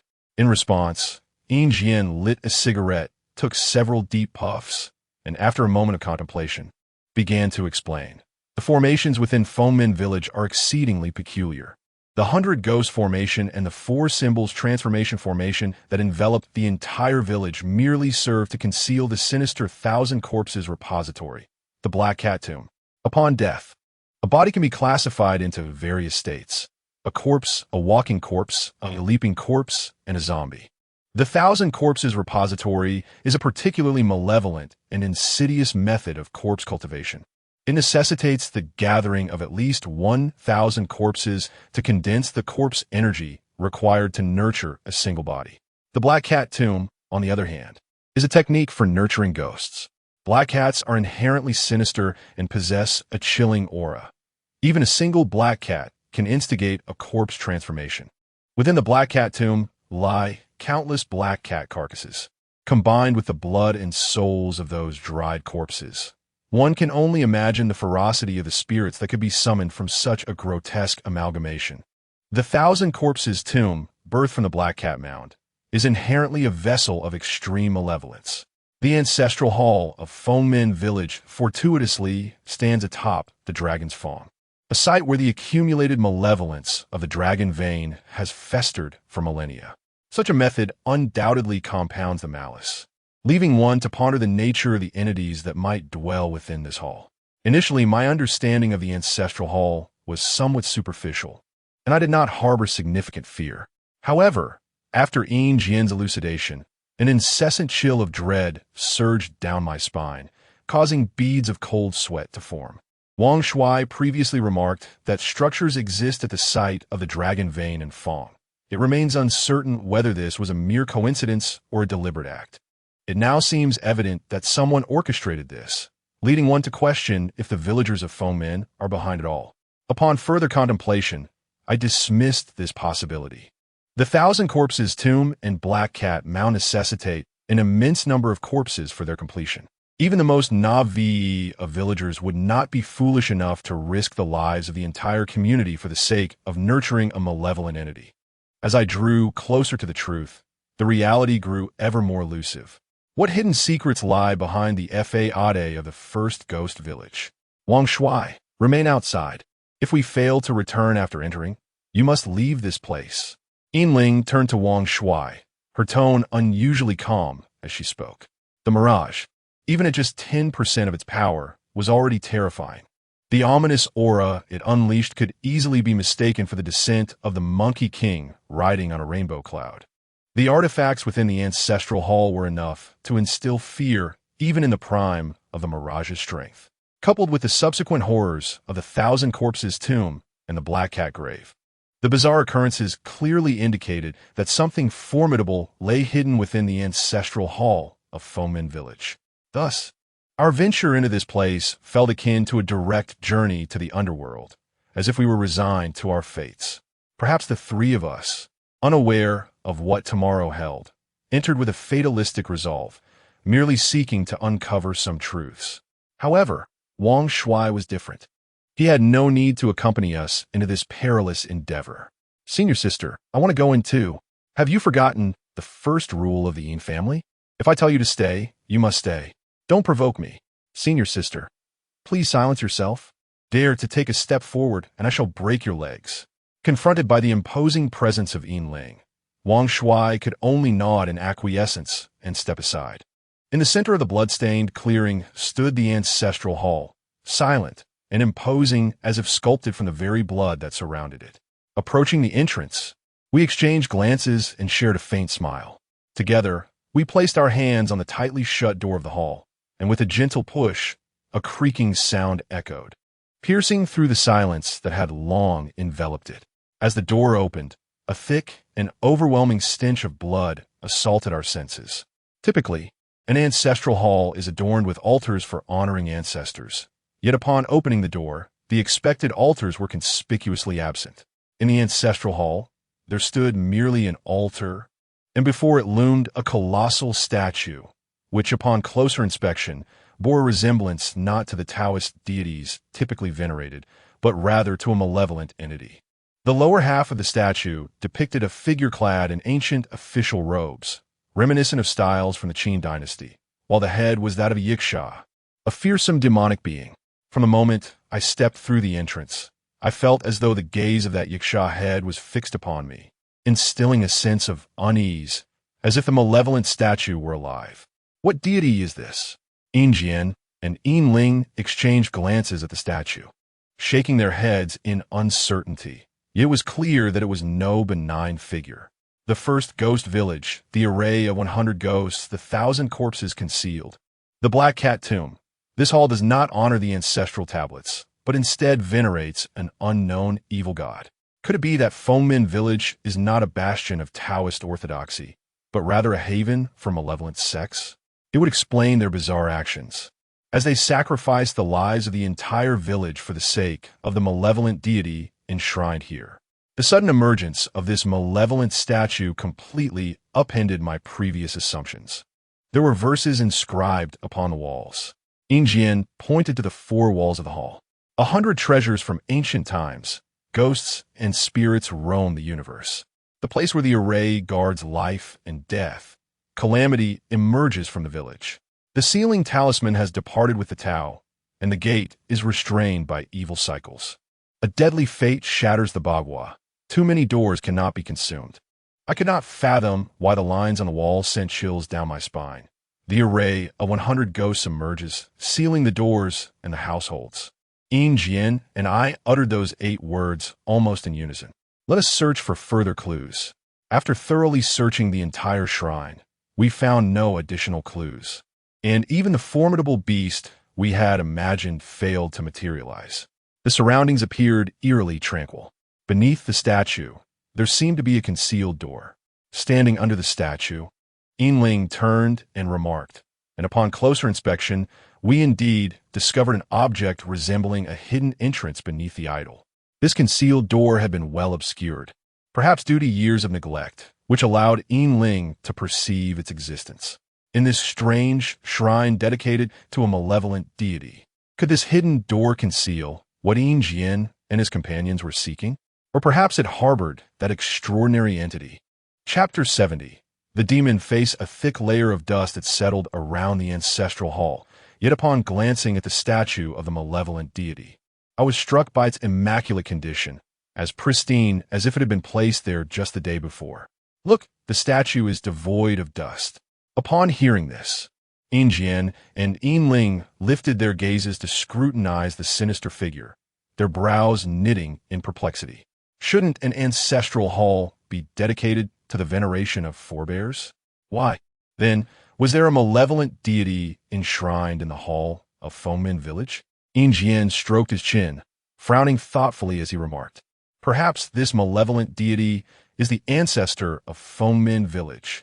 I was momentarily taken aback. Could one's ancestor truly be a demon? It is not unheard of for supernatural beings to transform into human form and interbreed, producing offspring. This phenomenon is akin to the legendary 5 immortals worshipped in northeast China, where it is said that families of demons have left behind half-human, half-demon descendants. The 5 immortals of the northeast? I had always considered them mere folklore. Did they truly exist? It is indeed common in many regions of northeast China to venerate these 5 immortals, a concept I had always found absurd. Who would worship a demon? The so-called 5 immortals refer to the fox, weasel, snake, hedgehog, and rat, all of which have supposedly attained a form of enlightenment. Given their prevalence in the northeast, these creatures gradually evolved into a family of demons. In any case, remember this. If you ever encounter a demon from one of the 5 families, it is best to avoid provoking them, for they are quite vengeful. Yinling gently brushed away the dust beneath the idol of the malevolent deity, revealing a protruding hidden door. This door bore a square stone frame, within which lay numerous small squares, resembling a puzzle akin to a combination lock. How does one decipher this? It appeared that this place was constructed from massive stones, and brute force would surely prove futile. 81 squares, a simple task. As Yinling muttered this, she began to manipulate the small squares with her hands. However, upon completion, the stone door remained firmly shut. I have encountered Sudoku before. Many seemingly complex puzzles are merely amalgamations of simpler ones. Might this be the case as well? I scratched my head and tentatively suggested. Yinling scrutinized the stone door for a moment, raising an eyebrow at the cunning design.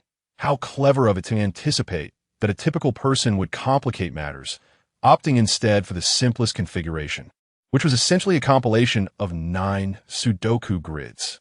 With a creak, the tightly sealed stone door emitted a low rumble, and as it opened a crack, a long-forgotten musty odor wafted forth. "Step back," Yinling exclaimed, wrinkling her nose. Who knows how long this secret passage had been sealed? The oxygen within had long since been depleted, and entering now would be tantamount to courting death. After waiting for approximately 10 minutes, Jian produced a fire talisman and tossed it inside. When it did not extinguish, we ventured forth. The passageway was low and dark, measuring perhaps 1.5 meters in height and around 1 meter in width. Ling led the way, with Jian bringing up the rear, while I trailed behind. The interior was damp, and the rhythmic sound of dripping water echoed around us. We were uncertain of how long we had been groping our way through the shadows. But the growing humidity and plummeting temperature enveloped us in a bone-chilling cold that made my body tremble uncontrollably. Why is this wretched place so frigid? I can scarcely endure it. The oppressive atmosphere here is laden with energy. You are a vessel of ghostly essence. A purine body is acutely sensitive to such energies, which explains your intense chill. Energy? The words of Jian sent an additional shiver coursing through my already trembling form. Even when confronted by the Mirage Tower, the overwhelming energy was not nearly this frigid. What manner of entity lurks in this accursed place? All around me lay an expanse of darkness. So quiet it was unnerving, broken only by the occasional dripping of water that echoed with a terrifying eeriness. The air was thick with energy, enveloped in darkness. When suddenly a piercing scream erupted from the depths of the silent passageway, swiftly swallowed by the void. Ling! I shouted her name in desperation, my voice reverberating off the stone walls. Yet after a few agonizing seconds, no reply came. Turning around, I was about to call for Jian when the final syllable was stifled in my throat as the chilling sound of his own scream pierced the silence behind me, causing my entire body to tense in alarm. Jiange. Terrified, I reached back blindly while shouting, my hand trailing through the cold, damp stone for several meters until it met only the icy wall. Devoid of anything else. The secret passage measured merely over 1 meter in width and approximately 1.5 meters in height. Yet, despite the proximity of Jian and Ling, who were merely a few dozen centimeters away from me, they had vanished without a trace. The sensation was akin to that of two vibrant beings evaporating into thin air. Tick-tock. The sound of dripping water reverberated once more, and the surroundings remained shrouded in darkness, with only the frantic beating of my heart piercing the silence.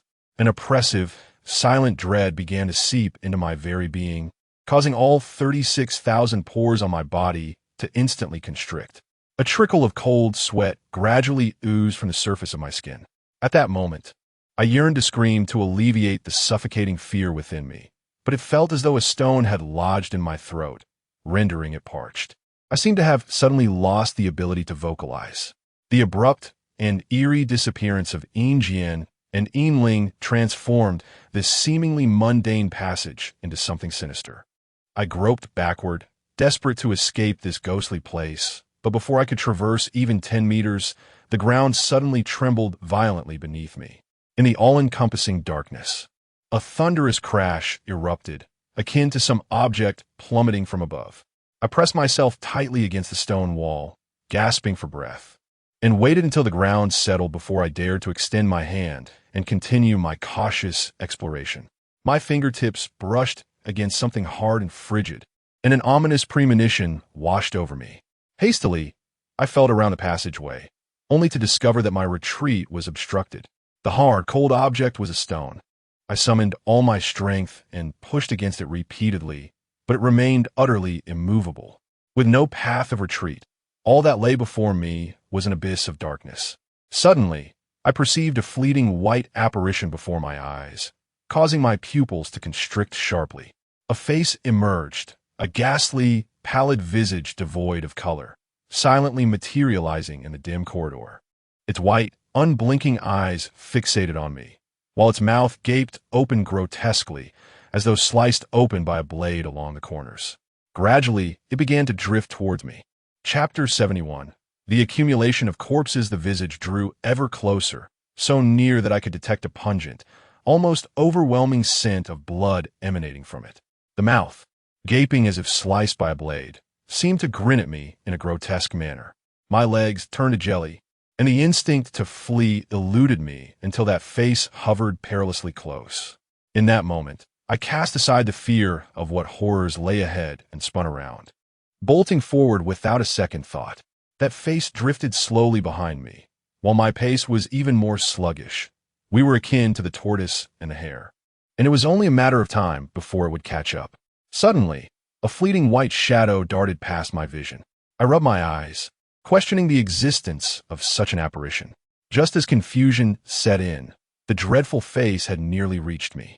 A bone-chilling cold enveloped my back, and as I turned, the ghastly, bloodless visage filled my sight. In a moment of sheer terror, I screamed, collapsing onto the ground, while that face approached with a disconcerting calmness, rendering me immobile as if under spell. Blood from the tongue. The phrase flashed through my mind. That fateful night in the haunted house of the Mirage, I had used my blood to ward off spirits.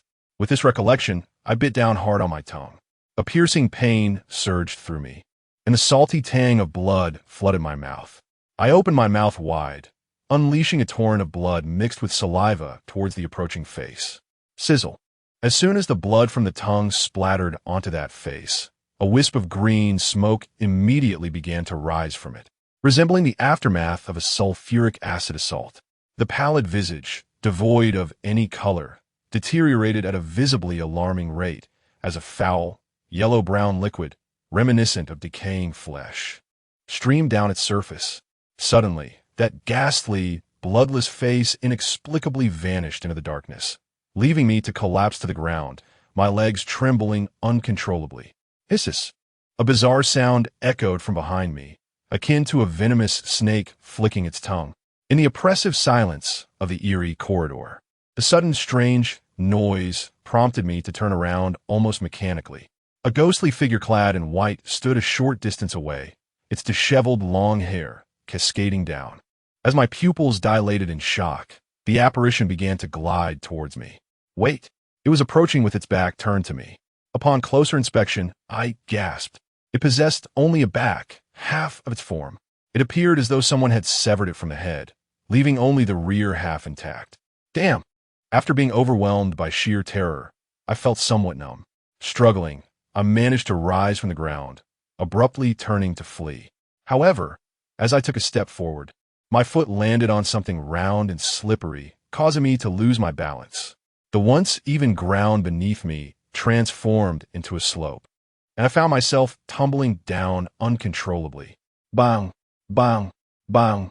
My body incessantly collided with the cold, unyielding stone walls surrounding me.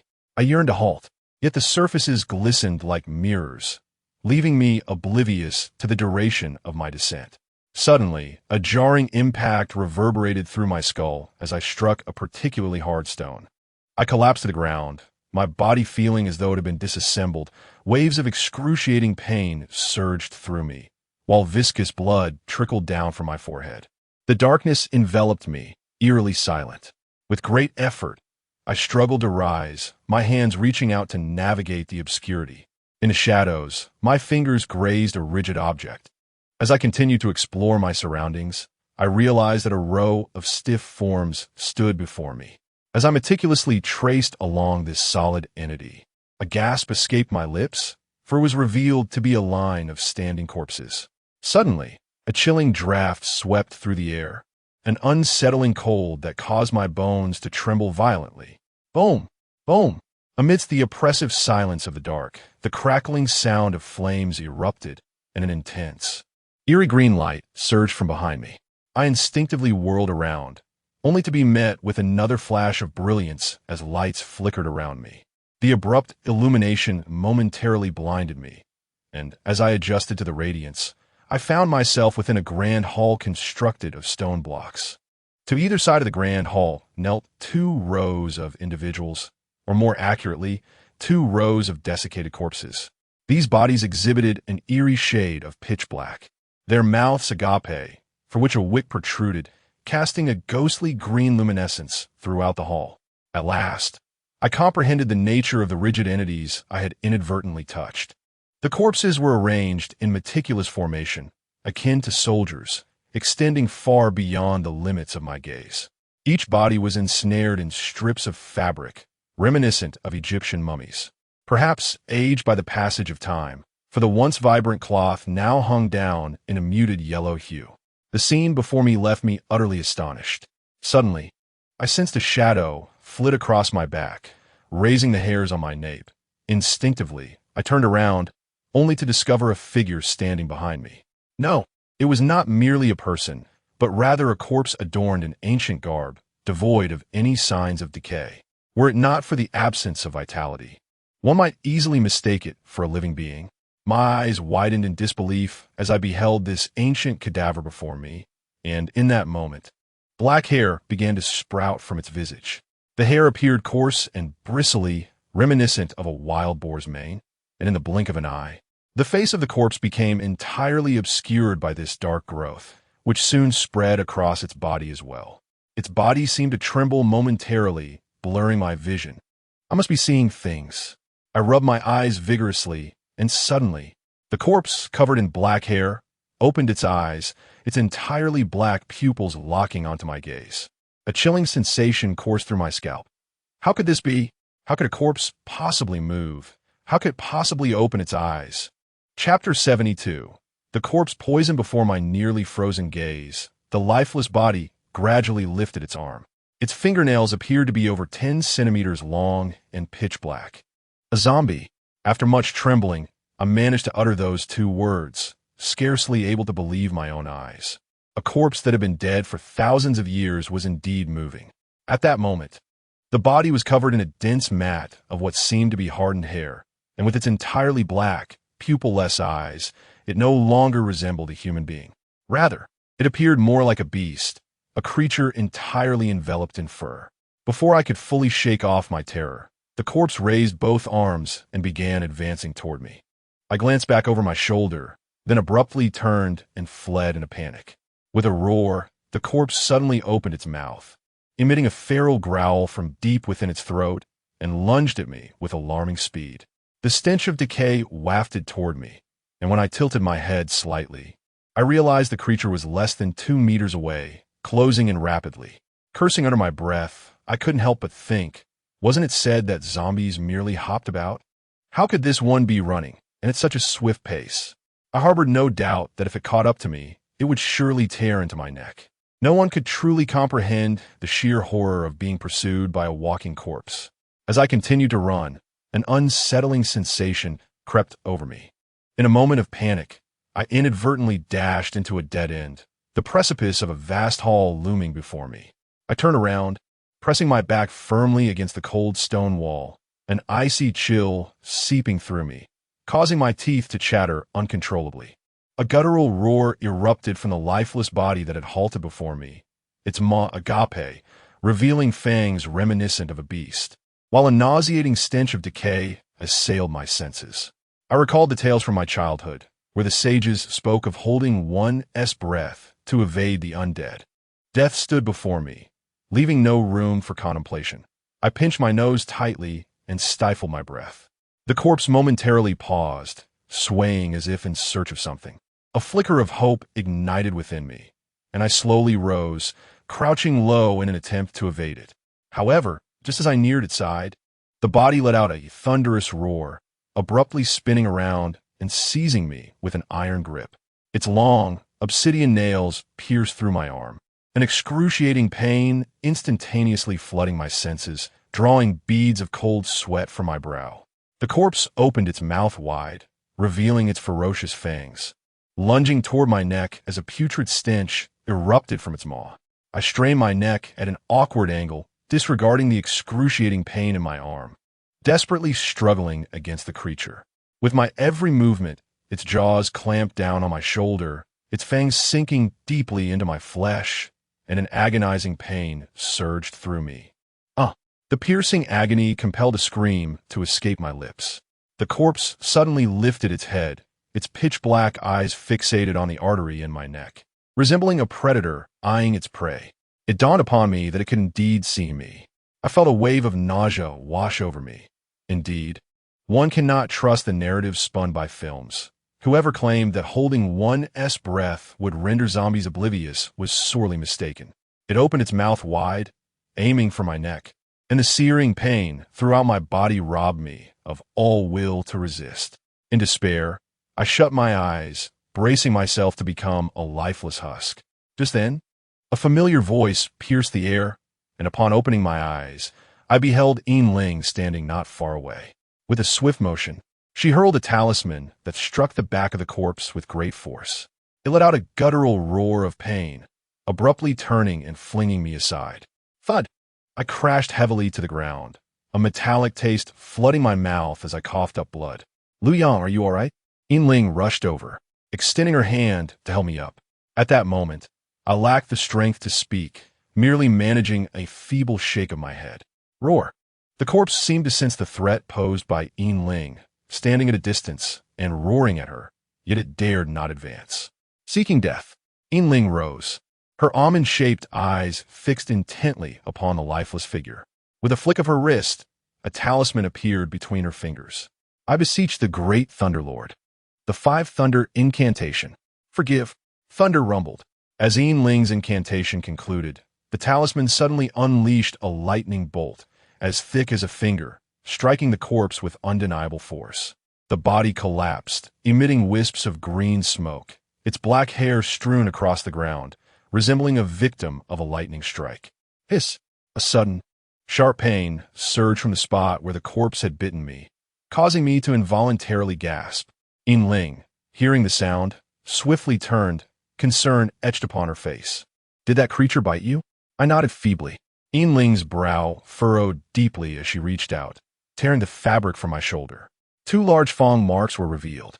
Continuously oozing dark blood, the area around the wound shrouded in an ominous blackness that seemed to spread across my body. I never anticipated that a walking corpse could possess such potent venom. Ling's words sent my heart racing. Venom. Suddenly, I recalled the horror films where those bitten by zombies ultimately transformed into the undead. Am I destined to become a zombie as well? The mere thought caused my head to spin, and I dared not contemplate further. Am I destined to become a zombie? I asked, my voice trembling. Ling cast a glance my way, her eyes shimmering with an enigmatic light. After a prolonged moment, she smiled gently and shook her head, reassuring me. Fear not. With me, the heir of the family, you shall not transform into a zombie. Just then, I noticed that the row of bodies standing rigidly in the hall, each ensconced in tattered rags, began to tremble ominously. Dark strands of hair swiftly broke through the confines of the cloth. There were at least 100 corpses arranged in this hall, and the mere thought of one zombie had sent chills down my spine. I could hardly fathom the sight of over 100 corpses rising together in unison. Chapter 73. The Hordes of the Dead. Ling behind. I was utterly stunned by the scene before me, so much so that I momentarily forgot the excruciating pain coursing through my body. Upon hearing my trembling voice, Ling's brows furrowed slightly as she slowly turned around. In the next instant, her complexion turned ashen. The resounding roars, akin to those of wild beasts, reverberated through the hall, threatening to shatter the ceiling. Rows of desiccated corpses were rapidly sprouting tufts of black hair. In mere moments, they had transformed completely into zombies. Their pitch-black eyes, devoid of scara, fixated on us, while their menacing fangs protruded ominously from their lips. The first 2 rows of zombies stretched out their arms, bellowing as they inched closer. Their pace was agonizingly slow, yet the confines of the hall were limited, and in mere seconds, we would be engulfed by a sea of the undead. What should we do? At that moment, a more ferocious and anguished scream erupted from behind us. A disheveled figure stumbled toward us in a frantic rush. Jiangu. My pupils dilated in shock. The only person who could be in such a wretched state was none other than Jian. Behind him, a figure clad in garments of an indeterminate era leapt and bounded in pursuit of Jian. As the distance closed, I discerned the details of this figure. Its skin, a desiccated shade of dark greenish-black reminiscent of tree bark, bore an unsettling texture.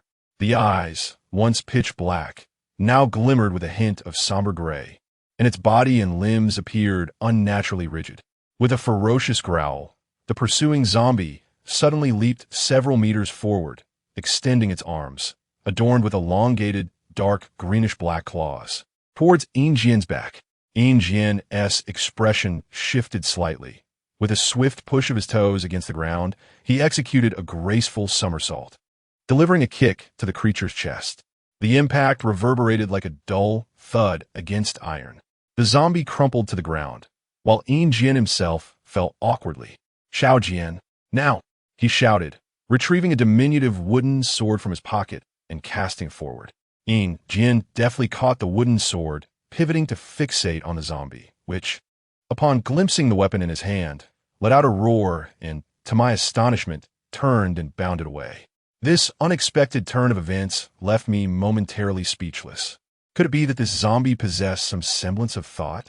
Before I could ponder further, a cacophony of growls jolted me back to reality, as a dense horde of several hundred undead surged towards us. Yin Jian furrowed his brows and, with a swift motion, hurled the wooden sword from his hand, piercing through several of the advancing corpses. My eyes nearly popped out in astonishment. Just moments ago, one of those undead creatures had nearly claimed my life. Yet with a single strike, Yin Jian dispatched multiple foes. It seemed that these corpses were not as formidable as I had envisioned. If Yin Jian was this powerful, then Yin Ling, the fierce woman, would likely be capable of dispatching entire swathes of them with a single blow. While imagination paints a beautiful picture, reality is often harsh. The next words from Yin Ling left me utterly unsettled. "A pile of rubbish. Normally, I could dispatch you with a mere puff, but now it's not just one pile, but numerous." Though those corpses could walk, their movements appeared sluggish and awkward, resembling poorly constructed automatons. I had overlooked a critical issue. While a single or even 10 corpses might not pose a threat to Yin Jian and his companions, there were now hundreds of them, and I was a liability to boot. Suddenly, over a dozen corpses lunged towards us. Yin Jian deftly sidestepped, unleashing a palm strike that sent several of the undead sprawling to the ground. Wave after wave of corpses surged forward. Though Yin Jian and Yin Ling's talismans could strike them, killing them proved a challenge. Before long, their forms began to waver, clearly fatigued.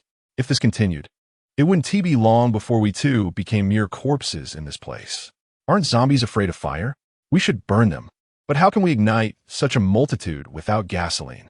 Yin Jian turned back and scolded me. Gasoline? To incinerate such a multitude of corpses. It seems that gasoline is the only viable option. But where can one procure gasoline now? As I slapped my forehead in frustration, my gaze suddenly fell upon the 2 rows of desiccated bodies kneeling on either side of the hall. Since these cadavers could serve as a source of light, it stood to reason that their bodies must contain lamp oil. Hold firm, in the face of life and death. I had completely forgotten the excruciating pain coursing through my body. Struggling to rise, I approached the nearest corpse. As I drew near, an overwhelming stench of decay assaulted my senses. Holding my breath and suppressing my fear, I bent down and exerted every ounce of strength to lift the lifeless body. "There is oil within." Yin Jian turned to glance at me, then at the corpse on the ground, nodding in agreement before bellowing with all his might. With a powerful kick, he sent the corpse flying towards the horde of animated corpses. Thud! The lifeless body crashed to the ground, shattering upon impact, and a dark, viscous substance resembling corpse oil spilled forth. "Ignite!" Yin Ling uttered softly, and the talisman in her hand emitted a wisp of azure smoke before bursting into flames. As the burning talisman made contact with the dark liquid, a thunderous explosion ensued.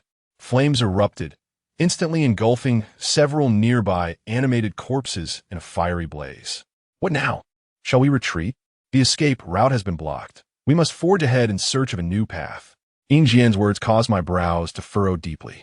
Before I could inquire further, Yin Jian and Yin Ling each grasped one of my hands, and in a swift motion, we plunged into the dense throng of animated corpses. Ignite! Bang!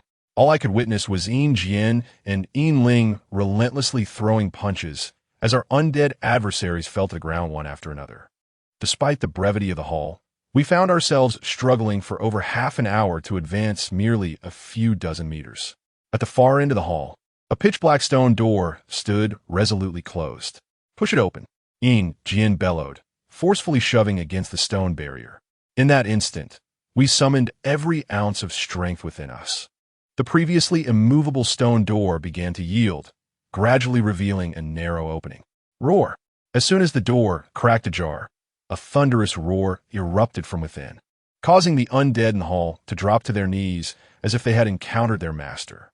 Even the zombie that had been pursuing Yin Jin moments earlier leapt forth, trembling and bowing down in submission. Chapter 74.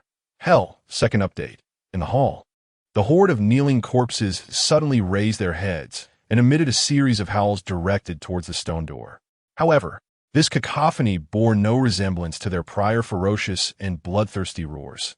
Instead, it was akin to the respectful outcry of subordinates in the presence of their superiors. Behind us, the slightly ajar stone door exuded an ominous and profound darkness, with waves of dense corpse energy mingled with ominous aura surging forth, as if the portal led directly to the nether realms of the underworld.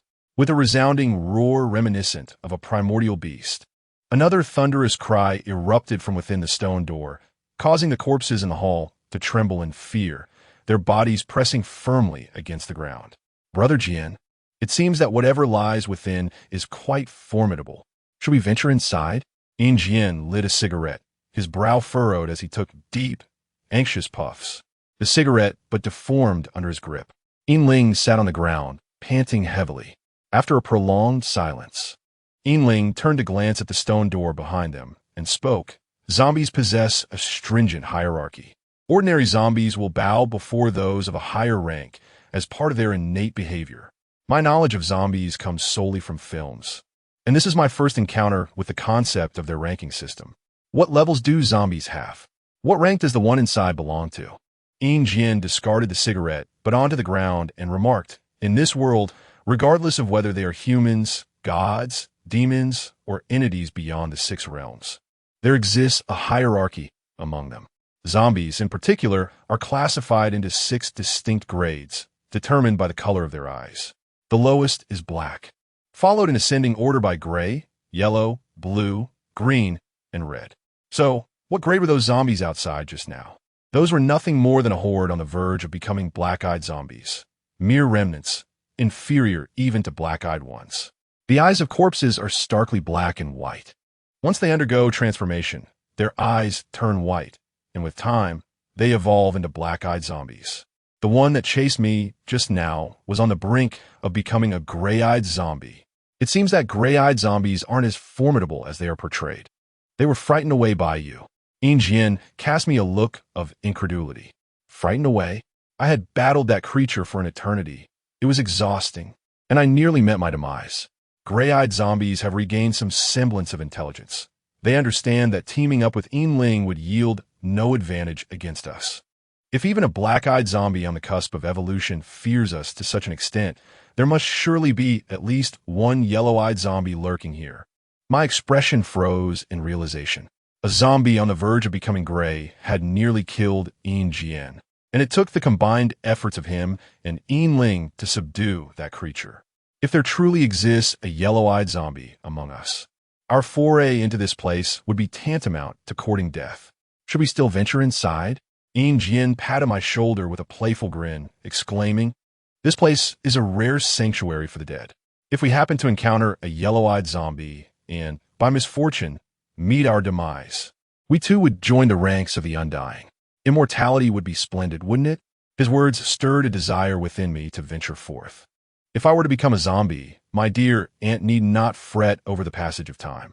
Liu Yang, should you fall victim to the corpse poison now, we will be unable to save you here. If we cannot escape within 7 days, you too will transform into a zombie, and then you shall fear no ghosts. Get lost, I retorted, pushing Yin Jin away. Although their tone was earnest, I could perceive the jest beneath their words. With our retreat blocked, only 2 paths lay before us: to await death in this place, or to advance and uncover the secrets hidden within Fomen Village. It was evident that we all opted for the latter. Behind the stone door was a corridor over 2 meters wide and more than 3 meters high. As Yin Jian fell along the stone wall, the dim light allowed me to discern that the surface was densely etched with intricate runes. After taking only a few steps, a thick, smoky black gas assailed our senses. Yin Jian and Yin Ling frowned and quickly pulled me back a few steps. What a potent stench of corpse energy. If we charge in without understanding the mystery, we shall succumb to poison, Yinling remarked with a furrowed brow, retrieving 3 black pills from her pocket. After swallowing the pill, I mimicked Yinling by covering my nose with my sleeve and continued to walk forward. The passage was not particularly long, merely a few hundred meters. As I progressed, I detected a pungent odor in the air, so overpowering that it made my eyes water. This stench was certainly not that of decay. Ahead, a faint glow gradually expanded, and the passage widened further. When we reached the end of the corridor, I was utterly astonished by the sight before me, to the point that I questioned whether I had truly entered the underworld. Before me lay an enormous cavern, its ceiling adorned with clusters of crystals emitting a dim light that illuminated the entire space. Beneath our feet, the ground was carpeted with a layer of chilling white bones. Just under 100 meters ahead, a river, broad as 100 meters, flowed sluggishly, its waters a murky brown, reminiscent of a collection of cadaverous fluids. The river meandered, with countless corpses bobbing in the yellowish waters, occasionally releasing bubbles that broke the surface. Upon the river's expanse stood a stone bridge, crafted from blue stone, featuring 5 tiered steps. There were 3 such bridges. On the left, a golden bridge glimmered. On the right, a silver bridge sparkled. Flanking the bridges were a woman on the left and a man on the right, both appearing as lifeless corpses devoid of any vitality. At the far end of the bridge, I discerned a path shimmering with an ethereal light. I could never have imagined that such a scene would be concealed within the ancestral hall of Fomen Village. Considering the myriad of eerie and terrifying occurrences associated with this village, I find myself pondering whether this first ghostly village truly connects to the underworld. Merely standing here, I felt an icy chill creeping on my spine. Is it possible that the end of the bridge across the river genuinely leads to the realm of the dead? Suddenly, a feral roar jolted me from my endless reverie. At the edge of the riverbank, I beheld the silhouettes of 9 ragged figures. Their features remained obscured, yet their haunting, azure-hued eyes glimmered like ghostly flames in the dark of night. Blue-eyed zombies. 9 blue-eyed zombies. Faced with a single yellow-eyed zombie, we would be resigned to our fate, but now there are 9 blue-eyed zombies across from us. Could this truly be the culmination of our exploration into the mysteries of Fomen Village? Chapter 75. Yinling's discovery. Yin Jian and Yinling's faces turned ashen, and they instinctively stepped back a few paces. None of us could have anticipated that what lurked within was not a yellow-eyed zombie, but rather a blue-eyed one. Roar! Before we could recover from our shock, a primal roar echoed through the cavern, compelling our gazes to shift towards the far side of the bridge. To our astonishment, directly opposite the 9 blue-eyed zombies stood yet another 9. Hiss! Even Yinling, usually composed, could not stifle a gasp of horror. 18 blue-eyed zombies. This was not merely a descent into hell. We had directly entered the realm of the King of Hell. Faced with these 18 creatures, we were so paralyzed with fear that the thought of fleeing was entirely forgotten. Roar! The chilling roars of the zombies reverberated in our ears. After what felt like an eternity, the 18 blue-eyed zombies did not charge at us. Yin Jian furrowed his brow, scrutinizing the zombies for a moment. After drawing a sharp breath, he remarked, "Those zombies are bound by something, and it appears they are being drained of their essence." Upon hearing this, Yinling frowned and suggested, "Let us investigate further." The ground beneath our feet was a grim tapestry of scattered bones, each step eliciting a disquieting crunch. As we approached, the source of the acrid odor I had sensed earlier became clear. It emanated from a peculiar river flowing nearby. Roar! Upon the cliff by the river, the 18 blue-eyed zombies were firmly bound by iron chains as thick as a man's arm, intricately engraved with runes.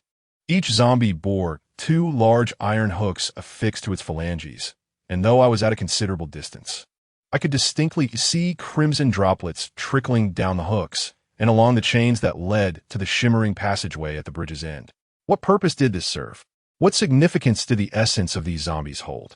Yin Jian inhaled deeply. The essence of zombie was its most vital component.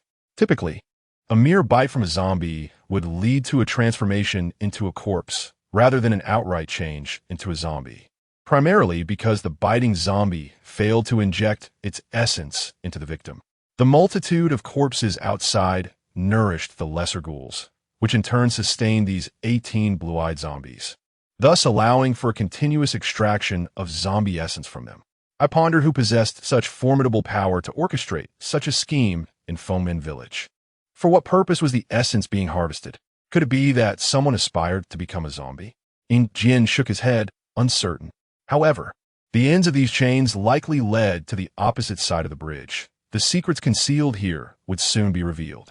I exchanged a glance with Ling, and we both nodded in unison, for the elusive mysteries of Fomin Village lay before us. Was this a glimpse of hell? I found myself mulling over this question, as the atmosphere surrounding me involuntarily evoked thoughts of the netherworld, the river of oblivion and the bridge of helplessness. This place is constructed in imitation of the underworld. As Jin stepped onto the bridge of helplessness, I was momentarily taken aback, but quickly followed suit. We traversed the central stone bridge, where I noticed several imposing iron chains, seemingly imbued with a faint, ethereal glow. What could this be? Ling glanced back with a furrowed brow and remarked, "Solux. There's such a thing in Fomin Village. Aside from malevolent spirits within the 100 Ghosts array, any other souls entering Fomin Village will be drawn here. The Black Cat Mound outside serves as a haven for nurturing spirits." I was astonished to discover that Fomin Village harbored so many zombies. How could the villagers of Yuntai Village transform into bloodthirsty demons? Could it be that this place is truly cursed? Jin peered into the murky depths beneath the bridge, where a yellow-brown river was choked with remains, and stated, "This river must be a hidden stream, altered by human hands. With so many zombies in this accursed location, it is inevitable that this river harbors some form of corpse poison. Yuntai Village lies downstream from Fomin Village. The toxic waters must have flowed into Yuntai, where the villagers have been drinking from this contaminated source for years, accumulating the poison within their bodies. Zombies have an inherent tendency to worship the moon, which explains why the villagers of Yuntai transform into monsters during the full moon. Now, the mystery surrounding Yuntai Village's transformation into a cannibalistic haven has finally unraveled. They were not afflicted by a so-called curse, but rather by the insidious effects of corpse poison. The secrets of Yuntai Village have been unveiled, yet the closer we approach the truth of Fomin Village, the more elusive it becomes. As I traversed the bridge, an unsettling sensation enveloped my heart, accompanied by an instinctive awareness that the bridge of oblivion concealed the gates of the underworld. Spanning over 100 meters, our passage took more than half an hour, with each step seemingly drawing us closer to the clutches of death. Upon crossing the bridge of oblivion, the ground, once strewn with eerie white bones, transformed into a smooth, luminescent surface that exuded a gentle warmth beneath my feet. I lifted my gaze to behold an endless flight of stairs, each step a pearlescent platform stretching far beyond my sight. The small passageway concealed such an expansive space that I found myself questioning whether someone had hollowed out the entire mountain range of Fomin Village. Or these materials. White jade? The response from Jin sent a jolt through my heart. The very jade used to pave the ground was of such exquisite quality. At that moment, I comprehended the origins of the rumors surrounding the hidden treasures of Fomin Village. The white jade alone, used for flooring, was a priceless artifact, prompting curiosity about what lay at the summit of the stairs. Did one require white jade for nurturing spirits? And what of those who extracted the essence from zombies? Were they intent on raising turtles or corpses? White jade is meant for soul cultivation. Heaven knows what entity they sought to foster. All I knew was that whatever emerged would not be ordinary. Jin cast me a sidelong glance. Ling furrowed her brow as she gazed at the white jade on the ground, then turned to glance at the terrifyingly vast cavern behind her, akin to a portal to hell. Her eyes suddenly flickered with realization as she lifted her gaze to the seemingly endless staircase before her, and with a hint of bewilderment, she murmured, "Could it be that this place is neither a sanctuary for spirits nor a grave for the dead? The Black Cat Tomb, the soul-collecting chains, the white jade stones, the 1,000 corpses concealment, the accumulation of remains, the essence of the zombie's blood. These elements, to me, evoke thoughts of nurturing the dead or the spectral. Beyond that, I can scarcely conceive of any other purpose." The secret that has long shrouded Fengmen village now lies before us. The terminus of this white jade staircase is indeed the very heart of Fengmen village's enigma. Chapter 76. Not meant for humans. Yinling, have you discovered something? Both Jian and I instinctively turned our gazes towards her. Yinling glanced back at us, offering a slight smile. Perhaps my conjectures are correct. Let us ascend and unveil the truth. With that, Yinling pivoted and strode towards the alabaster staircase, prompting a shared look of urgency between Jian and me as we hastened to follow her. The soft, warm jade underfoot radiated a gentle luminance, forming a staircase entirely crafted from white jade, its end shrouded in mystery. Strangely, each step was remarkably high, reaching up to my waist, leaving me to ponder whether such lofty steps were indeed designed for human use. With the grace of a dancer, Yinling lightly touched the ground and leapt onto the first step, followed suit by Jian. In contrast, I resorted to a rather embarrassing method, scrambling up with both hands and feet. Good heavens, are these truly steps? If one were to navigate such heights, one would need to be 4 or 5 meters tall. After climbing merely a dozen steps, I was utterly exhausted. Casting my gaze downward, I was astonished to find the ground nearly 10 meters below. Jian remained silent, puffing on his cigarette, while Yinling seemed to be scrutinizing the steps intently. Whoever suggested these steps were meant for humans? My lips twitched involuntarily. If not for humans, then for whom? Surely, ghosts glide rather than tread. Yet, apart from humans and ghosts, are there not other entities? Yinling glanced at me, her eyes narrowing into a sly, fox-like grin. I cannot fathom why, but upon Yinling's words, an icy chill crept down my spine. Here, apart from humans and ghosts, what remains but zombies? Moreover, these zombies seem akin to superhumans, capable of vaulting to great heights. I cast a glance back at the steps behind me, shivering involuntarily. Could it be that these steps are indeed meant for the undead? Outside, 18 blue-eyed zombies were already bound. Is it possible that even more formidable ones lurk above? Doit dir ascend. Yes, why not? The secret lies before me, and I have yet to locate Su Shui. After scaling roughly 2/3 of the steps, a mist began to envelop our feet. This mist bore no resemblance to malevolent spirits. Rather, it felt ethereal, akin to celestial vapor. Amidst the swirling haze, I faintly discerned the silhouette of a palace at the staircase's end. What is this phenomenon? Are the zombies to inhabit a palace? Upon reaching the summit of the stairs, I collapsed in utter exhaustion, sprawled on the ground, gasping for breath. At that moment, the surrounding mist thickened to such an extent that I questioned whether I lay upon a cloud.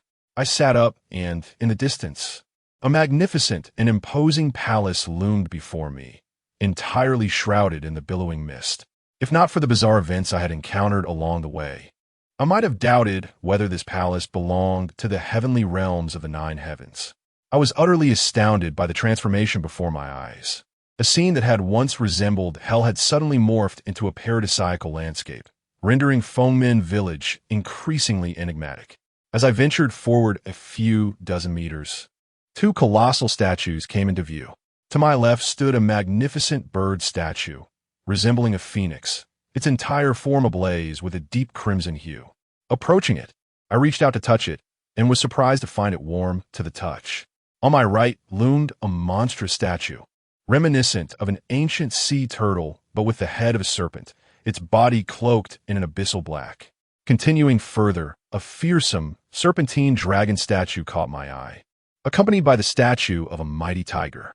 Strangely, this tiger bore 2 wings. Each statue towered several meters high, crafted with such lifelike detail that gazing at them for too long felt as though they might spring to life. What manner of creatures are these? The azure dragon, the white tiger, the vermilion bird, and the black tortoise. Jian exhaled a plume of smoke, casting a casual glance in my direction. What? These are the 4 divine beasts, their carvings so vivid that they appear almost animated, regardless of whether they are statues, sculptures, or clay figures. No craftsmanship can capture the essence unless one first infuses them with spirit. Spirit? What on earth is that?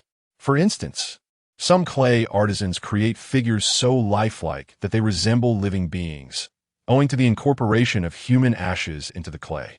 Gasp! Yin Jian's words made me involuntarily take a sharp breath, and I turned to regard the 4 divine beast statues beside me, my tongue stumbling as I questioned. Could it be that these 4 statues contain the ashes of the divine beasts? The essence transcends mere ashes. Each component of the entity can indeed be considered part of its essence. The 4 symbol beasts, are they not mere figments of legend? I am uncertain. I have never laid eyes upon them.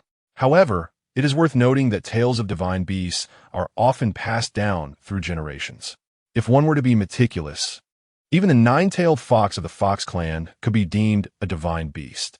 As we ventured further, having traversed over 10 meters, the magnificent palace stood resplendently before us, constructed entirely of white jade and adorned with gold. I gazed in awe at this opulent structure, which seemed almost excessively lavish. The palace's imposing gates soared to a height of over 10 meters. Surely, compared to what lay before us, even the Forbidden City in Beijing would pale in comparison. Such extravagance! If only I could claim a fragment of this palace, I would surely become a person of great fortune. As Yin Jian and I scrutinized the palace, contemplating the possibility of obtaining a piece, Yin Ling raised her head, searching the surroundings. What do you see?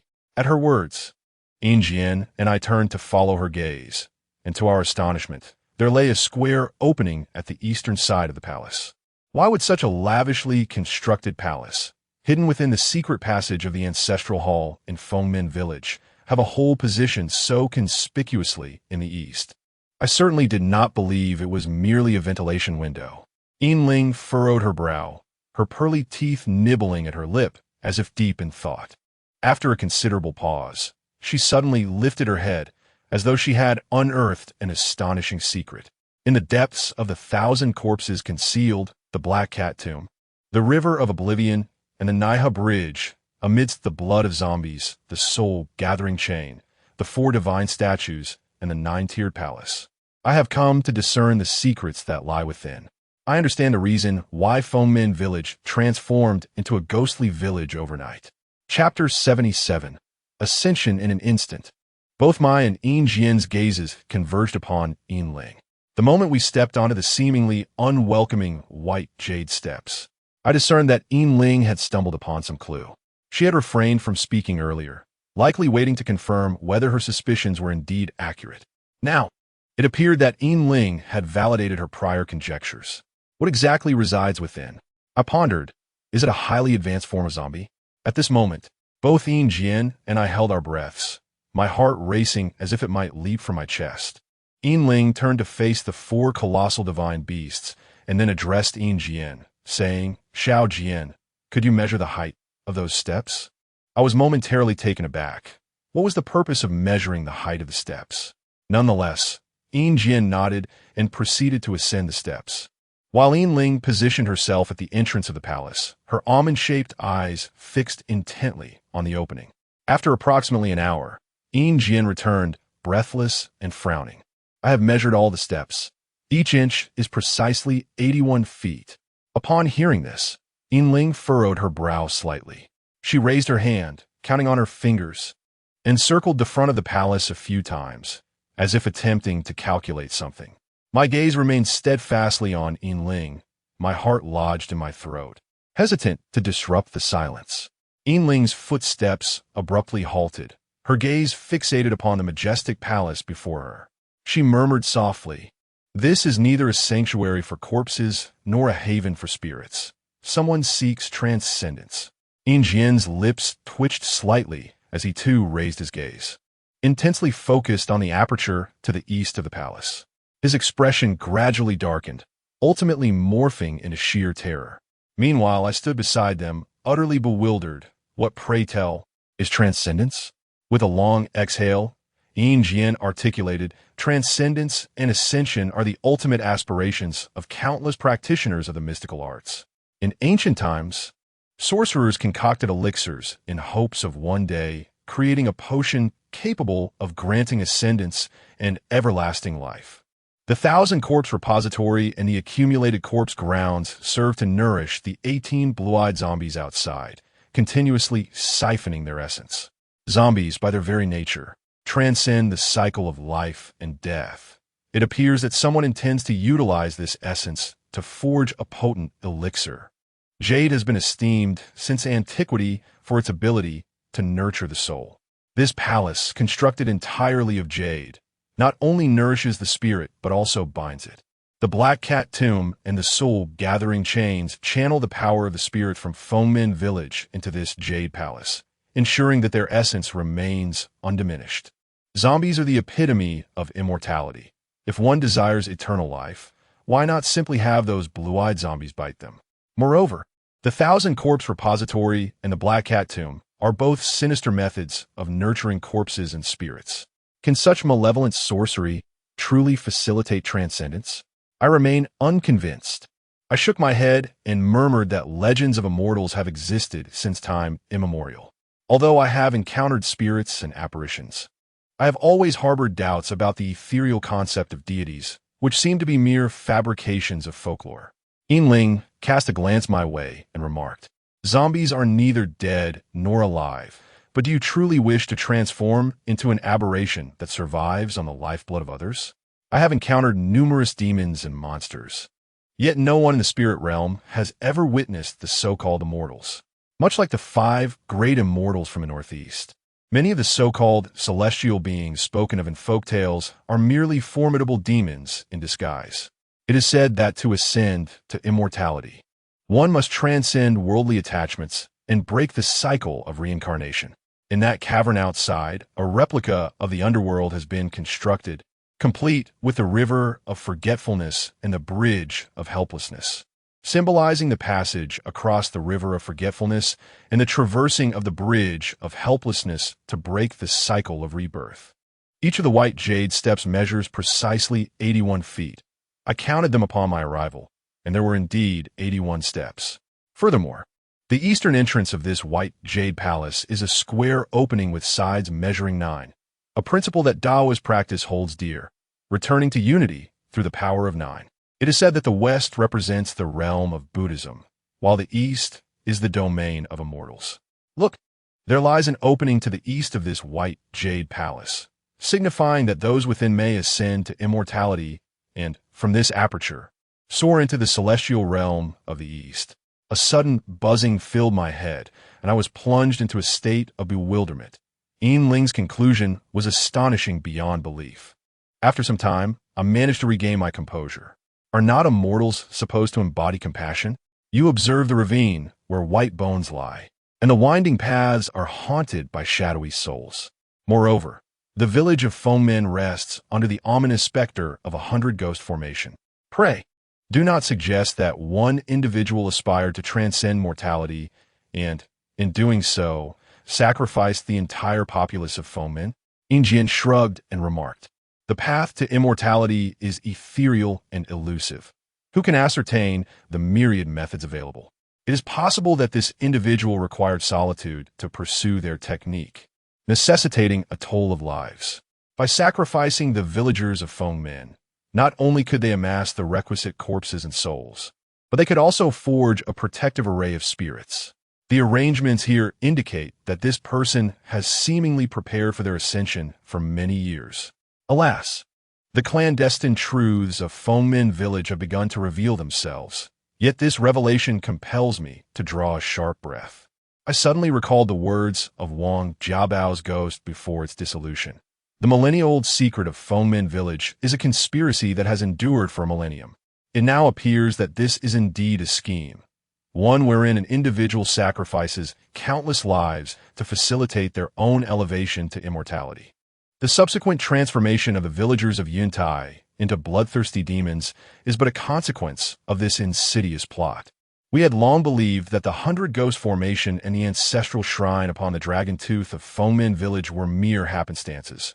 Now, it seems they were all meticulously orchestrated. As I ponder these revelations, a new question arises in my mind. Who, indeed, orchestrated such an elaborate scheme in this secluded mountain village of Fengmen? Could it be that this individual is none other than the ancestor of Fengmin Village.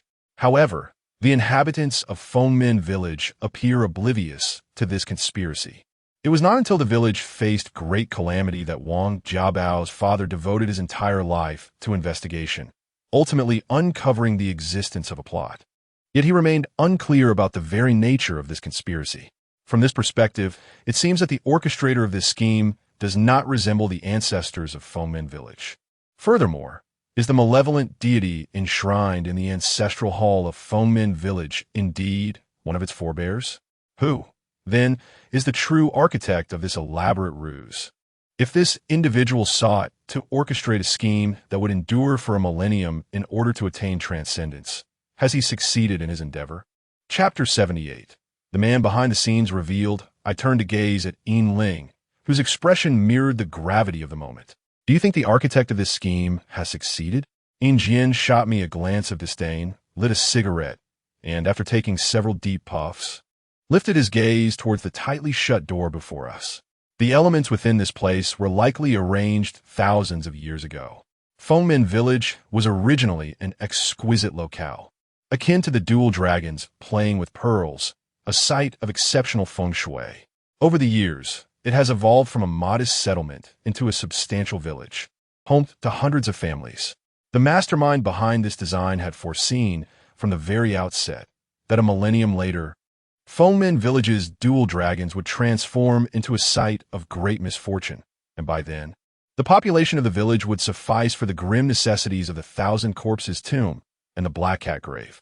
This age-old conspiracy fully revealed its terrifying visage the moment Fengmin Village became a ghost town. I found myself momentarily lost in thought, suddenly recalling the words spoken to me by the Mirage Tower before it dissipated. It had been captured a millennium ago by a practitioner, imprisoned within Fengmin Village to guard a certain relic.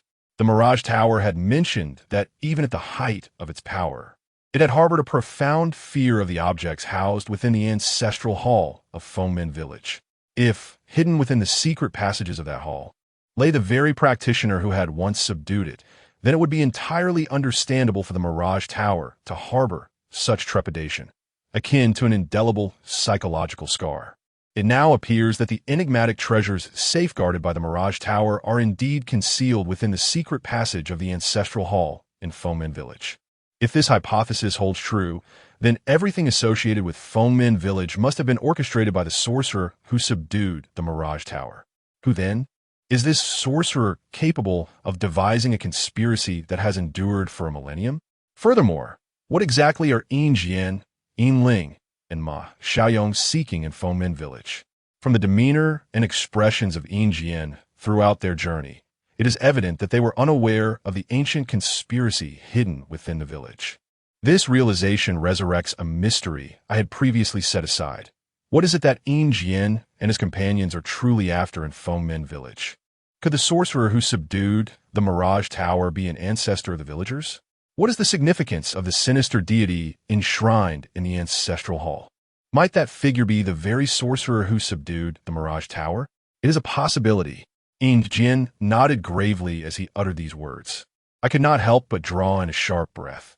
The sorcerer, capable of vanquishing the formidable and notorious specter of the Mirage Tower 1,000 years ago, would undoubtedly possess unfathomable power, even if he had not transcended to immortality. Should we proceed further? If it truly is that sorcerer, I would prefer to confront the zombies outside. Yin Ling, with an air of authority, raised her brow and coolly remarked, several millennia have passed. By now, that sorcerer has either ascended to immortality or is reduced to mere remnants of bone. I have yet to witness this so-called ascension, so today I shall venture inside. With that, she boldly approached the imposing gates of the white jade palace, towering at over 10 meters, and attempted to push them open. What are you standing there for? Come and lend a hand. Intrigued, Yin Jian chuckled and joined her in the effort. Meanwhile, I found myself hesitating, contemplating the dire consequences of opening the door. If indeed the figure within was the sorcerer from 1,000 years ago, we would surely meet our end, devoured by zombies, leaving nothing but scattered remains. Have I not been searching for Su Shui? Perhaps she is within. If we delay, she may vanish completely. Yin Ling's words struck a chord deep within me. Su Shui.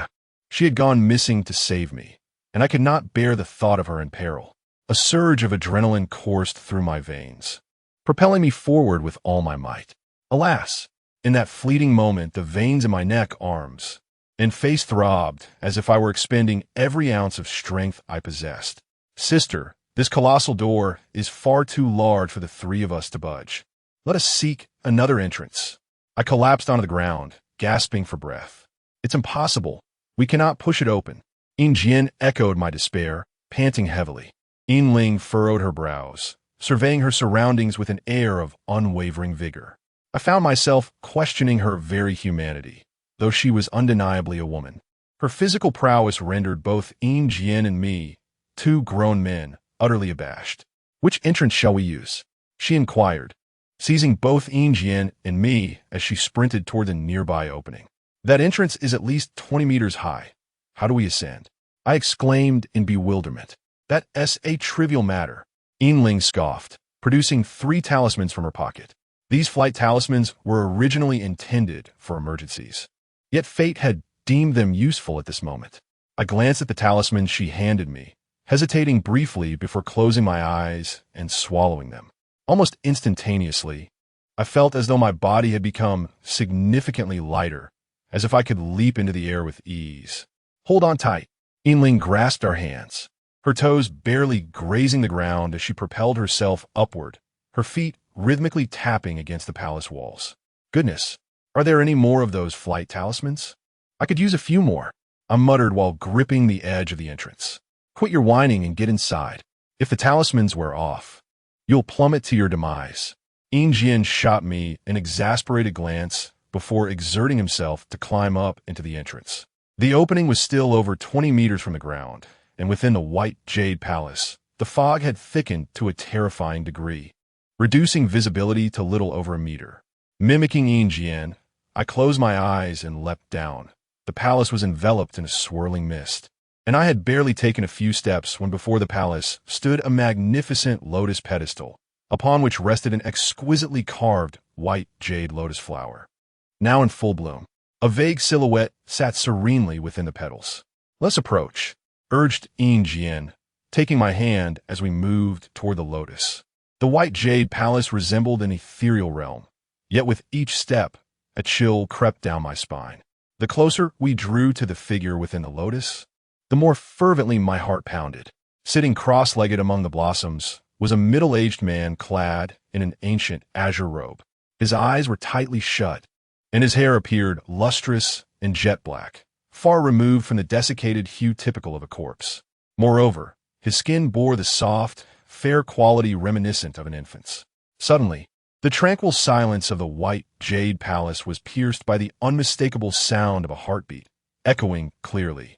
I furrowed my brow, straining my ears to listen intently. Chapter 79. The dragon-tooth coffin, for reasons unbeknownst to me, being scrutinized by the suddenly awakened man from a millennium ago, sent chills racing down my spine, and my heart felt as though it had been fitted with an accelerator, threatening to leap from my chest. What was happening? I could scarcely believe that someone could exist for over 1,000 years. Brother Jian. He is alive? I stammered, trembling as I raised my hand to pat Yin Jian, my lips quivering as I spoke. Snap out of it. This is merely a corpse, Yin Jian retorted, turning sharply to deliver a stinging slap to me. The force of his blow jolted me, and when I glanced back at the middle-aged man within the white jade lotus, despite his resemblance to a living person, his eyes remained closed. Was that merely an illusion? I lifted my hand and rubbed my eyes vigorously, only to find that the middle-aged man still lay there, his eyes tightly shut. Yin Jian paid me no heed. He bent down to examine the contents of the white jade lotus, occasionally reaching in to probe its depths. After a moment, he suddenly burst into a wide grin, exclaiming, I found it. At last I have found it. As his words echoed in the air, I witnessed him retrieve a rolled-up scroll from the body of the middle-aged man, its surface aged and imbued with a deep yellow hue. Could it be that Yin Jian and his companions had come to Fengmin village in search of this artifact? Yet, why did I feel a strange familiarity with this object in Yin Jian's grasp?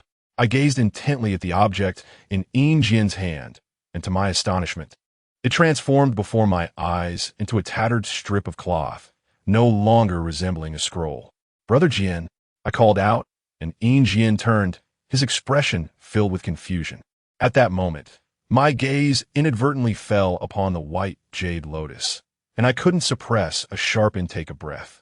What lay within the white jade lotus was no longer a lifelike corpse exuding an ethereal aura, but rather a body entirely shrouded in tattered cloth, its age evident in the dark yellow hue of the fabric that hung limply. Suddenly, the body trembled slightly, and with a swift motion, its eyes snapped open, revealing blood-red orbs that stared at us with the ferocity of a beast. With a resounding roar, the middle-aged man within the white jade lotus unleashed a terrifying shout, releasing a putrid stench of decay that filled the air. His large fangs bared menacingly. "Hey, red-eyed zombie!" I trembled uncontrollably, never anticipating the presence of such a creature here, a high-level red-eyed zombie. Beside me, Jian was equally stunned. Regaining his composure, he flicked his wrist, a talisman materializing at his fingertips. I summoned the great thunder of the heavens, the 5 thunder spell. He intoned, with a crackling sound, a bolt of lightning, as thick as a thumb, shot forth from the talisman, hurtling toward me. "Liu Yang, run!" I then witnessed Jian grasping the red-eyed zombie from within the white jade lotus and retreating swiftly. He fell into the trap, and I wished to call out, but to my horror, I discovered that my throat felt as though it were being constricted by an unseen hand. As I turned around, I was astonished to see that the scene before me remained unchanged. A middle-aged man, embodying an ethereal demeanor, sat quietly within the jade-like lotus. "Xiao Jian, Liu Yang, awaken, and swiftly recite the cleansing heart mantra." Suddenly, Ling's voice echoed in my ears, jolting me with a shudder. Recalling the bizarre occurrences that had just transpired, I hastily closed my eyes. With a heart as clear as ice, I shall remain unperturbed even if the heavens should fall. Amidst the myriad changes, my spirit remains tranquil. Beads of cold sweat trickled down my forehead, and when I finally opened my eyes, all that I had just witnessed had vanished completely.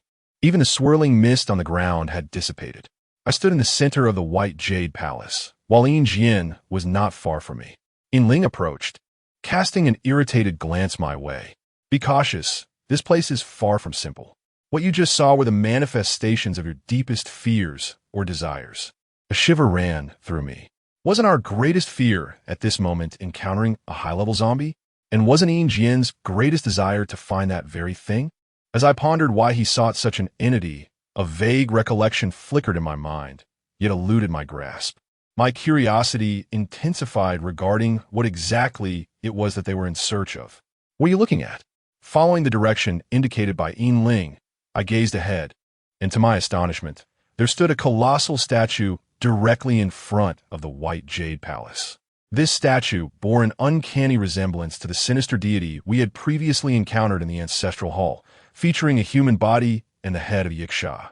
Its entire form was shrouded in a bizarre, dark, crimson hue, as if stained by blood. The longer I stared at the malevolent figure, the more I sensed an ominous aura emanating from it, as if the statue were poised to awaken at any moment. Could this be the sorcerer who once subdued the Mirage Tower? I took a few steps forward, and my gaze fell upon a cauldron that towered over me, its height surpassing that of a person. Surrounding the cauldron were 18 iron chains, firmly embedded, and slender threads of an eerie dark red liquid slowly coursed down the chains into the vessel. "Is this the furnace for concocting elixirs using the blood essence of zombies?" Ling nodded. Before the cauldron lay a grand coffin, quietly positioned. The entire coffin was carved from a single block of pristine white jade, its surface intricately inscribed with a multitude of incantations. A faint glow emanated from the coffin, and at each of its 4 corners, there were chains that seemed to gather souls. It appeared that the individual who orchestrated this arrangement must rest within this coffin. If we were to open it, we would surely discover his identity. Just as Ling moved to push the coffin open, a voice filled with excitement and trembling reverberated in our ears. "Come quickly. I have uncovered a staggering secret. Hurry, come and see." It was Jian, his fervor palpable as he urged us to look. Chapter 80. Opening the coffin, I exchanged a glance with Yin Ling, judging by Yin Jian's tone. It seemed he had indeed uncovered a significant secret. Let's hold off on opening the coffin for now and go take a look. Upon reaching the scene, we found Yin Jian standing in front of a mural, his demeanor unusually animated, as if the mural were a priceless treasure. Quickly, observe what is recorded in this mural. I lifted my gaze to examine it. Historically, many significant events were depicted in mural form, and even if we were to open the coffin shortly, deducing the identity of the occupant merely from their appearance, if they had not yet decayed, would likely prove challenging. However, should we discover historical events within the mural, inferring the identity of the occupant would become considerably simpler. The wall featured two murals. The first depicted a middle-aged man garbed in ancient attire arriving at Fengmen village, where he imprisoned a mirage tower. The information inscribed in the first mural was already known to us and held little significance, aside from two lines of incomprehensible text beside it. Turning my attention to the second mural, I observed a portrayal of an empty cosmic void, within which stood an indistinct silhouette. This figure possessed golden pupils and bore two prominent fangs at the corners of its mouth. Hiss, are there golden-eyed zombies? Yin Jian mused, scratching his nose. Uncertain, it could be a mutated zombie. Then what exactly have you discovered? Yin Jian shot me a glare, then turned to Yin Ling and declared, the object we seek lies right here within that coffin. Enough chatter, go open it. As we approached the enormous white jade coffin, an unsettling sensation coursed through me. Sister, wasn't he that individual aiming for transcendence? Why then would he entomb himself? This coffin rested at the heart of the dragon vein, amidst the most potent malevolence. The surrounding zombies and wicked spirits were indeed harbingers of doom. Positioned here, the coffins serve as a counterbalance to evil, safeguarding it from any vile entities that might intrude. The architect of this arrangement utilized the coffin as a medium, symbolizing the severance from worldly ties, a perfect embodiment of Taoist principles of asceticism. Should the orchestrator be deceased, the air within the coffin would be rife with a stench of decay. We must proceed with caution. There may even be illusions. Remember to silently recite the heart-purifying mantra as we unveil the coffin. Yin Jian and I exchanged a glance, nodded in agreement, and with bated breath, placed our hands upon the coffin lid. A gentle warmth emanated from our fingertips. Fortunately, the lid was not excessively heavy, with a concerted effort from both of us. It creaked slightly, slowly yielding to our push. Yin Ling stood nearby, her gaze fixated intently on the interior of the coffin as the lid gradually retreated. Taking a deep breath, I leaned down to peer inside, nearly overwhelmed by the sight that awaited me. A figure sat serenely within the white jade coffin. No, to be precise, this was not a person, but rather resembled a humanoid bird. Its entire body was enveloped in a thick layer resembling white feathers, obscuring its visage. Could this be the one behind the intricate scheme? Yin Ling furrowed her brow and approached, gently reaching out to touch it. In an instant, the figure, which had been seated in the coffin, deflated like a punctured balloon, revealing that it was merely a layer of human skin. Hiss, human skin? I had heard of many animals shedding their skin, but never had I encountered the notion of humans doing so. Yin Ling disregarded my astonishment, bending down to rummage through the coffin. With a swift motion, she flung out one layer of skin after another. I counted a total of 8 layers. The first layer appeared dark yellow in complexion, while the subsequent layers grew increasingly smooth, culminating in a layer that hardly resembled human skin, adorned with what seemed like fine fuzz. Finally, the very first layer we had observed was entirely covered in white feathers. Had that individual truly undergone metamorphosis?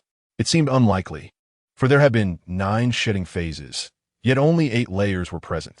He was but one step away from success. If that person had not perished, why then had he vanished so suddenly?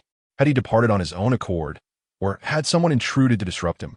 Yin Ling murmured softly, her brow knitted in contemplation. My mind was equally filled with perplexity. I never anticipated that the malevolent spirit haunting our village of Fengmen, which had tormented us like a relentless nightmare, would turn out to be a mere individual. In the end, we discovered only 8 pieces of human skin. Yin Jian, with his head bowed, rummaged through the coffin. I recalled that Yin Jian and his companions were in search of something, while I had been curious about what that might be. Moreover, Ma Xiaoyong had also requested my assistance in locating an item. Now that very object lay before us. How could I refrain from uncovering its mystery? Scattered within the coffin were several jade artifacts. Is this what you seek? I queried, as I unearthed a scroll of bamboo from a corner of the coffin. Yin Jian paid me no heed, continuing his search. Just as he unearthed the last jade artifact, a dark yellow scroll, resembling something crafted from beast hide, came into my sight, identical to the one I had envisioned before. Yet I was certain this was genuine. We have found it. As soon as Yin Jian's words echoed through the chamber, the entire white jade palace suddenly began to tremble violently. The ground quaked beneath us, as if a tremor had struck, leaving me in a state of shock. Crash! A massive piece of white jade plummeted from the ceiling, and, as I looked up, the towering statue of the malevolent deity swayed perilously on the verge of collapse. The tremors intensified with chunks of white jade cascading down in a relentless torrent.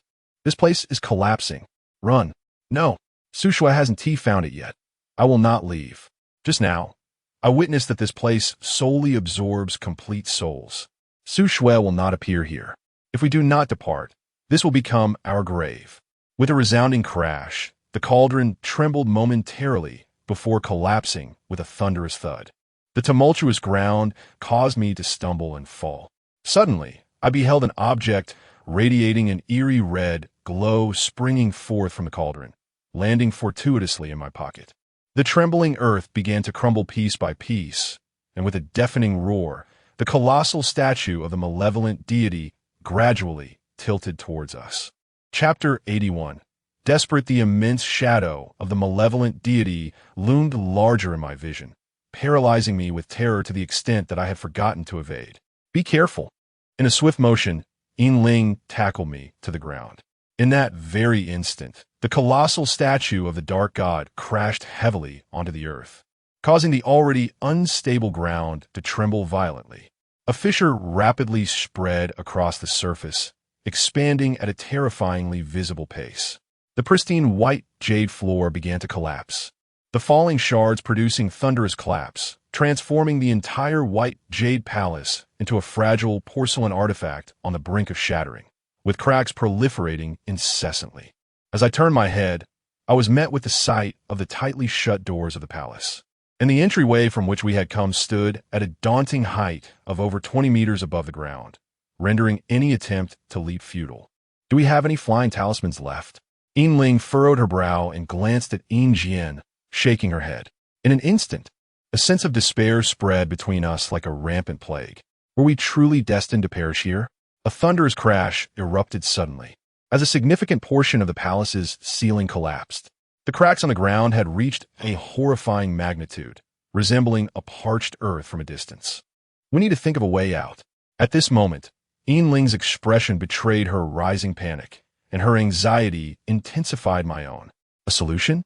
What possible solution could there be? Is it just us calling for help, hoping Superman will come to our rescue?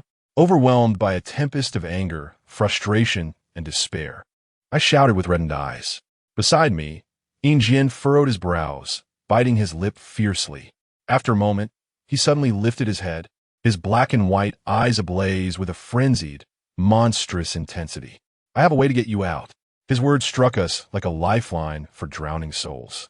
I recalled how he had faced the mirage the last time, unleashing the dark spirit within him, transforming into something akin to a super scion. No, you are on the brink of losing control. Releasing it again will mean your demise. Yin Ling's gaze was piercing as she fixed her eyes on Yin Jian, her tone unyieldingly severe. If we don't release it, we will all perish. If we do, there's a glimmer of hope. This time, I refuse to heed your words. For the first time, Yin Jian met Yin Ling's formidable presence without fear. You.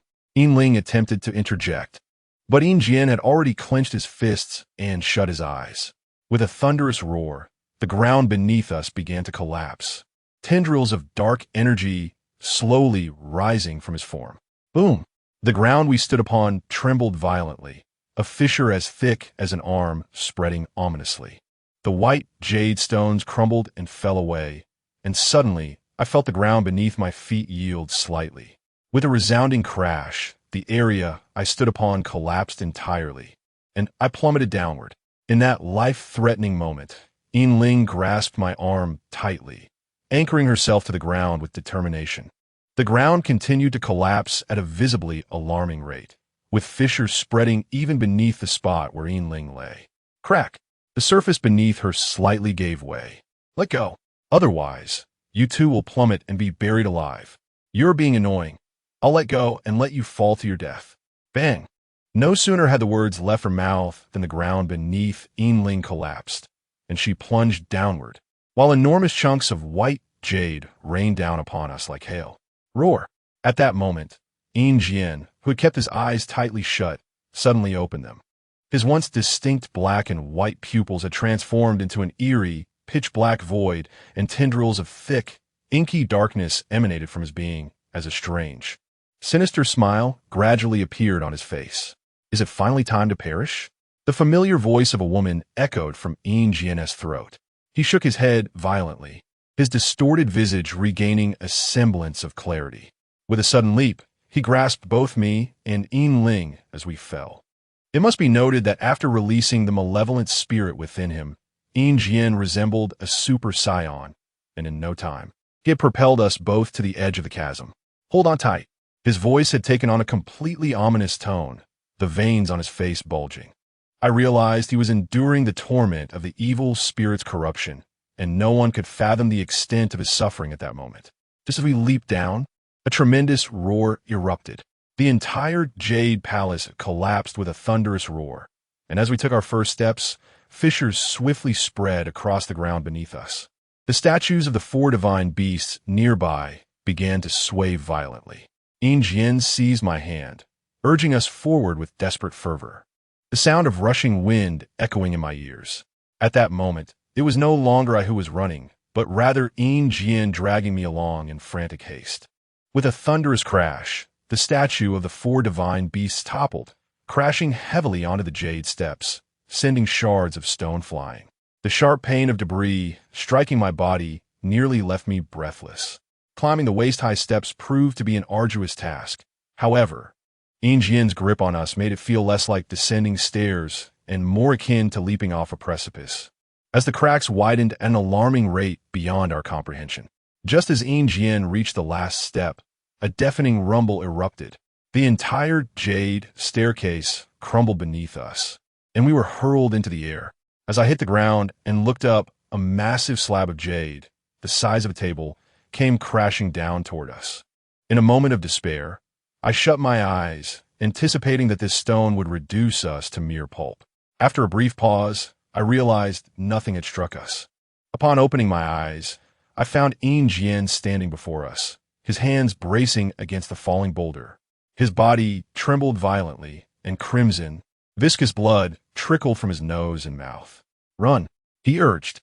He let out a thunderous roar, his entire being enveloped in a swirling darkness.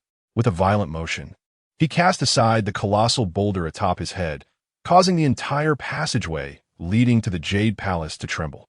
Debris rained down upon us as we dashed through the corridor. Upon emerging, a cacophony of primal roars echoed in our ears, an unending chorus of feral howls from the 18 blue-eyed zombies trapped by the banks of the River of Oblivion, writhing and screaming in desperation. I noticed the chains binding them had begun to fracture, creating fissures.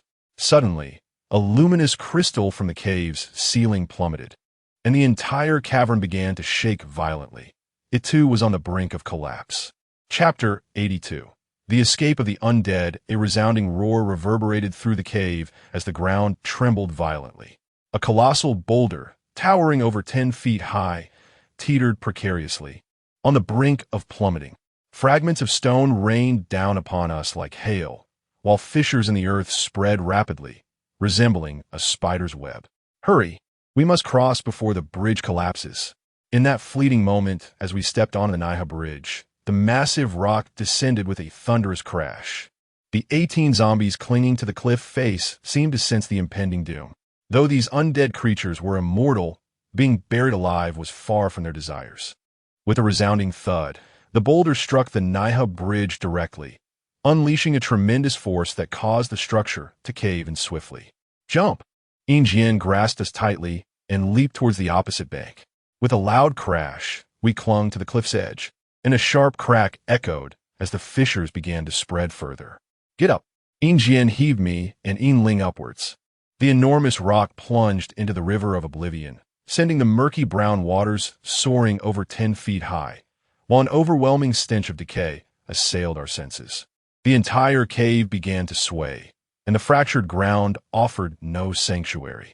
The 18 blue-eyed zombies on the riverbank intensified their struggles. Suddenly, I heard the clinking of chains. One of the blue-eyed zombies had broken free and lunged towards us with alarming speed. The azure pupils glimmered in the dim cavern like the eyes of the Grim Reaper, an aura of ferocity enveloping the atmosphere. In that moment, we felt as though we were the prey of a primordial beast, even forgetting the instinct to flee. A tremendous wave of corpse energy erupted from the blue-eyed zombie's form. Injian let out a deafening roar, dark mist swirling around him like ink, seemingly standing against the overwhelming corpse energy. He bent down and lifted a colossal boulder, towering several yards high, hurling it with force towards the blue-eyed zombie. A thunderous crash resounded. It was uncertain whether the blue-eyed zombie had been weakened from a millennium of confinement or if Injian's power was simply extraordinary.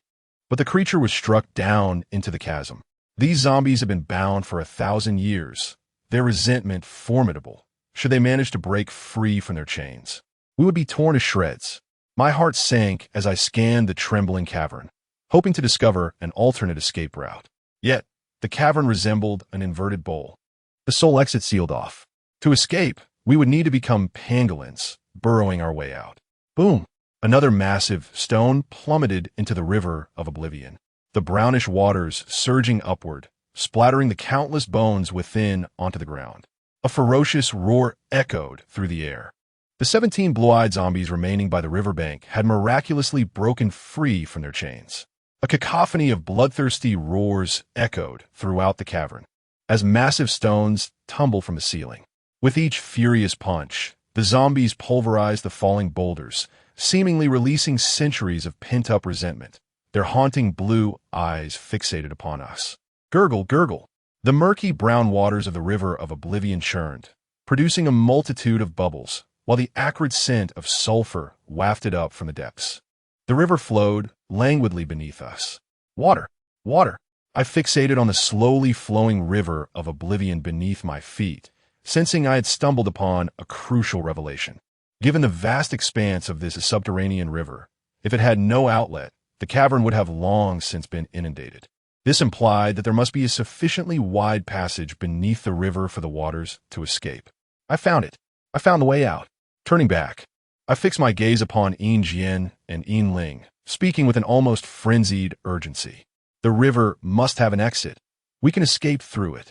Yinling gazed down at the river of oblivion for a moment, her brow showing no signs of relaxation. The river was teeming with corpses, and the toxic stench was undoubtedly overwhelming. Even if we did not drown, should we leap into those waters, it was likely that we would soon become yet another body within that ghastly current. If we do not leap, we shall await our entombment. Yet, to jump is no guarantee of survival. In that fleeting moment, we found ourselves ensnared in a struggle of indecision. Just then, a primal roar erupted from across the riverbank, and the 17 blue-eyed zombies surged towards us like ferocious beasts, their azure orbs glinting with a thirst for blood. By all that is sacred, if we do not jump now, it will be too late. Suddenly, Jian crouched down, clutching his head, as his once rational expression twisted grotesquely before our eyes. Veins bulged forth like coiling dragons, and a thick, inky black mist surged from his being, enveloping him in a sinister aura. His body began to tremble violently. Abruptly, he lifted his gaze, revealing a strange and eerie smile upon his contorted visage. His pitch-black eyes bore into us with a chilling intensity. We're doomed. All is lost. A low, cold, and piercing voice emanated from Jian's throat. Xiao Jian was losing control. Yinling, already pale and anxious, grew increasingly agitated. With a thunderous crash, A massive rock plummeted from the cavern's ceiling, causing the ground to tremble violently. I staggered, nearly teetering over the edge, when suddenly, the 17 blue-eyed zombies leapt onto the riverbank, charging towards us. Do you wish to witness Brother Jian's demise here? Jump! At worst, we shall meet our end together. Yinling's body quivered slightly, her lips clenched so tightly that they bled. Jump! A syllable, so simple it could scarcely be simpler, escaped her lips. In a swift motion, she dashed towards Yin Jian, who wore a wicked grin as he lunged toward Yinling. Yinling evaded his attack with agility and seized him in an embrace, urging, "Push us down." I nodded in assent, rushing forward to propel both Yinling and Yin Jian over the edge, following suit as I leapt into the void. The forgetting river, its waters a murky brown, churned with a multitude of bubbles. As they burst, a pungent stench of decay, mingled with the acrid scent of sulfur, permeated the air. The river's surface was littered with floating corpses, leaving no trace of life in sight, as if this river were a realm solely for the dead. Chapter 83. The Riverbed Monster Splash. As I plunged into the depths of the river of oblivion, the murky brown water enveloped me instantaneously, intensifying the already pungent stench of decay that surrounded me. I felt as though I might suffocate beneath the weight of the foul odor. Above me, stones tumbled from above, crashing onto the river's surface, sending waves of murky water swirling around me. Countless corpses drifted slowly past my eyes, and then, with a resounding thud, a stone struck a lifeless body, which had been submerged for who knows how long, shattering it into a grotesque mess, its mangled flesh and entrails spilling forth. Suddenly, something collided with my back, and I turned to find a corpse, eroded by the sulfur in the water, its skin transformed into a ghastly crimson hue, crashing into me. The skin had completely disintegrated, revealing raw, red muscle beneath, while its face, devoid of flesh, bore two bulging eyes that seemed to gaze hauntingly at me. I screamed in terror, instinctively pushing the corpse away, only to feel a slick, slippery sensation akin to touching a bar of soap. Before I could muster any strength, the body crumbled apart, sending pale pink fragments gliding past me. Above, a cascade of stones continued to fall, and the brown waters stirred, creating ripples that spread outward. The 17 blue-eyed zombies stood at the brink of the crumbling riverbank, incessantly howling towards us.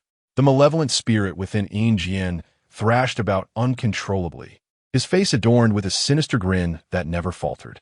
"Quick, knock him unconscious," Yinling shouted anxiously as she clutched Yin Jian tightly. He swam over, mimicking a scene from a television drama, and with a swift motion, struck his neck forcefully. To my dismay, he remained unfazed, while my palm throbbed with pain. "You fool! Find something to smash him with," Yinling yelled at me in frustration. At that moment, a fragment of stone fell before me, crashing heavily into the water. Gritting my teeth, I took a deep breath and plunged after it, diving into the murky waters of the River of Forgetfulness, which resembled a gathering of stagnant corpses. Fortunately, the stone descended slowly, allowing me to grasp it shortly after. Weighing the stone in my hand, I summoned my strength and brought it down upon Yin Jian's head. Suddenly, the waters of the River of Forgetfulness began to churn violently, and I felt the entire cavern shake. Massive rocks tumbled down, each larger than the last. With a resounding crash, several boulders grazed past me, sending chills through my bones as I narrowly escaped death. "Swim forward," I urged, gripping one of Yin Jian's arms, and began to navigate through the thick, foul-smelling waters. Then, with a deafening roar, the ceiling of the cavern collapsed. The once fragmented bridge of the Niha River was suddenly obliterated by a colossal boulder that crashed down, shattering it to pieces. As the stone plunged into the river, it stirred up a tumultuous wave that quickly engulfed us. Submerging beneath the water, we found our chances of evasion significantly heightened by the very liquid that obstructed the falling debris. I uttered a word to Yinling, inhaled deeply, and, gripping Yin Jian, plunged into the depths. The underwater world was bathed in a murky yellow-brown hue, rendering me hesitant to open my eyes. A thunderous roar erupted abruptly, shaking even the tranquil depths. The falling stones stirred up turbulent currents. At that moment, I could feel the undertow swirling around me as countless rocks cascaded past. With a jarring impact, several stones struck my body, and an agonizing pain surged through me, causing my body to shudder as I clenched my teeth tightly. I propelled myself forward desperately, losing track of time beneath the surface.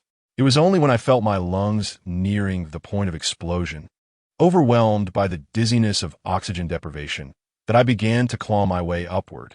Upon breaching the surface, I found myself in a dimly lit expanse, where crystalline formations above emitted a soft glow.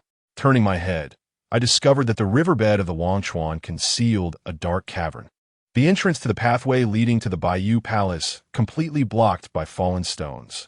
The river water here had also become somewhat clearer, allowing me to faintly discern the underwater landscape. The retreat was cut off. Now, it seems that the only course left for us is to continue swimming forward. The surface of the water stirred with ripples as Ling surfaced, gasping for breath. "Are we safe now?"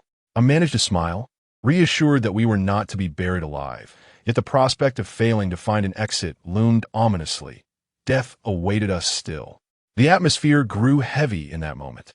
None of us uttered a word, merely supporting Jian as we swam onward slowly. As we progressed, an unsettling chill seeped through my body, prompting a shiver. I turned my gaze towards Ling, only to find her complexion had turned an ashen hue, her lips tinged with a bluish pallor. My heart sank, and my mouth felt parched. Could we have been poisoned by the corpses? Ling glanced at me, her silence conveying the answer I dreaded. The surrounding crimson bodies seemed to drift faster, and under the dim light, I suddenly caught sight of a colossal shadow darting beneath the water. By the time I attempted to scrutinize it further, the shadow had vanished. Before I could gather my thoughts, the current surged violently, propelling our bodies forward uncontrollably. Suddenly, less than 3 meters ahead, a sinister whirlpool emerged at the water surface. The crimson corpses, which had just floated to that spot, were abruptly engulfed by the depths. After a few seconds, those vanished bodies resurfaced once more. The corpses that surfaced had undergone a complete transformation. The flesh had entirely vanished, and nearly every body that had abruptly sunk into the water emerged as a shattered skeleton. "Liu Yang, it seems there is something in this water." Gulp. I swallowed hard, for I had just witnessed something voraciously consuming these bodies ahead. In the next moment, a dreadful vision struck me. Would we, too, be dragged into the depths by the creature lurking beneath when we drifted to that spot? The current beneath us grew increasingly turbulent, and our proximity to that monster diminished with each passing moment. Damn it, we must hasten to find a place to shore, lest we meet the same fate as those corpses. Chapter 84. Confronting the monster, Ling became increasingly anxious, yet the turbulent waters beneath us were relentless. No matter how fervently we paddled, attempting to retreat, we found ourselves inexorably drawn closer to the gaping maw of the whirlpool that resembled the jaws of death.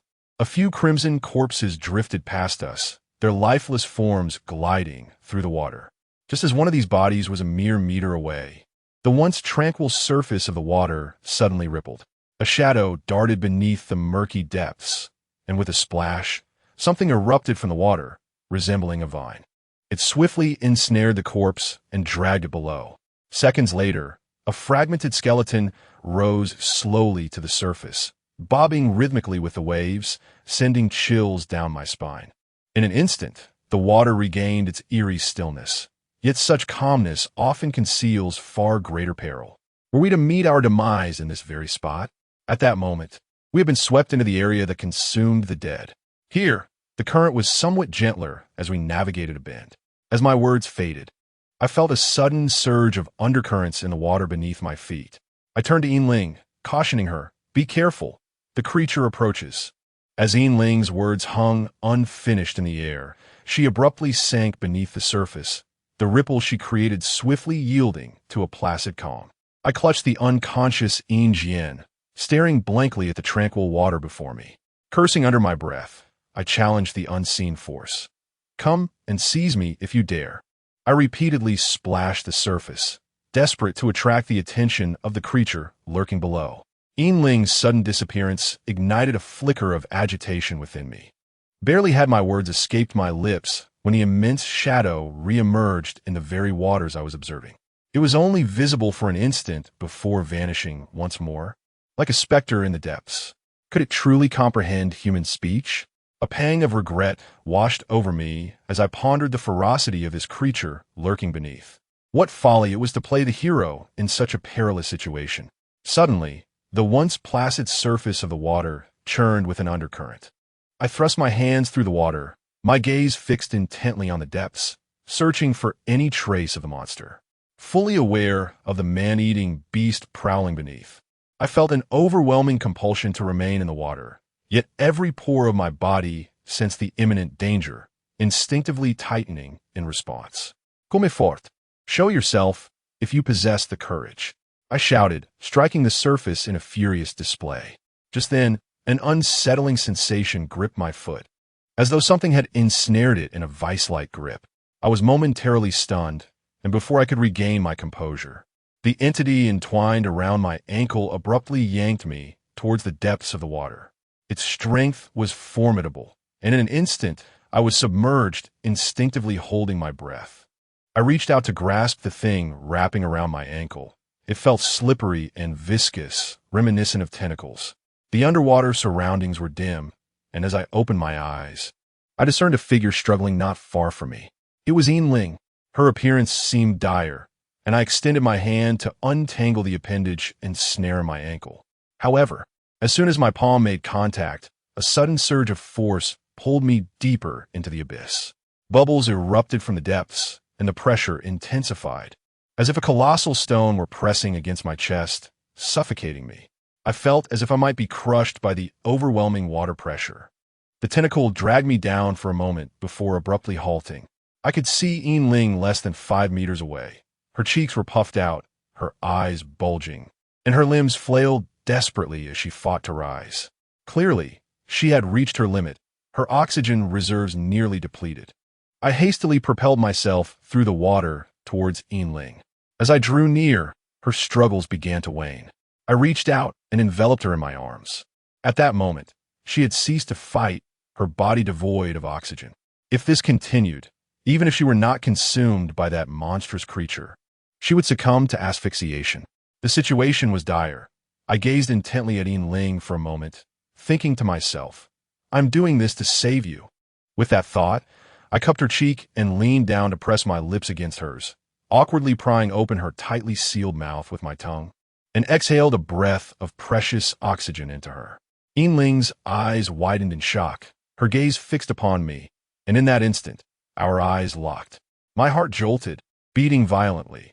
I realized with alarm that the faster my heart raced, the more oxygen I would deplete. Just then, before I could regain my composure, the tendrils ensnaring my feet yanked us downward into the depths of the water. From a distance, I finally discerned the true form of the creature lurking beneath the surface. Its body was a yellow-brown hue, reminiscent of the murky waters of the river of forgetfulness. Its shape resembled that of an umbrella, with a diameter of approximately 4 to 5 meters, and its body was adorned with frayed, ribbon-like appendages that swayed with the dark currents.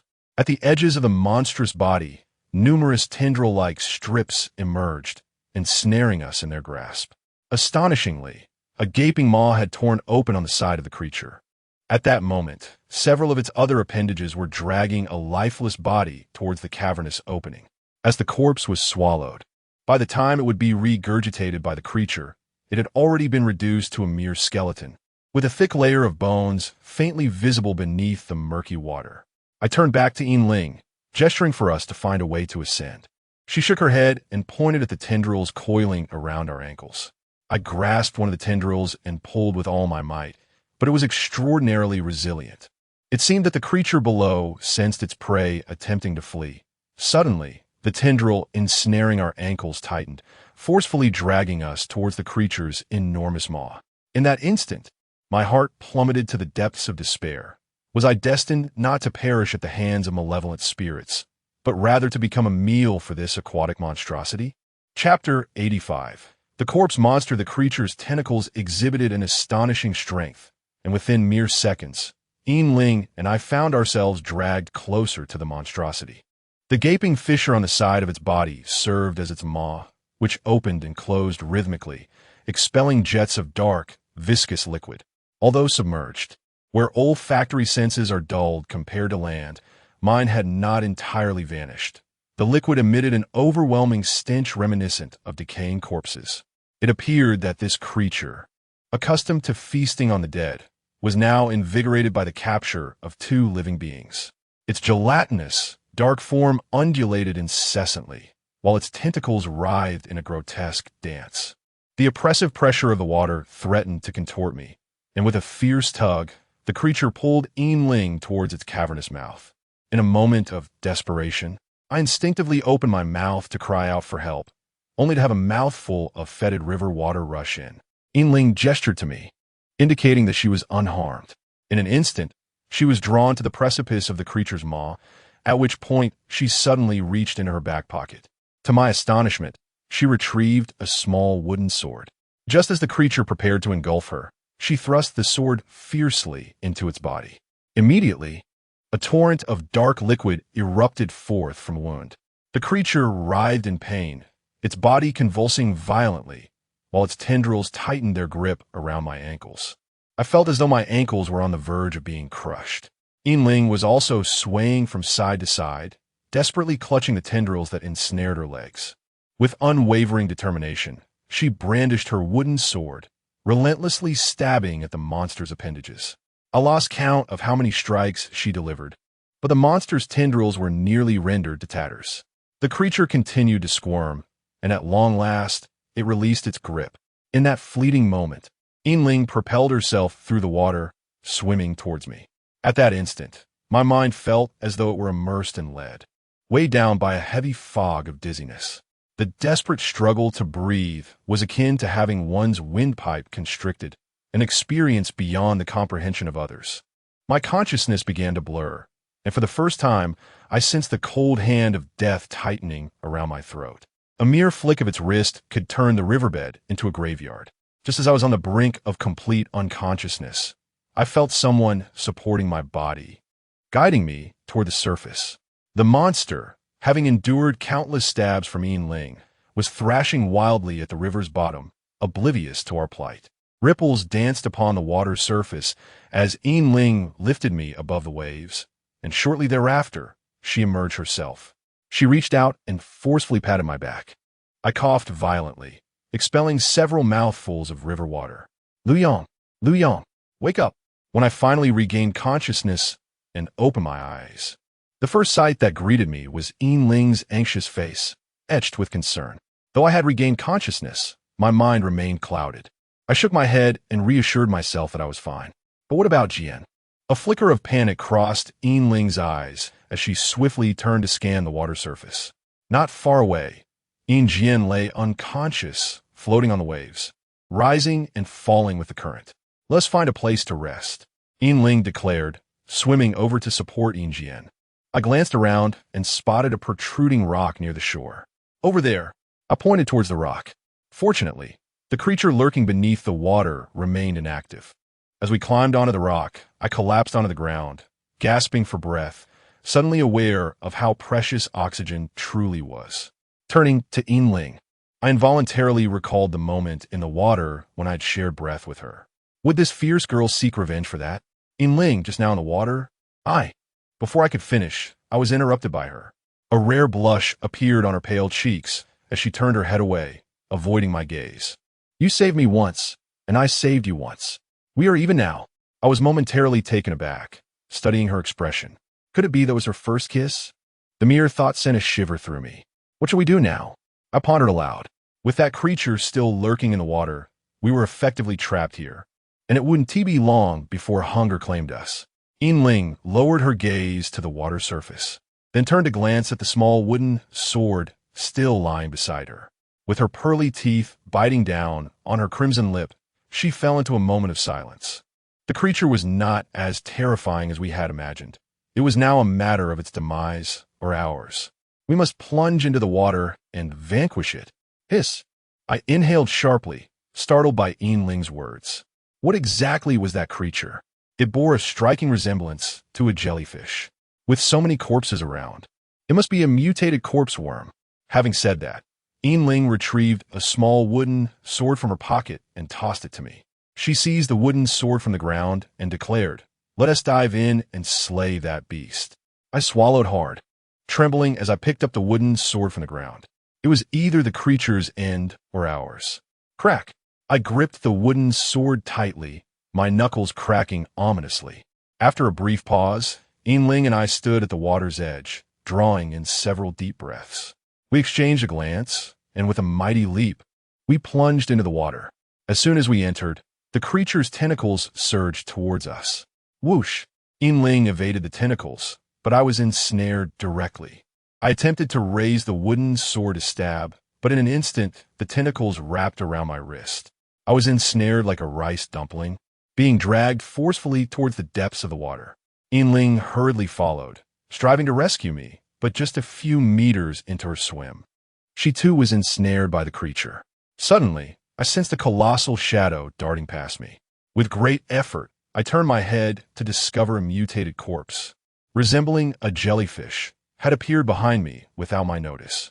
Its gelatinous body writhed violently, and its massive maw opened and closed incessantly, spewing forth a viscous, dark liquid, akin to a creature driven mad. In that moment, I felt an overwhelming urge to curse. We had underestimated the situation. We had overlooked the fact that Ling had wounded this beast, and after reigning as the sovereign of this dark river for so long, it was now agitated by the injury inflicted by two mere prey. Chapter 86. Bonfire. As I witnessed the tendrils of the monster ensnaring Ling, I could only watch helplessly as she gazed on in horror while I was consumed whole. She struggled violently, emitting sounds akin to anguished sobs from her throat. The moment I was swallowed, it felt as though I was enveloped in a mass of gelatin, my hands encountering a slippery, slimy sensation all around. After a few moments, I realized that I had not immediately transformed into a mere skeleton. It became apparent that the corpses this creature ingested had marinated in these waters for countless years. Although their muscle tissues had not rotted away, they had softened to a jelly-like consistency, crumbling at the slightest touch. In stark contrast, I was very much alive, my muscles still robust and strong. The monster's maw bore no fangs or sharp teeth. It merely relied on the undulations within its body to strip the decaying flesh from the corpses it consumed. Inside, this creature seemed to lack any semblance of a digestive system, resembling a colossal cnidarian instead. The masses of flesh within it continually squirmed and pressed down upon me, and I sensed that if this continued, I would soon be crushed. An overwhelming stench of decay assaulted my nostrils, a nauseating odor born from the countless corpses it had swallowed over what might have been eons. The number of bodies it had consumed must surely be in the thousands, if not tens of thousands. I could only wonder at the virulence of the toxins festering within this creature. Damn it, to dare swallow me whole. Today, I shall cause a ruckus in your belly, just like the great sun Wukong. Despite being squeezed by the putrid flesh of the monstrous entity, my hands remained agile. Clutching the wooden sword tightly in my right hand, I thrust it forward with all my might, while my other hand frantically grasped at the decayed matter surrounding me. The creature seemed to sense the excruciating pain within, commencing a wild convulsion. Its tentacles flailed violently, releasing Ling from their grasp. Had I been outside, I would have been utterly astonished by her appearance. Eyes wide open, resembling a frenzied lioness, she lunged at the creature with her wooden sword held firm. The body of this monstrosity was akin to jelly. With the slightest effort, I could tear away substantial chunks. The more I struggled within its confines, the more exhilaration surged through me as the space for my movement expanded. The interior of the creature became a scene of utter devastation, with dark, viscous fluids oozing forth in relentless streams. With a forceful thrust, I drove my weapon into the creature's upper body, causing it to convulse violently.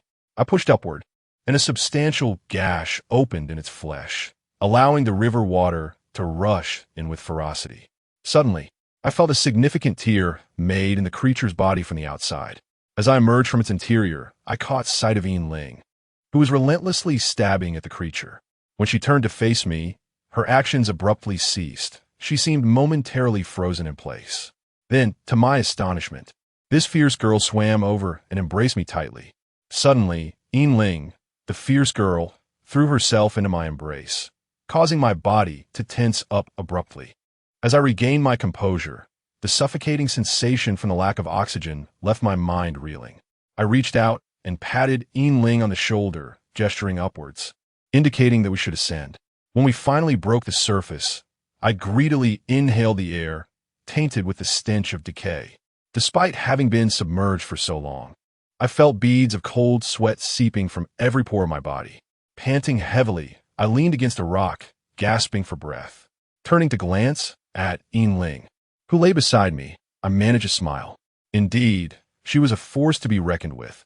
Her ferocity was unmatched. Feeling a bit restless, are we?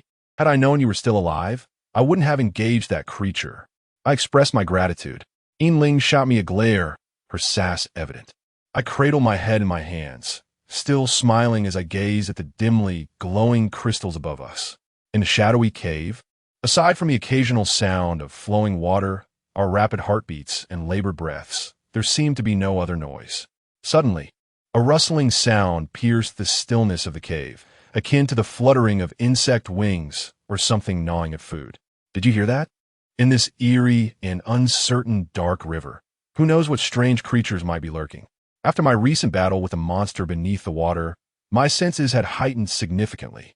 Upon hearing this, Ling furrowed her brow slightly, as if she had perceived some sound. I rose to my feet, my gaze warily scanning the surroundings. The water's surface remained tranquil, and the cave was still shrouded in darkness, seemingly devoid of anything unusual. Could it be that I was merely being overly sensitive? Just then, I suddenly noticed a ghostly white light descending from the cave's ceiling, followed closely by more than a dozen similar luminescent orbs. These orbs landed precisely upon a corpse lying by the riverbank. I fixated on the lifeless body, and to my astonishment, it gradually ignited with a spectral white flame. In the blink of an eye, it vanished beneath the river surface, while the multitude of ethereal lights seemed to swell in size. Rustle, rustle, rustle. That strange noise echoed again, and I lifted my gaze towards the luminous crystals above us. Initially, none of us had paid attention to these crystals, assuming they were mere crystalline formations. However, upon closer inspection, it became evident that these glowing entities were, in fact, a swarm of insects. These creatures emanated a ghostly white flame, resembling flying ants. They were nearly indistinguishable unless scrutinized closely. Suddenly, those dozen or so insects darted toward us. Ling, be cautious, I exclaimed, removing my outer garment and swinging it violently at the approaching swarm. The insects were knocked to the ground, writhing in a frantic struggle. Without hesitation, I rushed forward and crushed them underfoot, just as I had dispatched the last of those insects. I was horrified to discover that my shoes had ignited with the same ghostly white flame. Quick, discard your shoes. The horrifying visage of the recently encountered corpse loomed in my mind, and without hesitation, I cast off my shoes. To my astonishment, they began to vanish before my very eyes, consumed by an eerie, pale flame that left no trace, devoid of the acrid scent of burning. Suddenly, a cacophony of countless insects buzzing filled the air above us. I abruptly lifted my gaze, only to find the luminous crystals overhead writhing in unison, as a multitude of shimmering points surged towards us. Chapter 87. Trapped in a dilemma, the horrifying scene before me elicited an involuntary gasp, as I found myself paralyzed with dread, mirroring the shock of Ling beside me. Suddenly, I felt a vice-like grip around my neck, an asphyxiating sensation creeping over me.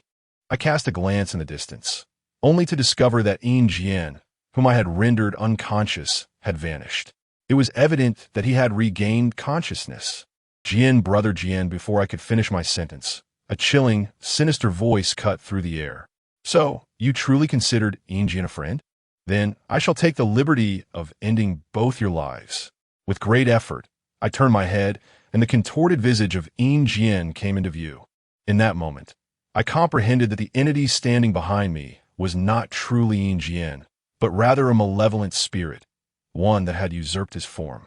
The one who harmed you is Yin Tianzheng. Do you not yearn for vengeance? Look ahead, Yin Ling remarked, her teeth clenched in determination. Yin Jian's body trembled slightly, as swarms of grotesque insects lunged toward us, accompanied by an eerie, pallid flame that seemed devoid of warmth, causing the temperature around us to drop several degrees. Roar! Yin Jian let out a thunderous roar at the hundreds of monstrous insects, a dense, inky black mist surging from his body, enveloping the creatures in an instant. Moments later, the black mist he expelled began to ignite, the bizarre, ghostly white flames on the insects intensifying in their ferocity. If you wish to eliminate those who have harmed you, plunge into the water now. We are no match for you. Prioritize your own survival, and you may torment us later at your leisure. Yin Jian's contorted visage struggled momentarily before he flung us into the river, then leapt in after us. The black mist that ensnared the insects grew increasingly thin, while a large mass of eerie, ghostly white flames burned fiercely in midair. The insects, now entirely engulfed in the flames, broke free from the black mist and lunged towards the water's surface. The strange, ghostly white flames skimmed the river, swirling ominously above us. What are these creatures? They seemed to fear water. Upon hearing this, a peculiar smile crept across Yin Jian's twisted face as he turned to glare at me and Ying Ling, evidently intent on ending us in the river. Wait, those are merely larvae. The adult ones are not afraid of water. Yin Jian's movements faltered, and I glanced at Ying Ling, who stared at the insects engulfed in ghostly flames for several moments. I once read in a book that this creature is known as the netherworm, which can only manifest in places of extreme cold and darkness. Typically, these nether worms congregate together, resembling luminous crystals. Each worm is enveloped in bone fire, a variant of ghostly flames, yet far more terrifying, as it is composed of all things cold and shadowy in the world. When we first entered, our bodies brimmed with yang energy, rendering us impervious to the nether fire. However, now, with yin energy saturating Yin Jian's entire being and the corpse poison in Lu Yang and me accumulating to a significant degree, our yang energy has waned, prompting the netherworms to seek us out. Upon hearing Yin Ling's words, a violent shiver coursed through me. I raised my hand and was startled to find that my palm had turned a dark, bluish hue, my fingertips similarly transformed. A chill began to sweep through every corner of my body. Above me, a cluster of ghostly white flames swirled, encircling hundreds of netherworms. At that moment, the largest crystals at the cave's apex began to writhe. The once gentle rustling of wings morphed into a deafening hum, as netherworms, each the size of a cockroach, descended from the cave's ceiling. Their sheer number could easily be described as blotting out the sun. Quick, dive beneath the water. These adult worms fear not water, but the current can slow their advance. In the face of death, even the malevolent spirit-controlled Yin Jian did not trouble us. Taking a deep breath, I plunged into the water.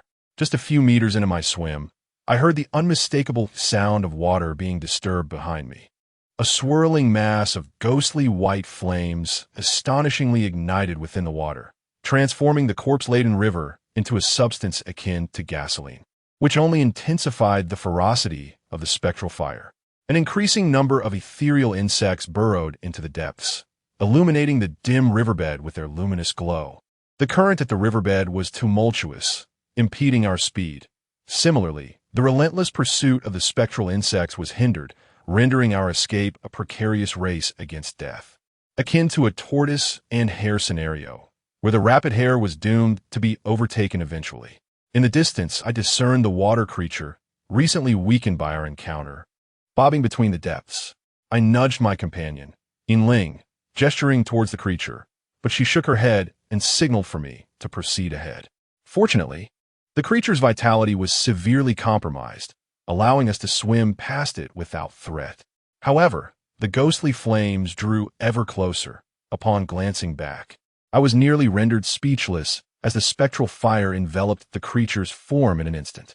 Within mere breaths, it vanished into the depths of the river. While the ethereal insects appear to have grown significantly, their movements swift and agile. I lost track of how long we had been swimming underwater, as a sense of dizziness began to wash over me. The inferno behind us blazed with increasing intensity, illuminating the entirety of the riverbed.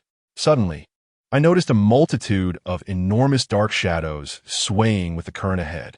As I drew closer, I realized that these colossal silhouettes were none other than the monstrous creatures we had encountered at the riverbed for the first time. Moreover, this group of water monsters was significantly larger than the initial one.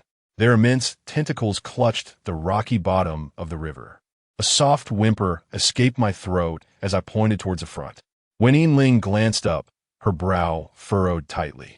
I grasped her hand and slowly turned to retreat upstream, only to find that a vast swarm of ghostly insects was less than 3 to 4 meters away from us. In front loomed the flesh-eating, mutated corpse insects, while behind us were the spectral creatures capable of incinerating all malevolence. We found ourselves ensnared between these two terrifying threats, utterly trapped as a wave of despair and helplessness engulfed my entire being. Chapter 88.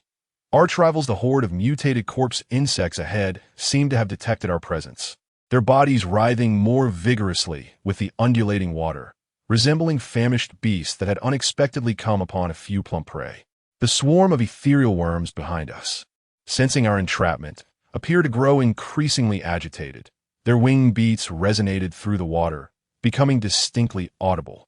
I turned to glance at Yinling beside me, gesturing fervently with my fingers.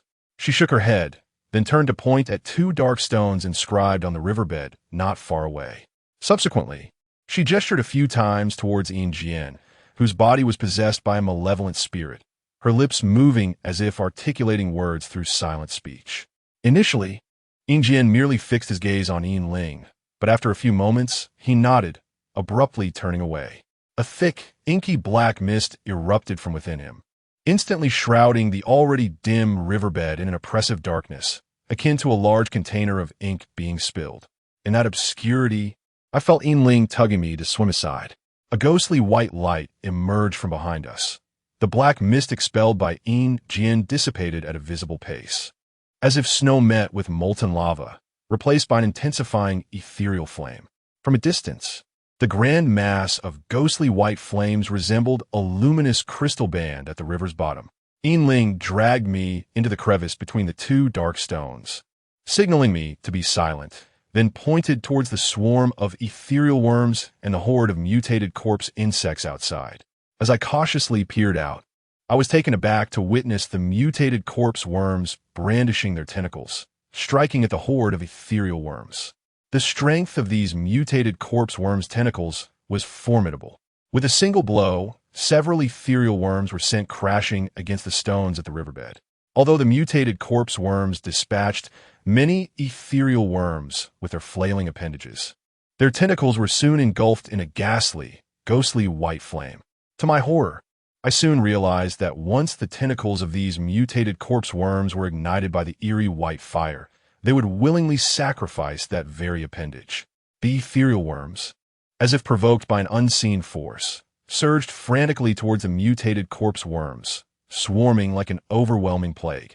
In no time, several mutated corpse worms found themselves encircled by the ghostly flames. One by one, the ghostly luminescent points dimmed, accompanied by the transformation of each mutated corpse worm into mere fuel for the spectral fire. What had initially presented as a predatory scenario of wolves and tigers had suddenly devolved into a fierce struggle between these 2 creatures, leaving me momentarily perplexed. Upon further contemplation, I realized that in this sunless, suffocatingly dark river, both the mutated corpse worms and the ethereal worms had emerged as adaptations to their environment, each thriving on the floating corpses and the pervasive malevolent energy within the dark waters. The ethereal worms, in their vast numbers, required substantial sustenance, while the mutated corpse worms, though fewer in number, demanded a greater share of nourishment. Thus, it was inevitable that these 2 monstrous entities would clash in their relentless pursuit of sustenance. In just a few fleeting seconds, I could never have imagined that these 2 monstrous entities, resembling the harbingers of death, were in fact sworn adversaries. It seemed that Yinling had just realized this. prompting her to allow Jian to unleash a surge of dark energy to temporarily impede the advance of the spectral worms and the mutated corpse insects, thereby granting us those precious seconds to escape. Had we not sought refuge aside, but instead remained ensnared among the throng of spectral worms and mutated corpse insects, we would likely have met an untimely demise, leaving no trace behind. In a mere span of minutes, the spectral worms, which had previously coalesced into a crystalline ribbon, had diminished drastically, their numbers reduced to just over 100, as they were scattered by the mutated corpse insects. Although the mutated corpse insects boasted considerable size and strength, the sheer quantity of the spectral worms was overwhelming. As the saying goes, numerous ants can bring down an elephant. How much more formidable are the spectral worms that instill a chill down one's spine? The group of mutated corpse insects that had once obstructed our path had completely vanished. Yinling tugged at my arm, signaling that we should seize the opportunity to flee. Emerging from behind the dark stone, we swam forward with all our might. The spectral worms, now dispersed by the mutated corpse insects, could not withstand the fierce currents of the riverbed. Only a mere 50 spectral worms had congregated, emitting an eerie, pale white flame from the river's depths, resembling a lantern illuminating the underwater expanse. This scene brought a sense of relief, but when I glanced back, I was instantly taken aback by the sight behind me. The once diminutive cluster of pale white flames had inexplicably expanded within just a few breaths. Yinling seemed to have noticed the anomaly behind us. She grasped my hand tightly, and our speed in the water surged with newfound urgency. Not long after we propelled ourselves forward, I felt as though my lungs were on the verge of bursting. With a gentle shove, Yinling pointed ahead, and as I lifted my gaze, I was astounded to see shafts of sunlight piercing through the water before us. In that moment, I resembled a drowning soul who had suddenly spotted a life buoy. An overwhelming instinct for survival compelled me to swim desperately towards that radiant beam of light. The eerie, pale flames trailing behind us drew ever closer, and just as we broke the surface, the spectral worms, akin to insidious parasites, were less than a meter away. Fortunately, the shore was not far off. Upon scrambling on a dry land, I realized we had emerged into an open cavern. Numerous crevices above us allowed brilliant rays of sunlight to stream through. Suddenly, a cacophony of splashes erupted around us as a swarm of spectral worms surged forth, their wings beating furiously towards us. While the unyielding rock face loomed behind, there was no retreat. In an instant, the leading spectral worms encountered the sunlight streaming from above, and with a swift transformation, they dissipated into a cloud of black smoke. The remaining worms, seemingly terrified of the light, retreated from the illuminated area, circling restlessly in the shadowed waters. At this moment, I have finally discerned the true appearance of those ethereal worms. Their bodies are entirely transparent, allowing me to perceive the otherworldly, ghostly white flames flickering within them. Were it not for their insect-like form, I might have mistaken them for mere scattered will-o'-the-wisps. These spectral worms are typically found in realms of utmost cold and darkness, their entire essence steeped in, with sunlight being their greatest adversary. Having narrowly escaped the clutches of death once more, the tension in my nerves instantaneously dissipated, and I collapsed onto the ground, gasping for breath. Chapter 89. The Soul-Binding Curse. He is merely an outsider. The ones who have harmed you are from the Yin family. If there is any enmity, let it be directed towards me. Yinling swiftly positioned herself in front of me, her phoenix eyes unwaveringly fixed on Jian, who was ensnared by the malevolent spirit. Everything he holds dear, I shall obliterate. All shall be destroyed. The voice of the sinister woman, steeped in resentment, echoed from Jian's throat. At that moment, the veins on Jian's face throbbed violently, transforming from sanguine hue to an eerie purplish black. Even his pupils gradually shifted into that bizarre shade. You shall all perish. I will consume your souls, allowing you to experience the agony of eternal damnation. The malevolent spirit within Jian laughed maniacally, seemingly gritting its teeth as it uttered this proclamation. No sooner had the words escaped its lips than Jian, wearing a grotesque grin, charged towards us. Yinling forcefully shoved me aside, her brows knitted in determination as she lunged at Yinjian. With a swift motion, Yinjian unleashed a seemingly ordinary punch directed at Yinling possessed by the malevolent spirit. Yinjian had transformed, akin to a Super Saiyan, with his speed, strength, and reflexes soaring to an alarming level. Yinling's arm, raised defensively before her, took the brunt of Yinjian's strike, sending her hurtling backward. Bang! Yinling's body collided forcefully with the cavern stone wall, her brow furrowed in pain, as a trickle of crimson blood began to seep from the corner of her mouth. Those bearing the surname Yin are destined to perish. Soon, I shall revel in your torment. Yinjian revealed a chillingly sinister grin as he turned to face Yinling. His purple-black irises fixated upon me. You regard him as a brother. Today, I shall ensure that you meet your demise at his hands. My pupils instantly constricted to their utmost. The oppressive aura of impending death rendered me breathless. In an instant, a fleeting shadow darted before my eyes. And before I could comprehend the situation, a sharp pain pierced my throat. Yinjian had seized my windpipe, lifting me off the ground with deliberate slowness. My hands clutched desperately at his arms. My gaze locked onto him, and my body instinctively thrashed in resistance. I felt as though my throat was on the verge of being crushed. A searing agony, accompanied by the sensation of suffocation, rapidly enveloped my entire being. My face flushed crimson, then morphed into a deepening shade of blue-black, to the point where I felt my own eyes bulging outward. From the initial grip on Yinjian's arm, my attempts to struggle had dwindled to feeble slaps.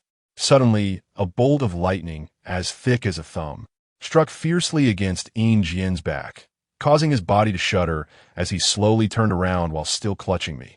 To my astonishment, the gravely injured Yinling managed to rise, her phoenix-like eyes fixated intently on the possessed Yinjian. She lifted her hand to wipe the blood seeping from the corner of her mouth. Since you crave death, I shall gladly oblige. After I take your life, I will ensure he regains consciousness, compelled to witness with his own eyes the act of his own hands bringing about your end. Yinjian coldly uttered a phrase, flinging me aside with a mere flick of his hand. Thud! I crashed heavily onto the ground, gasping for breath, while Yinling fixed her gaze upon Yinjian. She stepped forward with her left foot, gradually raising her hands, her face devoid of any expression, replaced only by a chilling numbness. The talismans you can wield against me are futile. In the presence of the Mirage Tower, the malevolent spirits within Yinjian possess the strength to contend, while Yinling must sacrifice 40 years of her lifespan to engage in battle with the Mirage Tower. Does the soul-driving charm hold any power over you? Each word slowly emerged from the crevices of Yinling's clenched teeth, and as her voice fell, she pinched a red talisman between her fingers, upon which a complex and arcane incantation was inscribed in golden ink. I gazed at the soul-driving charm, suddenly reminded of that fateful night in the haunted house of the Mirage Tower, when Yinjian unleashed his malevolent spirit, drawing the very talisman that now mirrored the one in Yinling's grasp. Yinjian appeared to harbor a profound fear of the soul-driving charm. His originally grotesque visage gradually softened, only to contort back into a more sinister grimace moments later. You killed him with your own hands. You suffer too. If you possess the courage, come forth. At that instant, Yinling's expression froze, her body trembling, her eyes reddened as if on the brink of tears. In the fleeting moment of her distraction, a wicked smile crept across Yinjian's lips, and in an instant, he lunged toward Yinling. Be careful, I shouted fervently. When Yinling lifted her head, she found herself ensnared by Yinjian's grip around her throat, gasping for breath. Suspended in midair, she desperately attempted to pry his iron-like fingers apart, but her efforts proved futile against his unyielding strength. Her complexion rapidly turned crimson, then morphed into a deep shade of ashen blue. The soul-binding spell she clutched fell to the ground, caught by a breeze that sent it drifting towards me. Hurry! Use the soul-binding spell against him, Yinling implored, her voice fragmented as it escaped her throat. Yinjian, hoisting Yinling, turned to face me with a sinister grin etched across his visage. Isn't he your brother? By invoking the soul-binding spell, you would be condemning your own kin to death. I glanced at Ying Ling, whose face had taken on a hue reminiscent of liver, then shifted my gaze to the ghastly countenance of Ying Jian. Trembling, I reached for the fallen spell, caught in a tempest of indecision. What was I to do? Slay my first brother, or permit him to take both Ying Ling and me? Jian, he does not wish to become a monster. You must assist him. My body shook violently as the haunting words Ying Jian had uttered in the haunted house echoed in my mind. If I desire your demise, use this against me. Clutching the spell tightly, a chilling realization struck me. I did not possess the knowledge to wield it. It appeared that Ying Ling could sense my turmoil. You, look into my eyes. Subconsciously, I lifted my gaze to meet Ying Ling's eyes, which seemed to possess an enchanting magic that clouded my consciousness. My body involuntarily rose, fingers pinching the soul-restraining spell. I uttered softly, release. A low exhale escaped my throat as I hurled the spell towards Ying Jian. A dark beam of light struck him with tremendous force, and disbelief flickered across his face. Then his body rigidly slumped backward, and in that fleeting moment as he fell, I perceived a hint of relief etched upon Ying Jian's expression. Chapter 90. Someone wants to see me. The sound of Ying Ling's sobs grew increasingly louder, eventually culminating in her collapsing against Ying Jian, weeping uncontrollably. What has happened to Jian? Brother Jian? I struggled to approach Ying Ling, lowering my voice to inquire softly. Ying Ling's body trembled violently, and she slowly lifted her head, her already swollen eyes fixated on me for several moments. Suddenly, she broke into a smile, extending her hand to gently lift Ying Jian from the ground. With a smile that seemed to border on the surreal, she murmured to herself, "It's all right. Little Jian is free. He is liberated. I should be happy for him." Ying Ling bit her lip tightly, a trickle of crimson blood seeping from her lips, while tears cascaded down her cheeks like pearls released from a broken string. At that moment, I could no longer discern whether she was laughing or crying. Taking a deep breath, I raised my head. The blinding sunlight filtering through the ceiling forced me to squint. I inhaled sharply, trying my utmost to suppress my own tears. What is Jian's condition now? I turned to Ying Ling, my tone heavy, as the atmosphere surrounding us grew increasingly oppressive. Ying Ling glanced back at me, gradually releasing her grip on her lips, a faint trace of blood staining the corner of her mouth. The soul-dispelling spell, as its name implies, directly banishes a person's spirit. Little Jian's condition, at most, could endure for 7 days. After that, his soul would dissipate, condemned to eternal oblivion. As Ying Ling uttered these words, it seemed as though she had poured every ounce of strength within her. Each syllable appeared to erupt from the very depths of her soul. Soul and spirit dissipate into nothingness, forever barred from rebirth. These phrases struck my mind like a thunderclap, reverberating with an overwhelming force that left my thoughts momentarily blank.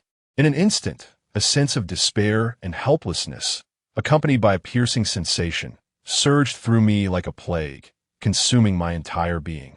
Ying Ling had but a year left to live, and Ying Jian was granted merely a week. The myriad memories of our time together flooded my heart, and it dawned upon me that both Ying Jian and Ying Ling had become inseparable parts of my existence. From this moment forward, the time I had left with them began a countdown. I could scarcely fathom the day they would leave me entirely. The thought filled me with dread.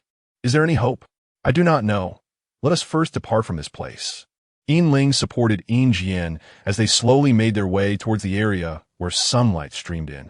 This was a vast open cavern, and the spot from which we had just emerged was a concealed pool nestled beneath the rocks. It was impossible to ascertain how many years this cavern had existed, as the elements had weathered it, leaving numerous openings of various sizes. Consequently, we easily discovered an opening tall enough for a person to pass through.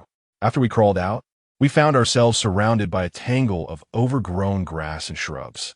As I pushed through the thicket, I realized that we had emerged at the very foot of the mountain where Ying Ling and I had sought an escape.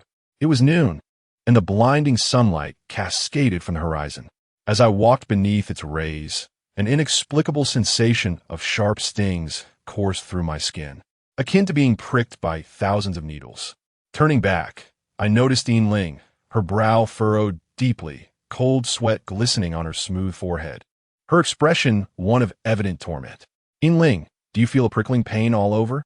She lifted her gaze to meet mine, a self-deprecating smile appearing on her face. The toxins within us have accumulated to a terrifying extent. Now, under the sun, these toxins battle against the light, naturally causing this sensation of pain. If we cannot dispel the toxins within 3 days, we shall transform into grotesque, half-human, half-corpse beings. The last few words remained unspoken, yet I could surmise their meaning. If the toxins were not eradicated within 3 days, we would either become monstrous cadavers or lifeless bodies.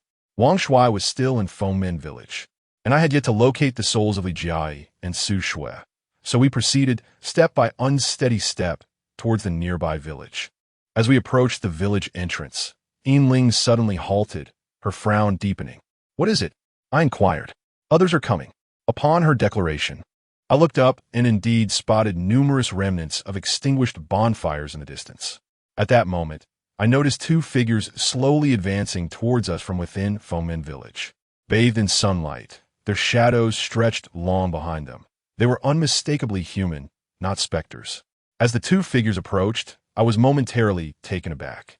The figure on the right was a woman, appearing to be in her mid-20s. She sported a ponytail and was clad in hiking attire, exuding an air of competence and decisiveness. To my chagrin, she towered over me by a full head. On the left stood a man with a sword slung across his back, none other than Lin Dingyang, who had unexpectedly materialized behind me that fateful night in Fengmen village. He had mentioned that we would meet again, and it seemed that prophecy had indeed come to pass. Lin Dingyang halted before me, his indifferent gaze sweeping over my form. "I can't believe you truly survived."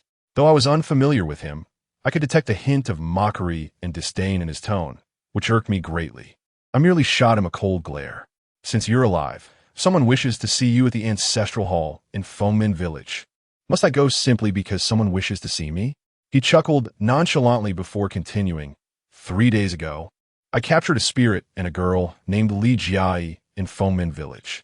If you choose not to come, I cannot guarantee their safety." A wave of fury surged within me at his words. Without thinking, I swung my fist at Lin Dingyang, only to be met with a derisive smile as he effortlessly kicked me to the ground. After casting a dispassionate glance in my direction, he turned and walked away. Kneeling on the ground, my fists clenched tightly, I grappled with the question of why Lin Dingyang had threatened me with the spirits of Li Jiai and Su Shui. Who, indeed, was it that sought to meet me? Who is this woman who has suddenly appeared? Is she an adversary or an ally? Why has Fengmen village been suddenly inundated with so many people? Chapter 91. Whom should I trust? The extraordinarily tall woman stood with her arms languidly crossed over her chest, her striking S-shaped silhouette unabashedly on display. Her delicate brows and almond-shaped eyes swept over us slowly. For reasons unknown, the moment her gaze brushed past me, I felt as though all my secrets lay bare before her. Her eyes lingered on me for a fleeting moment, the corners of her luscious lips curling into a subtle, inscrutable smile, before finally resting upon Yin Jian, her brows slightly furrowing in contemplation. The soul-binding spell. Who had cast the soul-binding spell upon Yin Jian? Since our escape from the secret passage in the ancestral hall of Fengmen village, Yinling had remained taciturn and dazed, as if her very soul had been lost. Now, upon hearing the voice of this woman, she trembled slightly, her previously impassive face suddenly taut with tension. Yinling abruptly lifted her head, her swollen eyes fixating intently on the woman, her expression akin to that of a drowning person clutching desperately at a lifeline. "Can you save Xiaojian?" The woman's gaze flickered for a moment. She did not respond immediately. Instead, she offered a soft chuckle and gracefully approached Yinling, leaning down to scrutinize her closely. Suddenly, she reached out and plucked a strand of hair from the top of Yinling's head. Then she approached me, regarding me with a gaze filled with intrigue, as if I were a rare specimen of some exotic creature. To my astonishment, she raised her hand and gently caressed my cheek while I stood there, nearly paralyzed by her unexpected attention. A shiver coursed through my body, and when I finally regained my composure, I noticed her hand waving in front of me. a few strands of black hair dancing wildly in the breeze at her fingertips. My hair. My scalp, typically sensitive enough to elicit sharp pain from the mere plucking of a single hair, felt devoid of sensation despite the fact that this woman had carelessly removed several strands. Xiaoling, you have been severely poisoned by the corpse toxin. If left untreated, I fear you may not survive until Yin Jian awakens. As she spoke, the woman lifted Yin Ling's hair into the air, and I leaned in to observe that the roots had transformed from their natural hue to a dark, ashen blue. The realization struck me that I had felt no pain when she had plucked my hair moments earlier. A jolt of dread surged through my heart, a foreboding sense of impending calamity. I hastily reached up and pulled a few strands from my own head, and as I examined them, I could not suppress a gasp of horror. The roots of my hair had turned a deep, purplish hue. What is happening? Why are the roots of my hair this color? The woman cast a mere glance in my direction, and her next words struck me like a thunderclap, leaving me in a state of stunned disbelief. As far as I know, you have ventured into a place rife with the miasma of corpses. All three of you have been afflicted by varying degrees of this sinister toxin. And as for you, being a ghostly being, your pure Yin constitution renders you even more susceptible. The corpse poison within you has already permeated to the roots of your hair and will soon descend to your feet. Should this venom accumulate there, not even the mightiest celestial being could save you. The fact that this woman recognized my ghostly nature is perplexing. How did she discern it? It seems she has perceived my bewilderment. As a doctor, I possess an intricate understanding of the human body. It is said that a person is illuminated by 3 lanterns, one atop the crown and one on each shoulder. Legend has it that while traversing a dark path at night, if one hears their name called from behind, turning around will extinguish one of these lanterns, allowing malevolent entities to invade. Those of ghostly fate possess one less lantern, inherently weakened in vitality, attracting these uninvited spirits wherever they roam. My heart quaked violently at this realization. I have witnessed the extraordinary ability of ghostly fate to draw in spirits, even the formidable Shinchilla, ranked second among the most powerful ghosts. Prior to entering Fengmin Village, I encountered spectral beings for 3 consecutive days. However, upon my arrival here, due to the presence of the Black Cat Tomb and the 100 Ghost Array, ordinary spirits are confined to the Ancestral Hall. Thus my encounters have been few. Fengmin Village is a place of dire omen. For those of ghostly fate, existence here is perilous, yet there lies a glimmer of hope. With the malevolent balance of this village disrupted by your presence, from this night forth, you shall once again find yourself beset by spirits. At the tender age of 19, I was destined to face a calamity. Was it not the case that merely enduring it would allow me to escape the relentless torment of the 100 ghosts? From the onset, my grandfather, followed by Ma Xiaoyong, Yin Jian, and Yin Ling, all foretold that I would encounter a dire ordeal at 19, suggesting that surmounting it would liberate me from my ghostly affliction. Upon hearing this, the mysterious woman before me chuckled softly, glancing back at Yin Ling with a playful shake of her head. If I am not mistaken, your encounters with the supernatural have only recently begun, and your first brush with a ghost nearly cost you your life, am I right? I was utterly astonished by every word that fell from the lips of this enigmatic figure, as I was certain I had never met her before.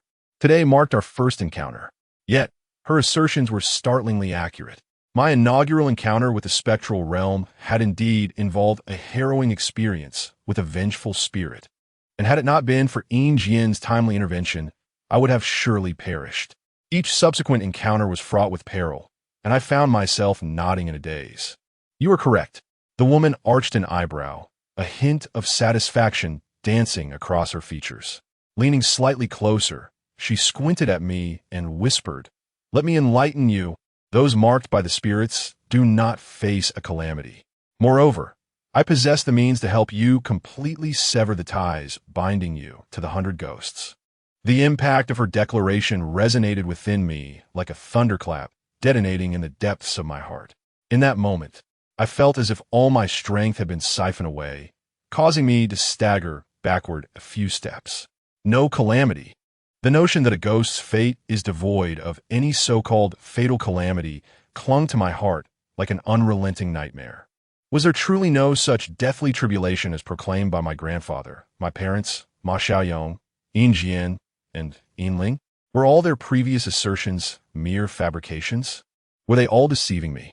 Or was it this mysterious woman who had suddenly appeared before me that was weaving a web of lies? Suddenly, the letter my grandfather left behind resurfaced in my mind, admonishing me to trust no one. Who among them spoke the truth? Who uttered falsehoods? A shroud of confusion and helplessness descended upon me once more, enveloping me without warning. Chapter 92. A New Hope. No. Impossible. You must be deceiving me. You are surely lying. I abruptly lifted my head, my eyes wide with disbelief, fixated on the woman before me. I refuse to trust Ma Xiaoyong. Yet I hold unwavering faith in Yin Jian and Yin Ling, those who have stood by me through countless life and death situations, risking their lives to save mine. As for my grandfather, who has lingered in my imagination for 19 long years, I cannot fathom the inexplicable trust one feels towards him. Yet this unfamiliar woman stands before me, threatening to shatter my faith in them, and I find myself unable to accept it. At this moment, I feel akin to a cornered beast driven by instinct. The woman appeared to be well aware that I would not believe her words. She merely regarded me with a faint smile, her arms lazily crossed over her chest, and spoke in a nonchalant manner. You must have possessed a formidable artifact that has bound your ghostly fate, preventing those vile entities from approaching you. My previously fierce and deranged expression abruptly ceased, leaving me staring blankly at her. From the moment a ghostly fated individual is born, they are incessantly plagued by malevolent spirits. In infancy, such individuals are extraordinarily frail, their destinies remarkably light. While there are many who are born with this fate, a staggering 90% do not survive beyond birth. The remaining 10% that can withstand the trials of birth will flourish. Yet from that moment forth, it is destined to be haunted by myriad spirits. However, these spirits are not merely malevolent entities. Rather, they encompass all forms of souls. Thus, the survival of those with a ghostly fate is contingent upon fortune. Encountering a malicious ghost or a vengeful spirit could lead to death, while meeting an ordinary ghost would merely be a false alarm. The misfortune of those with a ghostly fate resembles a steam engine, perpetually releasing a certain amount of steam to prevent an explosion. If a talisman has shielded you from misfortune for 19 years, it acts much like a piston, obstructing the steam's escape. When the accumulation of misfortune reaches a critical threshold and the talisman is removed, all the spirits you encounter will transform into malevolent and vengeful entities. It remains uncertain whether this is a deliberate act or an unintentional consequence. Using a talisman to suppress your ghostly fate is akin to disrupting your destiny. Generally, practitioners of the path assess ghostly fates from the perspective of destiny. Hence Xiao Ling and Yin Jian did not deceive you. At this moment, I have transitioned from shock to a state of numbness. My grandfather instructed me to seek out Ma Xiaoyong when I turned 19, claiming he could help me avoid a deadly calamity. Yet, it appears that Ma Xiaoyong's initial intention in bringing me to this ominous place, Fengmen Village, was to aid him in locating an object. He has been exploiting me. Suddenly, someone informs me that I have no real death tribulation. Rather, my death tribulation has been meticulously crafted by another. The very person who first mentioned my impending death at the age of 19 was none other than my grandfather. The jade gourd I possess was also bestowed upon me by him. Could it be that the death tribulation, which has entwined me for 19 years and led me perilously close to the grasp of death on countless occasions, is a creation of my grandfather? He orchestrated my death tribulation, prompting me to seek out Ma Xiaoyong, who in turn guided me to Fengmen Village. Even the involvement of Su Shui as Earth Spirit in this intricate web seems to be orchestrated by my grandfather. At this moment, an array of seemingly ordinary coincidences converges into an inevitable conspiracy, a scheme meticulously devised by my grandfather to compel me to Fengmen Village. If my speculations hold true, what could possibly be my grandfather's motive? What is the nature of his connection with Ma Xiaoyong? Did he vanish for 19 years to orchestrate some grand design? In this instant, I feel as if I have become a mere pawn, a piece on a chessboard that has been tightly gripped by unseen hands since my inception. subject to their whims and machinations. I stagger back a few steps. No one can fathom the tumult of emotions within me. A relative I have trusted for 19 years has, in a heartbeat, transformed into the architect of all my tribulations. The sensation is akin to an invisible, colossal hand suddenly seizing my heart and crushing it. The pain emanating from within feels as though I'm slowly and tortuously slicing into my own flesh with a dull axe. A heavy and numbing ache that encircles my heart like an invasive vine. What a profound revelation. I cannot fathom why I am suddenly bursting into laughter at this moment. Liu Yang, do not be anxious. What Ouya has stated is merely conjecture. Do you not trust your own grandfather? Yinling, unbeknownst to me, had approached my side. She gently tugged at my sleeve and whispered a few words. My body trembled violently, and the smile on my face, more grotesque than tears, froze instantly. I had overlooked a crucial issue. Everything that had transpired was merely my logical speculation. Whether the reality aligns with my thoughts could perhaps only be confirmed upon seeing my grandfather. Suddenly, I recalled that just a few moments ago, Lin Dingyang mentioned that someone was awaiting me at the ancestral hall in Fengmen village. At this moment, the person I yearned to see the most was indeed my grandfather. Coincidentally, someone was seeking me. Could it be that the one who wishes to meet me is my grandfather? She is Mao Lan, the heir of the Mao family, my childhood friend. This woman, named Mao Lan, shot a glare at Yinling. I moved to America when I was 13, where I majored in soul studies. You may call me Ouya. The fate of being besieged by 100 ghosts is not insurmountable. I possess the means to resolve your entanglement with these spirits.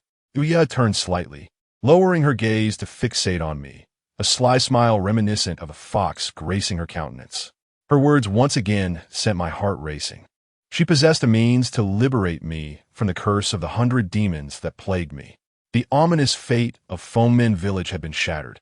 Yet my own misfortune would inevitably return with the onset of night. This implies that from this evening forth, the specter of death would shadow my every step. My purpose in coming to Fengmen village was to escape the grip of this cursed existence, yet it now feels as though it was all in vain. However, I have glimpsed a new glimmer of hope. I refuse to succumb. I wish to survive and unravel whether my impending doom was orchestrated by my grandfather. Is a person I am to meet tonight my grandfather? What is the method you speak of? Chapter 93. The method to break the curse of the ghostly fate. I fixed my gaze intently on Ouya and, almost instinctively, blurted out a question. Ouya merely lifted his head, playing with a strand of dark hair that fell over his forehead, and replied, I possess a fundamental solution, while numerous superficial remedies abound. Which would you prefer to hear? I paused momentarily, astonished to learn that the means to escape the clutches of the ghostly fate could be categorized into fundamental and superficial methods. Why not divulge both? I suggested. Ouya nodded, then suddenly extended his hand, stating, one method costs 100,000. I have 3 methods in total, so that would be 300,000. Would you prefer a check or a transfer? I was utterly bewildered by Ouya's erratic train of thought. At such a moment, he was still preoccupied with monetary matters. Observing my distressed expression, Yinling gently nudged Ouya. Ouya glanced at her, rolled his eyes, and remarked, what a wasteful woman. 300,000 to buy a life, and still not satisfied. Ouya, Yinling's tone took on a more serious note. Very well, for the sake of Shaoling, I shall share this with you. He continued, as I mentioned earlier, a person cursed with a ghostly fate possesses 1 less lantern than a normal individual. The fundamental method involves igniting that lantern. Once a person with a ghostly fate possesses 3 lanterns, they can completely liberate themselves from the torment of countless spirits. As for how to ignite that lantern, I am uncertain. There are 2 superficial methods. The first is the one you previously employed. Find a place of great malevolence where ordinary spirits dare not approach, and use malevolence to counter malevolence. As for the second method, it involves learning the way. You see, Yinling possesses remarkable skills in this regard, even though she is cursed with a ghostly fate. As long as she does not encounter exceptionally powerful spirits, she should be able to protect herself with ease. However, this approach appears to be ill-suited for you. The malevolent entities you are currently facing are indeed formidable. If you were to pursue this method, you might find yourself meeting an untimely end before mastering its intricacies. Upon hearing Oya's explanation of how to unravel the curse of being tormented by myriad spirits, I felt a surge of frustration. Among the three methods, it seemed that only the second one, venturing into a place of great danger, was viable for me. Yet, recalling my experiences in Fengmin Village sent shivers down my spine. The only way to completely rid myself of this cursed fate would be to reignite the extinguished light within my being. Unfortunately, even Oya was at a loss for how to rekindle that flame, rendering this method an elusive dream for me. I lower my head in silence. Perhaps all girls possess a tender side. Oya seemed to perceive my despondency. I will inquire about how to ignite that light for you, she offered. You might also seek out clues yourself. The vast world is bound to hold some answers. But let it be known, I expect compensation for my efforts. I smiled faintly and nodded in agreement. Suddenly, Oya slapped her forehead, exclaiming, "In our discussion of ghostly fates, I completely overlooked the pressing matter at hand. The corpse poison within you must be addressed, or we will be in serious trouble. Oya, do you have a way to save Xiao Jian?" At that moment, Yinling's thoughts seemed entirely consumed by concerns for Yinjian. In 7 days, he would face the fate of eternal disintegration, his soul forever lost. Eurasia cast a fleeting glance at the unconscious Yinjian lying on the ground, her eyes glimmering with determination. "Fear not, Yinjian shall not perish," she declared. "So, do you truly possess the means to save Xiao Jian?" Yinling's expression transformed with excitement as she fixed her gaze upon Eurasia. Yet, Eurasia refrained from directly answering Yinling's inquiry. Instead, she retrieved a small porcelain vial from her bosom, producing 2 vibrant red pills, which she handed to Yinling and me. "Consume these first. Only then shall you witness Yin Jian's revival." Yinling nodded vigorously, accepting the pills and swallowing them promptly. As I ingested the pill, I felt a surge of warmth rising within me, while Yinling's delicate features flushed crimson. A wisp of dark azure energy emanated from her crown, dissipating under the sun's glare. Eurasia then pulled from her pocket a bronze object reminiscent of a prism, which, upon exposure to sunlight, ignited a white flame at one end. "Remove your shoes and place your feet upon it to warm," she instructed. Momentarily taken aback, I complied, resting my soles above the flickering flame. After a span of 10 minutes, Yinling's previously pallid visage began to radiate with a healthy glow.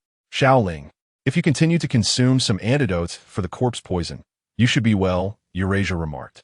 She then turned to me, her gaze lingering momentarily before furrowing her brow in concern. Approaching, she reached out and plucked a strand of my hair, and once again, I felt no pain whatsoever.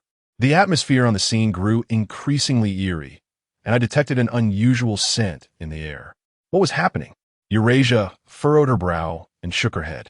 "The corpse poison within you is far more potent than that of Yinling, and as a pure Yin body, conventional methods cannot rid you of this toxin. I can only assist in delaying its onset." My mind buzzed, plunging into a state of blankness. Good heavens, was fate conspiring against me? Was there truly no way to eliminate the corpse poison within me? The solution lies in employing poison against poison. Capture a zombie, grind its bones into powder, and consume it, and you shall be free from harm. She presented a pure yang stone. Wearing this on your ankle will prolong the time before the poison spreads to your feet. Conservatively, it may extend the duration by up to 6 months, or perhaps even less. My expression froze once more. Capture a zombie and consume its ground bones? Was this some cruel jest? A mere black-eyed zombie nearly claimed Yin Jian's life. Now I was to capture one, kill it, and extract its bones, all within 6 months. While wandering spirits, malevolent ghosts, and vengeful spirits are easily found, zombies are an exceedingly rare entity. Where on earth was I to locate a zombie in that time frame? Was this truly a game at my expense? "Eurasia, can you save Xiao Jian now?" Upon hearing this, Eurasia slightly trembled, her expression stiffening for a moment. She then turned to Yinling, lowering her head as she spoke. "Xiaoling, I am truly sorry. I cannot save Yinjian." "Huh, how naive of me. How could the soul-summoning spell possibly offer a means of redemption? I have been such a fool." Yin Ling staggered backwards a few steps, her face once again contorting into a smile more unsightly than tears. Throughout the entire afternoon, Yin Ling remained silently by Yin Jian's side.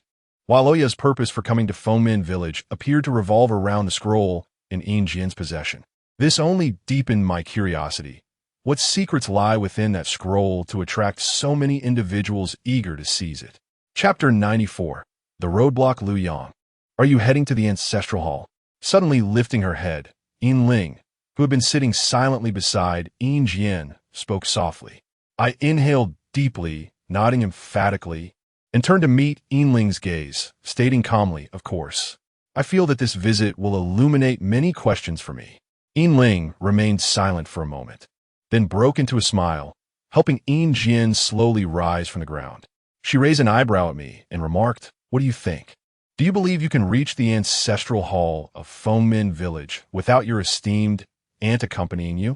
Taken aback for a moment, I quickly recalled that although the 100 Ghost Formation in Fengmin village had been dismantled, the 4 Symbols Transformation Array at the Ancestral Hall still remained intact. Furthermore, my impending misfortune, entwined with the 100 ghosts, would once again descend upon me tonight.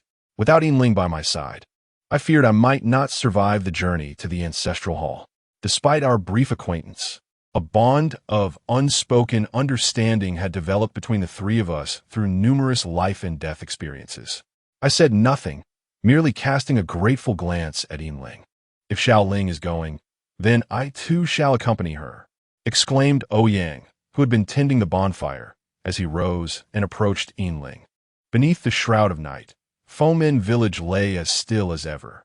Although the 100 Ghost Formation had been broken, the moment we stepped into the village, a chilling sensation crept down my spine.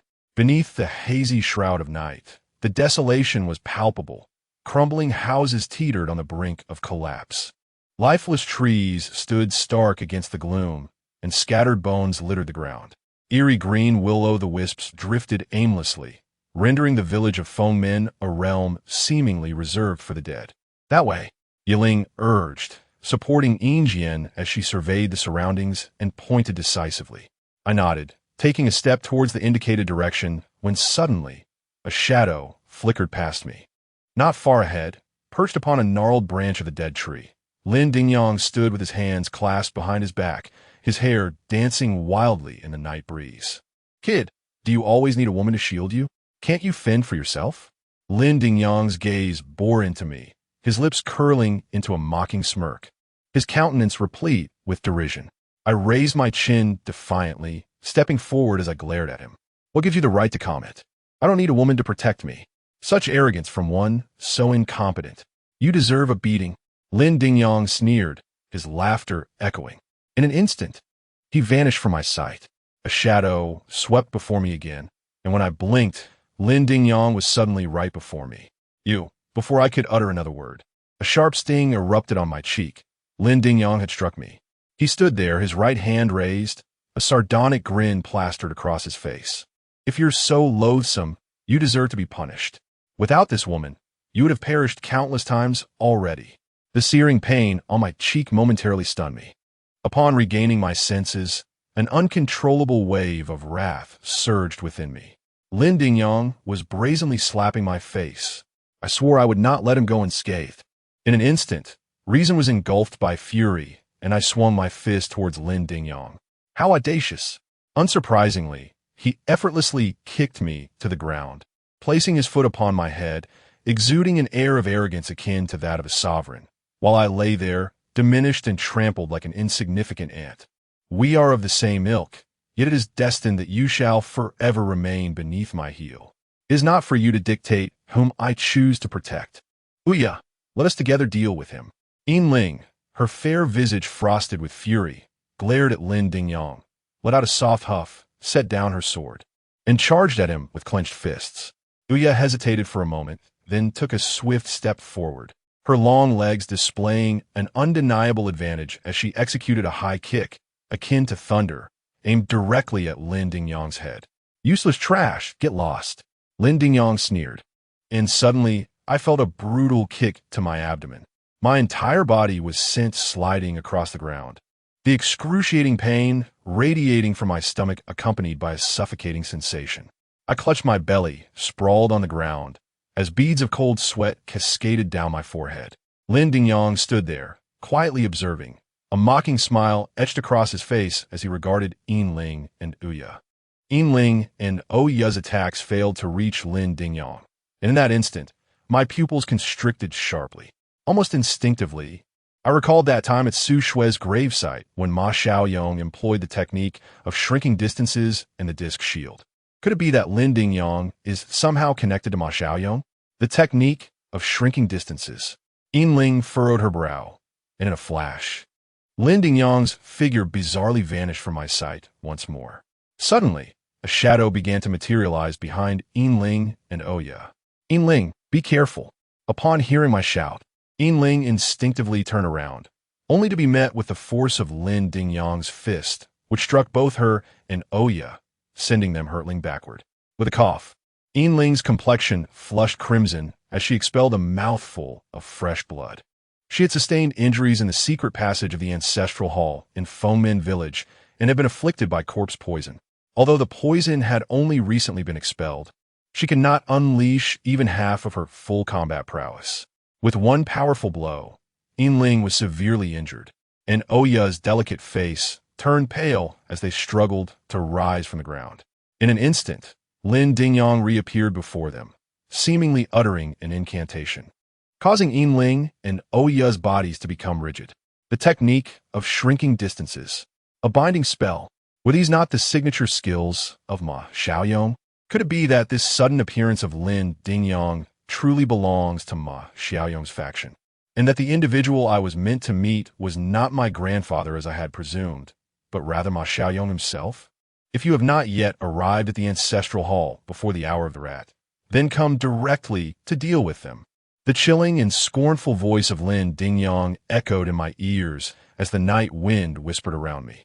When I finally lifted my gaze, Yin Ling, Ouya, and Lin Dingyang had vanished without a trace. How I wished they would have the audacity to end my life directly. In that moment, I felt akin to a frenzied beast, with veins rising prominently along my arms. Suddenly, I sensed a drop in the ambient temperature, an eerie chill silently spreading around me. Beneath the hazy night, I beheld clusters of white shapes materializing on the ground. Chapter 95. More malevolent than ghosts in that instant, my pupils constricted to their utmost limit. Ghosts. Was I, once again, to confront the harrowing fate of being besieged by 100 specters? At this moment, Yin Ling was absent from my side, and Yin Jian lay unconscious. Apart from myself, I could scarcely conceive of anyone else who might come to my aid. A chilling wind howled from all directions, and I noticed, without knowing when, that the ethereal green ghostly flames, which had been drifting about, were now converging towards me. On the ground, the clusters of white matter began to writhe, slowly revealing a pale, bloodless hand that materialized before my eyes. Subsequently, a head emerged from the mass of white. Devoid of any semblance of flesh, its surface riddled with gaping wounds. Some portions of flesh hung down, still attached to the skin, grotesquely draping over the faces of those heads. Gradually, the clusters of white transformed into shadowy figures, their pallid, bloodless hands and tattered heads becoming fully visible. One by one, they began to crawl out from the ground, reminiscent of Sadako emerging from a television screen. I stood there, frozen in place, as beads of cold sweat gradually seeped from every pore of my being.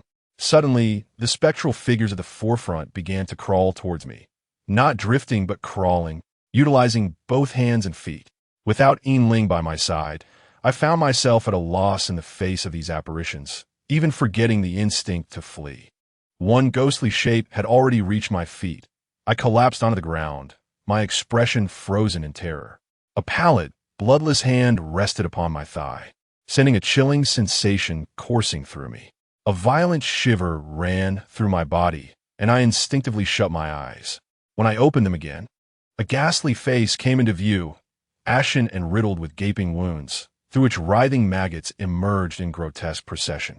At such proximity, I could discern the mottled patches of decay upon the spectre's pallid skin, A nauseating stench of death mingled with the metallic tang of blood assailed my nostrils. A trickle of cold sweat slid down my cheek, pooling at my neck. Overwhelming fear had rendered me mute, leaving me petrified in place. A chilling gust of wind howled past, causing me to shudder violently. Perhaps having faced death multiple times, although the initial sight of the specter evoked terror. A moment of clarity diminished my fear. As I turned around, the scene before me abruptly constricted my pupils to their utmost limit. Not far away, the unconscious Yin Jian lay upon the ground, several ghostly figures already creeping toward him. One female specter perched upon Yin Jian's chest suddenly turned to gaze at me, her pallid, bloodless face contorting into a chilling smile. In an instant, the ghostly woman raised her hand, her ashen palm elongating into razor-sharp claws, reminiscent of blades several centimeters in length. With a sinister intent, her nails plunged toward Yin Jian's heart. In that moment, her actions dispelled the fear that resided within me, replaced instead by an overwhelming fury. Yin Jian had transformed in order to save us. With Yin Ling absent, I could not permit him to suffer even the slightest harm. I struggled to rise from the ground, hastening to his side in a flurry of urgency. Suddenly, a grim realization struck me. I lacked the ability to exorcise spirits. But wait, my blood. Though I cannot banish ghosts, I could use my blood. With a sudden bite into my tongue, a searing pain shot through my mouth like 1,000 needles. The faint metallic taste of blood soon permeated my senses. Opening my mouth, I expelled a torrent of blood from my tongue mixed with saliva toward the female specter. As the blood splattered against her, the ghost recoiled as though doused in sulfuric acid. Her already ravaged visage began to decay further, a yellowish-brown liquid, reminiscent of putrid remains, oozing down her cheeks. Even the eyes within her sunken sockets rolled out, falling to the ground in a grotesque display. At this moment, I could scarcely pay heed to the terrifying and oppressive scene before me. I seized the unconscious Yin Jian from the ground and hoisted him onto my back, sprinting forward with all my might. Brother Jian, you have always shielded me. Now it is my turn to protect you. The chilling, bone-piercing wind howled relentlessly in my ears, while the ghastly pale specter pursued me with frenzied determination. A glance over my shoulder ignited a surge of indignation within me. Had these phantoms somehow acquired supernatural speed? Their frantic, all-fours dash instilled a sense of dread within me. Gradually, my legs began to feel as though they were laden with lead. A wave of fatigue radiating from every corner of my body. Unbeknownst to me, I had stumbled deep in a Fengmen village, still bearing the weight of Yin Jian on my back. I halted, glancing back only to find that the apparitions had vanished without a trace, replaced by a series of winding, serpentine paths ahead. As I surveyed my surroundings, despair washed over me. I had inadvertently entered the four symbols transformation array. Without Yinling to guide me, how could I possibly find my way out? My mind replayed every word she had spoken and every step she had taken in that treacherous array. With each tentative step, my heart raced violently. As fear gripped me, one misstep could spell my doom. After wandering for more than half an hour, I found myself ensnared in a labyrinth, pacing in circles. At that moment, my calves began to tremble involuntarily. The surrounding silence was unnervingly profound, and the air seemed to congeal. The oppressive atmosphere enveloped me like a waking nightmare. Yinling, Li Jiai, and Su Shui's souls remained firmly in that person's grasp. I must rescue them, as time slips away with relentless haste. My heart grows increasingly restless. Without Yinling, will I truly be trapped in this ever-changing array of the four symbols for eternity? Chapter 96. It is you the hour of the rat marks the moment of transition between yin and yang, a time when the sun wanes and darkness prevails. And it is also when spirits and specters are most active. I remain perplexed as to why Lin Dingyang would choose to threaten me through Yin Ling and her companions. With his formidable strength, it would be as effortless for him to eliminate me as it is to crush an ant. Yet, his intentions do not seem directed towards my demise. Rather, his actions resemble a cat toying with a mouse, delighting in my distress. What should I do? How should I proceed? I paced back and forth, burdened by Yin Jian, my anxiety akin to that of an ant upon a hot skillet. My mind raced with thoughts of the four symbols transformation array, which possesses multiple exits, all leading to that eerie shrine, surrounded by a multitude of desiccated corpses. Corpses. In that fleeting moment, I grasped a vital insight. Many seemingly insurmountable problems can be unraveled by seizing upon a single spark of inspiration. Since my arrival in Fengmen Village, I have encountered an abundance of corpses and malevolent spirits, and each encounter has been accompanied by a pungent stench of decay. The stench. Each pathway of the four symbols transformation array is flanked by a multitude of dry corpses. If I follow the scent of decay, I shall surely discover the way out. With this realization, I took a deep breath, striving to calm my previously restless heart. I lifted my nose and took a deep breath, inhaling the air that carried the musty scent of a long-neglected old house. There was no trace of the stench of decay. Was my method ineffective? My heart began to race with impatience once more. Calm down. I must remain composed. Ling and the others are waiting for my rescue. I kept whispering this to myself as I wandered with Jian on my back, my nose raised while I paced and sniffed the air intently. I lost track of how long I had been wandering, but at last I caught a faint whiff of the unmistakable odor of death. This scent, which I usually found repugnant to the point of loathing, had now become my lifeline, like a ravenous wolf detecting the scent of blood. I clung desperately to that trace of decay. Guided by my sense of smell, I followed the direction from which the odor emanated. My olfactory abilities were no different from anyone else's, so I was compelled to search and explore incessantly, forgetting how many times I had gone astray. Finally, my footsteps halted at the junction of a narrow path, and a hint of relief graced my face. The foul odor was unmistakably emanating from this path. The surroundings were eerily silent as I, with Jian on my back, stepped cautiously into the narrow trail. The path twisted and turned, and the deeper I ventured, the more pungent the scent of death became. Eventually, I even detected a faint trace of blood. What had once rendered me restless, akin to the presence of death itself, now filled me with exhilarating anticipation. Beneath the hazy night, my shadow stretched long, and my gaze remained fixated on the stone walls flanking the narrow path. If I could find a corpse nestled within those walls, it would affirm that I had not strayed from my course.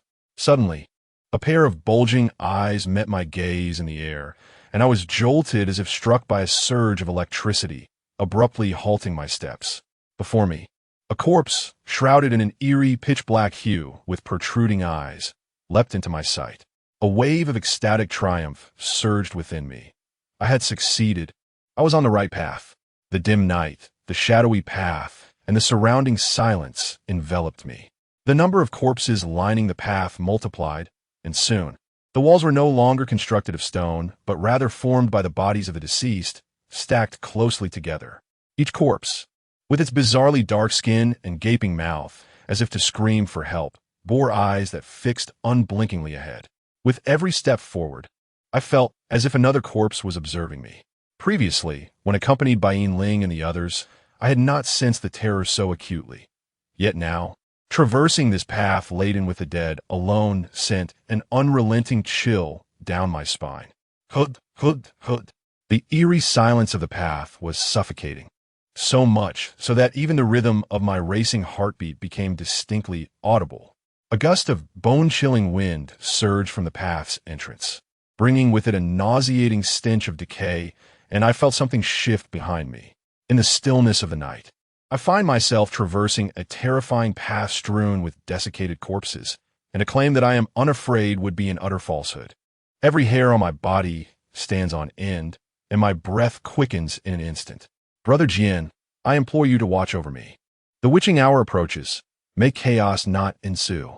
I silently chant these words, then suddenly whirl around. A pair of protruding, crimson eyes fixate on me, and a shadowy visage looms larger within my vision. A scream escapes my lips as I instinctively push against the corpse that has inexplicably materialized behind me. Crack! The oppressive silence is shattered by that sharp sound, and before my astonished gaze, the corpse begins to fissure, much like a shattered porcelain figure, before bursting apart into countless fragments. Staggering backward, My throat constricts in fear, and I let out a piercing shriek. In a frenzy, I turn and sprint forward. The howling wind roars in my ears. Sometimes, the true horror lies not in the specters that haunt the night, but within the recesses of one's own mind. I dare not glance around, terrified that an evil spirit may spring forth from the shadows to claim my life. Suddenly, I stumble over some unseen obstacle, losing my balance and tumbling to the ground in a graceless heap.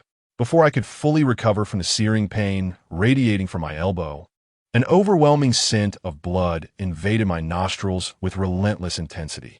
As I slightly lifted my head beneath the hazy night sky, I perceived a dark crimson hue reminiscent of earth stained by blood.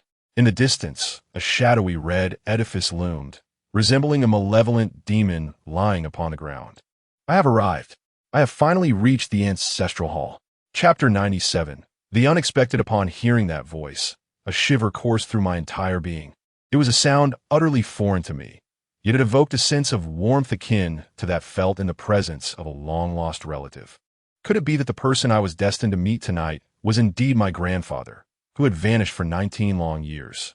A thought, both anticipated and feared, twisted within me like a nightmarish specter, burgeoning with questions yearning for answers from him. Was what he acclaimed true? Did I truly possess no death tribulation? And was that so-called death tribulation merely a fabrication of my grandfather's design? Simultaneously, I feared that Uya's words might hold validity. This conflicting mixture of hope and dread gripped me like an invisible giant's hand, paralyzing me with its suffocating hold, preventing me from daring to look back or turn around. I know you have many questions you seek answers for from me. I am right behind you. Do you lack the courage to turn around? The voice pierced my heart like a steel blade. In that instant, I closed my eyes, inhaling deeply several times as I steadied myself against the wall, slowly turning to face the source. Behind me stood an elderly man clad in a somewhat tattered long robe, his hands clasped behind his back. His eyes, slightly sunken yet possessing a clarity that was almost profound, were fixed intently upon me. A strange, inscrutable smile hovered on his thin, chiseled lips. My gaze inadvertently fell upon the visage of the elderly man before me.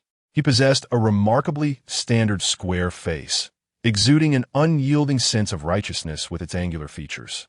His hair had turned a distinguished shade of gray, and the beard upon his chin was entirely snow white, indicating that he had certainly seen many seasons. Yet curiously, I detected no wrinkles adorning his face. Were it not for his voice and that head of graying hair, I might have doubted whether I was truly standing before a man of advanced age. I parted my lips, a plethora of words yearning to escape, yet at that moment, it felt as though a lump had formed in my throat, rendering me voiceless and provoking a tide of unease within me. What a wretched state to be in, devoid of the courage to speak. I could scarcely comprehend how fortune had favored me to arrive at this juncture. Suddenly, the irksome voice of Lin Dingyong pierced through my thoughts from behind. Upon turning, I beheld him emerging from the ancestral hall, gently lifting the lantern that contained Su Shue's soul, swaying it lightly before my eyes.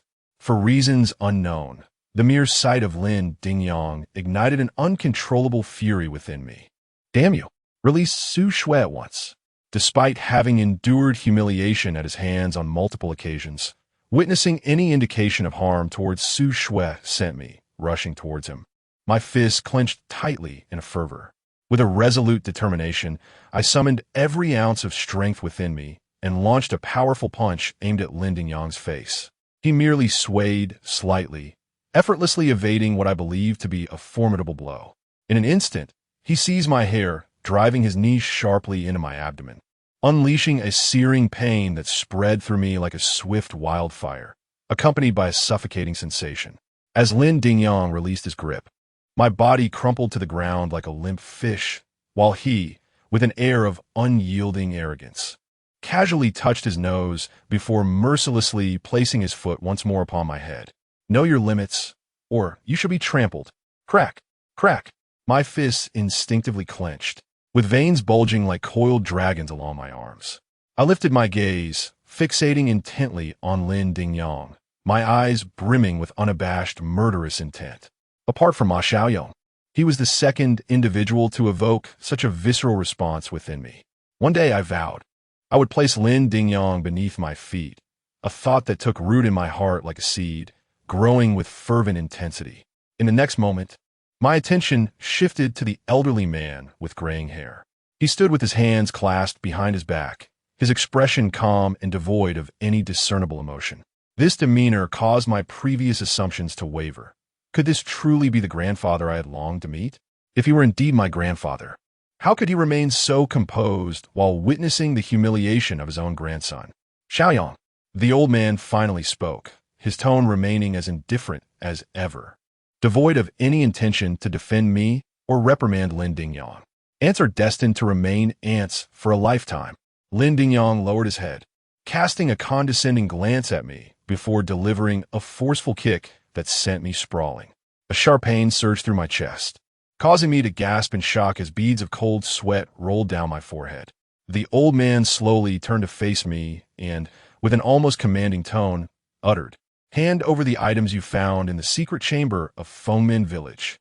I froze at that moment, realizing he was referring to the scroll on Yin Jin's person. Struggling to rise from the ground, I looked at this man who might very well be my grandfather and asked, "Are you truly my grandfather?" Upon hearing this, a barely perceptible ripple stirred in the old man's usually calm eyes. "In a sense, I am your grandfather, yet I am not your grandfather." His words left me utterly bewildered. What does that mean? It means that should I wish it, you are my grandson. If I do not, then you are not my grandson. My mind buzzed with confusion as he spoke, his tranquil gaze devoid of any emotion. Before I could fully comprehend his statement, two figures emerged from the ancestral hall. To the left stood a middle-aged man, and to the right, a woman. What a familiar visage! I parted my lips, and an unusually awkward syllable escaped. Mom and Dad. The tender scene of a heartfelt reunion I had envisioned with my family did not materialize. Instead, my parents merely stood beside Lin Dingyong, their gazes devoid of warmth, not even sparing me a glance. In that moment, I felt as though I had plunged into an endless abyss, a bewildering and helpless desolation gnawing at my heart like a relentless storm. What secrets lie hidden behind the sudden disappearance of my parents? Could the two individuals who snatched my precious jade gourd that night be my own mother and father? Is every step I take now meticulously orchestrated by my grandfather? Chapter 98. The abandoned child hand over the items. The once doting mother, who had showered me with affection and obedience, now extended her hand towards me with a gaze that was cold and indifferent, her tone devoid of any warmth. I stumbled back a few steps, Mom. The term I had cherished for 19 years now felt heavy and foreign as it escaped my lips. Unappreciative, Lin Dingyong scoffed. A wicked smile plastered across his face as he tightened his fists, the sound of cracking knuckles echoing ominously as he advanced towards me step by step. Liu Yang is a benefactor of our Lin family. How can you be so disrespectful? An elderly man raised his hand to halt Lin Dingyong's advance. The Lin family. I am their benefactor. My gaze slowly swept across Lin Dingyong and the others. The parents who had cherished me for 19 years now stood with Lin Dingyong, addressing me as if I were an inconsequential stranger. The grandfather I yearned to see felt as distant as a mere acquaintance. They formed a united front, while I stood alone, an outsider in this tableau. It appeared as though they were the true family, while I had always been an interloper. Tell me, what is happening? Tell me, please.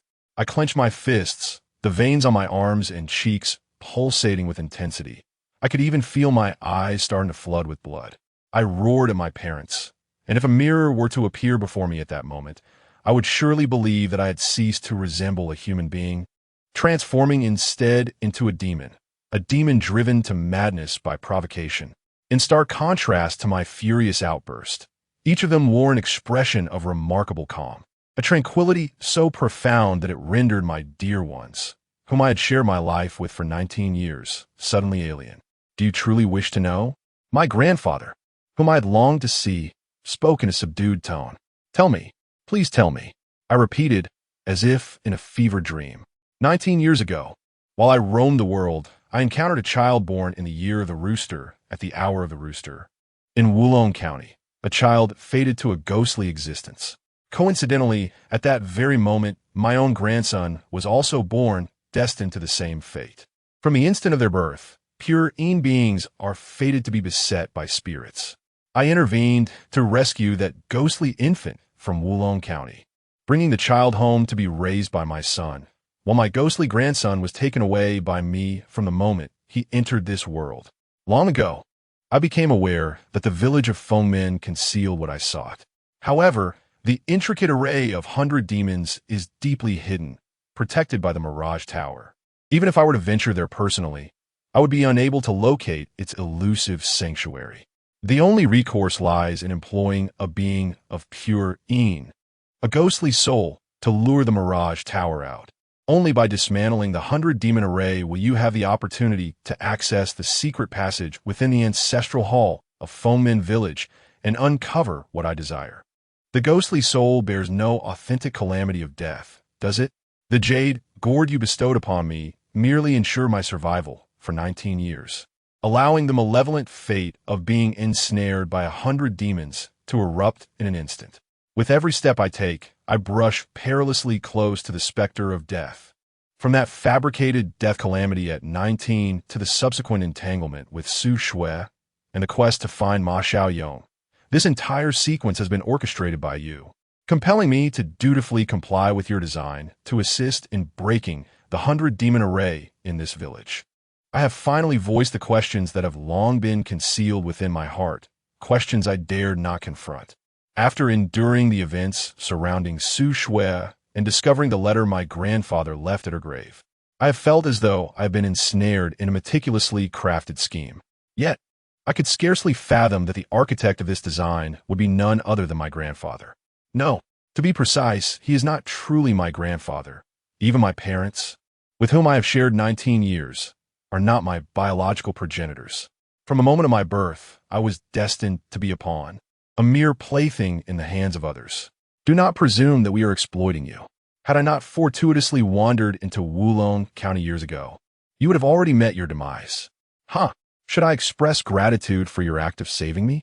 I fear that your reluctance to allow your own grandson to take risks has led you to cultivate me as a mere pawn. Eurasia once mentioned that there are 3 methods to confront the curse of being haunted by spirits, one of which is the cultivation of Taoist arts. If one's Taoist skills are sufficiently robust, they could contend with malevolent apparitions daily. Lin Dingyang had previously remarked that he and I belong to the same category of individuals. He too was born in the year of the rooster, during the rooster month and hour, and possesses Taoist skills that evidently surpass those of Yinling. After spending 19 tranquil years with my jade gourd, I now find myself embroiled in a relentless struggle against death every single moment. In stark contrast, Lin Dingyang, having been separated from his biological parents at a young age, trained under his grandfather to acquire formidable Taoist abilities, placing him in a far more advantageous position than mine. I cast a glance at the parents who have nurtured me for 19 years, fighting back tears that threatened to spill from my eyes. It was you who snatched away my jade gourd that fateful night, wasn't it? After raising you for 19 years, you believe I owe you a debt of gratitude. The answer, devoid of any semblance of reprieve, pierced my heart like a blade of ice. The chilling cold mingling with an excruciating pain that left me feeling as if my very soul had been drained away in an instant. Even in my dreams, I could never have anticipated that my harrowing experiences in Fengmen Village would culminate in being exploited, serving merely as a vessel for their schemes. Trust no one, not even your closest kin. The ones least deserving of trust are indeed you. I staggered backward a few steps, the weight of sorrow pressing down on my chest like a malignant tumor, leaving me breathless and overwhelmed. Not only can we not place our trust in anyone, but neither can those around you. Do you truly believe that the 2 descendants of the Een family are oblivious to these matters?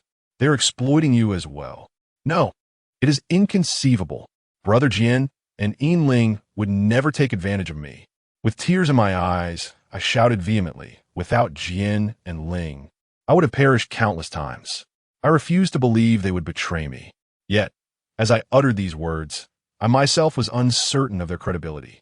At Su Shui's gravesite, Jian and Ling seemed to have uncovered some secret, and shortly after my arrival in Fengmen Village, I serendipitously encountered them. Could such coincidences truly exist in this world? Once, I thought I had unraveled the mysteries concealed by Jian and Ling, but at this very moment, it appears that I have not.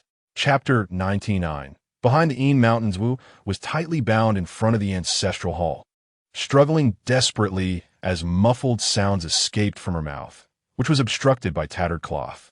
Tears glimmered in her eyes. I glanced at Wu, then turned my gaze back to the unconscious Yin Jian. The thought that Yin Jian had sacrificed so much to save us, leaving us with merely 7 days, filled my heart with an overwhelming mix of gratitude and suspicion towards both Yin Jian and Wu, as if conflicting forces were relentlessly tormenting my soul. Hand over what you have. I stagger backward, uncertain why. Amidst such extreme sorrow and anger, a smile crept onto my face. What things? I know not.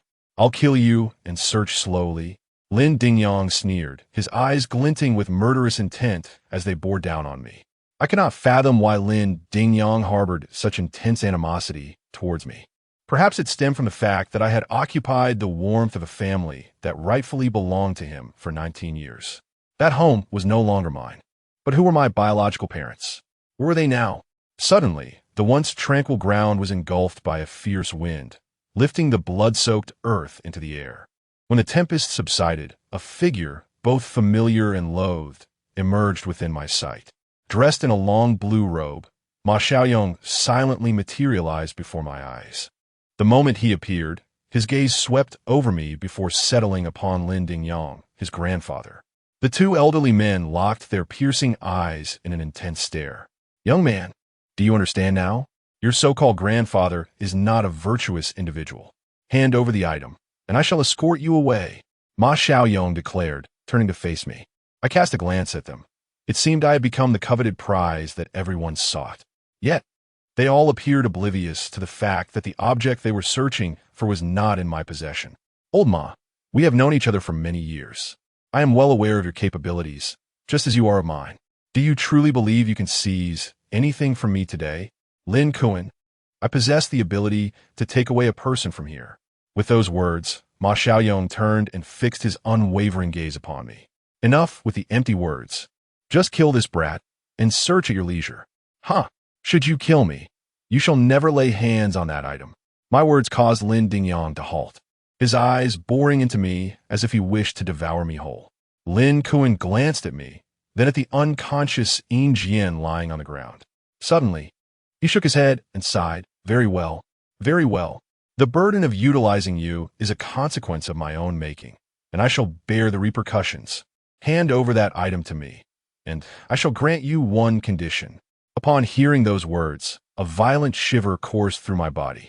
Although I was uncertain of Lin Kuan's true capabilities, it seemed that even Ma Xiaoyong regarded him with considerable apprehension.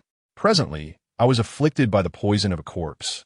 With merely 6 months left to live, while Yin Ling had only a year, and Yin Jian faced an imminent demise within 7 days.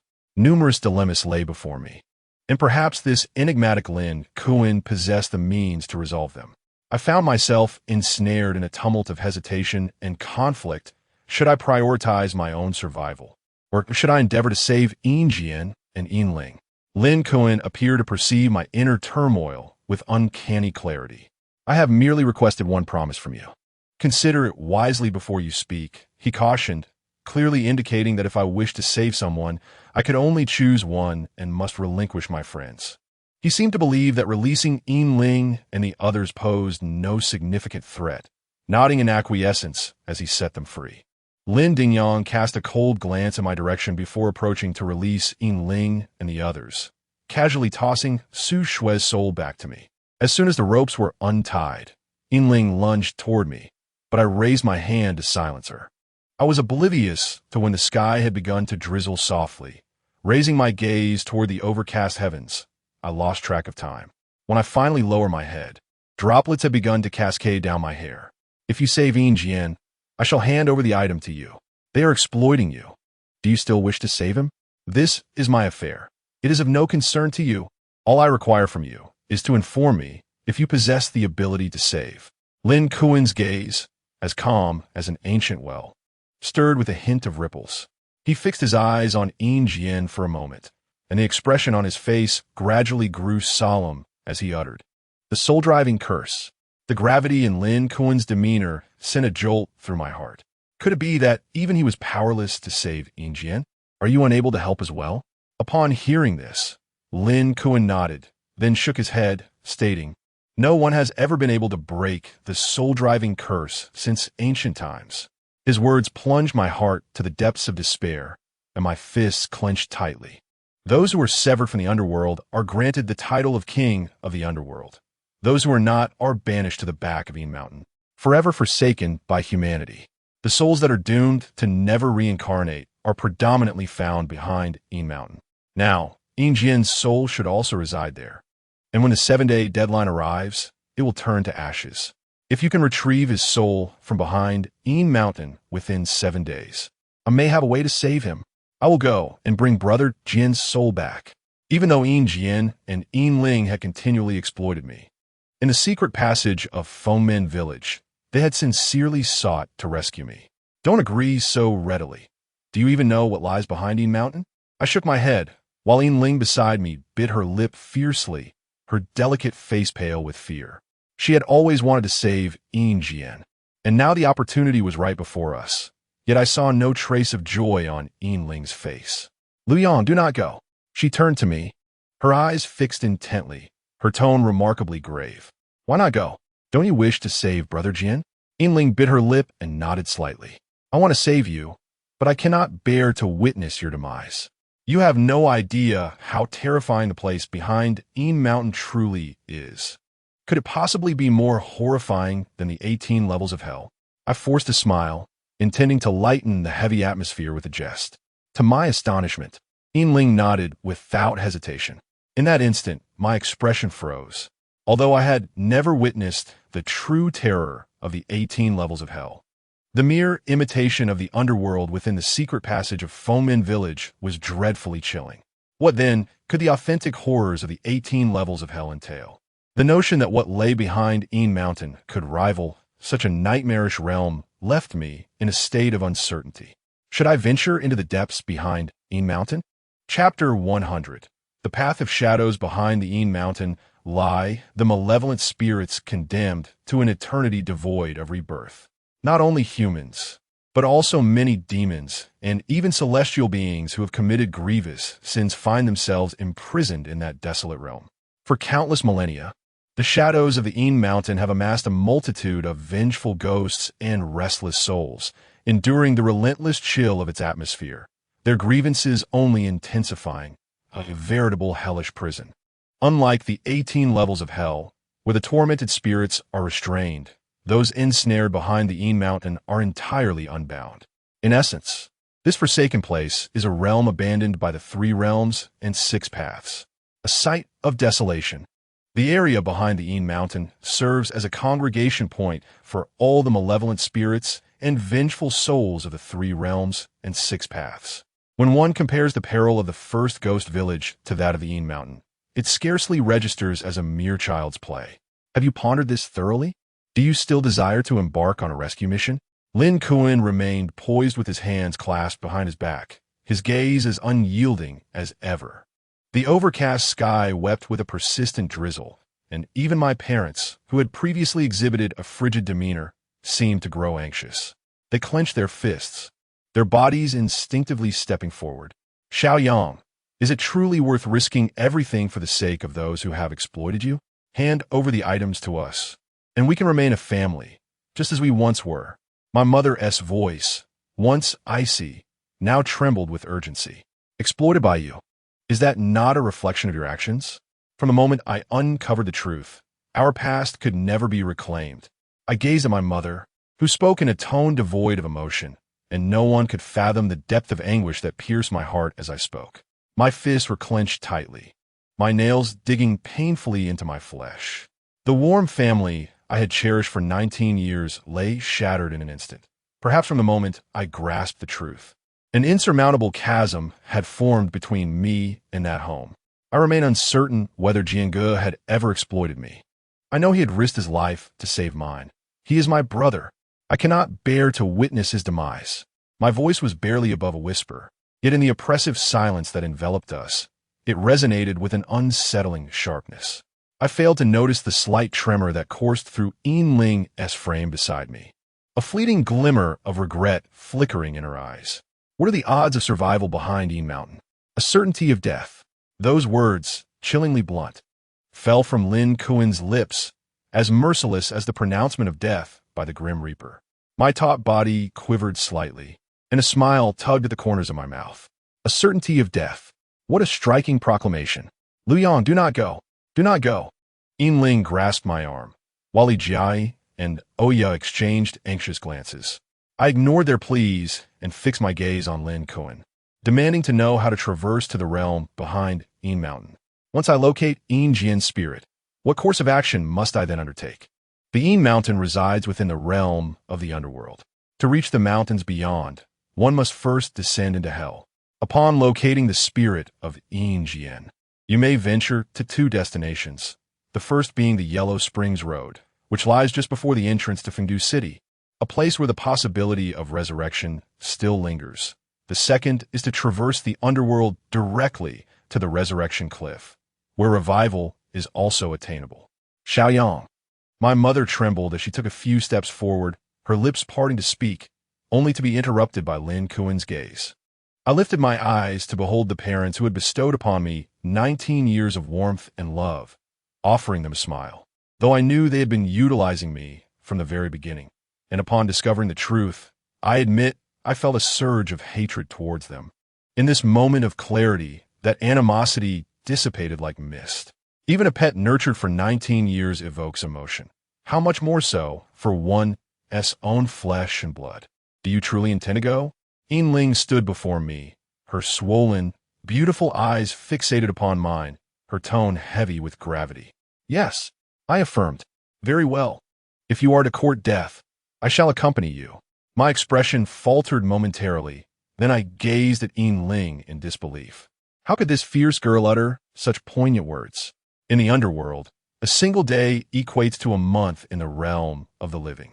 The deadline for the soul-retrieving incantation is 7 days. I can assist you in prolonging your time, yet you will have a maximum of 3 days in the underworld. If within those 3 days you cannot find the spirit of Yin Jian, you must immediately devise a means to reach either the Yellow Springs Road or the Resurrection Cliff. Otherwise, your fate will be sealed. 3 days. That is sufficient. But how does one descend into hell? Lin Kuan stroked his grizzled beard thoughtfully, then raised his right hand to calculate, saying, to descend into the underworld, one must first traverse the realm of shadows. This young girl from the Yin family is a being of the spiritual world. After passing through the shadows, even the ghostly emissaries of the underworld will show her respect. However, as you are not of the spiritual realm, your only means to enter the underworld is by borrowing the path of shadows. In folklore, there are many who traverse the shadows. It is said that those capable of such feats do not cry upon birth, and typically, children who do not weep are unlikely to survive. Yet, these individuals not only thrive, but often exhibit greater intelligence than their peers. Those who traverse the shadows possess some fundamental magical abilities and maintain cordial relations with the ghostly emissaries of the underworld. For an ordinary person to attempt such a passage is tantamount to courting death. The concept of borrowing the path of shadows involves directly seeking passage to the underworld through the powers of the great Tao. If traversing the shadows is akin to elementary education, then borrowing the shadows is akin to advanced studies. Without formidable strength, those shadowy deities may not grant you the courtesy of a path. Lin Kuan retrieved a compass from his pocket and surveyed the surroundings, noting that there was no local earth deity shrine. With the Yin sword upon your back, follow me. It is said that the underworld comprises 13 stations, with the first being the local earth deity shrine. As the saying goes, a region's water and soil nurture its people. The land protects its inhabitants. The birth and death of a soul must pass through the earth deity shrine. Although the land holds a lowly status in myth, it is a well-known and righteous deity, serving as a vital intermediary between various sects and realms. From the transmission of official documents to the rituals of offering and burning, all are inextricably linked to the land. Throughout the journey, we remained silent, with Ling quietly trailing behind me. It was not until we had distanced ourselves from Fengmen village that Lin Kuan finally halted on a small hillside near Yuntai village. Beneath a rocky precipice on that slope stood a dilapidated earthen shrine, constructed of mud and stones, where a clay statue of the earth god was enshrined. The shrine appeared weathered and neglected, as if it had not been visited in quite some time. Chapter 101. The land temple. Lin Kuan halted his steps, turning to gaze at me, and said, "This is your final opportunity for contemplation. Once you tread the path of shadows, there shall be no turning back. Xiaoyang, heed your mother's words, and do not proceed." My mother's eyes were reddened, as if she were on the verge of tears. Her anxious expression was unmistakable. I was bewildered as to why my mother, who had been so frigid just moments before, now displayed such vulnerability. I cast her a glance, inhaled deeply, and turned back to fix my gaze upon Lin Kuan, declaring, "Assist me this once, and thereafter I shall have no further entanglements with you." I failed to notice the slight tremor that coursed through my mother's body as I uttered these words. Lin Kuan scrutinized me for several seconds before nodding in acquiescence. "Xiaoyang, commence the altar," Lin Kuan called out to Lin Dingyang. Lin Dingyang regarded me coldly before retrieving a red cloth from his backpack and laying it upon the ground. Arranging talismans, candles, flags, a substantial stack of paper money, and various libations upon it. By the urgent decree of the Supreme Lao Jun, the altar is established. Lin Kuan deloveth, thrusting his wooden sword forward, which exuded a flame from the talisman affixed to it. He then withdrew the wooden sword, positioning it before his forehead, intoning, "Heavenly spirits, earthly spirits, today I beseech the land deity for the use of this path." As soon as he finished reciting, Lin Kuan seized the wine cup from the altar and cast its contents upon the ground, followed by a handful of paper money. In an instant, the paper money ignited in midair, proclaiming, "A toast to the land deity of this realm, a toast to the deities governing the path of shadows." After reciting the incantation, he fixed his piercing gaze intently upon the spot where the paper money had been scattered. Moments later, a sudden gust of ominous wind swept across the tranquil hillside, causing the ashes of the burned paper money to whirl and dance in the air, reminiscent of a miniature tornado. It was later revealed to me that during a ritual to honor the deities, the manifestation of such a wind signifies their acceptance of the offerings. "Open," Lin Kuan commanded, his wooden sword pointing directly at the dilapidated earth shrine. In an instant, the shrine flickered with a crimson glow. Almost immediately, a wooden temple materialized before my eyes, its vibrant red doors and pillars